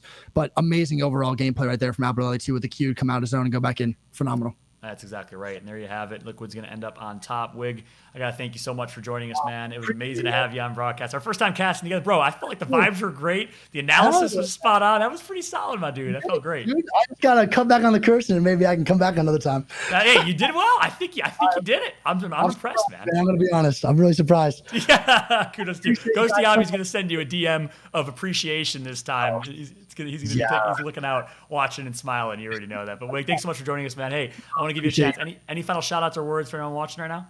Dude, just shout out all the dads that watch me on their flat screens in the living rooms. You know, you guys are the real ones showing their kids what real gameplay looks like. I appreciate it. And yeah, I just love you guys, man. Seriously, super fun. Thank you so much. Wig, did I just give you a chance to do shout outs and you shouted out dads for watching you in their living rooms? Yes, sir. If anyone wants to join my club on Apex, ask your dad about me. You're more than welcome to. Appreciate you guys. Wig, you're the best, bro. Nothing. You guys, man. Let me go before my chat kills me for keeping me on mute. Yeah, no worries. Hey, appreciate you joining, man. Thanks so much, bro. Have a good one. Thank you guys so much. Have a good one. Take it easy, bro. See you later. Tooth, I love that guy. Seriously, I love that guy more than words can express. I could see why. I mean, honestly, the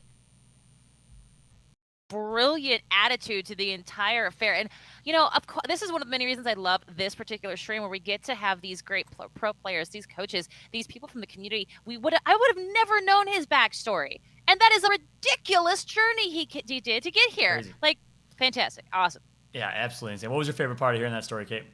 You know, I think here's my thing. I like when we sometimes I think we forget that these players don't live in a vacuum. Like, they're human. You know what I mean? And so for me, that story of him being really, that is a Hail Mary play if ever I did know one. It's, I hate my job. I know what I love. Here's something I'm going to do about it. And it panned out. It definitely panned out. So that for me is always going to be the storylines and the backstory to these players, because they don't come out of nowhere. You yourself know you're a player yourself. You've been a player.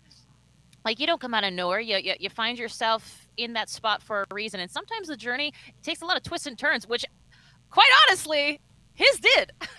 Yeah, that's exactly right. Every single turn, every single corner, there was a turn, it seemed like, and big shot to Wig. Exactly. I think that's what makes him so great, right? He's as humble as he is because he appreciates where he's at. And I think his viewers know how humble he is, and it's almost like this cycle of appreciation and gratitude and humility. And yeah, just a great guy, great positive attitude all around. It's fun to watch. His attitude's contagious, really, in a lot of ways. So big shout to Nice Wig in joining us. I think that was great. But Kate, crazy finish right there. Team Liquid ends up on top. Any thoughts on that game? You know, I was taking notes here because and I will say, unfortunately, I'm also plagued by the somewhat not great viewing experience. But the truth is that when you jump in and out of people's streams, it's fine, because everybody has been doing an incredible job. You know, I think just like so many Game 5s from before, when you have a team like Solo Fide out early, all of a sudden the dominoes fall. Do you know what I'm saying? Like, all of a sudden there's this nice open the sky opens up and other teams go, "Arr?" And so how's it go? What do they do? They go, "Arr?" This is where I'm at the end of today. You're my favorite. 10 or 11 hour day. Honestly, I don't know how you're even speaking still, but I will say it's been and I think also to see these through the eyes of players that live this day in and day out, that know these corners, know these rat plays, know these areas on the map better than anybody. It's absolutely fascinating to get this perspective. Yeah, I couldn't agree more. And so GG Team Liquid. GG Team Liquid. In conclusion, GG Team Liquid. Nice way to hit the nail on the head. That was a really important game for them, right? Reason being, Team Liquid was in 8th place with 25 points, kind of in a similar spot to where Complexity was the game before. Yep. They have their pop-off game. I know they got quite a few kills. I would have loved to have the chance to listen to Team Liquid in that finish, because I know Alberlelli and Flanker were playing out of their minds, communicating so incredibly well. I'm sure it was an absolute hectic, crazy, but ridiculously entertaining finish right there. What do you think the comms of Team Liquid are like, Gabe? I mean, here's my thing about Team Liquid. I feel like they are, you know, they're an established org. They have I'm gonna go ahead and guess that they're I'm not going to say boring, but I'm going to say they are very direct and to the point. That's just my guess. And again, this is just based on tertiary knowledge of little things here and there. But I feel like they can execute really well when they do, and it's surgical. And that's what I feel like they're like. But I will say it's it would definitely be something I would like to hear more of. I know we've jumped into their comms before during our regular broadcast. Sometimes it's crazy and there's all sorts of cursing and certain things. Sometimes it's like it's dead. Usually if Onset, my man Onset makes the call to listen in, he has we call it the listen and curse. Shout to my man Mark. Right. I gotta give some love to Onset. But for whatever reason, every time Onset jumps into a listen in, usually it's with Team. Sometimes it's with Team Liquid, and sometimes it's like non-existent dead. The team is just sitting up on high ground, not saying a word. It's actually hilarious. It is hilarious, 100%, and it's unfortunately 100% true and has been proven several times over. So let's not go crazy, but yes, 100%. So, well, hey, look, I got we brought in Nicewig. We now got to bring in the big guns. We got a special guest joining us. I'm gonna switch over to the 3-box here in a second. Showcase my man Rogue joining us on stream for the first time. Rogue, can you hear us okay? Yeah, I can hear you. What's up? Doing good, man. Not too much. What is back? Nice. What is your back? Wait, what the French do you have on your wall? I have Etsy created like Apex models and stuff. I could see that. That's brilliant. That's You're living in an ammunitions depot. I know. As soon as the rest of them get here, it'll actually look pretty cool when it's all set up. You got a couple more coming, There's huh? More. I got like 13 more. 13. Like I have all the heirlooms, more guns. The whole wall's gonna be filled. But it's like God. It's not done yet. I can guarantee you, T-Squared is already salivating at this right now. So well done there. Thank you. Well, Rogue, for those joining, I've been giving everyone a chance to kind of introduce themselves. Obviously, a lot of people in the Apex scene know who you are, but give us a quick introduction. Let us know your background here for the stream for anyone that doesn't know you. Well, I guess I'm just Rogue. I'm a streamer. I play Apex, all the time, probably the most out of anybody right now. I just do the night third shift grind on ranked, and pretty much that's it. I mean, that's all there is to me at the moment. I played competitive at one point, but not anymore. I'm just kind of like on a pause for that while I grind my stream and stuff like that. So. And your stream's been blowing up. It's been great to see your trajectory. It's always good to see people that deserve it to have this level of success you've had, which is awesome. But the funny thing is, you say you don't play competitive, and then you play in ALGS tournaments online 1 and 2, and you dominate. So it's too funny. Was that? Give me the story, man. I want to hear from your perspective. You guys came in, played a completely off-meta team comp, and still got top 2. Walk me through it. Were you guys literally just trolling?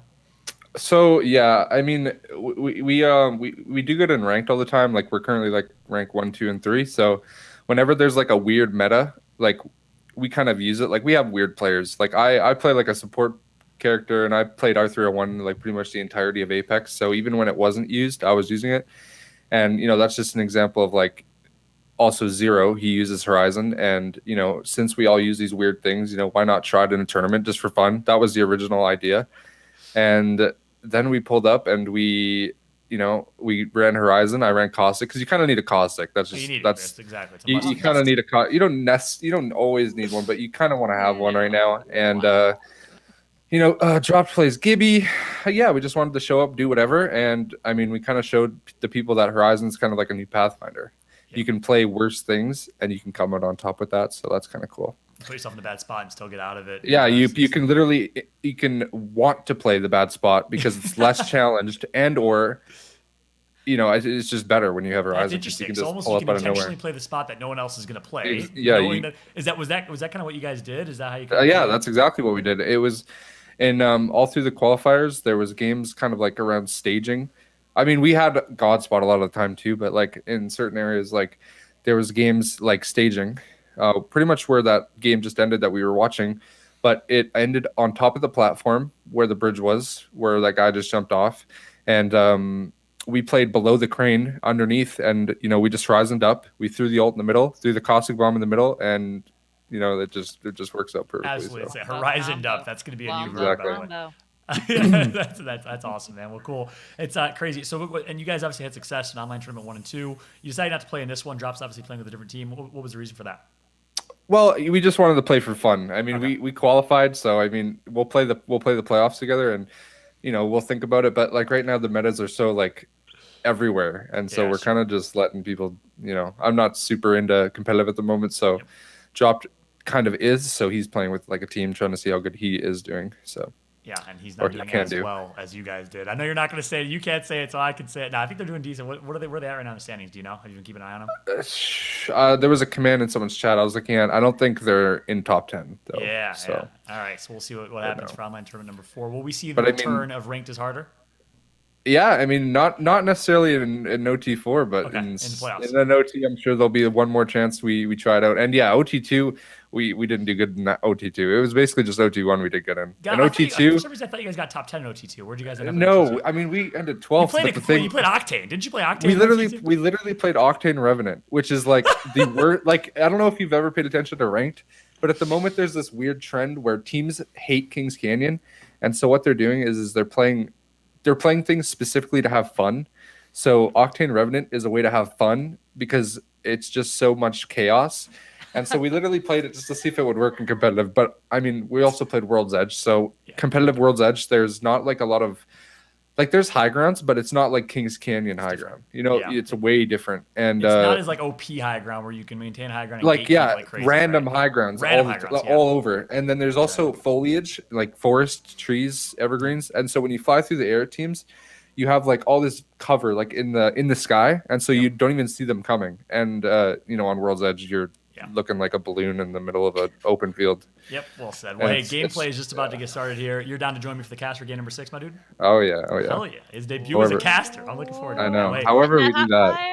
Yeah, however we do that. I think we just I talked don't about know. Apex. Same thing as you talking in Discord about Apex. We're going I to jump guess so. to a very quick Lenovo break, though, courtesy of Lenovo Legion. Big shout out to our official monitor and PC sponsor, the ALGS. We'll be back with game 6 right after this. Lenovo Legion. Gaming PCs that are stylish on the outside and savage on the inside. Lenovo Legion is the official PC and monitor of the Apex Legends Global Series. From the outside, who would know what lies beneath? Unleash it with a machine as savage as you are. Lenovo Legion. Stylish outside, savage inside. Big shout out to Lenovo Legion, of course, the official monitor and PC sponsor of the ALGS. As we are jumping on board with CLG and welcoming Rogue in his debut as a shoutcaster. How does it feel, my dude? Oh, it's pretty sick. I mean, I don't mind. I don't know. We'll see how good I do, but I mean, I don't know. I love it. Now, so far, so good in the discussion. I was just saying, in the break there, I said the same thing to Wig. It's no different than talking Apex with your buddies and Discord, except you can't swear. Does that sound okay? Right. Yeah. Well, that'll be the hardest thing. That's I don't- that's the hardest part. You just okay. talked to me, and I know you couldn't hear me, but I just asked. I probably can't swear. 'Cause Yeah, I I didn't know hear you just 100% I'm gonna screw that up. Hey, if Wig can do it, Rogue, you can do it. I think that guy's an absolute savage. Yeah, we'll see. how that Debatable. goes. Yeah. Yeah, Well, real we'll quick, hey, you know you talked about your background in Apex. Where are you from? How about personally? I think you're from St. Louis. Is that correct? Or Missouri? No, I'm from Alberta, but I completely moved made that to up. I don't St. know where I got St. Louis from. Well, no, I mean Missouri is where I'm living right now. Oh, but- you're okay. You're in Missouri, but you're from but- Alberta. How'd but you end I'm up from from Alberta, Alberta. to? Well, my Missouri? girlfriend, my girlfriend lives here, Oh, so cool. yeah. Okay, and you're in Lake of the Ozarks, right? Somewhere around there, yeah, In that somewhere area. around there where I can see you freely at night or morning when I get off stream. I just pull up, Nice. pull up That's to the awesome. lake Yeah, and the stuff. only thing I know about Missouri is Lake of the Ozarks. That's the first thing that comes to my mind. yeah, and the Not TV sure if there's show, anything which else is in the same Missouri. thing. See St. Louis. I'm not sure if there's a whole lot to see right there. But how do you like to live in the States compared to Canada? The food choices are cool. That's pretty much the main thing. I'm a foodie, so not really a foodie, but like a foodie in my own mind. So Yeah, nice. I don't know. More There's food just so many options. choices, you know. But Yeah, that's exactly right. Well, awesome. Well, hey, let's jump back in the gameplay. Good to get to know a little bit of your background outside of Apex as we're watching. You see Solafide there off the rip. Over in Thermal Station, they'll get it uncontested. Currently watching mouse and keyboard as they're making the rotation through. Do you know these guys pretty well? Zanile, Frexes, and Clarify? Yeah, I know Frex pretty well. I wouldn't say I know the rest as much, but Talk about Frex as a player. What makes him solid? well, he can pop off at any point, you know. Frex is like is really like he has a lot of experience because I had played with him in H1Z1 or not H1Z1, sorry, and I had played with Frex in or no, actually, well, yeah, it was H1Z1. I didn't play on his team, but we played the Pro League together, so he has a lot of BR experience, and before that, he came from PUBG, so. You know, this is his like third professional BR now, so I mean, he just has like a lot of experience and consistency, and you know, I mean, I wouldn't say he was calling in those other two games. I'm not sure, but you know, he was definitely doing well, and I mean, he's a vocal person, so he brings a little bit of that. I think that that was probably the most accurate description of Frex I think I've heard. Solid, consistent, experience, given the fact that he's been pro in a couple of games now at this point, especially a couple of BRs. And his trajectory in Apex, not many people know, obviously played for NRG more recently, but he actually was picked up by Cloud9, I believe, early on, and then played with Snipedown on that Reciprocity roster. So he's played with some Yeah, hitters. he did. I remember that. That was during the time I just left Liquid, and I was talking to Snipedown too about playing and stuff like that, and I know exactly what you're talking about. Nice. So yeah, what's your story? When did you stop competing, decide to kind of pursue streaming full time? Well, it was like I would say what is it? It was February. It was February when season 4 came out. Okay, we're now obviously in season 8. So it's 2020 February. That's when I left Liquid sometime in August. So we went like a few months with nothing. And I was just playing here and there with like the former Misfits team, which was helping in Mace and stuff like that. And also she was my teammate on Liquid when I had left. Liquid had 2 teams at the time, and they wanted to make changes. You team with Wonderfuls on your roster, right? No, Wonderfuls is the team that replaced me. Okay, got it. Well, they didn't replace me, but they had replaced my 2 teammates, and I was offered to play with Casper and Flanker. But like kind of all through BRs and stuff, my situation has always been like never something that I want and something other people want. So I wanted to leave that situation and try to make my own team, because I didn't want to just be told where to go again. And makes sense. Yeah. I've been there as a player as well, right? You feel like you have a really good grasp of the game. You feel like you understand it well, and you want to be, have a chance to kind of prove it and kind of grind out and really make the calls as opposed to following calls. And obviously, if you would have joined Liquid at the time, it was well decided who the IGL of that team was going to be. So I respect that decision. Yeah, and yeah. So I tried out playing with Misfits, and it wasn't like the official Misfits team, but it was like the former Misfits team. And then we tried playing. It wasn't working too well. I mean, we had good games here and there. I think our highlight was like a 4th place in one of the OTs. And that was back when TSM still had Alb, and I don't know, it was just never really consistent. And so we had brought on Prod, and Prod, if you don't know him, he was on the original TSM team with T-Hump and Hal. Is that Prod Aces? Prod Aces, and he was on the original team with T-Hump and Hal. I can't believe T-Hump was on TSM along. This is crazy to think, of knowing his character and his personality. Yeah, no, I know. He was actually the person who got them all in that org in the first place, I guess. No way, that's crazy. Yeah, I know. Now At least that's what he says. What T-Hump says versus what the actual truth is. No, I'm just kidding. Big shout out to T-Hump. I got a lot of love for that guy. But anyway, continue with the story though. My apologies. No, I mean, yeah. So we picked up Prod, and he went to Fortnite. He kind of, after he joined TSM, like, I don't know, maybe he didn't like competitive as much, or who knows what had happened, but he tried to take like a little bit of a TSM content creator route and try to go to Fortnite. Didn't work out. Came back, and so the idea was that we would play ranked 24/7 in season 4, and we would, because he had never played World's Edge, and we were already kind of invested in tournaments. So playing ranked is the number one way to learn the map. Because you just constantly get so many different circles, and all these circles are ones that and you need to learn because you're going to play them sooner or later, and you also just learn all these nooks and crannies and shit like that. So yeah, I mean, we decided to play ranked, and we ended up getting like rank 2. Prod out of nowhere, starting halfway through the season, gets rank 10 or whatever it is, and I mean, yeah, and then it just kind of evolved. Everybody started watching, and I kind of was thinking, maybe it's a better decision to just play with some ranked and chill and build a little bit of a financial situation and try to do something for myself and come back later, which is what I'm still waiting to do. I haven't decided to come back yet, but that makes sense. Well, hopefully, fingers crossed, you do come back, man, because like I said in my tweets, I probably will. I mean, that's where my heart is. So it's competing. You like to compete, huh? Do you have a competitive background? Did you compete in other esports prior to Apex? Well, H1Z1. I had owned an org and played for an org, like not played for it. I had owned an org and created one back in Call of Duty, and then I had moved over to H1Z1, and then I had joined Luminosity and SOAR and H1Z1 and stuff like that, and then obviously Team Liquid and Blackout and then Apex. So quite a bit of esports experience. That's where your heart is. Well, good. It's been fun watching you guys compete, and obviously I'm sure you got a little taste of it back again, getting second place in online tournament number 1. You guys fragged out, so I hope to continue to watch you play. But jumping back into the game here, we got what looks to be a thermal station finish. When you're finishing thermal station, any gotchas, anything you should kind of consider with a thermal station finish? What can we expect? Well, it just depends. There's several versions of it. Sometimes they can end on the island. Sometimes they can end on the 2 houses, northwest of or just west of the top zips. They can also pull. There's a few secretive ones that are kind of like underneath the center of thermal. Those ones are a little bit more rare. I haven't really seen those in a while. And then obviously you have the northwest cut, and then the ones that end south on the southern zip line, concrete thing, whatever that's called. So yeah. So what's a good way? Where do you think position-wise is it good to hold the northwest cut or choke? Where's a Depending good on- place yeah, to hold depending- that? this zone, it kinda looks for like any it's- enzyme.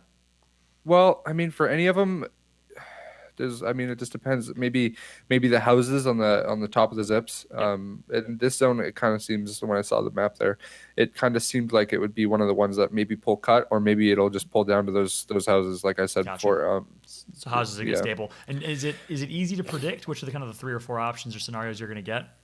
It's easy to predict a few because they're in the same area. Like, for example, the ones that either pull into that cut northwest, the ones that pull to the houses, or the ones that go to the island. Those are all 3 that are generally close. And there's also one that ends literally on the zips. The only other one I can think of is it's kind of hard to. I mean, there's the one that ends like literally center thermal, the one that ends underneath that middle height, and the one that goes south. I mean, you can kind of tell because it's going to go to the north somewhere. It's going to go to one of those. It's not going to pull down. So, you have the 3 to work with at least. Yeah, well, that's good perspective. And real quick, as we're seeing just the map here, I'm going to take a second and hang tight just for a second. I'm going to show the standings. I'll be right back in a second, all right? Mm-hmm. Sounds good. So taking a quick look at the standings for everybody. I realize we didn't have a chance to show you all the standings. It is neck and neck here. South State at 35 is kind of the low threshold, I think, in 6th place to potentially sneak into the top 3. Solifide with 53, Mouse and Keyboard at 51, Complexity 46, tied with Team Liquid at 46. Right below them is PB Sandwiches at 44. So top 3 is obviously what's at stake to qualify and join the ranks of Rogue in the Winter Circuit playoffs. We'll see who can clutch that out. But at this point, it's anyone's game as I welcome Rogue back to the mix here. I'm not sure if you've been keeping an eye on the standings. If you had to make any bold predictions here, Rogue, you've played against and competed against these players for quite some time. Who do you think is going to clutch up here based on the ring, based on what you're seeing? You saw Complexity with the late rotation. I mean, it just depends. I think whoever has the West here. I can't really see whoever's what holding team- West. Yeah. Whoever's holding like that West cut kind of thing. Like any team around there depends on the situation. A lot of like this is last game. There's going to be a lot of people who make kind of plays out of nowhere. Just because they have nothing to lose at this point, and if they're in a bad place in the standings or in the middle, they're going to try to make something work and try to get some kills. So it looks like PB Sandwiches relatively southwest in the houses over are here. these guys I'm looking at? Okay, these guys are in the Island House, I think, right here. Yep, Island House, exactly. Yep. This zone there's like a chance. I don't think there's a real big chance, but there is a zone that kind of looks like this where it actually pulls out of thermal and toward that. That house that's northeast, like the Solo Grandma's house that's on the other side of that big rock wall. It's like it's kind of southwest of staging. Exactly. Yep. I've seen a zone where it ends there before too, and I mean that team. There's a team holding it, I think, and depending on like how late they are and like where the other people push, I mean, there's a chance they can just come and clean up and have like an entire backside to themselves as well. Yeah. So it all depends on which of the kind of 4 or 5 options for late game zones we'll see, and only time will tell. I'm excited for this late game. 17 squads remain. A lot at stake here, so teams are obviously playing early rotate and finding themselves a nice piece of real estate, whether it's near Island or near kind of the outskirts of the houses, near Thermal Station, hoping that the ring will end up pulling in their direction. Stay Naughty, though, going to take out Dropped. Crummy going to get knocked by Stay Naughty right after, and it looks like, I'm not sure if that's a full squad wipe. Stay Naughty currently the kill leader. I think it was either Nicewig last game who talked about Stay Naughty as an individual, definitely a player you got to put respect on, but KFC finds himself in a pretty rough spot. He's pretty good. I've heard that he has literally the best controller wingman. Believe it or not. Nice. It's obviously tough to use a wingman and a controller, right? You got thumbs. That is the opposite of the gun you want to be using. But yeah, exactly. So On controller. That's spot on. You definitely want an R99 or maybe a master for a PK in your hand. Bolt or a prowler. Yeah. And we're every time you run into controller players and you open a crate and you find a prowler, you drop it in lava. Intentionally, because controller players are in the lobby. Exactly. That's hilarious. Hey, that's a fun fact here. Listen, we're learning things here. Rogue's giving some tips and tricks. Drop any gold prowlers you see in lava if there's controller players in your lobby. Got it. Copy. 100%. Yeah. You'll do that like in ALGS? Dude, I'll do that in ranked. Yeah. I'm not messing around. There's no way I'm putting a prowler in the hands of in controller ALGS, you definitely. I mean, dude, at any point, someone's gonna pull up behind you, and if they're like looting, if they're like over looting what you looted, and they find a prowler, like that could be the reason you just died right there. If they pull up behind you and they absolutely, crap on you like that. Yeah, next level. Same thing as like back when you'd be on train or like you drop purple shields if you already had one, or good loot outside of train, so people can't get that later on. I think it's just it's a valid decision to make. You definitely want to play not only for yourself to put yourself in a good position, but put other people in a pretty rough spot. Mm-hmm. Yeah, you don't want people to dude. There's so many situations where if you look back at games, you wouldn't believe how many times you passed up something or something like that happened, and they use it against you. It's craziness. Yeah, I don't want to think about that. There's horror stories. Yeah, horror stories. Good perspective from Rogue as we're currently watching South State live on screen. Pride's Kuma, Mercy, and Bronzies. Bronzies, I believe, took a little bit of a break, made a return, former member of Golden's Guardians. He's obviously been a top player for quite some time since the beginning of ALGS. Looks like Hill's going to find at least one pick. Bronzies is going to find one right after on Sir Lifty, and unfortunately, Absolute Monarchy finds himself in a pretty bad spot here. I think it might be all she wrote for them. Yeah, I don't know. I don't know what happened to the last guy, but I'm pretty sure that that's just GG's for that. The zone's going to move in, I think less than 20 seconds, and, there's multiple people shooting at them. This team is aggressing, so no, nothing's going to happen with them. Yeah, and that's the unfortunate situation. Sometimes you're kind of just the chosen team that's late to rotate, and that's why you never want to rotate alongside a team. Do you tend to take your 3v3 fights if you're playing Edge? Actually, how do you guys like to play? Do you guys like to play Edge, or do you guys like to play? Well, we like with how we played serious. We didn't play as serious in OT2 because our characters were extremely hard. I mean, you play serious in the sense that you're vocal and you want to win, but you're in terms of abilities, you're playing at the absolute worst chance. In OT1, with Horizon, Gibby, and Caustic, that's a pretty good comp. And Horizon's like a mega winner, like a mega win for team fighting. Like you can just ult them, you can combine any of the other two characters' ults with Horizon, and just absolutely brutalize teams. And for Edge, and Gibby bubble reset, and even Horizon Q is used as a reset when if you don't have bubble and you get Gibby ulted, Horizon Q up and then strafe in the air, and you are literally free. You're free. Yeah, at that point, that's another way. That's probably the only. You other might thing take 25 damage here and there, but you're not getting Gibby ulted, so you're in a good spot. You're chilling at that point. Probably the only other thing outside of a dome shield that can counter a Gibby ult. So that's obviously important. Unfortunately, we haven't seen a whole lot of Horizon here in online tournament number 3. We've seen her a little bit less popular overall. Why is that? I'm not sure. People might just it's kind of like a different way to play. That's kind of what I mean when competitive's all over the place. Like Hal and them TSM had tried to play Horizon at one point, but then one or two bad games, and it seems like maybe you get kind of discouraged. Not that they had, because I haven't watched them as much, but that is kind of like NA doesn't really have scrims either at the moment. They do, but they aren't taken as seriously. Some people don't show up, and some people, the good teams, aren't even there. And sometimes what happens is that you get an inexperienced team or two in your scrims, and then when the games kind of go bad, the good teams get frustrated and they just don't want to play or don't take it trolling. I mean, ranked really is harder at this point. Ranked is literally the best scrims and team practice you can get. It's not even a meme. Insane. I mean, it might not be the same thing for the end games because some people die zone 4 or zone 5, but the whole point is that you can fight way more in ranked, and get practice, get actually engagements in skirmishes, understand different late games, and really get good practice relative. Yeah. That's a good point. Yeah, I gotta say, big shout out to the Respawn team that developed the rank system in Apex. One of the better rank systems I think of any other game.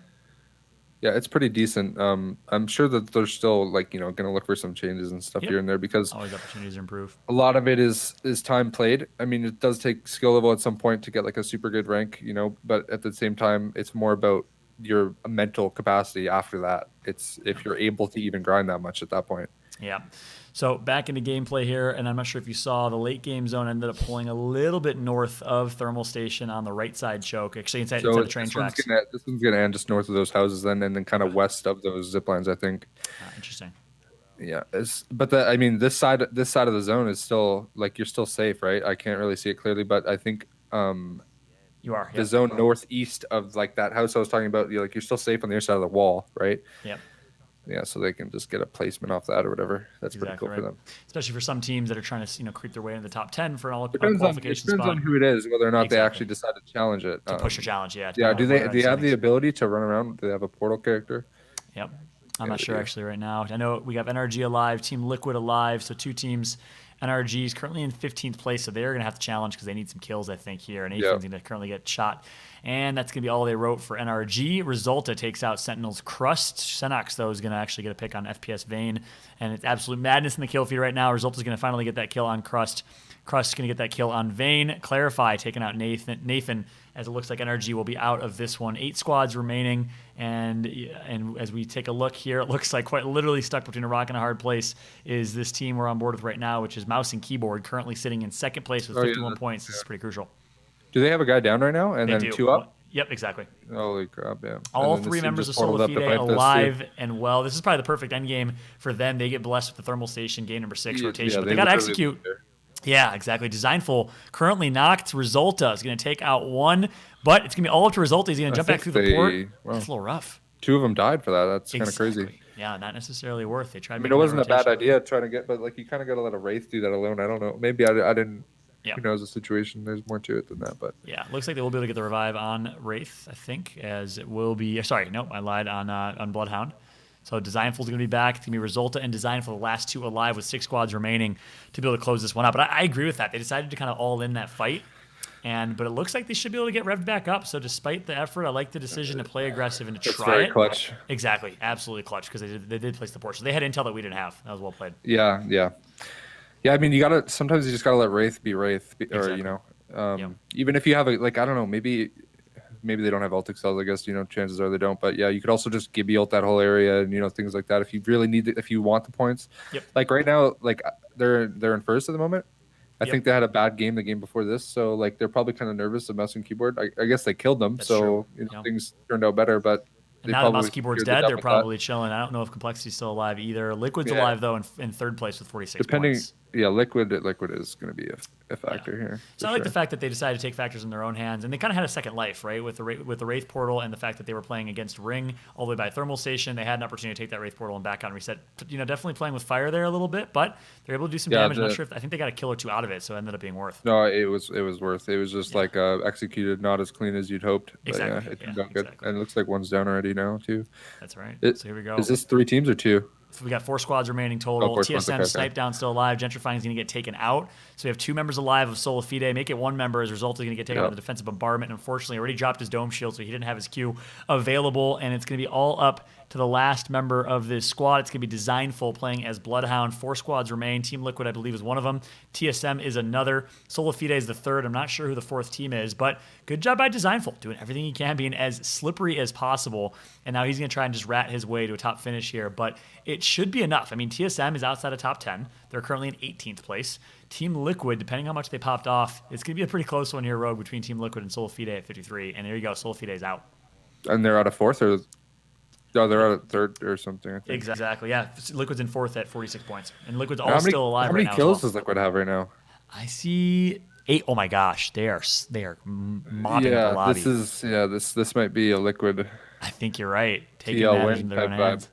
That type of vibe. And that's exactly right. That's a huge 6-kill game for Flanker to answer that question. And that's just Flanker, so I'm not sure exactly that's just where. Flanker, yeah. I don't know. This might change up the standings, and they're in like what, 4th or 3rd? They're in 3rd place with 46. Third tied place, for 3rd with 46. Yep. Yeah, and then I think Resulta's team is at 50 something. Maybe after this, it might be a little bit more. Yeah.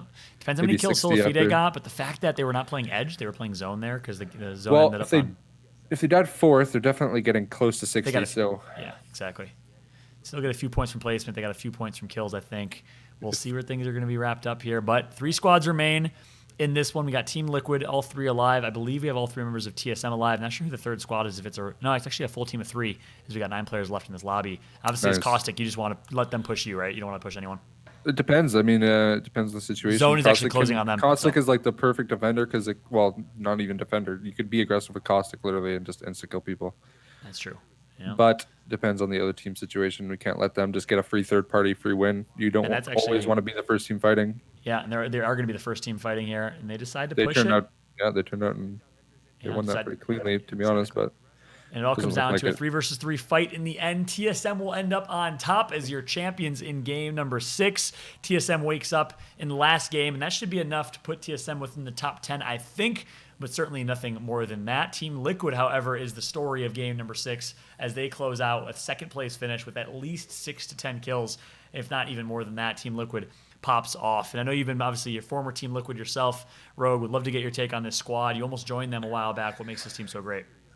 Well, I mean, Alba has like so much experience, like winning in this game. Not even just BR experience, but just like straight up winning in Apex. And Casper, or not Casper, but Flanker as well. A lot of BR experience, so that's cool. And Nocturnal, I haven't really played with Nocturnal much, and he was a caller, but it's good to have like Alba's probably more of a main caller than is Alb really a main caller right now for Team Liquid? I think he's split it. I want to say he's kind of secondary, but at the same time, like like when you have 2 people who are used to calling, I think that's always pretty good to have like talkers on the team, because that's kind of what that is. That's right. I mean, they're pretty strong. If they have a good day, they'll have a good day. Well said. I want to welcome Kate back to the scene here. Kate, late game finish, and it was our titans of teams. It was TSM and Team Liquid to close that one out. In the end, TSM ends up on top, but you got to think Team Liquid's looking pretty good in the standings, right, Kate? Oh yes, I think Rogue. That's they're having a very good day there for sure, and absolutely, and again, I'm not going to say the results because I think we're still getting Wikipedia populated and everything, but it could be a very impressive moment here for She's like, hint, one nudge, particular nudge. team. Wink. So I definitely, this is just one of those that I think is, it's the kind of game 6 you want to see. Hard fought, well won, and here we are coming into it. Oh man, okay. I just want to say it. I just want to say it. And I agree. Listen, Kate, I like that energy because you're right. Team Liquid in 4th place needed a pop-off game, and they got it. The question is, was it enough to take the win over Solafide, who also played well, made it to 4th place? I think it should be enough, but a crazy finish to the North American Finals, which is what we're used to seeing. I'm excited to get the standings kind of populated and finalized here. We'll show you guys on screen as soon as we possibly can. But as we're waiting for the standings to populate, Rogue, we're obviously going to see you guys come back in the playoffs. Are you guys going to scrim, play ranked together? You're going to do a lot to kind of prepare for We'll just be playing ranked, yeah. You're just playing ranked. Yeah, we're just going to be playing ranked. I mean, I don't even know if there's, like I said before, but the scrims, I'm not sure if they're really even, I'm not sure if scrims are even going on. The three of you guys are going to play ranked together, and you guys are going to practice. Absolutely. And we'll be probably playing the comp that we. I want you guys to do 4. I mean, we'll see. We'll talk about it, I'm sure. I mean, who knows what Drop's going to be thinking after this tournament, but we'll probably be playing the comp that we did good with last time, not the Revenant Octane one, of course, but the actual comp that we kind of I want to say we created it, but we didn't. But you guys popularized it for sure. I mean, at that point, no one in the EU was really playing Horizon. We had 1 or 2 teams. We had 2 or 3 teams in North America, and then of course the OT2 we saw 4 or 5 teams per region playing Horizon. So I think you guys definitely did prove that that's a viable team composition. At the time, it didn't seem like it, but you guys definitely showed up well. So if there's not a lot of Horizons, it works out, and it doesn't seem like people want to stick with it. So who knows? It might be better. It's kind of like Caustic. If actually the opposite of Caustic. Similar to Caustic, where you want to. It's similar to Caustic, yeah. Exactly. If there's one Caustic team, they'll dominate. They'll dominate because no one else gets that advantage in gas. So that's a good perspective. I hope we see you guys in online tournament number 4, and I hope we see the return of your traditional team comp because it's going to make things certainly interesting. It's fun to watch you guys for sure. As we're taking a look at the standings that are still being populated, and Liquipedia will pull them up as soon as we possibly can. Kate's excited though. Kate, you're looking forward to results. I can't. Sorry, it's just what happens. I mean, Rogue, you understand, right? It's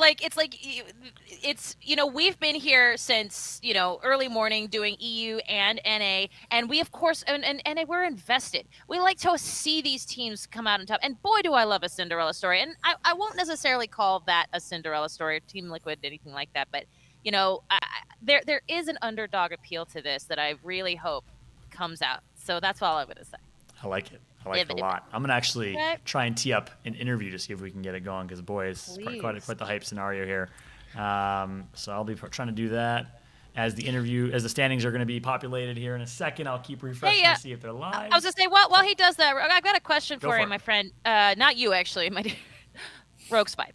Not that there's anything wrong with you, but by the way, Fallout, you're great. But I'm curious, going into you're a tried and true pro player who now is streaming. I'm curious what that transition was like in terms of your community, what they've been saying, and then because it's not like you were bad. Do you know what I mean? It's not like you left out. You know what I mean? I'm just it was never a bad situation. It's just but it takes a lot to do that.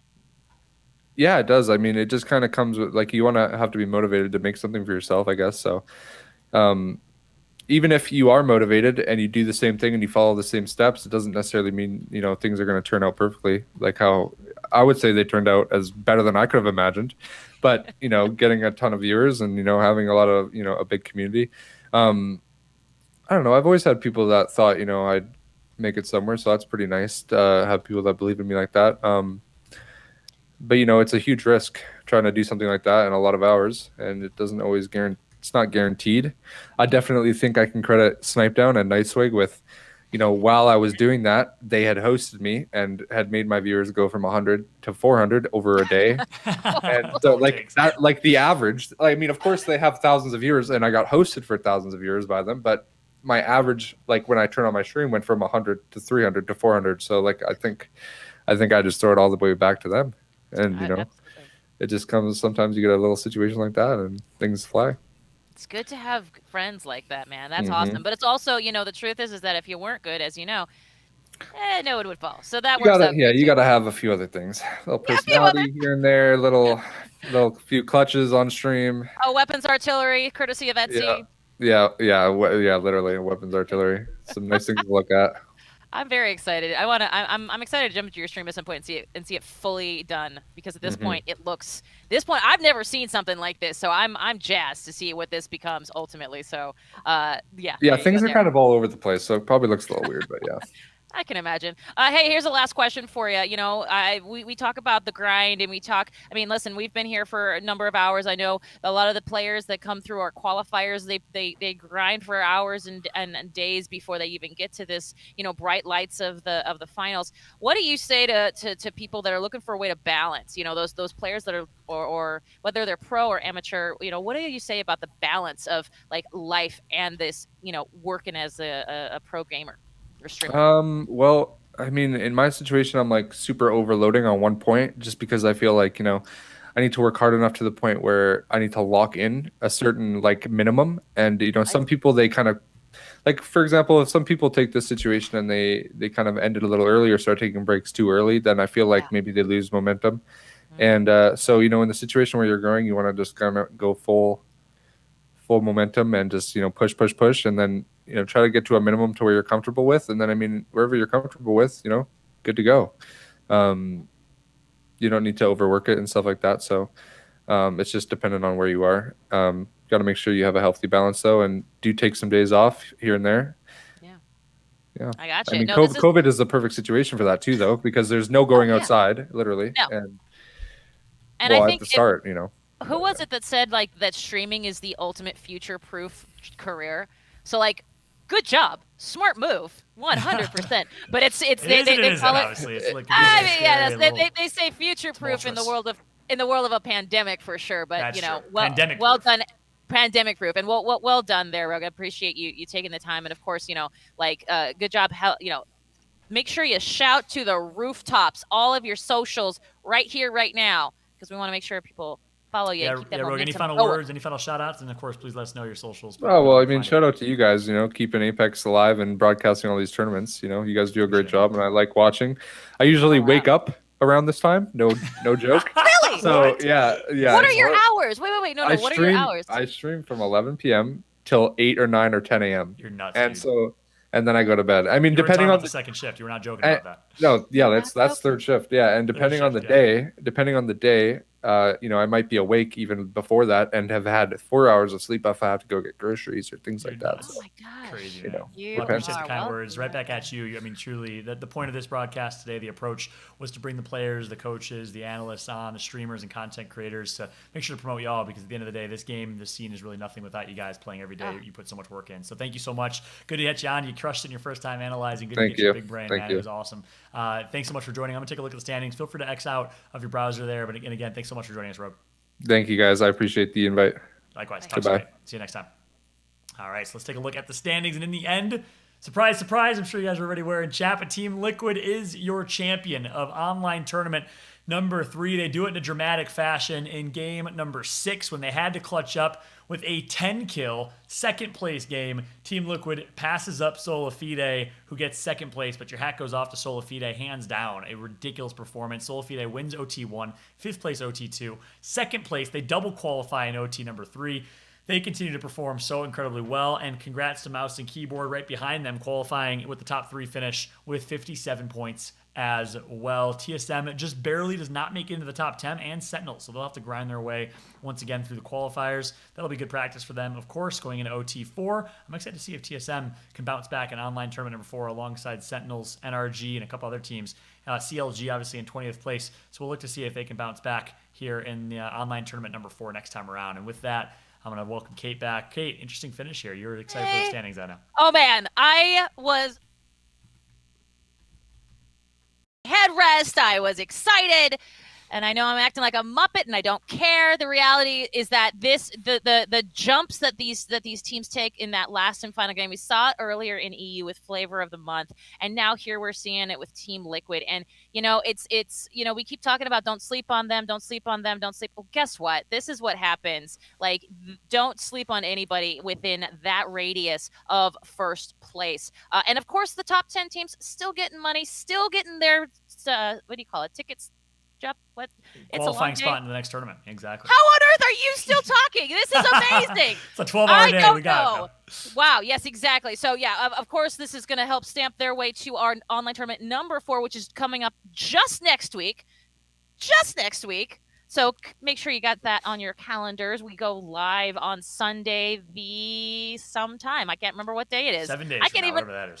Exactly. I can't remember what day it is normally. So there you go there. And, and if you want to register for that, make sure to go to battlefy.com/ALGS because you could be a part of this crazy, scary lobby. We'll see what happens. That's exactly right. I'm excited for our next online tournament. Of course, the dramatic one of the last 2 chances to qualify before our last chance qualifier. But this time, right now, it's all about celebrating our winners. I want to go ahead and welcome in the winner of online tournament number 3. It's none other than Nocturnal. Congratulations, my friend. A champion. How does it feel, man? How are you feeling right now? Relieved. That I no longer have to play Gibby anymore right now. Wait, is it official? Wait, you guys are signing? No. We're gonna. Like literally Gibby. right now, currently. Yeah, right now. I have never received a more beating playing any other character than Gibby. Oh my god. Walk me through what happened. Why do you say that? Just Gibby in general. You're saying Gibby in general? I was just like focused every single game. I had like at least an average of 5 arc stars on me every single game. on average.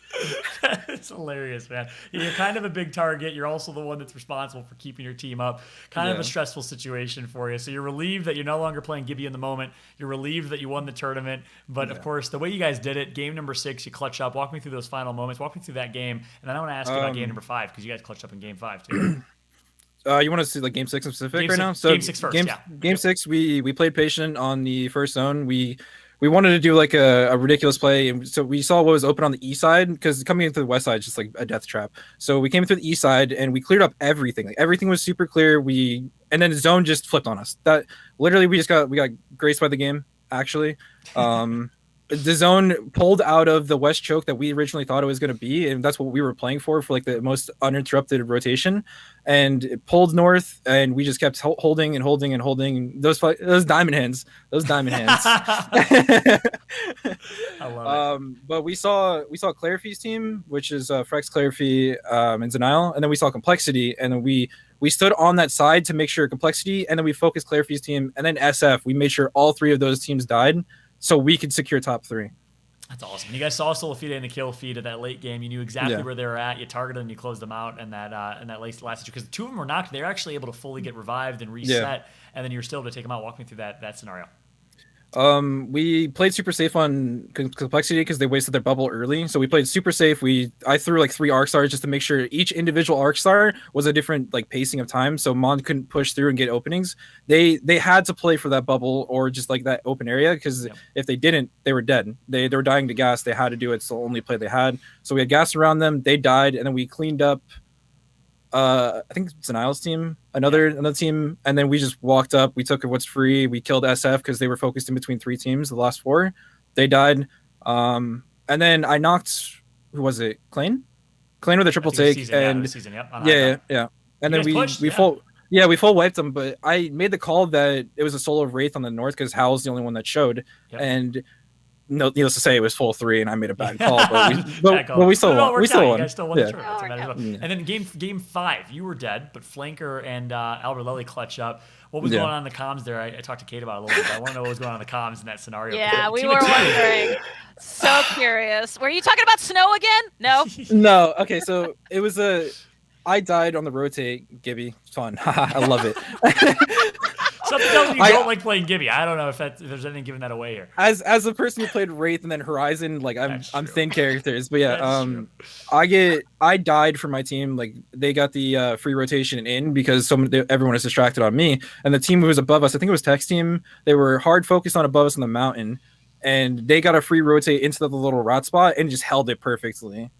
And well, I say perfectly until flanker said there was a team above us, and Mac didn't know if it was actually above us or like on the hill, and because Tom was so calm on the fact that there was a Caustic and a Wraith above us, and Mac was like, "Oh, they're just above us. Like, what does it matter?" And I had to yell at them, but they played that actually perfectly.